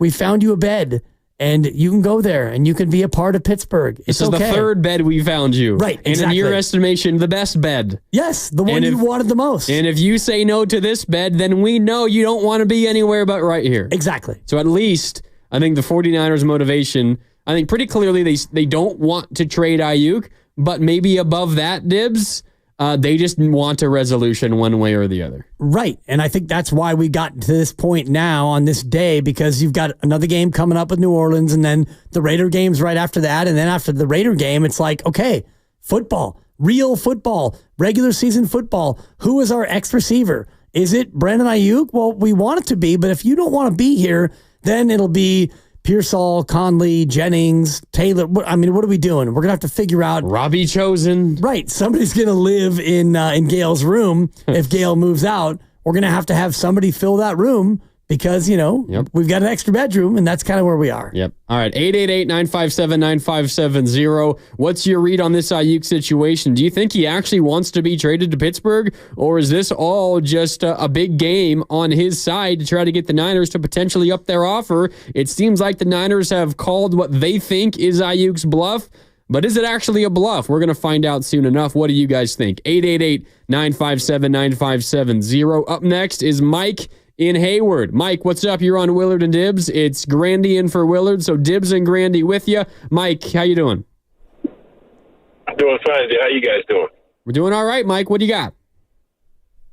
Okay, so this is the question I got. Every year you guys talk about how much these guys should get paid, right? Contracts, right? Well, this is what I don't understand. Everybody knows that the NFL don't pay their players nothing. Nothing.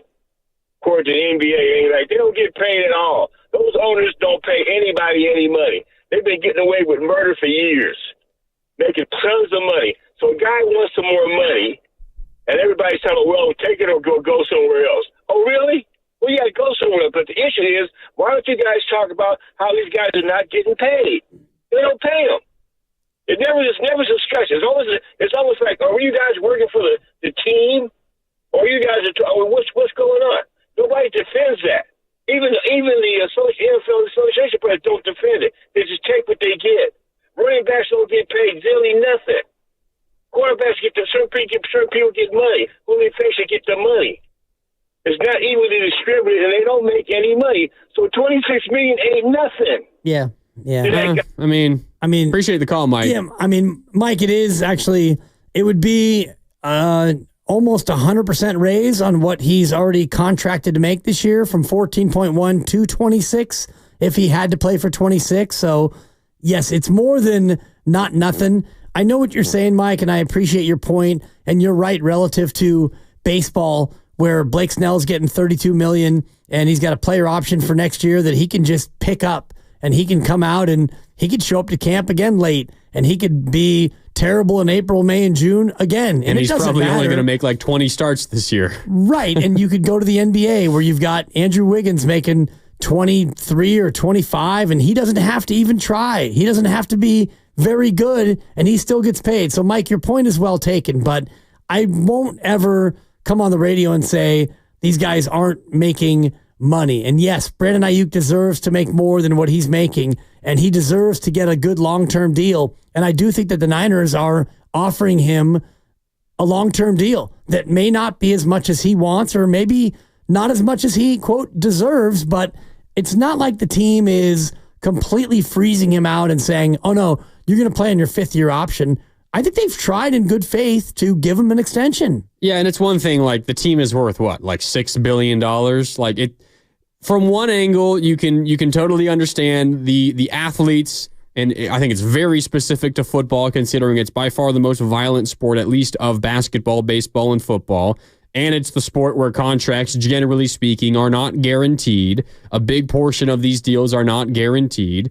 It's why, if you're the parent of a young athletic kid, maybe you encourage them to get into basketball or baseball, because football, first of all, your career is much shorter, high likelihood of injuries, and those contracts aren't guaranteed. Go elsewhere and you might be able to make more money and not have to put your body on the line every single day you go out there and play. But also, the Niners are just dealing with the rules that the NFL is governed by. You have a salary cap you got to deal with. I know you can be creative and work around it just a little bit, but if the 49ers did not have the pressures of the rules that are governing the league, they'd probably be more than willing to offer Brandon Aiyuk $28 or $30 million a year. But the reality is they've got to try their best and be as creative as they possibly can to fit everybody in. And in a perfect world, could we all boycott the NFL and fight for guaranteed contracts for everybody and up the salary cap? That might not be a good thing for some smaller teams that are unwilling to spend, but in a perfect world, would that be something that's possible? Sure,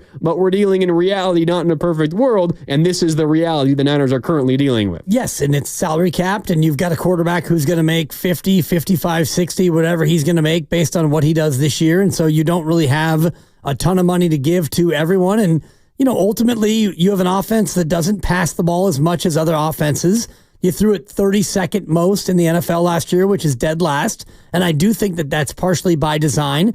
Kyle Shanahan always talks about being a 50-50 split, run and pass. And that's about what they were last year. They ran it actually a little bit more than they passed it. And if you're a good team, a team that's winning games, you're going to run it more in the late part of a game than you are going to pass it. If you've got a 10-point lead in the fourth quarter, you want to run it. And you've got a great running attack. And you've got an elite Hall of Fame offensive lineman, and you've got great receivers and a tight end who blocks. So you're going to want to run it. And so that does decrease your reliance on having a receiver like Brandon Aiyuk. All these things added up. They're still giving him an offer that I think is maybe not fair market. That is kind of in the eye of the beholder, but it definitely is an increase from what he's making this year. And if he doesn't want to play for 26 here and he wants to go to Pittsburgh and make a little bit more, then I don't hold that against him. Go out there and make all the money you can. Like you said, Grandy, this is a sport that it will take your career in a heartbeat. Like that. Yeah. Exactly. It's gone. This very well could be the final major contract he signs. You hope not. And you certainly hope for his sake and for everyone's sake that they keep getting more contracts. But there's a reality where this is the last lucrative multi-year deal he signs. And when I say last, it's also the first post-rookie, which you can't really negotiate much about. So it might be his only option, which is why you completely understand Aiyuk's side of this.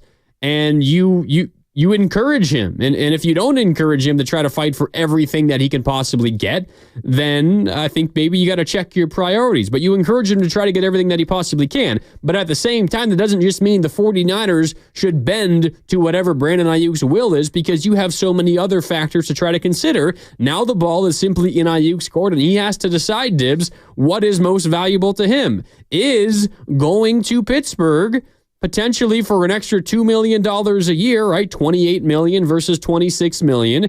Is that worth potentially the decrease in wins that the team is going to accrue? Is it worth the lesser stats potentially? Being on fewer nationally televised games, being less nationally relevant potentially, and who knows, maybe the Steelers are going to surprise everybody and be a great team this year. But that's what Aiyuk has to be factoring in. How much is that extra $2 million or whatever the amount ends up being between the Steeler contract offer and the Niner contract offer? How much is that worth it to you, Aiyuk? Is it worth potentially not winning a Super Bowl? No guarantee you'll get it here, but you certainly have a better chance of getting it here than in Pittsburgh. And it depends on what your priorities are as a player. And, every player is going to have different priorities. And yes, you'd love to win. You'd love to win a Super Bowl, and you'll have that forever in your back pocket. But at the same time, you might be in a spot in your mid-20s where you want to get every last dollar you can, knowing what we talked about, that this game is not only fickle, but it could be fleeting based on injury. So if you're Aiyuk and maybe the amount of guarantee between the Pittsburgh offer and the Niner offer is $10 million in actual guaranteed at signing, well, that's a lot of money. $10 million of actual money. Forget the average annual value and forget the guaranteed at signing. The real number is the actual guaranteed at signing, not the total guarantee. I misspoke, but the guaranteed at signing. Yeah. That's the money you get when the ink is dry on the contract and you hand it over.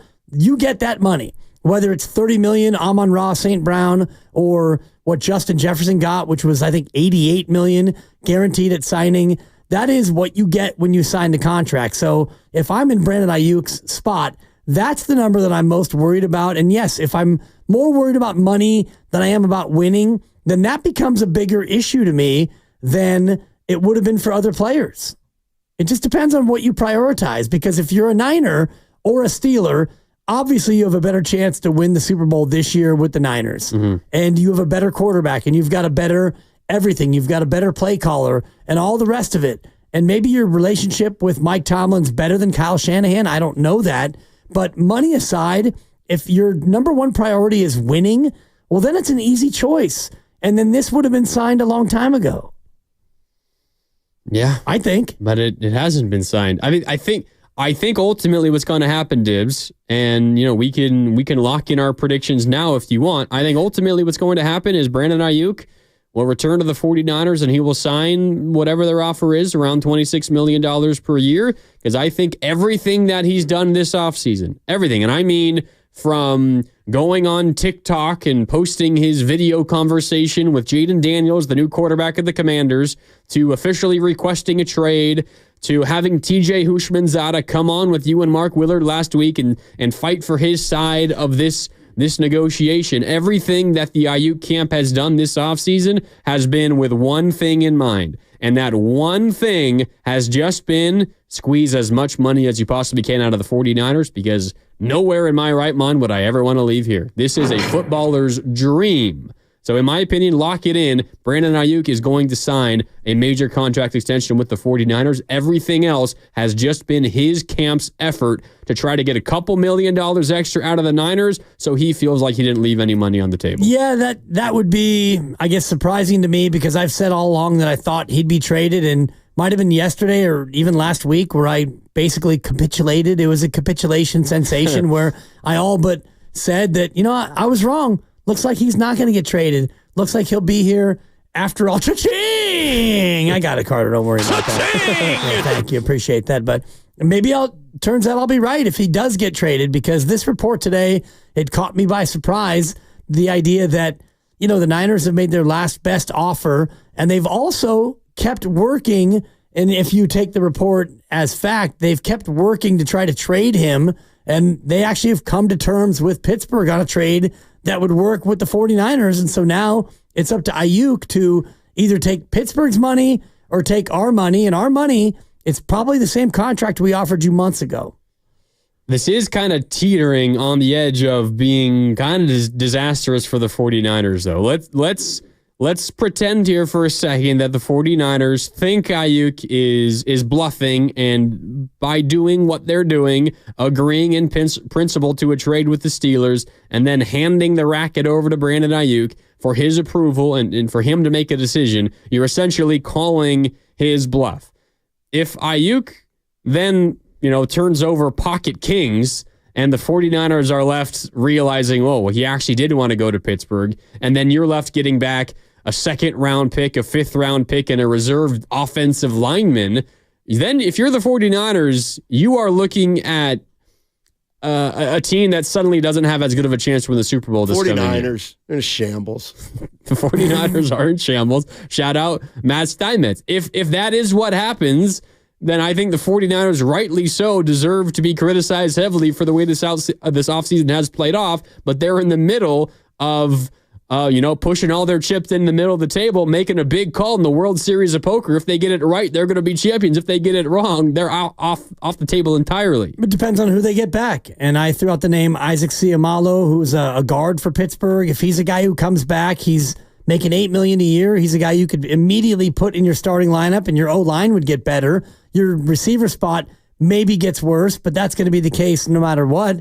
And so you might just look at this trade as a way to shore up other spots on your team, hoping that you can get by with Jennings and Cowing and Pearsall when he's healthy and Trent Taylor. And you might think that you have the answer inside the building at wide receiver to at least assimilate Brandon Aiyuk while also getting better at other spots and getting a couple of picks.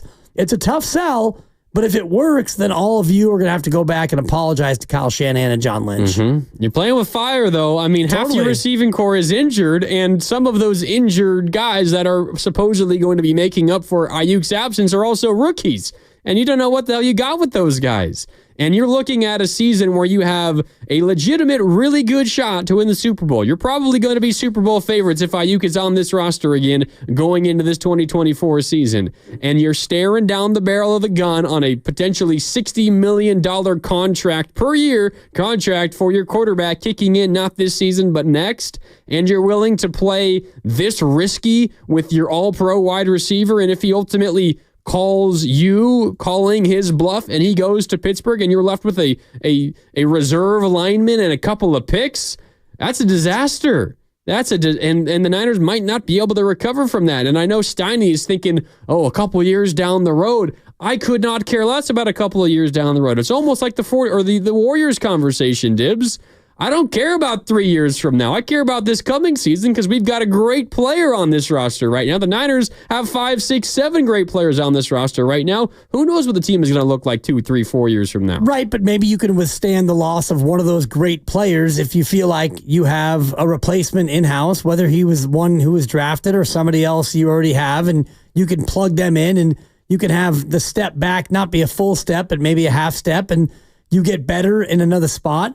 Then you can, sell that to your own organization. And the fans are never going to be happy if you acquire a guard, as I have intimated they might, if that's the player you get, and a second-round pick, and a future fifth, and then you send out Brandon Aiyuk, a fantasy football player, somebody we all know, but you plug in a guard, and your interior offensive line gets better, fans are going to be outraged, but it actually might make your team a little bit better. Maybe. It's possible. We'll see. All right, we got to hit a break.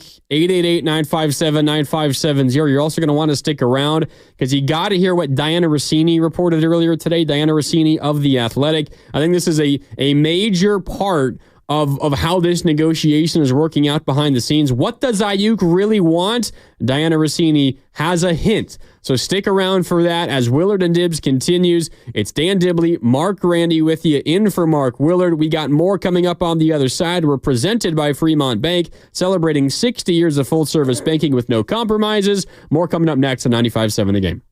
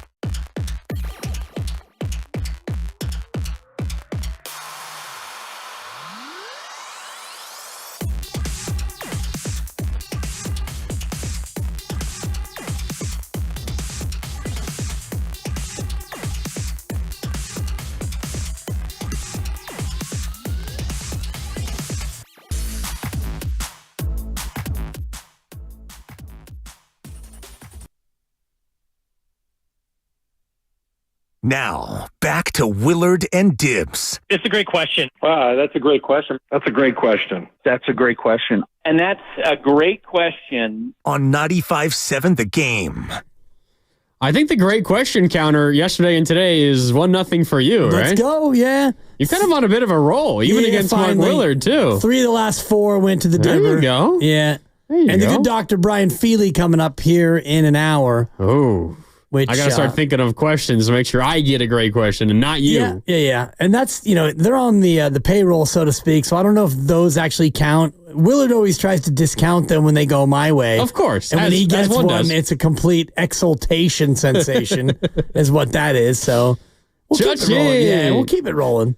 We'll see if we can't get some good questions in there. Yeah, Doc Feely coming up, cleared to play in about an hour here on 95.7 The Game. We'll ask him about the host of injuries the Niners are dealing with at training camp. The Niners are obviously dealing with, they're kind of fighting a multi-front war right now, Dibbs, because you've got the Brandon Aiyuk situation, you've got the Trent Williams situation, but then you've also got the fact that they just canceled their inter-squad scrimmage practices, joint practices with the New Orleans Saints because they're scared that they don't have enough players to field a full squad to do, first team versus first team, second team versus second team, and third team versus third team. And if they get a couple more injuries through a rough practice week, then what is the regular season going to look like? So the Niners have a lot of issues that they're sorting through right now, and we'll get a little bit of information on one of those issues, the general injury issue, the injury bug going through the Niners in preseason. We'll talk with the Doc Feely about that coming up in just about an hour.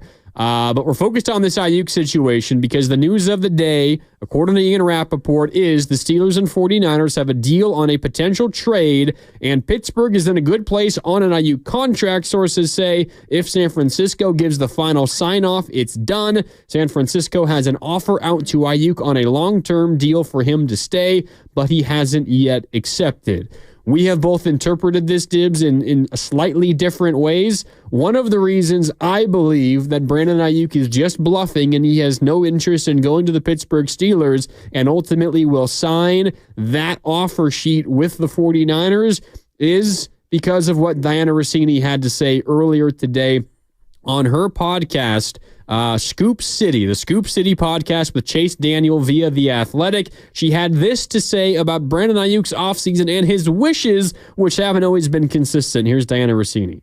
From what I was told, the player hasn't really been easy to work with in terms of what he wants, which I don't think is breaking news there, right? Because he seems to be a little bit all over the place. I want to be in San Francisco. I really want to play here, but no, I actually want to play for Mike Tomlin in Pittsburgh. He's clearly talking about Brandon Aiyuk there. The player. And the player I like it. Is referencing to Brandon Aiyuk. Right. And she essentially says Aiyuk has kind of gone back and forth. He's flip-flopped. At times she's heard he wants to go to Pittsburgh and play for Mike Tomlin. Other times she's heard he wants to stay with Kyle Shanahan and the 49ers in Santa Clara and be a 49er and sign that contract. Are we so sure that Brandon Aiyuk is just so dead set on joining the Pittsburgh Steelers? Diana Rossini seems to make it seem, Dibbs, as if that's not the case. That maybe he's wavering and doesn't quite know exactly what he wants. Of course he's wavering because he's been wavering this whole time. And I do think that there was a sense of what TJ Hushmanzada, his personal coach, had told us before, which is two things. He just wants to get paid and he wants to be a 49er. So those two things together means... Of course, he wants to be a 49er, but he wants to get paid. And as you go through the process, and New England came forward and offered him more than anybody else reportedly has offered him, and he said no to New England, well, that tells you that he just wants to get paid is not priority number one. Maybe priority number one is he wants to be a 49er, which would tell me that if this happens the way it's happened today with Ian Rappaport saying the Niners have a trade in place with Pittsburgh, but they also have a contract out to Aiyuk, all he has to do is decide if Aiyuk wants to be a Niner more than he wants to get paid, then he signs that deal and he stays a 49er. But maybe it becomes a thing about ego now where, we know that Parag Marathe in the front office of the Niners wants to win the deal. I'm sure Aiyuk also wants to kind of feel like he's won the deal. And if the offer is still at $26 million, which it's been for 3 or 4 months, and you sign that deal as Aiyuk, well then, what have you been doing for these past 3 or 4 months? you end up, tucking tail and coming back to the Niners. And I know it's a nice tail tuck, and I'd love to tuck the tail for $26 million, but you get the point about going back into that locker room where his teammates would be looking at him going, well, I mean, where you been? You did all that for nothing. You did all that. You held in and you demanded a trade or requested a trade. You did all these things and you wound up with not one extra dollar. That makes him look a little bit, weak. But it makes him look like he lost the deal. Yeah, maybe at a certain point we could have the conversation about, I don't know if this is on any one person in particular or if it's just the way that the Niners front office culture has developed. And I think kind of the poster boy for this is Parag Marathe, because he is the guy in charge of the money, and obviously he's in on the contract negotiations. It's not like he's the only one there negotiating. But you got to ask the question, Dibs, at a certain point, like say ultimately Aiyuk caves and he signs the $26 million per year offer from the 49ers. But maybe even then there's a chance, as you're saying, he might not be doing that with a smile on his face, and maybe he holds a little bit of residual anger and frustration as he enters his future with the 49ers. And at a certain point, you might have to ask, 49ers, is everything that you've been through, everything that you've done to try to win the negotiation and get Aiyuk in here for $26 million per year, is all of that worth, first of all, the trouble that the last few months have put you through?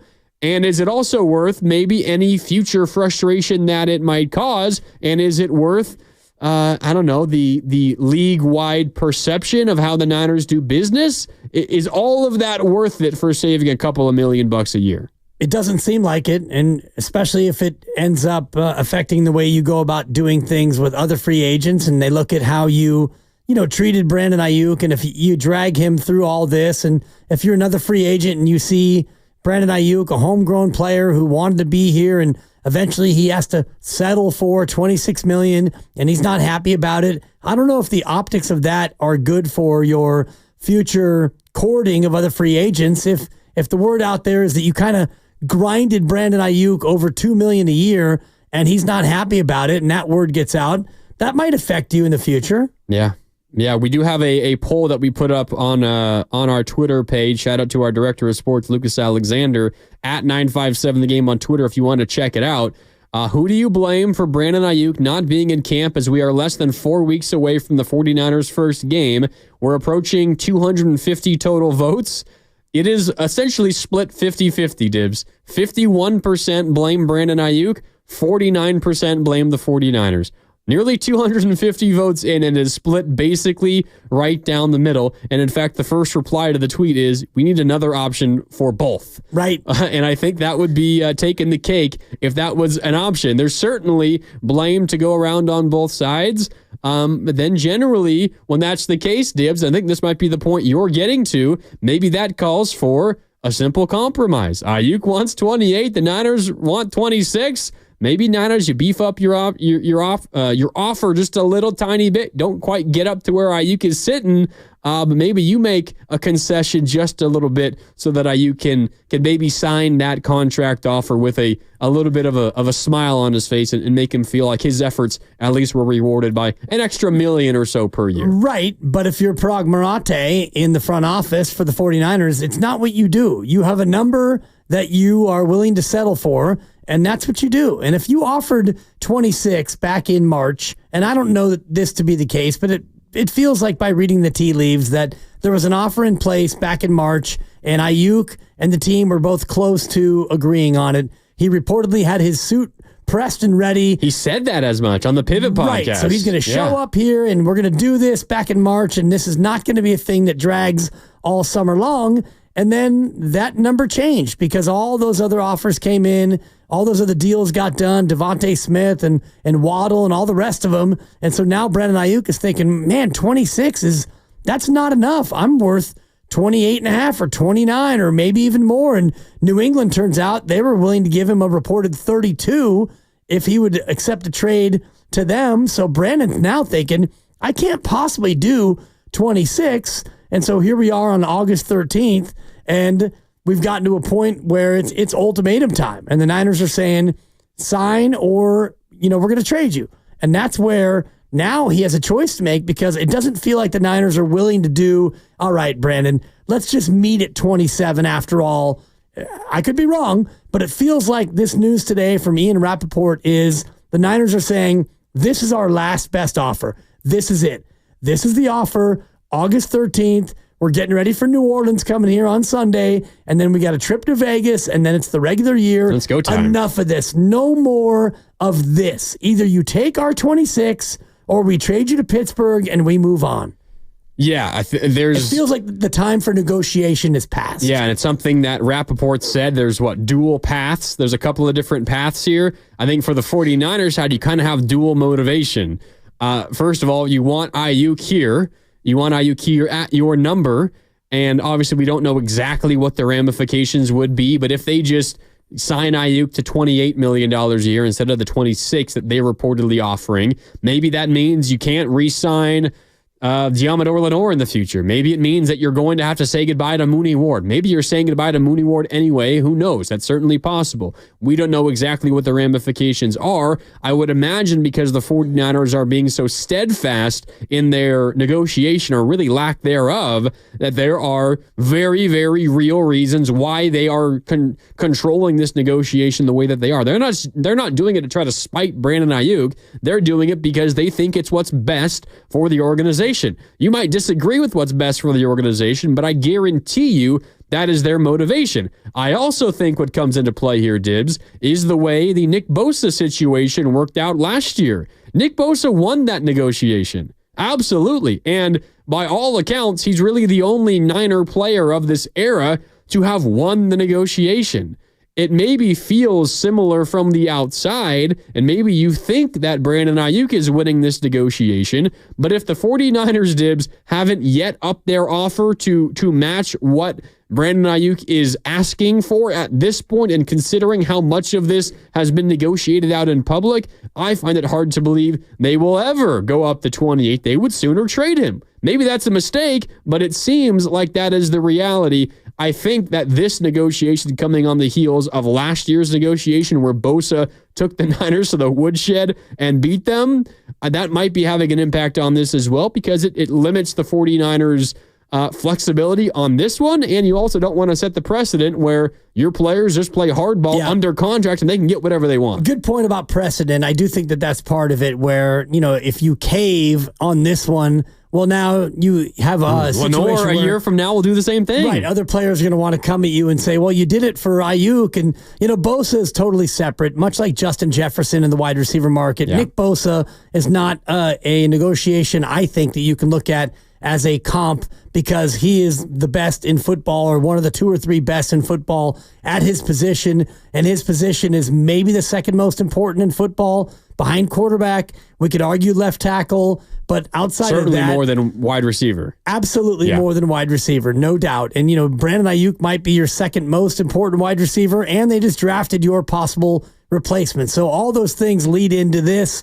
And I do think, and I wonder if we'll ever find out about how the negotiation went, because it does feel to me like Brandon Aiyuk's ask, what he was asking for, changed between the beginning of the offseason and the middle of the negotiation where all those other contracts came through. And I'm not saying that that's not fair that he changed his number, because, we talked to TJ Hushmanzada, his personal coach, and he made a good analogy about home prices.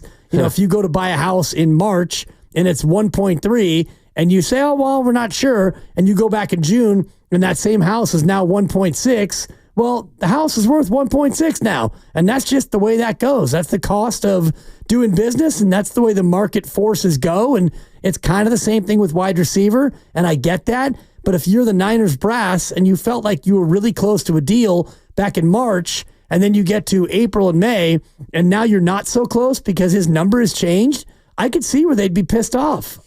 Yeah, and now maybe you get to a point where you're just so over the the distraction of this all. Right. And that's Right. something that Brian Baldinger was talking about earlier today on the Morning Roast. And I think I got lost in a point I was trying to make, but it's kind of the dual motivation for the 49ers with what they're doing right now. And again, if you're just joining us, Ian Rappaport earlier today reporting that the 49ers and Steelers have essentially agreed on the parameters of a Brandon Aiyuk trade, meaning the 49ers, according to reports, have agreed to what the return would be from Pittsburgh. We don't know what that return would be. We could speculate all we want. Dibbs is thinking maybe there's a starting guard offensive lineman that could be coming back that would certainly fill a need for the 49ers, but we do not know that for sure. But in addition to holding steady at your offer of $26 million and hoping to get Aiyuk there at that number, the other half of this negotiation and the other half of this news today, Dibbs, is maybe the 49ers sending a signal that even if we don't get Aiyuk back, we just want this thing over with because we've been dealing with these questions for this entire offseason. We are now officially less than 4 weeks away from game number 1 of the regular season, and this is the only thing that we're talking about. We have an injured wide receiver room. We don't know if Aiyuk's going to play for us week 1. Maybe they have a feeling he will. Maybe they're not sure. Who knows? But you don't know for sure 100% no matter what. We might be at a point where at the very least, Aiyuk's tactics are working to the point that the Niners are just set on figuring out an answer, even if the answer isn't the one they were originally searching for in the first place. And I get that, and it makes sense with 27 days to go now until the opener, and you've got a lot more issues than just the Brandon Aiyuk contract. You got Trent Williams, who still is holding out, and you've got more than 24 players who are injured, and we'll get into some of that with Dr. Brian Feely coming up cleared to play at 4 o'clock, but you've got issues right now. So many injuries that you had to cancel joint practices with New Orleans. So it's not as simple as, well, we get Brandon done and we're ready to go. You've got Trent Williams to deal with, and you've got all these other players who are either freshly hurt or hurt from last year. And so you're trying to figure out all of your roster, and you're trying to figure out who your 53-man roster is going to be when you break camp. And that has to be decided now in about 2 weeks. 2.5 weeks, you got to get down to your final cut down. So either Brandon's a part of that or he's not. And if he's not, do you have a player coming back? And I'm just spitballing on possible compensation. And I just looked at Isaac Seumalo, who's an interior guard. I think he plays right guard for Pittsburgh. He's a player who has done pretty well for them. And they have another guard that they just drafted this last year that they could probably slot into their offensive line. If you're the Niners, you're not going to do this trade without at least a player coming back. And I don't think that you're going to get one of their wide receivers. I don't think you're going to be able to get George Pickens. And other than that, you probably don't want anybody else.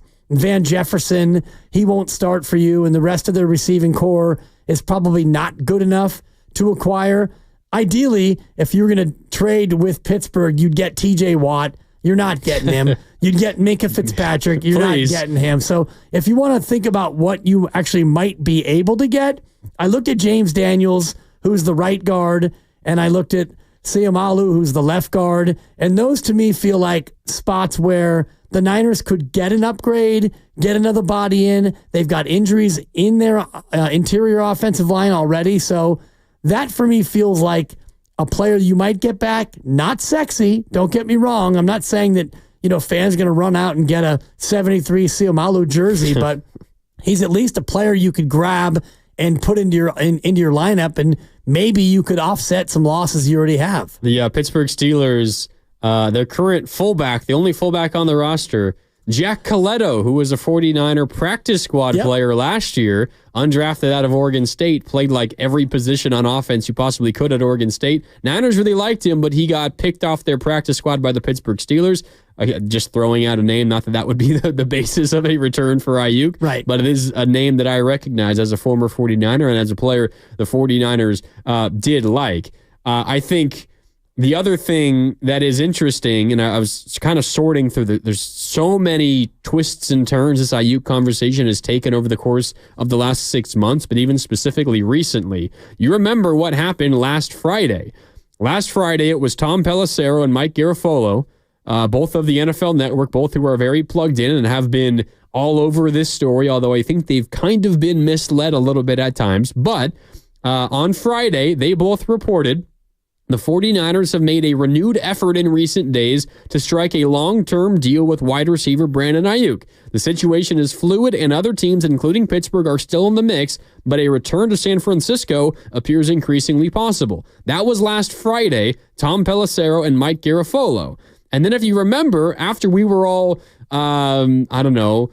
discussing the positive developments and how it looks like an extension between the Niners and Aiyuk is in the cards, and we might get this news today. We're going to find out. And then Aiyuk Dibs kind of poured cold water on the entire situation by taking to Instagram and responding to that report. Yeah. And he wrote, quote, "Niners be in the media every day, LOL. It's two options out there. Pick one and stop dropping reports. Simple."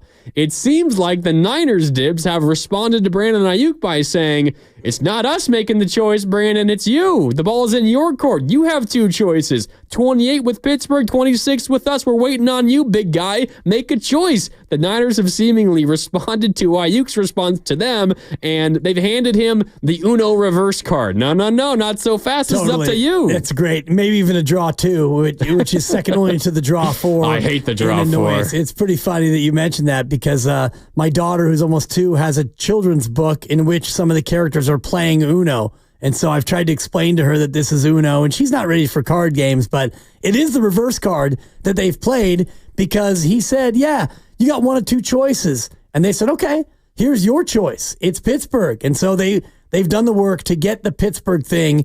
And, we talked to Andrew Filipponi. Each show's had him on at least twice. And he's talked like for 3 weeks about this deal being at the goal line. And you know what? It's probably been at the goal line. And here we are.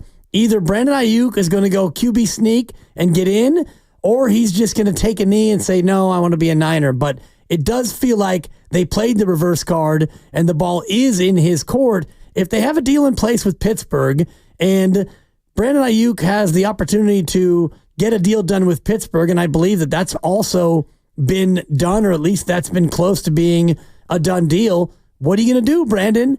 Like Mark always says, Mark Willard, all right, hot shot from Top Gun. What are you going to do? Hot shot? Hot shot. It's up to you now, right? What do you want to do? It. Do you want to take the Pittsburgh money and be a Steelers, or do you want to come back home and take our final best offer, which feels to me also like their first and only offer? Exactly. It feels like their last best offer is the same offer that's been on the table for a long time. And so what do you do, Brandon?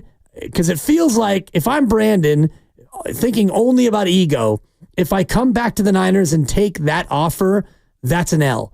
And it feels like, what have I been doing for the past 3 months? I've been out there, trying to get traded and turning down deals and this and that and TikTok and all the rest of it. All for what? So you could be a Niner anyway? That feels like you're taking the L. Or you could take the W, you requested a trade, and now you're a Steeler. That's a W. You get more money, but is it really a W? If you're on a team that goes, 8-1, and, you miss out on the playoffs for 4 straight years, and you're a Steeler, and your numbers go down because you got Russell Wilson running around and you got Justin Fields not throwing you the ball.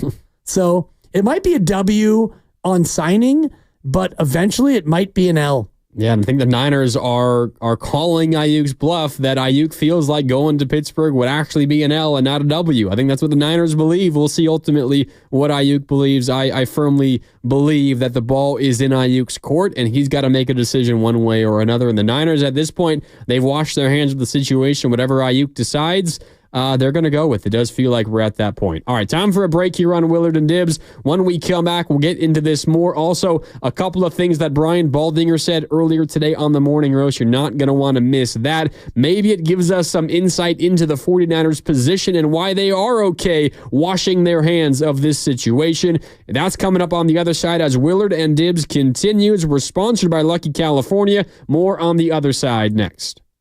Everyone's playing this.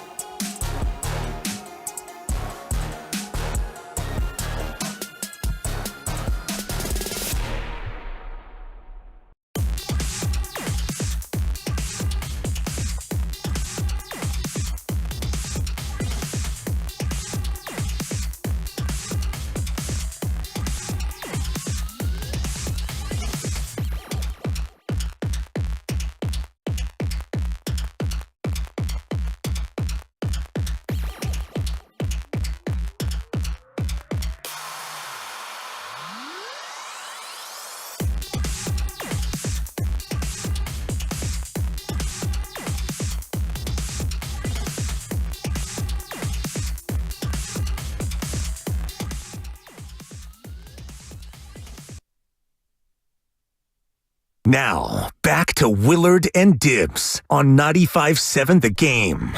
No Mark Willard. He's back tomorrow here on Willard and Dibs. It's Mark Randy sitting in for him alongside Dan Dibley. Dibley's about ready to, take a stretch 5? Yeah, not technically a stretch 5, but I appreciate the reference. And the reason why, the stretch 4 actually was my creation. And what a real stretch 4 is when you have a day off that is planned. Thank you. Like Labor Day, for example. You get the Monday off. You take the Friday, and then it becomes a stretch 4. I'm simply taking 3 days of vacation, which turns into a nice 5-day weekend. That's pretty nice. It's pretty cushy. Yeah. But the original stretch 4 was only thank you, a stretch 4. So in other words, when the 4th of July falls on a Friday and you take the following Monday, that is a stretch 4 because you've stretched a 3-day into a 4-day weekend. Important question. Does it always have to be the Friday and the Monday, or can a stretch 4 be you get the Monday off and you also take the Tuesday off? That would qualify also as a stretch 4. Yeah. I like that because you are essentially stretching a 3 into a 4, which, and just real quick, a quick aside, this is normally a Willard thing, but this is one of my pet peeves in sports talk is the idea of a gentleman's sweep. A gentleman's sweep is not when you beat the other team in 5 games. Yeah. The gentleman's sweep is when you win games 1, 2, and 3, and as a gentleman or a gentlewoman, you allow the other team to win game 4, and then you finish it off in 5. That's the only time it is a, quote, gentleman's sweep. So if you win game 1 and I win game 2, and then you win games 3, 4, and 5, that's not a gentleman's sweep. That's you winning in 5. It's only a gentleman's sweep when Team A wins the first 3 and then game 5. You're welcome. It's fascinating what frustrates you. The little things that frustrate me. Another thing, if I can get one more quick aside in before I use all my material while I'm gone the rest of the week. The whole thing when callers, and I love you all callers, 888-957-9570. Yeah, call in and frustrate Dibs before he takes 5 days off. Me, yes. Please, help me out. I'll take my answer off the air. No, you won't. No, you won't, you idiot. You're going to take your answer on the air. You just will be off the air, but you will listen to it on the air. Exactly. I'm not going to call you at home. I'm not going to send you an email or write you a firmly worded, handwritten letter. You're going to get your answer on the air. The best way to sign off after a call is, thanks, I'll shut up and listen. That's a good one. Yeah. That's a good one. I mean, anything like that. But go ahead and light up the phone lines. And I will give out my lock of the day, too, later today. Because your boy's been hot now. What is that, like 2 in a row? One in a row. One in a row. I didn't give one yesterday. I should have. I would have given you the Giants Braves over a half a run. Scoreboard on that. I wonder what was the over under for that game yesterday. It had to be like 7. 6.5. 6.5. There you have it. Thank you, Lucas. Easy. But you're retired, Lucas. You had that answer pretty quick. Such a liar. Thank you. Stay locked in so you don't have to get locked in. There we go. I'll buy that. That's a 4. That was an easy no sweat under yesterday with Blake Snell and Chris Sale. No one could hit. Talk about an uncomfortable at bat for every single left-hander last night. Does not matter which team you were on. You're facing off against Blake Snell and Chris Sale. I would not want to be a lefty in that lineup. Really a righty either, but especially a lefty. Giants have dropped 2 in a row. They're 2.5 back of the wild card, but, and I know Steiny's listening, the math still works, Matt. The math still Maybe we got to works. use a different word. The arithmetic is still there, Steiny. Yeah, I guess. But either way, I'm sure it still it takes frustrates him. Anyway, enough about my pet peeves. I'm okay now. Quick aside. I've worked through it. Yeah, thank you. We're streaming live on Twitch and YouTube. Head to twitch.tv/957thegame and youtube.com/957thegame to watch us live. And if anyone swears, you'll get to hear it. It might be Dibs. Who knows? We'll find out. Subscribe to the channel for all 95.7 The Game content on Twitch and YouTube. And make sure to hit that thumbs up button on YouTube if you like the show. It's all powered by First NorCal Credit Union. And you can now download the free Odyssey app by scanning the QR code in the bottom right corner of our Twitch and YouTube streams with your smartphone. Dibs and I, it's Mark Randy in for Mark Willard. We've been sorting through the latest in this Brandon Aiyuk saga, and the latest is from Ian Rappaport as he says that the 49ers and Steelers have essentially agreed on a potential deal that would send Aiyuk to Pittsburgh, and the Steelers are in, quote, a good place on an Aiyuk contract. It now seems as if the 49ers are just handing the ball over to Brandon Aiyuk and letting him make his decision. And Dibs, you and I both agree, perhaps part of the motivation for the 49ers to go about this negotiation this way is because they just simply want this over with. And maybe it's becoming a little bit too big of a distraction. The Niners have always prided themselves in the Shanahan era, specifically maybe after the first couple of years of Shanahan, once the team started winning football games. They've always prided themselves, Dibs, as being a really strong culture and a team that doesn't have many issues and distractions, and they can get through things. I mean, just 2 years ago, they got through the awkwardness of Jimmy Garafolo, we're going to trade him. No, he's practicing on a side field. Now we're going to keep him and rework his deal. He's going to be the backup behind Trey Lance, even though we're kind of convinced that maybe Brock Purdy, the third string, is better than both these guys. They got through that. Is this Brandon Aiyuk situation, is this enough of a distraction? Could it have enough of an impact on the 49ers locker room, on the 49ers on the field, that they're just willing to move off of an all-pro wide receiver because it is having that big of an impact? Is it possible that it could be having that big of an impact within the 49ers locker room? I don't think so. I do think that it's become a distraction for the front office, and I think that they've gotten to the point where they don't want to move off of the number that they have. They have it budgeted. They have it set. It was the offer that they made, and they feel good about that offer being competitive, being fair, and being the offer that they want to make. And all the things that Brandon Aiyuk has done subsequent to that, I haven't gotten the sense that the 49ers have sat down with him and tried to find a middle ground with how much money they're willing to spend on Brandon Aiyuk. We even had that report earlier in the week. It must have been last week where, the two sides sat down with Kyle Shanahan and there was a little bit of a come to Jesus, and they were able to exchange ideas and speak openly to one another about what has happened. Well, since then, we've gotten no sense that the team has moved off the number that they previously offered, and we haven't gotten a sense that Brandon Aiyuk has shown any more willingness to stop holding in and accept the number that they offered. So it was great that they had a meeting, but it feels like that meeting was more about words and feelings and emotions and less about actual negotiation and money. So if that's the case, and you get now to August 13th and you've got 2 more preseason games, you got one on Sunday and then one on a short week, a sharp week, as Lowe would say, next week, we're getting to the point where you got to turn this page and you got to get ready for real football. So I don't think that it's an on-field or a locker room distraction, but I do think that it's a front office annoyance where, you've got your whiteboard and you're in the front office and all the things you have to worry about. Top of the list, Brandon Aiyuk, get it resolved. Number 2, Trent Williams, what are we going to do? Restructure? ? And then below that, it's all the other stuff with the roster. Who are you going to keep? Who can you slide through to the practice squad? What are you going to do with this position spot and all the rest of it? So from the front office, you've got 2 big, bold, high-ticket things to worry about. And first and foremost is Brandon Aiyuk. And if it doesn't feel like you're going to be able to get a negotiation, and if you don't want to negotiate and come off of your number, and he doesn't want to come off of his number, well, then you get to the spot where you say, look, you're under contract for 14.1. We're offering you, let's just say 26. We don't know for sure, but we're offering you 26. If you don't want to take 26 and you don't want to play for 14.1, then we're going to trade you to Pittsburgh. And we have a deal in place, and Pittsburgh is willing to give you more than 26, I would imagine. So what do you want to do, Brandon? What do you want to do? Here we go. Shot. Yeah, what do you want to do? How do you want to play this? I get what you're saying, but if this is only a distraction or an annoyance or a cause of frustration for the front office, I mean, I'll put it bluntly, like this is what the front office is there for. They're paid to put up with stuff like this and to work around things like this. If this is only an issue for the front office, Dibs, is that a big enough deal to make them say, all right, we're going to trade our all-pro wide receiver? I feel like if you're willing to make a trade of your all-pro wide receiver when it seems like you haven't really wanted to all offseason long, and now you're going to do it less than 4 weeks before week 1, I feel like you're probably in a situation where you might be worried that it's going to impact your play on the field.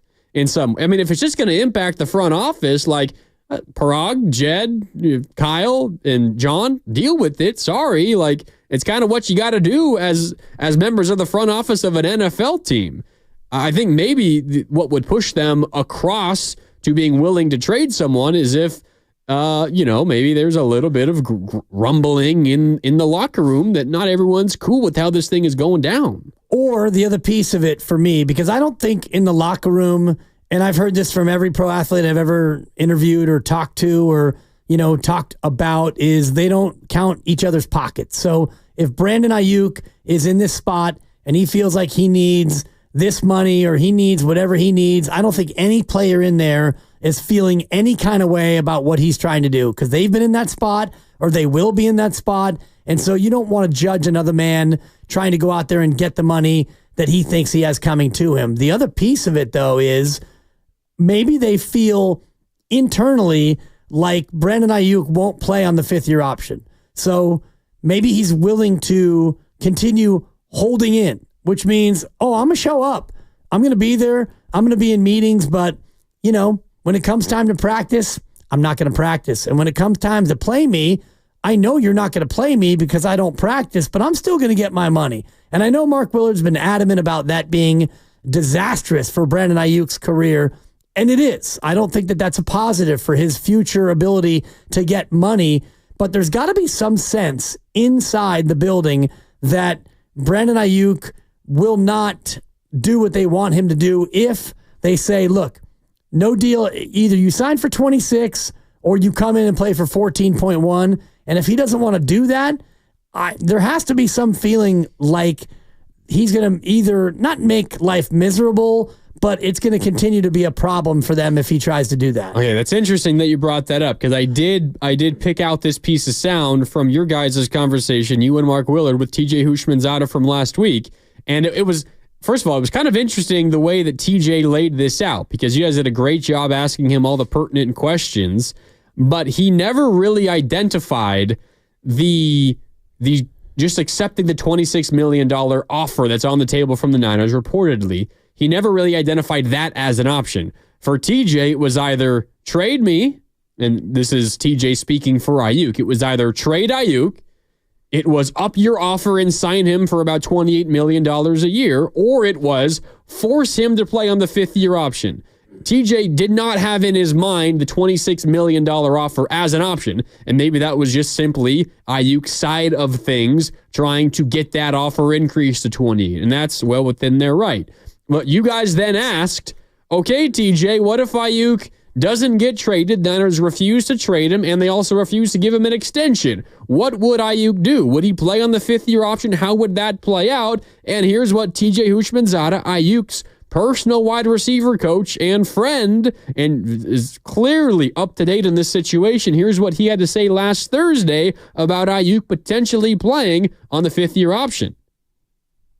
The advice that I would give him, I'm going to be pissed off because this isn't how y'all done business with your best players. They've always come to a deal, so you don't consider me your best player. So now the whole season I got to play on a contract that I'm unhappy with. So now I'm going to be unhappy, and you're going to see that at times. The locker room is going to see that at times, and it may get combustible because Shanahan is not a punk. Shanahan going to say what's on his mind, and you don't want those type of confrontations. And so that would be the hard part is if there's no deal and he has to play on that option, that would suck because I know as a player, you're just going to be so angry, so distraught. And again, Shanahan has to coach an entire team and he doesn't want that type of energy in the locker room. And so he has to do what he has to do. And I understand that, but I don't think that would be a good situation at all. It's interesting because TJ Houshmandzadeh, Brandon Aiyuk's personal wide receiver coach who had a long, successful career in the NFL, essentially said, Dibs, without coming out and saying it word for word, essentially said, if the Niners are forcing Aiyuk to play on the fifth-year option, my advice to him is don't hide your frustration and kind of cause a stink in the locker room. Just go out there and play, but, let your emotions flow. And, if you happen to have times when you're upset, then be upset. And Kyle Shanahan's going to tell it like it is. Fire back. Exactly. And which does not create the sort of locker room culture that we've had from these 49ers that we've seen over the last few years where, even through the Jimmy Garoppolo saga, it never permeated the ethos of the locker room. It never became a problem. They worked their way through it, and Jimmy was, the backup, and then Trey got hurt, and then it was Jimmy's job, even though he was on the kiddie field during practices and during training camp. So weird. It was weird, but it never affected them. Jimmy got the ball, and he won a bunch of games. To be fair, it might have affected them if Trey never got hurt and Trey struggled. Right. But they kind of got an out when Trey got hurt. Yeah, it all worked itself out. And that may be the case here where, Brandon Aiyuk, if he winds up being a 49er and they have another good year and Brandon balls out again, we may never see it.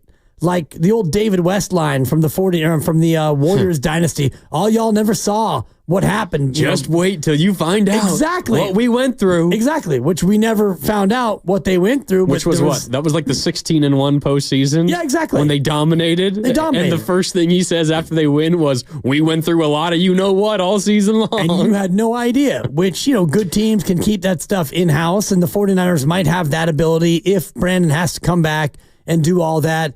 But, it all depends on what happens over the next, 4 hours, 24 hours, 48 hours. It feels again like this thing is, coming to a head here, because if you're Pittsburgh, wouldn't you want to have this all done before this upcoming weekend? No doubt. And I don't have the Pittsburgh schedule in front of me, but I know they've got their second preseason game coming up shortly. And, if you want to play on Saturday against Buffalo. There you go. Yeah. So if you want to acquire Brandon Aiyuk, you're not thinking about Saturday against Buffalo. You're not even thinking about the third preseason game, but you're thinking the sooner I get him in, the better, because they don't have the luxury of waiting until Monday for their first game. They play on that Sunday, so they're now 26 days away from their opener. And, you could probably get a wide receiver up to speed in 2 to 3 weeks with route running and route concepts and terminology. And, maybe it takes more time to get on the same page as your quarterback, but you feel like 2 to 3 weeks,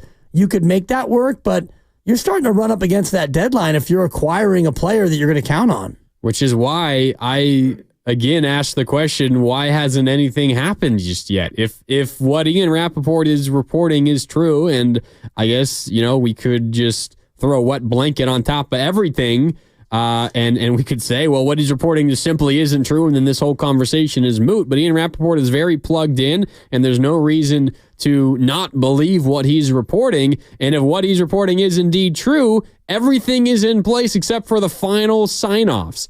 And what is Aiyuk's camp waiting on? What is the 49ers side of things waiting on? It seems like the Niners are just waiting on Aiyuk to say yes.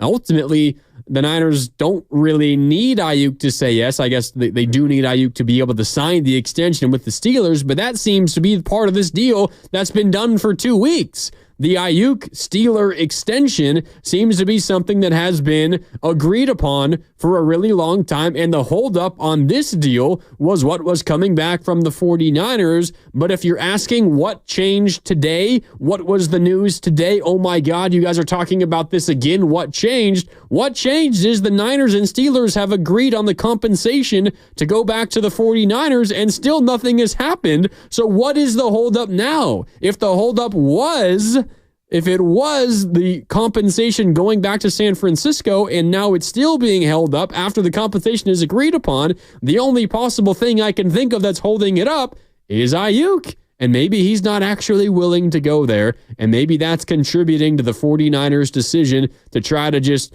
hurry this whole thing along because they're sick of this. Maybe they feel like Aiyuk's camp feels like the Niners are negotiating in bad faith. Maybe the Niners feel like Aiyuk is doing the same thing. We found you a trade partner in New England. We found you a trade partner in Cleveland. Aiyuk, Brandon, we've now found you a trade partner in Pittsburgh. You have to tell us that you want to go because this is all you've been asking for months now. And here we are, and we've got the destination where you reportedly wanted to go. We had another deal in place that you said no thank you to for more money. So now we've finally found a deal with Pittsburgh that works for them and it works for us, and they're willing to sign you to whatever the amount of money is, but it's probably more than what the Niners are offering. Otherwise, this deal wouldn't be live and wouldn't be viable. So now, Brandon Aiyuk, you have a choice. The choice is yours. And shout out the Black Sheep.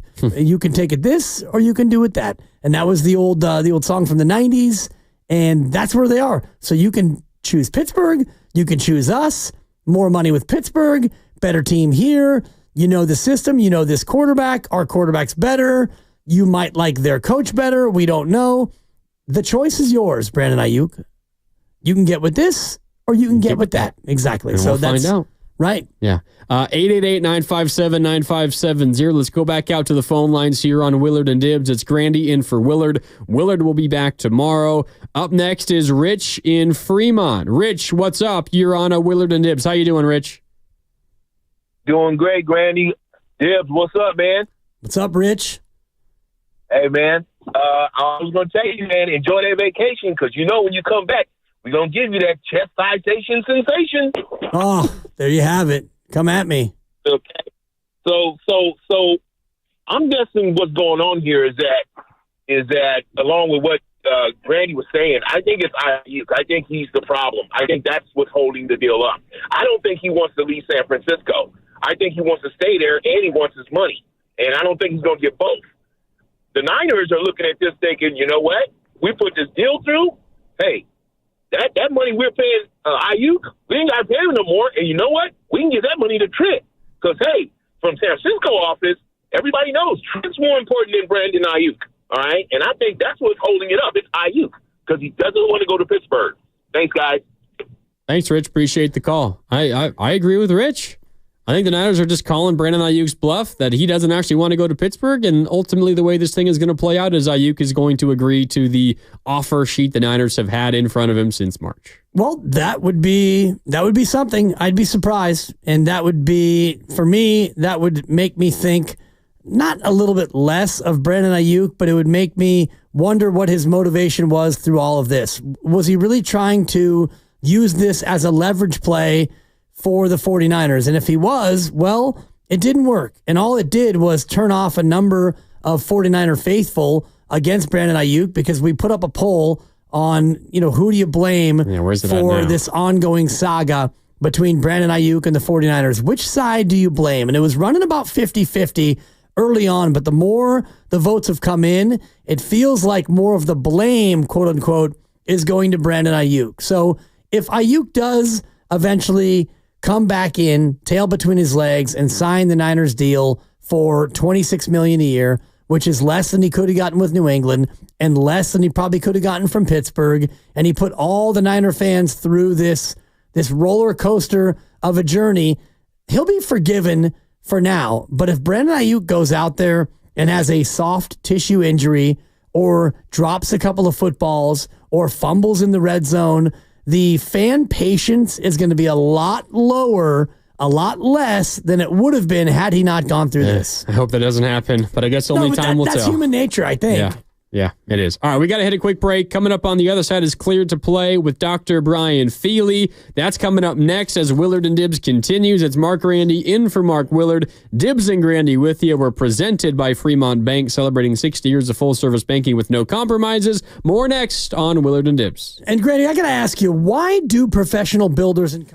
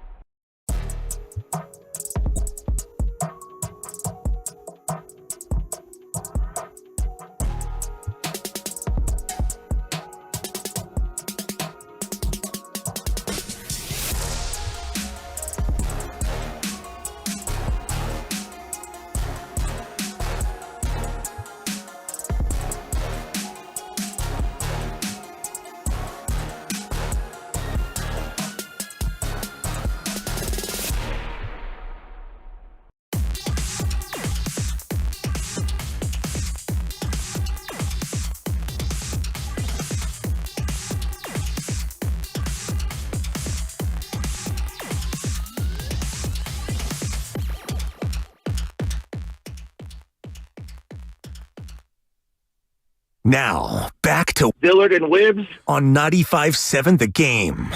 Welcome back. No Mark Willard. He's back tomorrow. Dan Dibley then taking off tomorrow for a nice time off. I know you're going to enjoy it. Dibs, it's been good hanging out with you for these last couple of days. Yeah, always fun. And last week, too, we got a handful of days in there as well. It's been fun this summer, getting to know you a little bit better on the air. And maybe next time when you're back on the air, maybe we'll finally have a resolution to this Brandon Aiyuk stuff. That's hilarious. I'm hoping we have resolution by the time we get off the air at 5:57 tonight. It'll happen at like 6:05. Right. Yeah. And I couldn't help but think about Bonte and Joe this morning because the Ian Rappaport news broke about 10:15 right after they were on the air. And, selfishly here on the radio, you always want the big news to happen during your show. Yep. That way you can have the first crack at it. And so for Bonte and Joe, they've, on Twitter, I'm sure they've weighed in. And actually, Shasky and I have been texting back and forth about a variety of things, including the expression splitting the baby. He actually educated me on exactly what the reference is. I looked it up during the crossover. Oh, you did? Yeah. I had no clue that's where it came from. I had no idea either, but he said it comes from the Old Testament. Yep. Where a king was presented with two people claiming that the baby was theirs, and he threatened to slice the baby in half and give each half to the respected mothers. And the real mother ended up saying, "Don't kill my baby." And that's how he found out that mother was the real mother of the baby. It's a wild phrase. Joe Shasky, genius. And I appreciate you listening, Butcher, because I did not know about splitting the baby and from whence it came. Yeah, me neither. I looked it up during the crossover, but I couldn't get a word in edgewise because, Guru just going crazy. Yeah, and it's whatever. I was getting my touches too, trying to get all my takes out here. Yeah, you gotta be aggressive. You gotta be a little selfish when it comes to the crossover. No doubt. All right, let's get on with it here on Willard and Dibs. It's Grandy in for Willard alongside Dibs here on 95.7 The Game. And all guests on 95.7 The Game appear on the River Islands guest line. Isn't it time for you to discover the islands, River Islands in Lathrop? And that does include the good doc when he joins us on Cleared to Play, where we take you inside the tent and get you updated on the latest injuries in the Bay. Proud to partner with UCSF Health on this segment and bring in Dr. Brian Feely. Doc, welcome in. Thanks for joining us as always. How you doing? Good. How are you guys? We're doing good, although probably a little better than the 49ers because they have all this Aiyuk drama, this Trent Williams drama, and they also have a number of injuries that they're dealing with, including a couple as a result of their first preseason game. Doc, Kalia Davis, a reserve defensive lineman who the Niners probably were going to have to rely on early in the year as a reserve run stopper and pass rusher, actually had a pretty good game on Saturday in Tennessee, had the team's only sack, but Kyle Shanahan comes out yesterday and says that he needs to get a procedure done on his knee, essentially a knee scope, because there's some stuff hanging out around his kneecap, and he might miss upwards of half of the season. Can you give us any insight? It's kind of a generic explanation. What do you think Kalia Davis is going through right now? Yeah, most likely he's got some pain and swelling from some unstable cartilage underneath his kneecap. Now, a lot of people tolerate that just fine. So if we look at older people over the age of 45, 55, most people have some strain in their cartilage, but they're also not loading their knee, getting down into a 3-point or 4-point stance and trying to explode up out of that position. When you think about what a defensive lineman has to do, getting in that loaded position, essentially doing a squat over and over, and then pushing, you're putting a lot of shear force on your kneecap. So any unstable cartilage in that area can cause pain and it can cause swelling. So the plan most likely is to go in, clean up all the frayed cartilage, get it back to a stable edge so it's not bothering the rest of his knee. It makes sense if he's been having some pain and swelling for a while. Keep in mind, he also had a torn ACL when he was at Central Florida. To really shut him down, let him recover slowly so he doesn't have multiple small setbacks along the way. It's brutal. When those repeat injuries happen in your knee, the same knee, it can really be deleterious or negative for the overall structure. Ambry Thomas with a broken forearm, that seems like a pretty garden variety break, but why, Doc, is this such a bad break that it may cost him the majority of his time? Yeah, I mean, it really depends on where the break is. The closer it is to the joint, the more conservative we have to be. So if you have, for instance, if you break right down by the wrist, sometimes that fracture can go into the actual wrist joint. We have to go a lot slower compared to if you break right in the middle of your forearm. Those are the type that you can often see players getting back in 4 to 6 weeks with a hard cast. So depending on where the injury is, what else is associated with the injury, that really dictates the time to return to sport.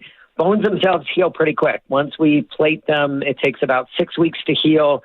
Not that much longer for athletes to get back into shape and to be able to work on their range of motion, unless it's around a joint. So the likelihood is it's closer to one of the joints, either his elbow or his wrist, and that's going to slow him down a little.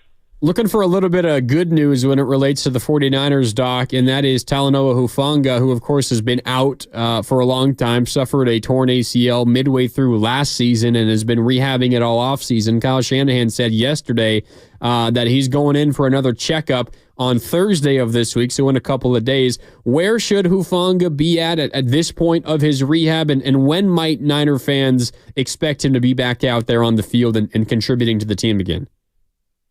So he was injured last November, so we're looking at about 8.5 months out right now. So he should be getting to the point where, for most timelines, he can practice on his own. He's doing cutting. He's getting well-conditioned, and he can probably start thinking about getting into games right around 9 months. We know that when we look at recurrence rates, getting that second injury, going back sooner than 8 months has a much higher risk than waiting at least 9 months. So in the preseason, I don't think we're going to see him in the preseason. I don't see any reason why somebody that good needs to play in the preseason. But I think it's a reasonable assumption to think that if everything goes well in his next appointment and his last little bit of rehab, that we could see him from opening day. A little bit of a curveball for you, Doc. J.J. McCarthy, quarterback from Minnesota, it's been announced that he's got a torn meniscus, and he's debating or weighing his surgical options. With a young player like McCarthy, what determines whether or not he does the trim of the meniscus or the straight-up repair? So it really has less to do with how old he is and more where that tear is. So if the tear extends all the way to the periphery or to the outside of the meniscus where there's a good blood supply, or it's a really big piece of the meniscus, they're more likely to do a repair. If it's a small piece that doesn't really have a good blood supply, it's just on the inside of the meniscus where it's really thin, they'll just do a cleanup. Typically, when we do these surgeries, we're really looking at preserving, not only getting them back on the field at some point, but realistically being able to have a healthy, stable knee for year 2, 3, 4, and 5. So my guess is they will be conservative, and if they can fix it, they can. But we've seen what happens with that with James Wiseman, right? You go in to fix a meniscus, you try, the knee never quite is perfect again, and it may lead to just surgery after surgery. So it's not an ideal situation. If I'm a Vikings fan, I'm a little bummed today. Doc, the 49ers are dealing with so many injuries that they had to cancel their joint practices coming up this week with the Saints because they're worried they just simply don't have enough bodies. And you put, an injured group through a grueling set of practices against the New Orleans Saints. You don't want to worsen your injury problem at all. They had 23 players miss practice on Thursday to close out last week's practice sessions. How concerning is this? How rare is this? Is this just something that happens sometimes to football teams in the preseason and you give these players a couple of weeks off and they'll be good to go come week 1? Or are the 49ers already beginning this season from a bad spot with all these injuries they have to overcome so early? I don't think it's a bad thing at all. I think, one, if you're going to get injured, getting injured in the preseason is a lot better time. And we know that injury rates spike in the first 2 to 3 weeks of training camp. That's when we see the most strains and sprains, just because players, even when they're in really good condition, it's different to be in that game shape.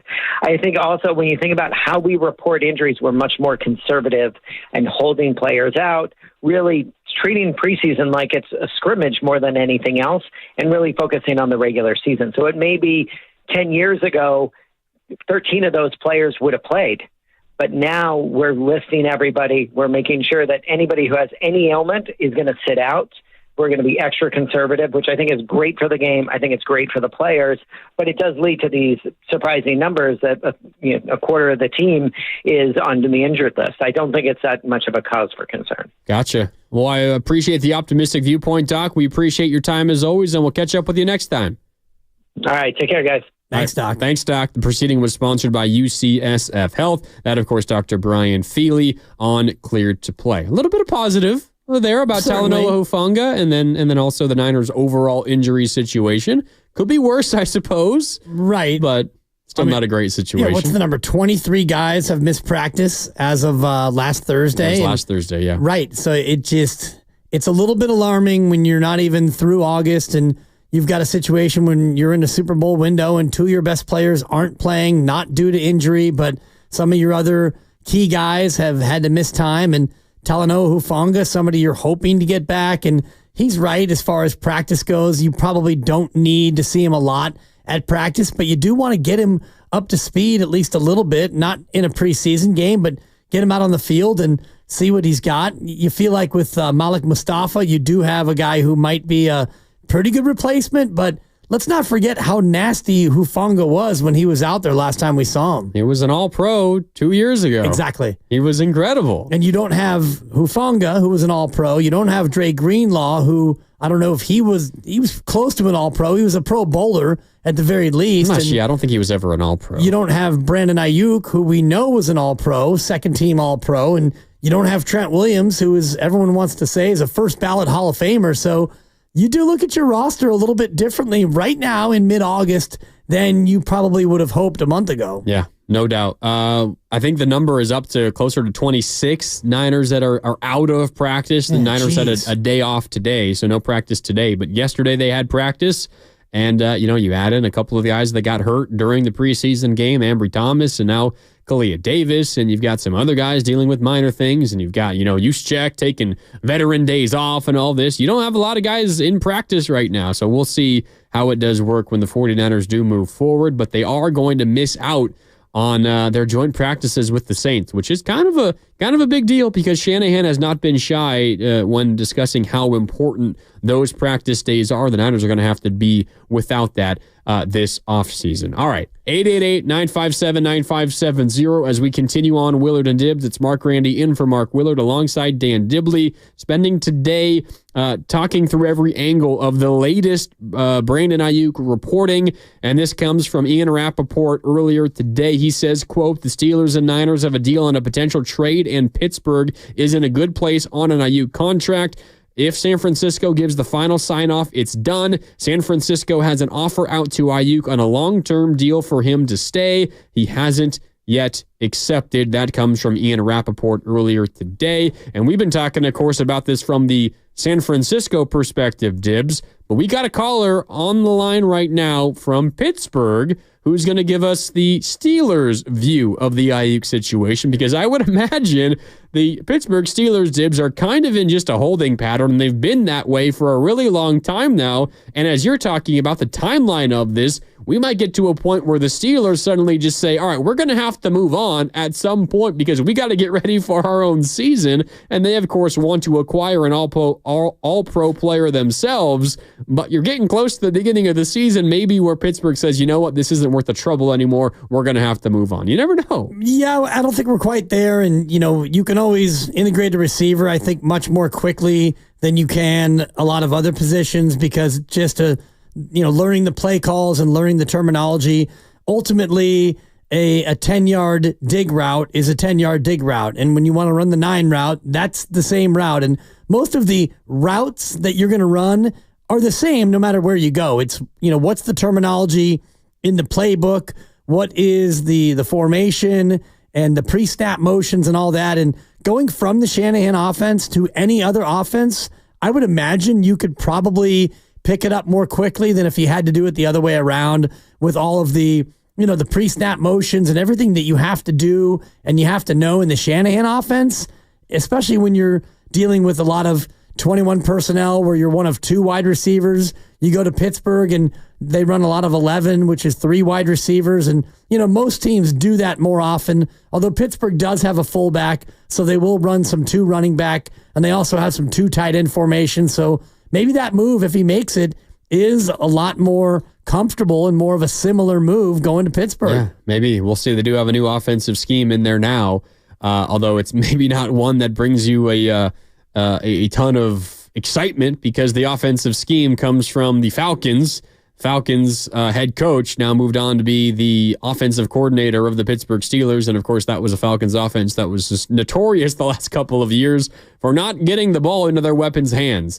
So we'll see what the future does hold for the Pittsburgh Steelers. But let's get a perspective from Pittsburgh on the phone lines, 888-957-9570. Chris is in Pittsburgh and wants to weigh in. Chris, what's up? You're on Willard and Dibs here on 95.7 The Game. Chris, what do you think of this whole Brandon Aiyuk situation? Well, guys, I have some bad news for you. So I want you to go back in the Wayback Machine with me 6 years. The Steelers were a Super Bowl team, and they had a guy named Le'Veon Bell who decided he was going to leverage by sitting out, sort of like the sit-in you have with Brandon Aiyuk. A year later, you had a wide receiver who became a problem, who we needed to trade away by the name of Antonio Brown. Antonio Brown, we had a deal. We didn't want to trade him, but we were forced to trade him to the Bills. You remember what he did? He canceled the trade because he wasn't going to sign with the Bills. Sound familiar with Aiyuk? We ended up having to trade him for pennies on the dollar, a third and a fifth to Oakland. Now, 6 years later, Pittsburgh was the unfortunate person you had to trade with because they've seen this movie. Pittsburgh, from what we've heard on Steelers sites, is there's not going to be another player coming. It's going to be a second and a fourth, and they're holding firm to that. And Aiyuk has already agreed to the deals of a contract. It's the 49ers who are holding this up. The 49ers know they're not going to get the compensation they want. A second and fourth is as good as it gets. And they keep hoping that by waiting, they're going to let the Steelers to give them more, or maybe Aiyuk changes his mind and comes back. What's going to happen is they're going to trade him. They're going to get a bad trade. They're going to have to move on from it. And the best thing you can do, because we live this. I mean, I have the greatest empathy for you because we lived this movie. And we will end up losing any chance of a Super Bowl because of it. So with Purdy's contract, I think the agent for Aiyuk weaponized the holdout, changed it to a hold-in, and this is not the last time we're going to see SARS doing this. So you're just the first of many who are going to have GMs pulling their hair out. Yeah, anyway, a second and a fourth is no deal, and thank you for the phone call. And that's a non-starter. If that really is the only offer, and I appreciate, and I say this hoping that the boss is not listening, going behind enemy lines. When we go behind enemy lines like that, you get the real insight to what's going on in central Pennsylvania. Yeah, we're getting the updates. Western Pennsylvania. We're getting the updates from the Steelers fan blog sites. He's going to crack on me for calling it Central PA. It's Western PA, if memory serves, whatever. But when you go behind enemy lines and you get that kind of an insight, if they're only offering a second and a fourth, Grandy, then it's no deal. And this, I don't think, would be reported by Ian Rappaport, a.k.a. Rap Sheet. If that is their offer, a second and a fourth, it's no deal. And I'm not saying it has to be a top flight player, but it's got to be something more than a second and a fourth, because if you're the Niners, that is pennies on the dollar. And I love that expression because it really would be pennies on the dollar. And you don't have to take pennies on the dollar for Brandon Aiyuk when you have control of him for a fifth year. And I don't think that he's Antonio Brown. And I don't think that he's LaDavion, as my son would call him, Le'Veon Bell.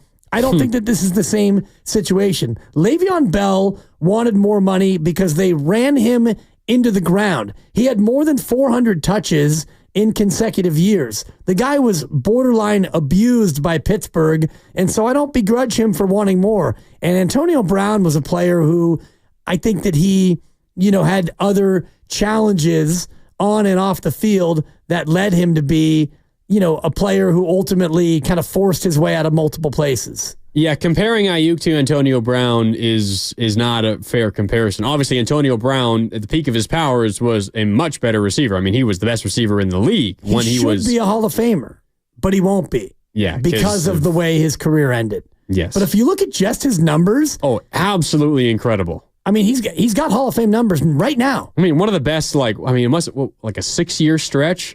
One of the best 6-year stretches from a wide receiver in NFL history. He was amazing. But even before then, part of the reason why the Steelers wanted to move on from him was because you could kind of feel the Antonio Brown that we now know kind of bubbling to the surface. And while to this point, all Aiyuk has done is hold into training camp and voice his frustration a couple of times on social media and post some emojis, it's not as if Brandon Aiyuk is a problem that is so large that the 49ers have no choice but to move on from him. The Steelers ultimately did that, and they only got back a 3rd round and a 5th round pick for one of the best receivers ever because everyone kind of around the league knew that Antonio Brown was kind of an issue to have on your team. And while the Raiders only had to give up a 3rd and a 5th round pick, Dibs, remind me how Antonio Brown's tenure in with the Raiders went. Did he even play a regular season game with the Raiders?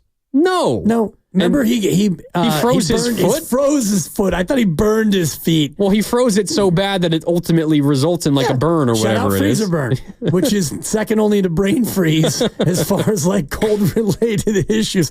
The Mount Rushmore of freezing-related injuries, frostbite, brain freeze, and freezer burn. Yeah, that's Those up are there. definitely three of them. Don't talk about that. I just did. Here are his years in Pittsburgh from year 4 on. Catches 110, 129, 136, 106, 101, 104. You talked about a 6-year run, and he led the league in yardage twice, led the league in catches twice, led the league in touchdowns once, and at the end of 2018, he went to 6 straight Pro Bowls, 7 overall, and then he went to New England, and he had 4 catches. Then he went to Tampa, 2 years, he had 45 catches, 42 catches, and then he famously walked off the field in the middle of a game, took his pads off. And gave the crowd the deuces. That was a wrap. He was on track to be a first ballot Hall of Famer. So to compare that level of dysfunction, and I don't want to say illness because I never met the man, but it sure looked like he got to a point where he was having a hard time coping with the NFL life. This is not Brandon Aiyuk. He's a player who's done some things that maybe are immature. He's made some maneuvers that maybe are not advisable, but he's not even close to Antonio Brown levels. And the Niners are not taking a 2nd and a 4th and giving him to Pittsburgh on a platter. They're just not. Yeah, and I think the main difference in this situation versus that situation is everything we laid out, why the Steelers kind of felt like it was time to move on from Antonio Brown. The 49ers don't feel that way about Brandon Aiyuk, and they do not have to do anything here. They don't have to trade Brandon Aiyuk. It seemed as if our caller from Pittsburgh made it feel like the Niners have no recourse. They have no other option but to ship him off for pennies on the dollar. The Niners simply do not have to do that, and ultimately we'll see how it all plays out. I agree with you. If they say they do pull the trigger and the trigger is only for a 2nd and a 5th round in return, the Niners will never hear the end of it. Right. Never hear the end of it because that is for pennies on the dollar for a team that is trying to win a Super Bowl. It's got to be for a usable player, a 2nd, and maybe not a 4th, but a 6th or a 7th. It's got to be a player you can use, a pretty good top 100 pick, so maybe a 3rd, a good player, a 3rd, and a 6th. I think that could be sold as, you got more than pennies on the dollar. Maybe you got quarters on the dollar. Yeah, we'll see. We do have not breaking news, but if you are a Niner fan holding out hope that maybe something does happen, we might have something to lift your spirits just a little bit. You're such a tease. And I'll tell you, coming up on the other side. That's coming up next on Willard and Nibs. Maybe some positive developments in the Aiyuk saga. That's coming up next as Willard and Nibs continues. We are sponsored by Safeway. Head to Safeway this week for this member deal and tons of other great offers. Signature Farms boneless, skinless chicken breast, $3.99 per pound. Visit Safeway.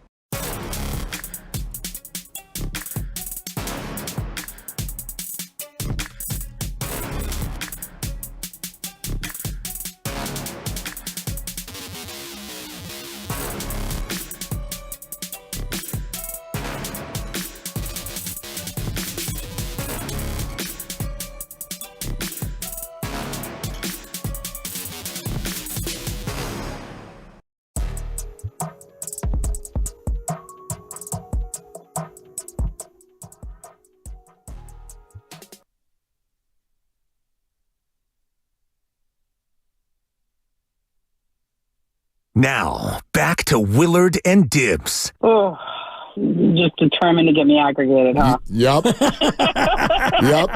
You know what my Twitter feed will look like if I answer your questions? On 95.7 The Game. Haven't had anything to aggregate about the Warriors lately. No, it's been pretty quiet Yeah, since the Markkanen kind of buzzkill news.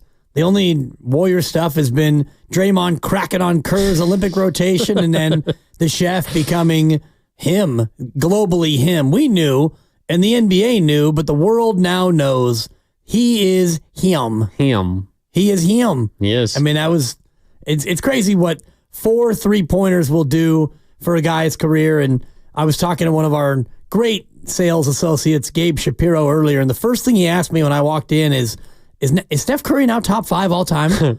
And I thought about it, like, I don't think so, but the very fact that 2.5 minutes of Olympic basketball can take him from, oh, he's for sure top 10, or, he's on the all-time top 12, or wherever you had him before, 2.5 minutes of Olympic basketball now vaults him into the top 5, possibly of all time. It just reminded me of how unbelievably epic those moments were in the Olympic gold medal game. Yeah, he was awesome. It was one of the best moments in Steph Curry's career, and having watched the vast majority of Steph Curry's career is one of the best moments that I've watched of him as well. All right, join 95.7 The Game at Harding Park Friday, September 6th for the Pettinelli Financial Partners Golf Tournament benefiting the Autism Society San Francisco Bay Area.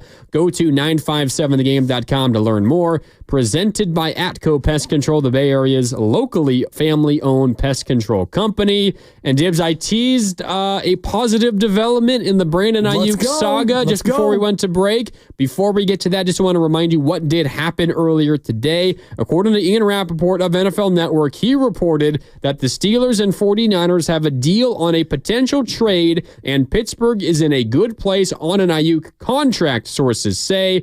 If San Francisco gives the final sign-off, it is done. San Francisco has an offer out to Aiyuk on a long-term deal for him to stay, but he hasn't accepted. Okay, so that was the update from earlier today. Now Ian Rappaport's colleague Mike Garafolo on NFL Network reporting that there's some positive momentum between the Niners and Brandon Aiyuk. Listen to Garafolo himself on NFL Network. This situation has been uncomfortable. It's been contentious. It's still a little bit of both of those as we sit here right now, at least between Brandon Aiyuk and the 49ers. I'm going to try to inject a little bit of optimism here because you talked about that Instagram post the other night, Tom, where Aiyuk said that there are 2 options. Let's just pick one, right? I dug into that a little bit, and what I've been told is that Brandon Aiyuk would prefer to stay with the 49ers and has always preferred to stay with the 49ers, all things being equal. Now, they haven't been equal, but they did make that offer. In fact, both sides sent proposals within the last, couple days, week or so. And the 49ers number has gotten better than what it was previously. And they have, from my understanding, they have agreed on a lot of the main points of the deal. Their offers are in line, but it sounds like there's just one more thing that needs to be ironed out.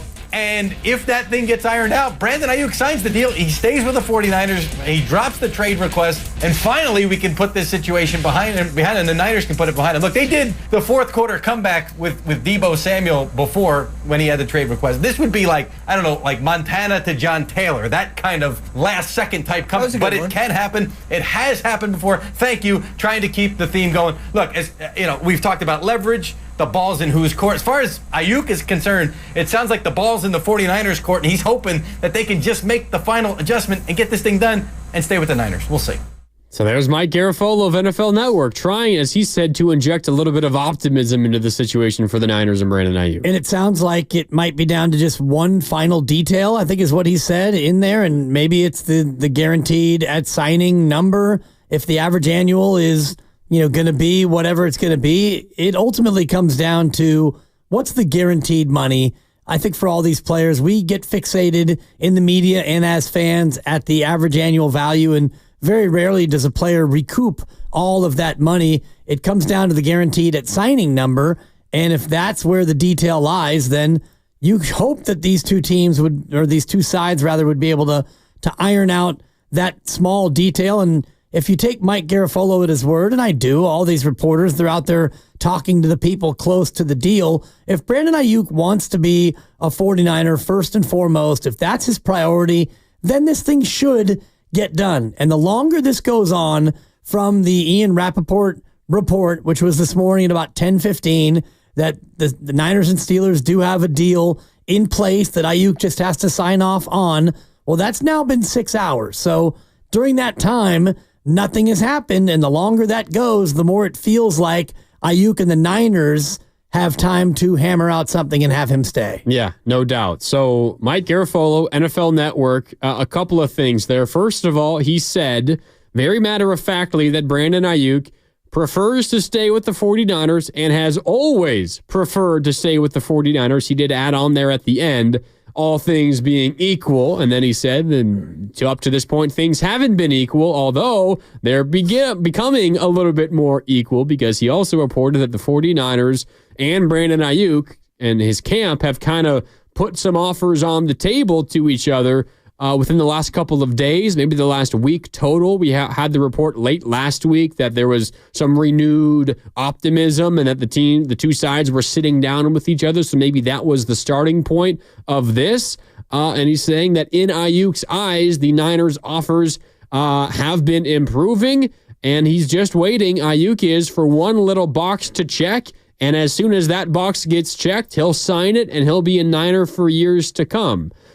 It's interesting because I always felt like the way this happened, this was going to happen, Dibs, and certainly this is good news for the 49ers and for 49er fans. It does seem a little more likely now, at least, that a deal will get done, and I've always felt that a deal was going to get done. However, this wasn't the way I thought it was going to get done. I thought ultimately that Brandon Aiyuk would just decide to not go to Pittsburgh because he didn't want to, and he'd be forced to sign what the Niners were sitting with their $26 million offer. But the way Garafolo is reporting this makes it seem as if Aiyuk is kind of forcing the 49ers' hands, and the 49ers are giving in a little bit. Well, it depends on what the number ends up at and how much guaranteed he gets. But, this whole thing has been done in a little bit of an uncomfortable fashion for at least 49er fans. I don't know if the front office has felt uncomfortable, but it seems like they calculated a certain amount of behavior from Brandon Aiyuk that they didn't get.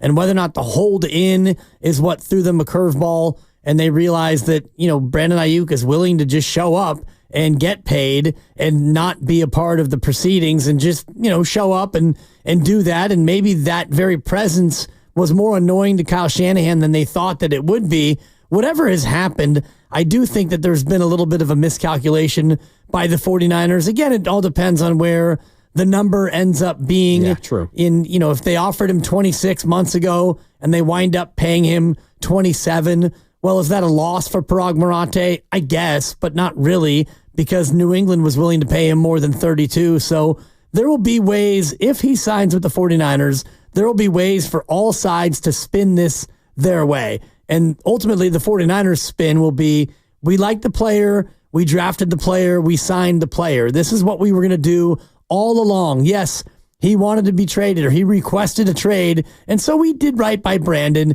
and we went out there and we got the best deals that we could get. But ultimately, it never culminated because all parties couldn't agree on what was going to work for the other team, our team, and for Brandon. And if Brandon comes in and signs for, even if it's $26 million, he can spin it as, I went from 14.1 to 26 million, and I now have 35 million or 40 million guaranteed at signing. I'm a rich man, and I always wanted to be a 49er. And yeah, I went about things in a certain way because I was frustrated. And, I've never been in this spot before, but ultimately, I never said that I didn't want to be a 49er, and he never said that. He was out there courting other teams, and Jaden Daniels, his buddy. Yeah, he said the Niners don't want him, but he never said that he didn't want to be a Niner. True. They said they don't want me. That's what he said, and he said it with such forlorn sadness that they don't want me. That's right. And they say they don't want me. And, well, they didn't really say that they don't want you, but they don't want you at X amount of dollars. Exactly. So I do think if the deal gets done, all sides can spin it as a win. And ultimately, what fans want is for Brandon Aiyuk to be playing for the Niners. You're right in that it will, we don't have to like hand out a grade. Oh, Parag Marate gets a C plus for this negotiation.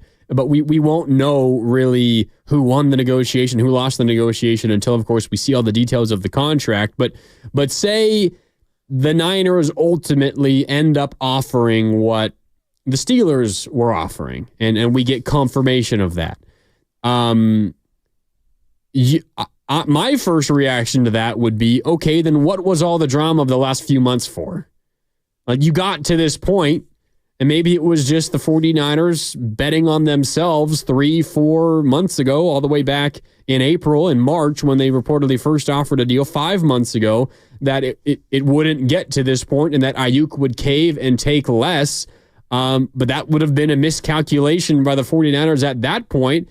And then you put yourself through all this drama over the last couple of months, this entire offseason, only to get to a point where you end up offering what Aiyuk wanted all along, potentially. What was the point of these last few months of hand-wringing? And I guess it was hand-wringing for the hope that it would save you a couple $1 million a year, but you might get to a point where it didn't save you anything. Yeah, it probably did save you some, though, because other than signing him for $26 million way back in March, which would have been the ideal, but they didn't get that done. They didn't do it soon enough, and then other deals came in and the market changed. If you could have done it then, you would have saved yourself all the hand-wringing, all the stress, and you would have gotten him at a number that was lower than where it probably eventually will be if the Niners and Brandon Aiyuk do eventually agree to sign a contract. But what happened after that, you dug in, and he dug in, and I don't know if the Niners thought that he would be as dug in as he was, and it turns out he was more built for this than they thought. And here we are in mid-August. And even when he requested a trade and they went out there and they did the work for him and they got him a trade to New England and they were going to give him a reported $32 million plus, and he said no, I bet you they were caught off guard by that. I can't imagine they thought. Really? I don't think that they put that trade in place and then New England came to him with an offer for $32 million a year reportedly, and he says no. I would imagine that caught them off guard. I think they knew he was going to say no. I think it was a way to try to turn the negotiation around and try to pin Aiyuk in his corner in a corner. Because we knew you didn't want to go to New England, Brandon, but you said you wanted a trade, so we got you a trade, but you don't want to go here. You actually don't want to trade. Come crawling back to us for what we want to pay you. But he didn't come crawling back. And then that's maybe where there was a little bit of miscalculation. Yeah. But I think they were, who knows, I think they ultimately, though, were correct in at least calling Aiyuk's bluff when it comes to wanting to go to New England or to Cleveland, for example. Maybe Aiyuk does want to go to Pittsburgh, but I think they correctly called his bluff as it relates to New England. Maybe. Yes, well, no, for sure. And then, now the Pittsburgh thing percolated again this morning where Ian Rappaport says, well, now there's a trade. Deal's in place. Deal's in place. It's up to Brandon Aiyuk to agree or not agree. And so maybe now is when they call his bluff, because Pittsburgh was always the preferred destination of those that were actually possible destinations. I'm sure he would have loved to go to Washington and play with his buddy, or maybe not. But Pittsburgh is a team where he was rumored to be connected to going all the way back to before the draft. Yeah. And so now you've got a deal in place with Pittsburgh, and now I think it's a case where they're calling his bluff, because here we got you to the destination that you wanted, and they're probably going to give you more money. What do you want to do, Brandon? And it seems like with every passing minute of this deal not getting done, he's probably thinking more long and hard about staying with the Niners at a reduced rate. Yeah, maybe. 888-957-9570. Seems like a little bit of positive momentum for the 49ers and Brandon Aiyuk. Mike Garafolo of NFL Network reporting that Brandon Aiyuk prefers to stay with the 49ers and has always preferred that, all things being equal. Also reporting that the Niners have put new offers or updated offers in front of Aiyuk, and they are much more to Aiyuk's liking. Not quite done just yet, but according to Mike Garafolo, a potential contract extension for Brandon Aiyuk with the 49ers is much closer now than it was, than it has been really at any point this offseason. So Niner fans, you feeling good about this? Should the 49ers just offer Aiyuk the last little thing that he wants and get this thing done? 888-957-9570. And was all the trouble worth it if ultimately it gets done in the middle of August? Let's go back out to the phone lines to Javier, who's standing by in Vacaville. Javier, what's up? You're on Willard and Nibs on 95.7 The Game. How you doing, Javier? Can you guys hear me? Yeah, we got you. What's up, my friend? Sorry, I'm just on a bad road. Hello, Mr. Diddley, and I just want to say, hey, thank you for letting the Steeler fan know how incompetent you sound over there in Western Pennsylvania. This whole, this is the best you're going to get. What are you talking about? The Niners have him under contract. Like, this whole you can speak it into existence, that doesn't mean it's at all true in anything you're saying on the air or in your head, because Antonio Brown, Levi, that ain't got no correlation to what we're doing with the Brandon Aiyuk. Those guys are not Brandon Aiyuk, and we're not the Steelers, and they're not the 49ers. I just hope, though, which, granted, we get mixed messages every other second on the internet, which is, quite frankly, just really unsettling, but I digress. My point is, I hope the 49ers learned their lesson the first time, trying to dice or roll some dice and take a gamble by trading a proven commodity and getting a pick to try to supplant his talent at the level of Brandon Aiyuk and DeForest Buckner when they replaced him with the pick that I called in, Javon Kinlaw, because that should tell him, like, hey, we probably shouldn't do this 2 times in a lifetime. First time, shame on me. Second time, shame on me. So there shouldn't be, we'll get a second and a fourth. For one, that's not enough. 2, there's no reason to even think about except that. Number 3, Brandon Aiyuk is the best receiver the 49ers have had in, I would say, 2 decades, but since 2014, they haven't had a wide receiver go back-to-back 1,000-yard receiving seasons since Anquan Bolden until Aiyuk in the last 2 seasons. I mean, there's no reason for you to – and he's the best perimeter blocker in the league at the receiver position. There's no reason to let him go. You got to make this work, man. If it's $2 million, someone come up with the difference, because he's the best blocking player in the league, and it's not even an argument. Like, if anybody has anything to say, let's discuss it, because he is – people say, blocking is not that important at the receiver position. In the 49ers offense, it's imperative. And everybody and their mother knows that. So, I just want to see what you guys think, and let the Steelers fans know, stop living in, fantasy land, because it's not at all reality, man. You know what I mean?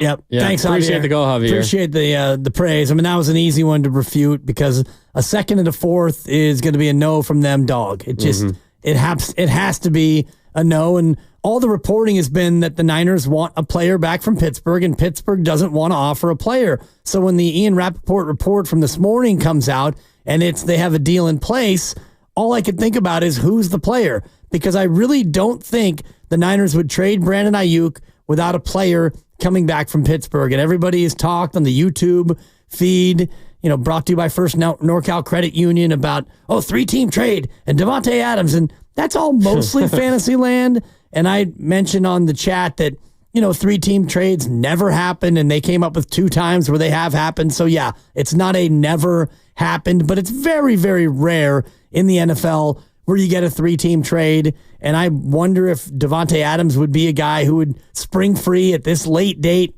in that kind of a blockbuster. We could all dream about that in fantasy land, but I think if a trade is in place with Pittsburgh, you'd have to be getting a player back from Pittsburgh. That seems to be the most logical thing that would happen. And our caller from Pittsburgh saying, no, there's no player involved in the deal. Second and a fifth. Then there's no deal. There's no deal for a second, and I think a fourth is what he said. Yeah. But Something second like and a fifth, whatever, Grandy. It's not happening now. Now, if you want to go back to April before the draft, and New England offered you their second. That's a little different. Yeah, and that was number 34. Essentially was a late first, right. basically. So now it's a little bit of a different calculus, because you can use that pick on a player who can help you. Right now. Yes. You're not wait another year to do it. Exactly. You're not drafting, you're not trading Aiyuk for 2 picks that you can't use right now. Which is partly why I disagreed so much with Steiny, and he was talking about, you have this conversation about having to maybe cut bait with one of your stars is approaching the 49ers, and maybe you have to do it after this coming season, and you're kind of being gifted this scenario right now where you have the out. You have the out, and maybe you recoup a little bit of value, and that helps you in the future.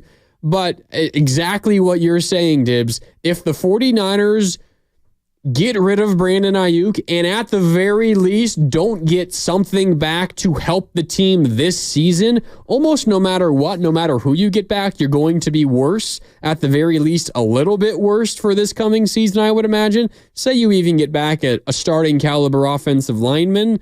Would you rather have a starting caliber offensive lineman or an all-pro wide receiver? I'm taking the all-pro wide receiver, even though this Niner team probably could use the offensive lineman. I think generally you're getting worse, even if you get someone back that could help you. But if you're only going to get back something that helps you in the future and not this coming season, that is the worst mistake that this front office could possibly make, because you're entering a season where it's not your last and final chance to win a Super Bowl, but it is by far your best remaining chance to win, because you're staring down the barrel of a shotgun where you're going to have to be paying your quarterback upwards of $50 million beyond this season. Yeah, exactly. And, however many chances you have left or however big you think your window is, one thing I know for sure, and that is this year you are one of the favorites to go to the Super Bowl and to win the Super Bowl. So forget next year, because many wild things can happen in the NFL, injury and whatnot. But right now, this year, it's August. Your first game's in 27 days, and you are entering a season where you are expected to win the division. You are expected to be a threat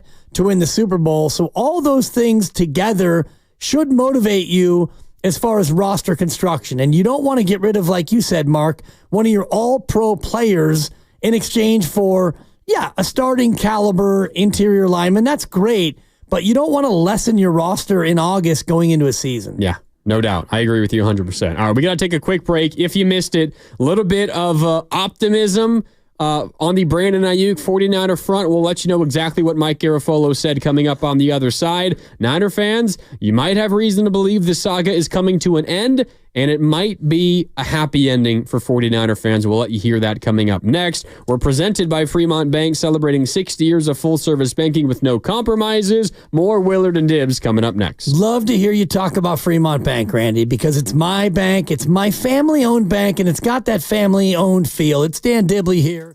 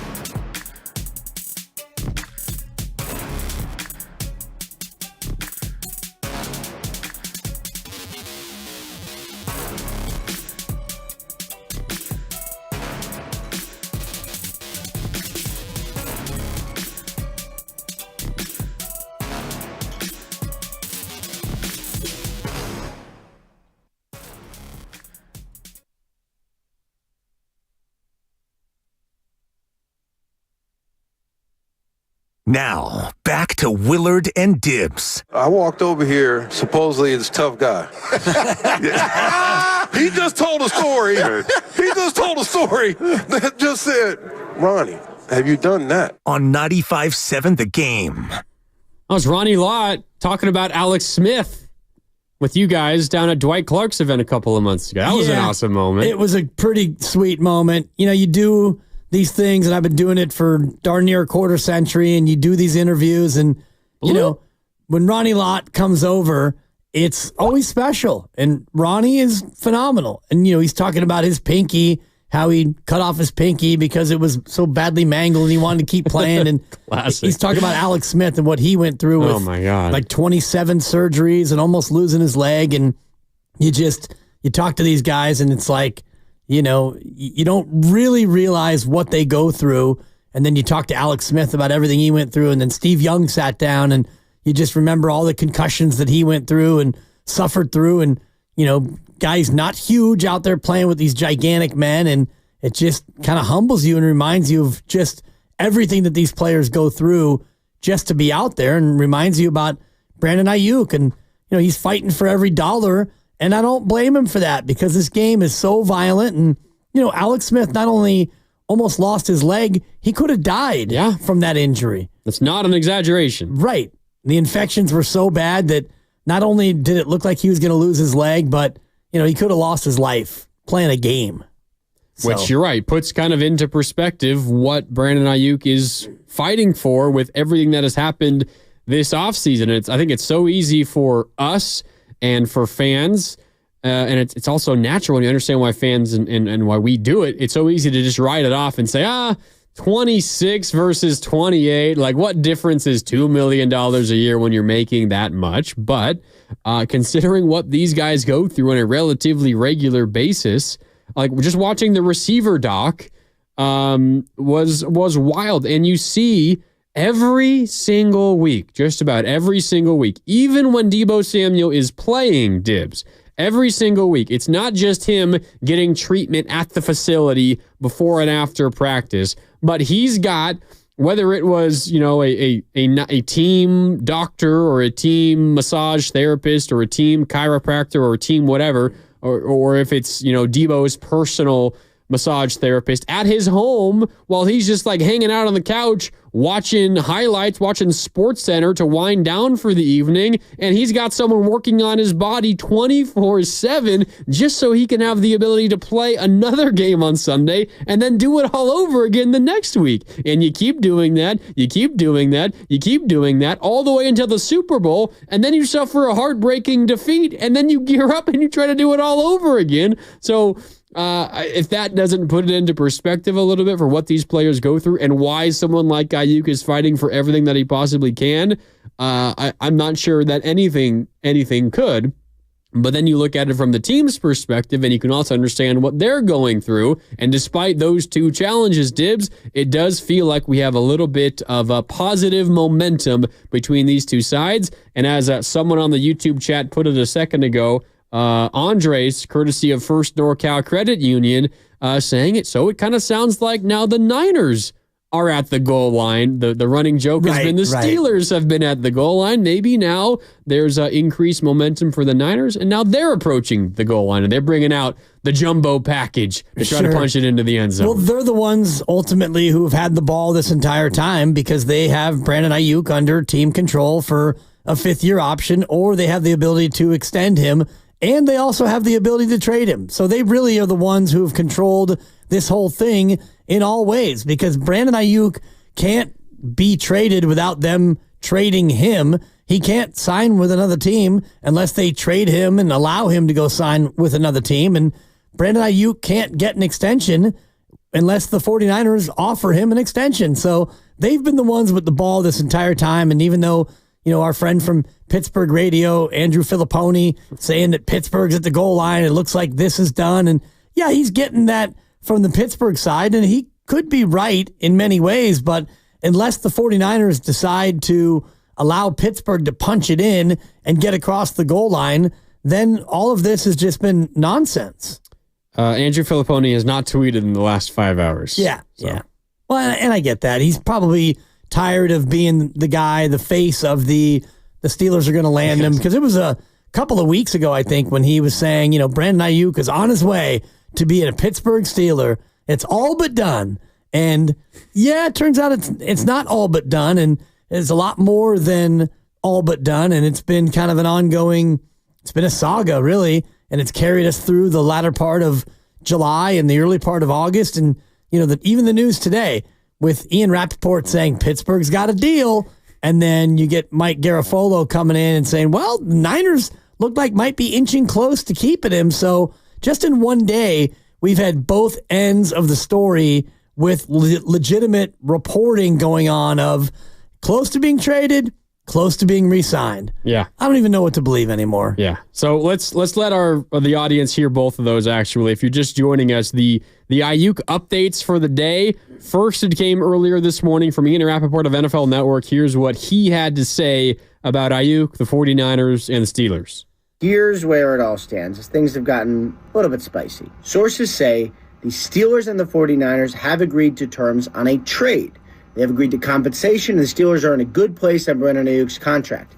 That does not mean the trade is done. It does not mean the trade is done. It simply means if the 49ers say yes, then it is done.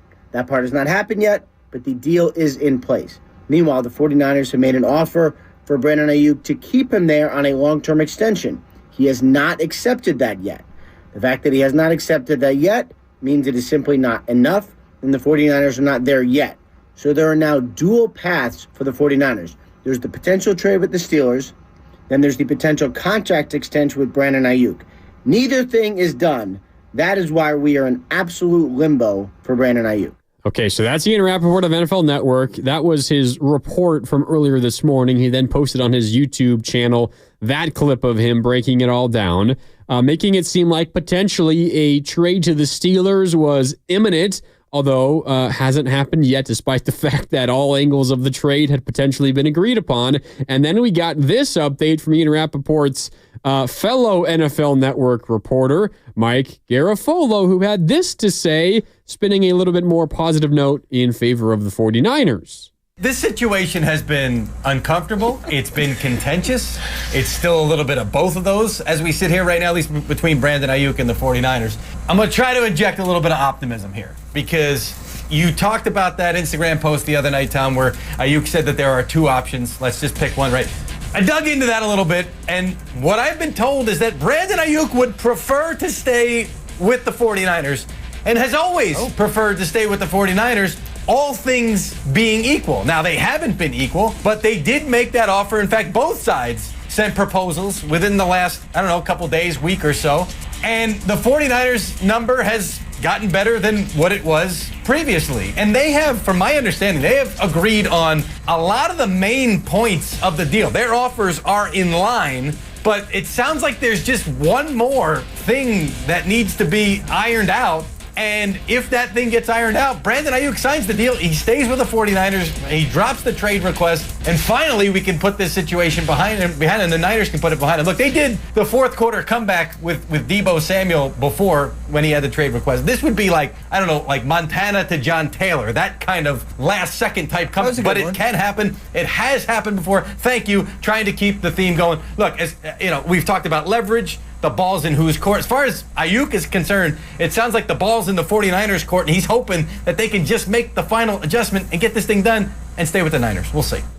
Sure sounds to me like Brandon Aiyuk's been using the Steelers to try to squeeze a couple more dollars out of the Niners, and it might be working. Yeah, maybe, and we'll see where this ultimately ends up. But, one more thing to be worked out is the way he portrayed it, and I don't know if that would be a guaranteed number, guaranteed at signing. I don't know what else it could possibly be. If you're looking at just one more thing to be worked out, it sounds like the bigger issues of a contract have been ironed out. If you're just down to the one more thing in a contract, that feels like the little thing as opposed to the big thing. Yeah, no doubt. And I think maybe part of the reason why the 49ers are being maybe a little bit more open to meeting Brandon Aiyuk's demands might not be the right word, but what he's asking for in a contract, whether it is AAV, average annual value, or if it is a guarantee, total guarantee, or guarantee at signing, or if it's, I don't know, an extra year tacked on or whatever it might be for Brandon Aiyuk.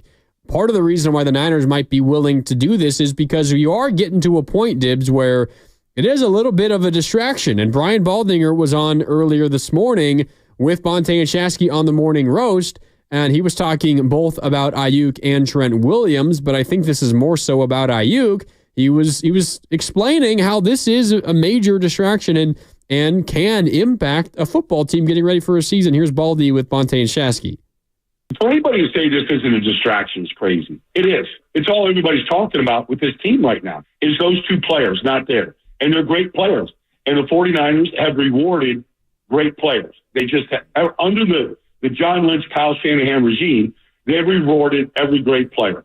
Aiyuk is next up. Trent's like at the very end. He's like, okay, I just saw Penei Sewell. I just saw all these guys get rewarded this year. I'm way down the list right now. Let's just put me where I belong. I mean, you're hearing it there from Baldy himself, who's been in NFL locker rooms for a lot and is still around the game now.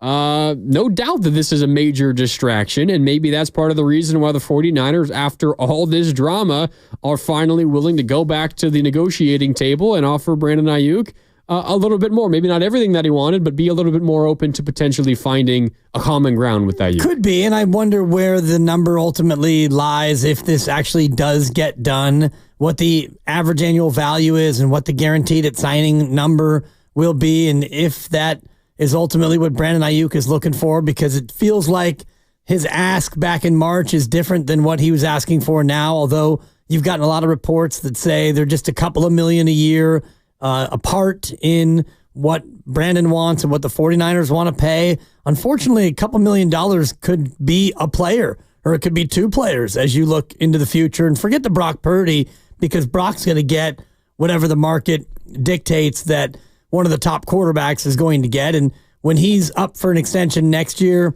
assuming he doesn't totally fall flat on his face, and I can't imagine that he would, if he has just another good year, he is going to get $55 million or more per year. And so you've budgeted for that. It's really the lesser players that you have to worry about. You know, a guy who might make what Juwan Jennings is making, or Kyle Juszczyk. You know, if Brandon Aiyuk gets a couple million more per year, that might ultimately cost you a player of that caliber, a guy who is in line to make $3 to $5 million a year. And well, you can't afford to pay that player $3 to $5 million, so you have to let him go. Yeah. Yeah. And I also think as I try to put myself in the situation, and what Baldy was talking about there is Aiyuk's hold in being a distraction and potentially hurting the team. And maybe that's a motivating factor for the 49ers and for Shanahan to get this deal done. I mean, there were reports a couple of weeks ago now that Shanahan was getting frustrated by Brandon Aiyuk, maybe frustrated enough that he's willing to trade him, maybe frustrated enough to where he encourages John Lynch and Parag Marathe to find, you know what, pay him a little bit more. Let's get this done. I'm so sick of this. Let's just get it done with. We need Aiyuk back, and let's start from square one. Let's get this thing done with. Maybe that was where Shanahan's frustration ultimately shows itself. But if I'm trying to think about distractions and I'm trying to put myself in the 49ers locker room, Dibs, and you brought up the name Kyle Juszczyk, and I think that's a good name to bring up, because Juszczyk is a guy who has been on this team for a long time. Not sure how many more years in the NFL he has. Like, he's in a similar boat, say, as George Kittle, maybe not quite on the extreme of Trent Williams, but he's a veteran. He's no spring chicken anymore. He might sign one more contract. Who knows? Who knows how much longer he has in this league, how many more legitimate opportunities he has to win a Super Bowl. And the 49ers approached him this offseason, and he maybe not super, actively and happily was willing to take a little bit of a pay cut, change around his pay structure a bit to help the team fit more into the salary cap, and just all those creative moves. Juszczyk ultimately ended up doing that. If you're Kyle Juszczyk, you do that. Everything that you've been through, so close to winning multiple Super Bowls, so close in so many NFC Championship games. And then you see Brandon Aiyuk holding in on the sideline, walking around in a tracksuit at training camp practice, and he and the team are unwilling to budge either of their offers. I could see how, from Kyle Juszczyk's perspective, or someone like Kyle Juszczyk, could be a little bit frustrated by that and how it could maybe get to you a little bit. And while outwardly, of course, when he addresses the media, he's going to say all the right things and everyone has said the right things. We support him. He's trying to get his money. We've all been through it. But I would imagine it's kind of human nature to maybe behind the scenes, or maybe when you're talking with a fellow veteran on the roster who shares your similar feelings, that some legitimate frustration comes out and you might be holding it against the player and the team. And that's not healthy for a roster, for a locker room that's trying to go out and win a Super Bowl. I wouldn't be shocked if something like that is not necessarily bubbling up, but that feeling does exist within that locker room. Yeah, and that's natural. And you mentioned Kyle Juszczyk, and I think that it's human nature when you're a guy who just took a pay cut and you took it begrudgingly, and you've got Trent Williams who's holding out for more, and Christian McCaffrey held out and got more almost instantly, and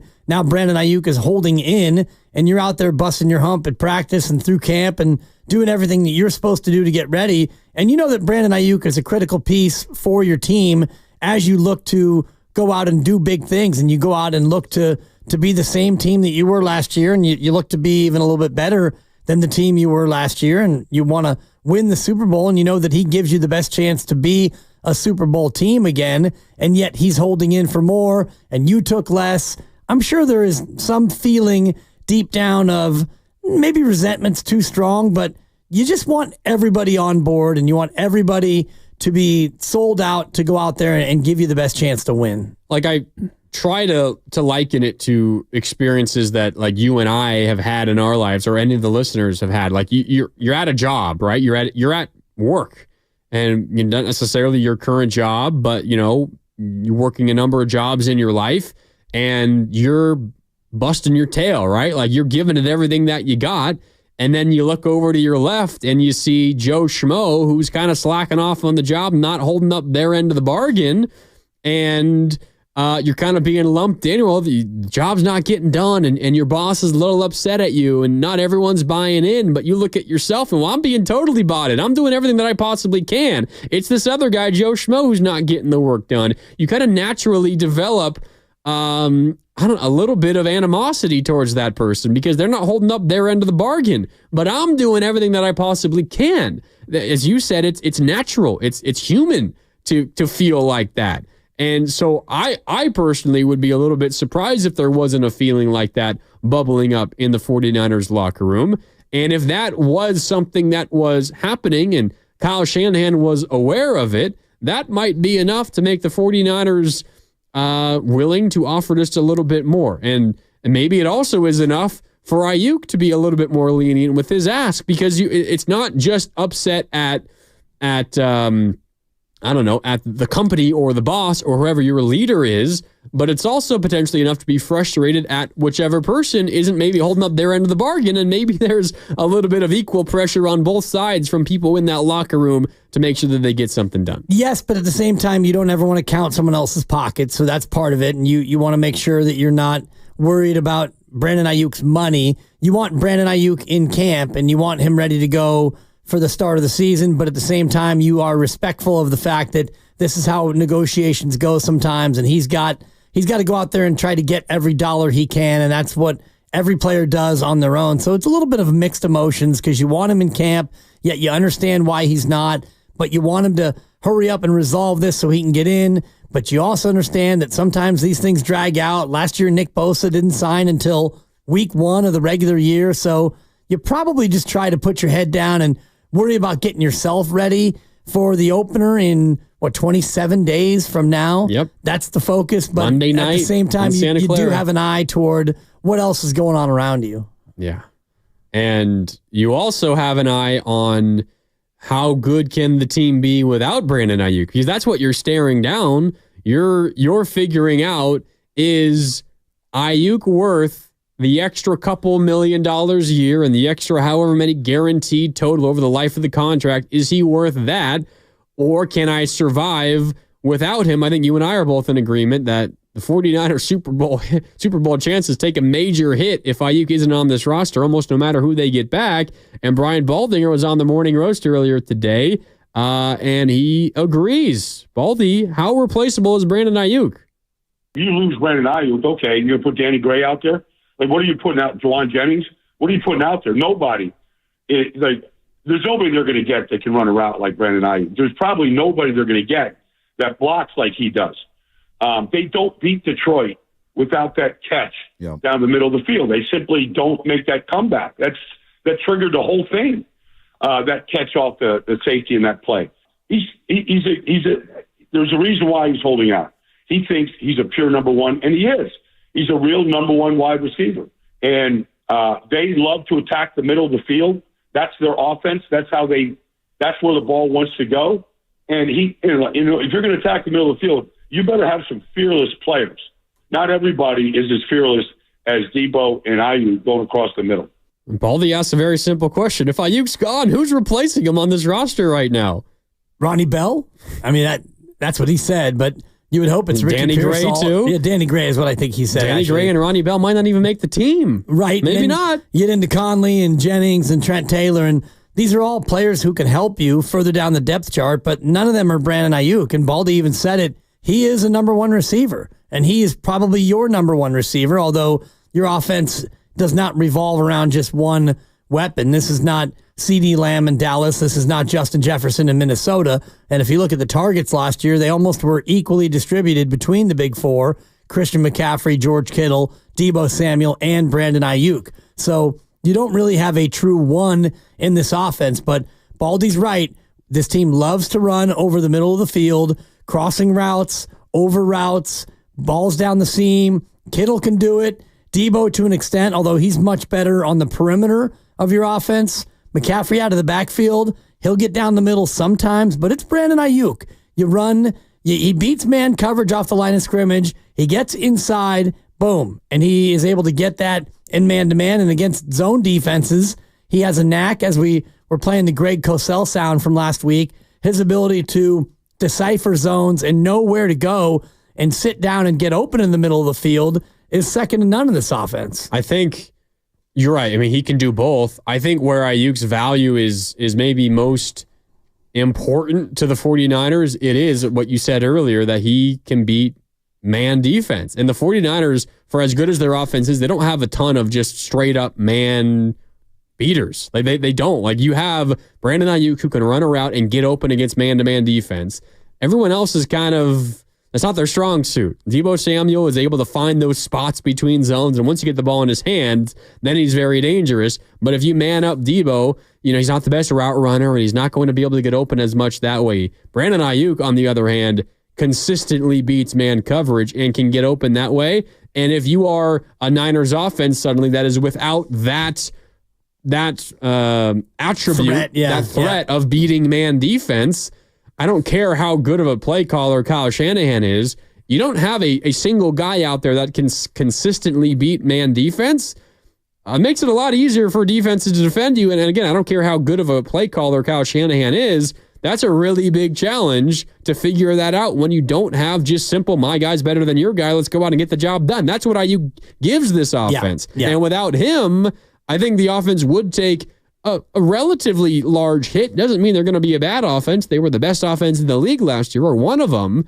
It's not like they'll be a less than league average offense, but they're not going to be averaging 30 points a game, I don't think, if they get rid of Brandon Aiyuk and don't get at least something back in return. And it hurts the productivity of everyone else. And if you're a defense and you're facing the Niners without Brandon Aiyuk, you just, okay, we're gonna bracket George Kittle. We're gonna make sure we have safety help over the top if Kittle's going to be running down the field. And for Deebo Samuel, you're just going to play him a little bit soft. You're going to let him catch the ball and then rally up and tackle him, because Deebo's not a huge threat to beat you over the top. McCaffrey out of the backfield is always going to draw attention. And then whoever else starts opposite of Deebo, if it's Juwan Jennings or Chris Conley or whoever else that is, you're not feeling as threatened by them. And you figure you can shade them to one side, take away the middle of the field, and then now you're making Brock Purdy beat you outside the numbers, which when you have Brandon Aiyuk, you don't have that ability, because Aiyuk can get off the line of scrimmage and beat you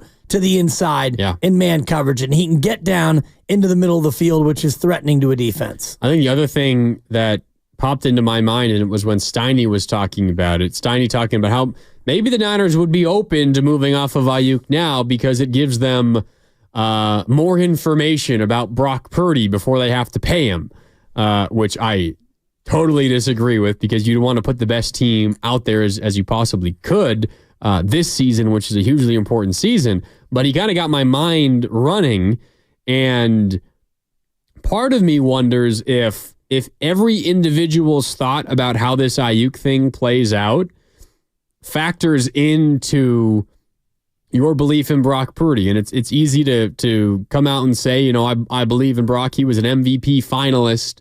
If it wasn't for that game on Christmas Day when he went head-to-head against the other MVP finalists and he got dominated, he very well could have been the NFL MVP for the 2023 season. But I wonder, Dibs, if there's any correlation between Niner fans who feel like Brandon Aiyuk is needed and you absolutely need Brandon Aiyuk, along with the group of Niner fans who are maybe a little bit uncertain about Brock Purdy as the team's quarterback going forward. Because if you are so certain that Brock Purdy is a great quarterback in this league, you should probably be relatively confident that this offense will be fine without Brandon Aiyuk, because Brock Purdy's so darn good. You still got McCaffrey, you still got Debo, you still got Kittle. That's more than enough to get the job done. Purdy is so good, he can live without one of those weapons. Maybe there's a little bit of an overlap there between those two trains of thought, and maybe part of it, not saying that the Niners doubt Brock Purdy at all, but if they're so set on keeping Brandon Aiyuk, and if the numbers come out and this deal gets done and the Niners end up paying Aiyuk $28 million and a vast majority of it guaranteed, maybe it's a signal that the Niners feel like they need all the talent they could possibly have around Brock Purdy because they're uncertain that he's going to be able to carry an offense by himself. I don't think that those things are interrelated, and I would imagine that Kyle Shanahan already has a good idea of Brock Purdy's ability beyond whoever else he's throwing to, whoever else he has out there. The things that Brock Purdy's able to do belie the talent around him, his judgment, his decision-making, his processing ability. He can make all the throws, and you saw his elbow come back and his arm look stronger than ever. His leadership, all the other intangibles that he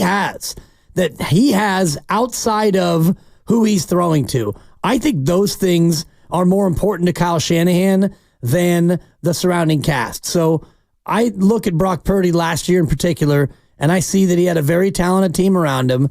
He has an unbelievable play caller, a great offense in a situation where, a lot of times they had the lead and they were able to dictate to opposing defenses. You didn't have to rally up and come from behind. The one time he did in the playoffs against Green Bay, he did it. And we should keep that in mind, where they got the ball back with 6 minutes to go and a touchdown is the only thing that would do.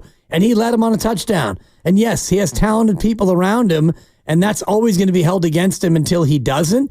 But I would imagine that Kyle Shanahan, when looking at is he or isn't he, should we pay Brock or shouldn't we pay Brock, he looks at Brock Purdy and his ability more than he looks at the surrounding cast. Yeah, but okay, so, and this is an unfair comparison, but to look at what the Chiefs did with Patrick Mahomes, and obviously Patrick Mahomes is one of one, he's Patrick Mahomes. The Chiefs felt entirely confident in their ability to compete and still win without an elite wide receiver in Tyreek Hill. And they don't have the kind of weapons around Mahomes like the Niners still would have around Purdy, even without Brandon Aiyuk. So they moved on from Tyreek Hill, and correct me if I'm wrong, but I think all they got back in return was future draft picks, right? Which they used on pieces that helped them win the Super Bowl. True. But there was, the belief that we don't need this star receiver next to our star quarterback. And again, I'm saying it mostly tongue-in-cheek because no one is on the level of Patrick Mahomes besides Patrick Mahomes. But if there was, I guess I'll just put it this way. If the 49ers were of the belief that Brock Purdy was as good as Patrick Mahomes, you might be a little more willing to trade away Brandon Aiyuk for just future help because you feel like he's good enough to carry the offense by himself. The reality is, while Brock Purdy can still be a very, very, very good quarterback, it's pretty clear that he's not as good as Patrick Mahomes, and that's why the 49ers are trying everything they possibly can to keep this offense as good around him, at least for this one coming season. Right, because for this one coming season. Because they know that helps their chances to win a Super Bowl. And they don't have to make that decision just yet. And so that becomes interesting next offseason. If Brandon Aiyuk does sign an extension and let's say it's $27 million a year, whatever that number is. Well, this year, his cap hit goes down from 14.1, and the 27 would kick in next year. So you go through this season, you either win the Super Bowl or you don't, you make the playoffs or you don't. Whatever happens, you get to the end of the year,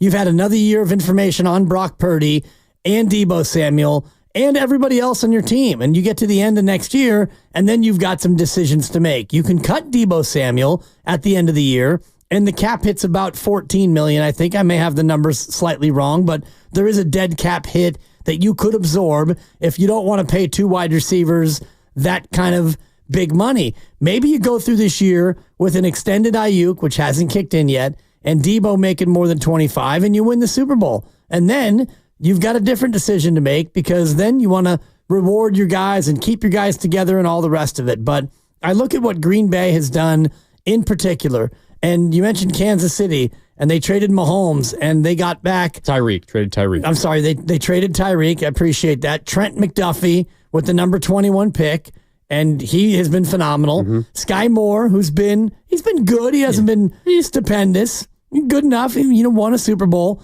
And they got Kadarius Toney, who turned out to not really be that great, but that's what you got back for Tyreek Hill. You got 3 picks back, and so if you get into a situation, maybe it's next year, where you have Brandon Aiyuk and you extend him, you can trade him then. You're allowed to do that. And I think you look at your 2 receivers you drafted this year, and you get information on them. If Jacob Cowing is able to get healthy and play, if Ricky Pearsall gets healthy and he can play, then you can see at the end of this year what exactly you have if you want to go the cheap wide receiver route.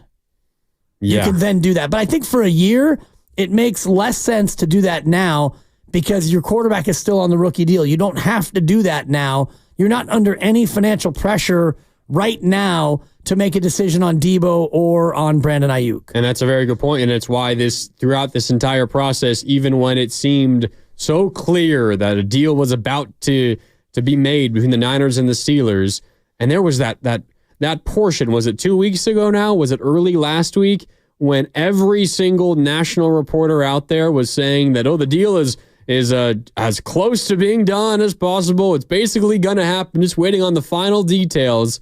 But because of exactly what you just laid out, it never seemed like it ever made any sense to me. I'd ask everyone I came across, why would the 49ers ever trade Brandon Aiyuk now ahead of this season when they don't have to? And no one could ever come up with a good enough answer. And it's why throughout everything, I thought that he would stay, and ultimately I could be proven wrong. It hasn't happened yet that he signed an extension. We don't know for sure one way or the other. It does seem, at least in my opinion, more likely that does happen than it doesn't.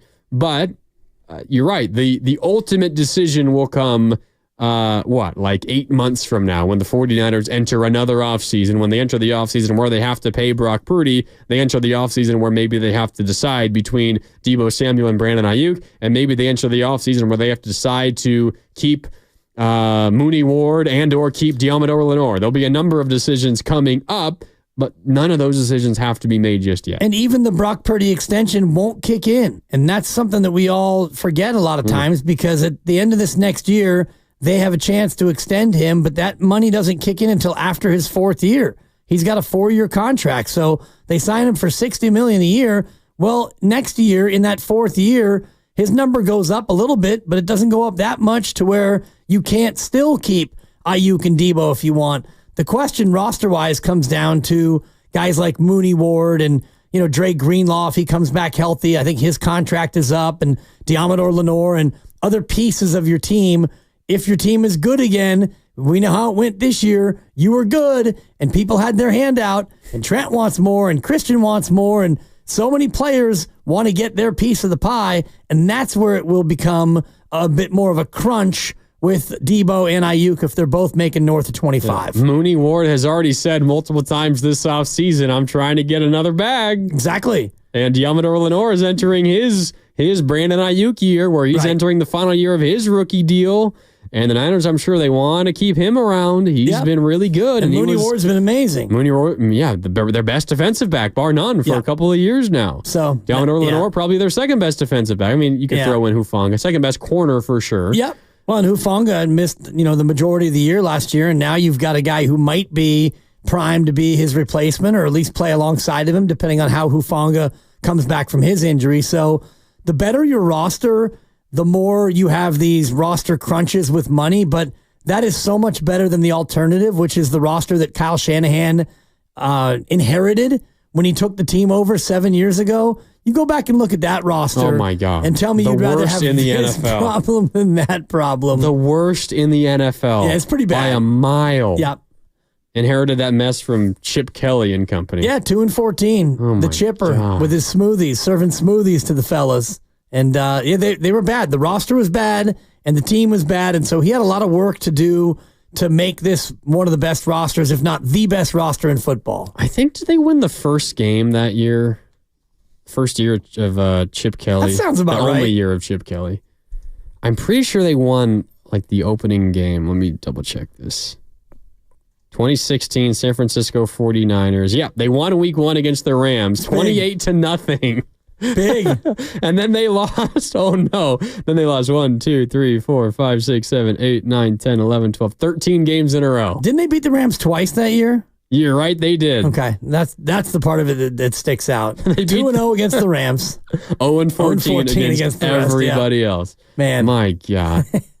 That team was terrible. Yep, 2016. Do you know where Chip Kelly is now, by the way? No clue. They used to be the head coach of the UCLA Bruins for a while. Yeah. He is in the same conference as the Bruins, just not with the Bruins. He's now the offensive coordinator for Ohio State. Oh, geez. Yeah, how about that? Wow. No longer a head coach. Landing on his feet. Offensive coordinator for Ohio State. Ohio State. Same conference. I'm having a hard time with that. I think in the AP poll that was released yesterday, Ohio State ranked 2? I think Ohio State ranked 2 in the AP poll. Georgia 1, Ohio State 2. 3, I saw, right? Oregon 3. Okay. Oh, no, Texas might be. Texas is 4? I'm Oregon not 3, sure. Texas 4, Bama 5. I'm just starting to warm up to college football, and I am having a hard time with the whole conference realignment. I'm so excited. It just doesn't feel, it feels wrong to me, and I know I have to get over it, and eventually it will feel more normal, but UCLA and the Big Ten, I'm struggling with it, Mark. UCLA, Oregon, Washington, and USC all in the Big Ten. Yeah. You got Stanford and Cal in the ACC. You now have Texas and Oklahoma in the SEC. You've got the Arizona schools, the mountain schools in the Big 12. In the Big 12, okay. Yeah. It's a good refresher. I needed that. Yeah. So Utah and Colorado are in the Big 12. Along with the Arizona schools, too. Which, that makes a lot more sense. It makes a little bit more sense. It makes it certainly makes more sense than Stanford and Cal in the ACC. No doubt. They're in the same conference as Clemson and Florida State. It makes absolutely no sense. But yeah, I'm looking forward to all football, including college football. All right, time for a break here on Willard and Dibs. We got one more segment to get to. We could talk a little bit about the Giants on the other side to close out the day. Tough loss yesterday. Another big game coming up today against the Atlanta Braves down at Oracle Park. That's coming up on the other side as we continue. We're sponsored by Safeway. We'll wrap up this Tuesday coming up next on 95.7 The Game. Head to Safeway this week for this member deal and tons of other great offers. Signature Farms boneless, skinless chicken breast, $3.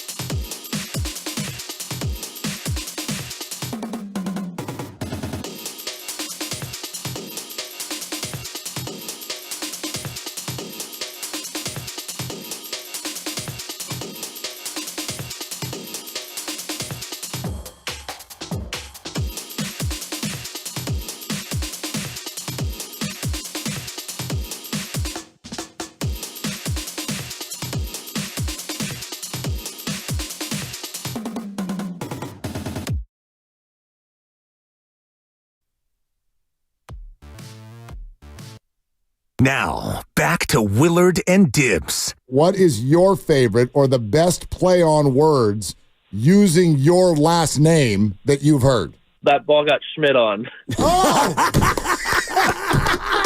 On 95.7 The Game.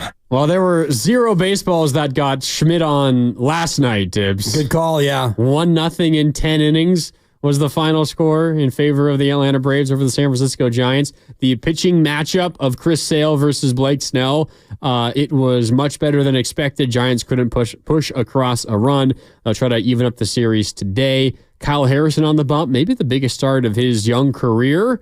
We'll see if the Giants can squeak out a win against the Braves. But to really quick go back to what we were talking about before we went to break, Dibs, yeah, the Oregon Ducks no longer in the same conference as Cal and Stanford, which is frustrating for me because every year they would come down and play a game in the Bay Area, and I'd get to go and see without having to travel that far.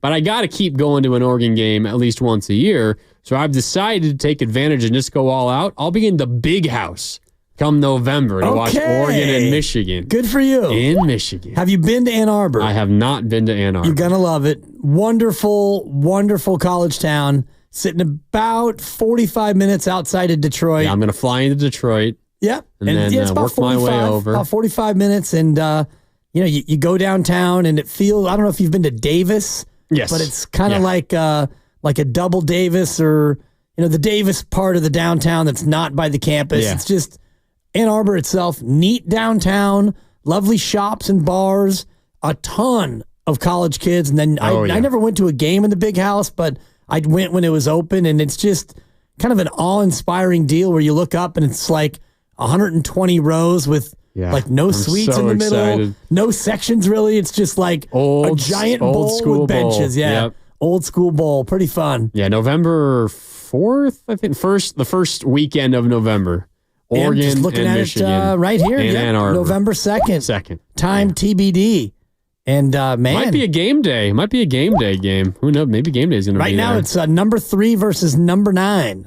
And you host the Buckeyes October 12th. I know. I was thinking either I go to Eugene to see Ohio State or go to Michigan to see Michigan. I have some Oregon friends of mine who are on the East Coast. We figured it would be better just to meet in the middle of the country in Michigan and do it that way. So I'm looking forward to that. But you've got a trip to Camp Randall, too. Wisconsin, November 16th. But that's a little bit more of an aggressive trip where it could be 31 degrees with 27 mile an hour winds. That could be a cold one. I mean, Michigan won't be warm November 2nd. It would be kind of cool to experience like a snow game in Michigan too, if that were to happen. And November 2nd, very possible. Maybe not the likeliest thing, but certainly could happen November 2nd. Yeah, good for you though. That'll be fun. Yeah, it will be a lot of fun. But we got more important football to talk about here on 95.7 The Game. And we got some callers that we want to sneak in before we get on out of here. 888-957-9570. Up next is Jack in Berkeley. What's up, Jack? You're on Willard and Dibs on 95.7 The Game. How you doing? Hey, fellas. I'm doing well. I would like to also quickly say, been way too nervous to call in and say this for a long time, but long-time listener. I actually coached high school football with a former cohort of at least a few of yours. I would assume Dibley, maybe, Henry Wolford over in the East Bay. His 2 kids were a great time. I think he's incredible, and he was really fun to work with. So I want to give him a quick shout-out. Yeah, that's awesome. A former 95.7 The Game fill-in host, and he did weekends for us, too. I love Henry. I thought so. I thought I had heard him back in the day. Yeah, I've kind of been listening to you guys since you, took over for that blasphemous country channel. Shout out to Wolf. And Henry with one of the great basso profundo voices of all time, the great deep bass of Henry Wolford. 100% agreed. And a terrific family. His wife is incredible, very, supportive and into all high school sports. So huge shout out to Emmett and Cyrus, who I coached. Okay, you win the Henry Wolford Wars. I'm all out here. I'm all out of material. You got me. Well, that's probably quite a small battle that I'm fighting, but I will take that 100%. I also want to apologize because I did curse when I was trying to make my point to your screener, and I will do my best to keep it in line here. Do your best. But, the main point I would really like to get to is obviously the whole Aiyuk thing diehard Niner fan. I was born in '89, so I have very, very limited memory of our last Super Bowl memory. And I can't help but think that this is kind of our last real chance, like a lot of people do, before we have to shell out a bunch of money to Brock and whoever else. The Niners still, to me, hold all the cards, and they truly have from the beginning. It's been kind of outrageous for Aiyuk to be making these claims, or, whatever you want to call them, saying that he feels disrespected or whatever it might be, when in reality, I feel that I've only seen one truly productive year from him. I've seen glimpses here and there. And even in last year, he did kind of pull what I like to call the Houdini, which I typically apply to Amari Cooper, which is ironic given that he was considered in trade talks with the other one. But Amari Cooper is known as Houdini in our fantasy league because of how often he disappears. Well, I noticed that a bit with Aiyuk, particularly in the games where Brock was not there and we needed him the most. It seemed to shake out that way.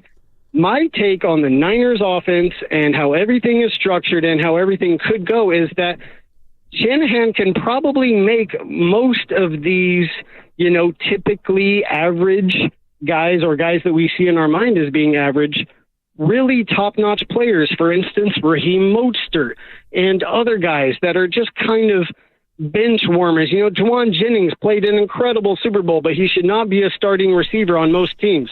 Well, you know what? To me, guess what? I think Shanny could make him into a serviceable kind of 2B receiver who kind of just needs to make a play when he needs to make a play kind of thing, not a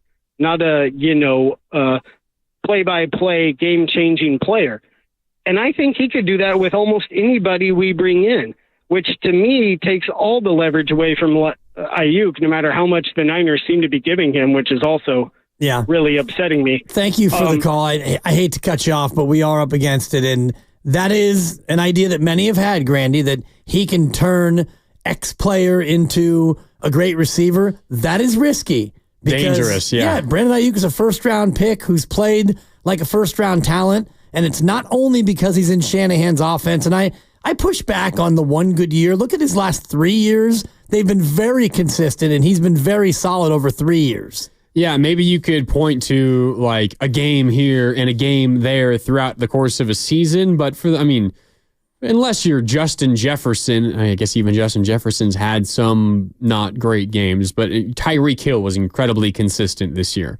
And they got hurt a little bit towards the end, and maybe you can poke a little bit of a hole in that. But generally speaking, over the course of a 17-game season, there are very few receivers out there who are going to be incredibly consistent. You're going to have a dud game here or there. But I think the larger point is to look at from season to season what someone has done. It's almost the point that you make all the time about plus minus in basketball, right? Like over the course of one game doesn't really mean all that much. But you look at it at a large sample and you see over the course of a whole season or over the course of this player's career, they're always in the positive in plus minus. Their team is generally better when they're on the field. It's kind of similar, I think, in this argument. Looking at it from a game-to-game point, okay, yeah, you can find some inconsistencies, but generally speaking, when Aiyuk has been playing meaningful and consistent snaps, he's largely been pretty consistent and very important to the offense. And people look at his postseason numbers in Super Bowl where he had just 3 catches, and a lot of that is the byproduct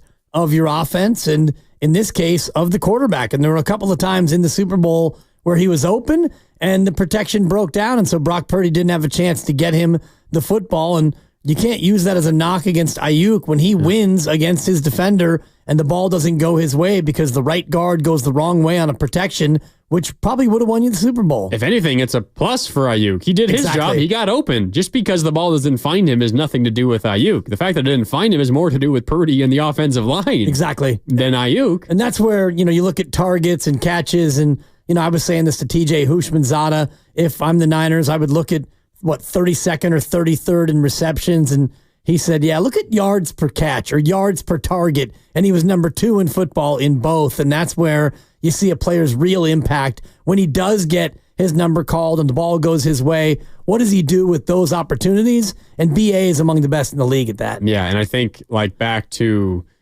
if you watched Receiver, that doc, and they followed Devontae Adams and his frustration with Jimmy Garoppolo.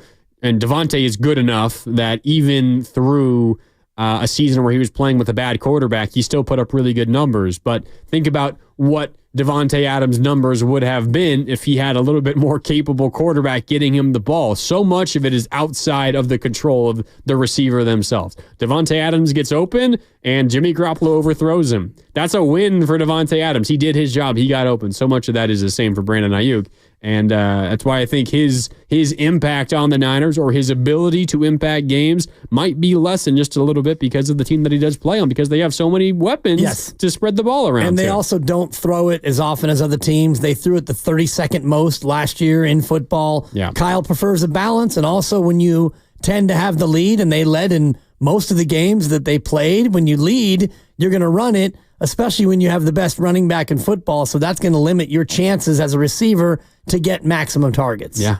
All right, Dibs, that's all we got time for. It's been good being with you this week. Yeah. Enjoy your time off. Happy early birthday. I appreciate that. And we'll see you on Monday, right? Yeah, no doubt. 3 days off and got lots to do, and then come back on Monday and we can talk more about Brandon Aiyuk, Steeler or Niner. Hopefully it gets solved between now and then. I think he'll be a Niner. Yeah, I hope it just gets solved between now and then. Yeah, you locked it in. Lock it in. I already locked it in that he'd be traded, and then I locked it in that he wouldn't be traded. So you're a winner either way. Yeah, I got it covered. All right, that's all we got time for today. Coming up next on 95.7 The Game is brought to you by Fremont Bank, celebrating 60 years of full-service banking with no compromise. It's Best of the Game with Lucas Alexander. Coming up first, Brian Baldinger on with the Morning Roast. So hear that conversation right out the gate on Best of the Game. For Dibs, for Lucas, for Carter, my name is Mark Randy signing off. Thanks so much for tuning in. Mark Willard back tomorrow here on 95.7 The Game. Golden State Window and Door Design is proud to be a Marvin direct dealer with showrooms around the Bay Area. For your convenience, builders and designers can find the largest inventory of Marvin windows,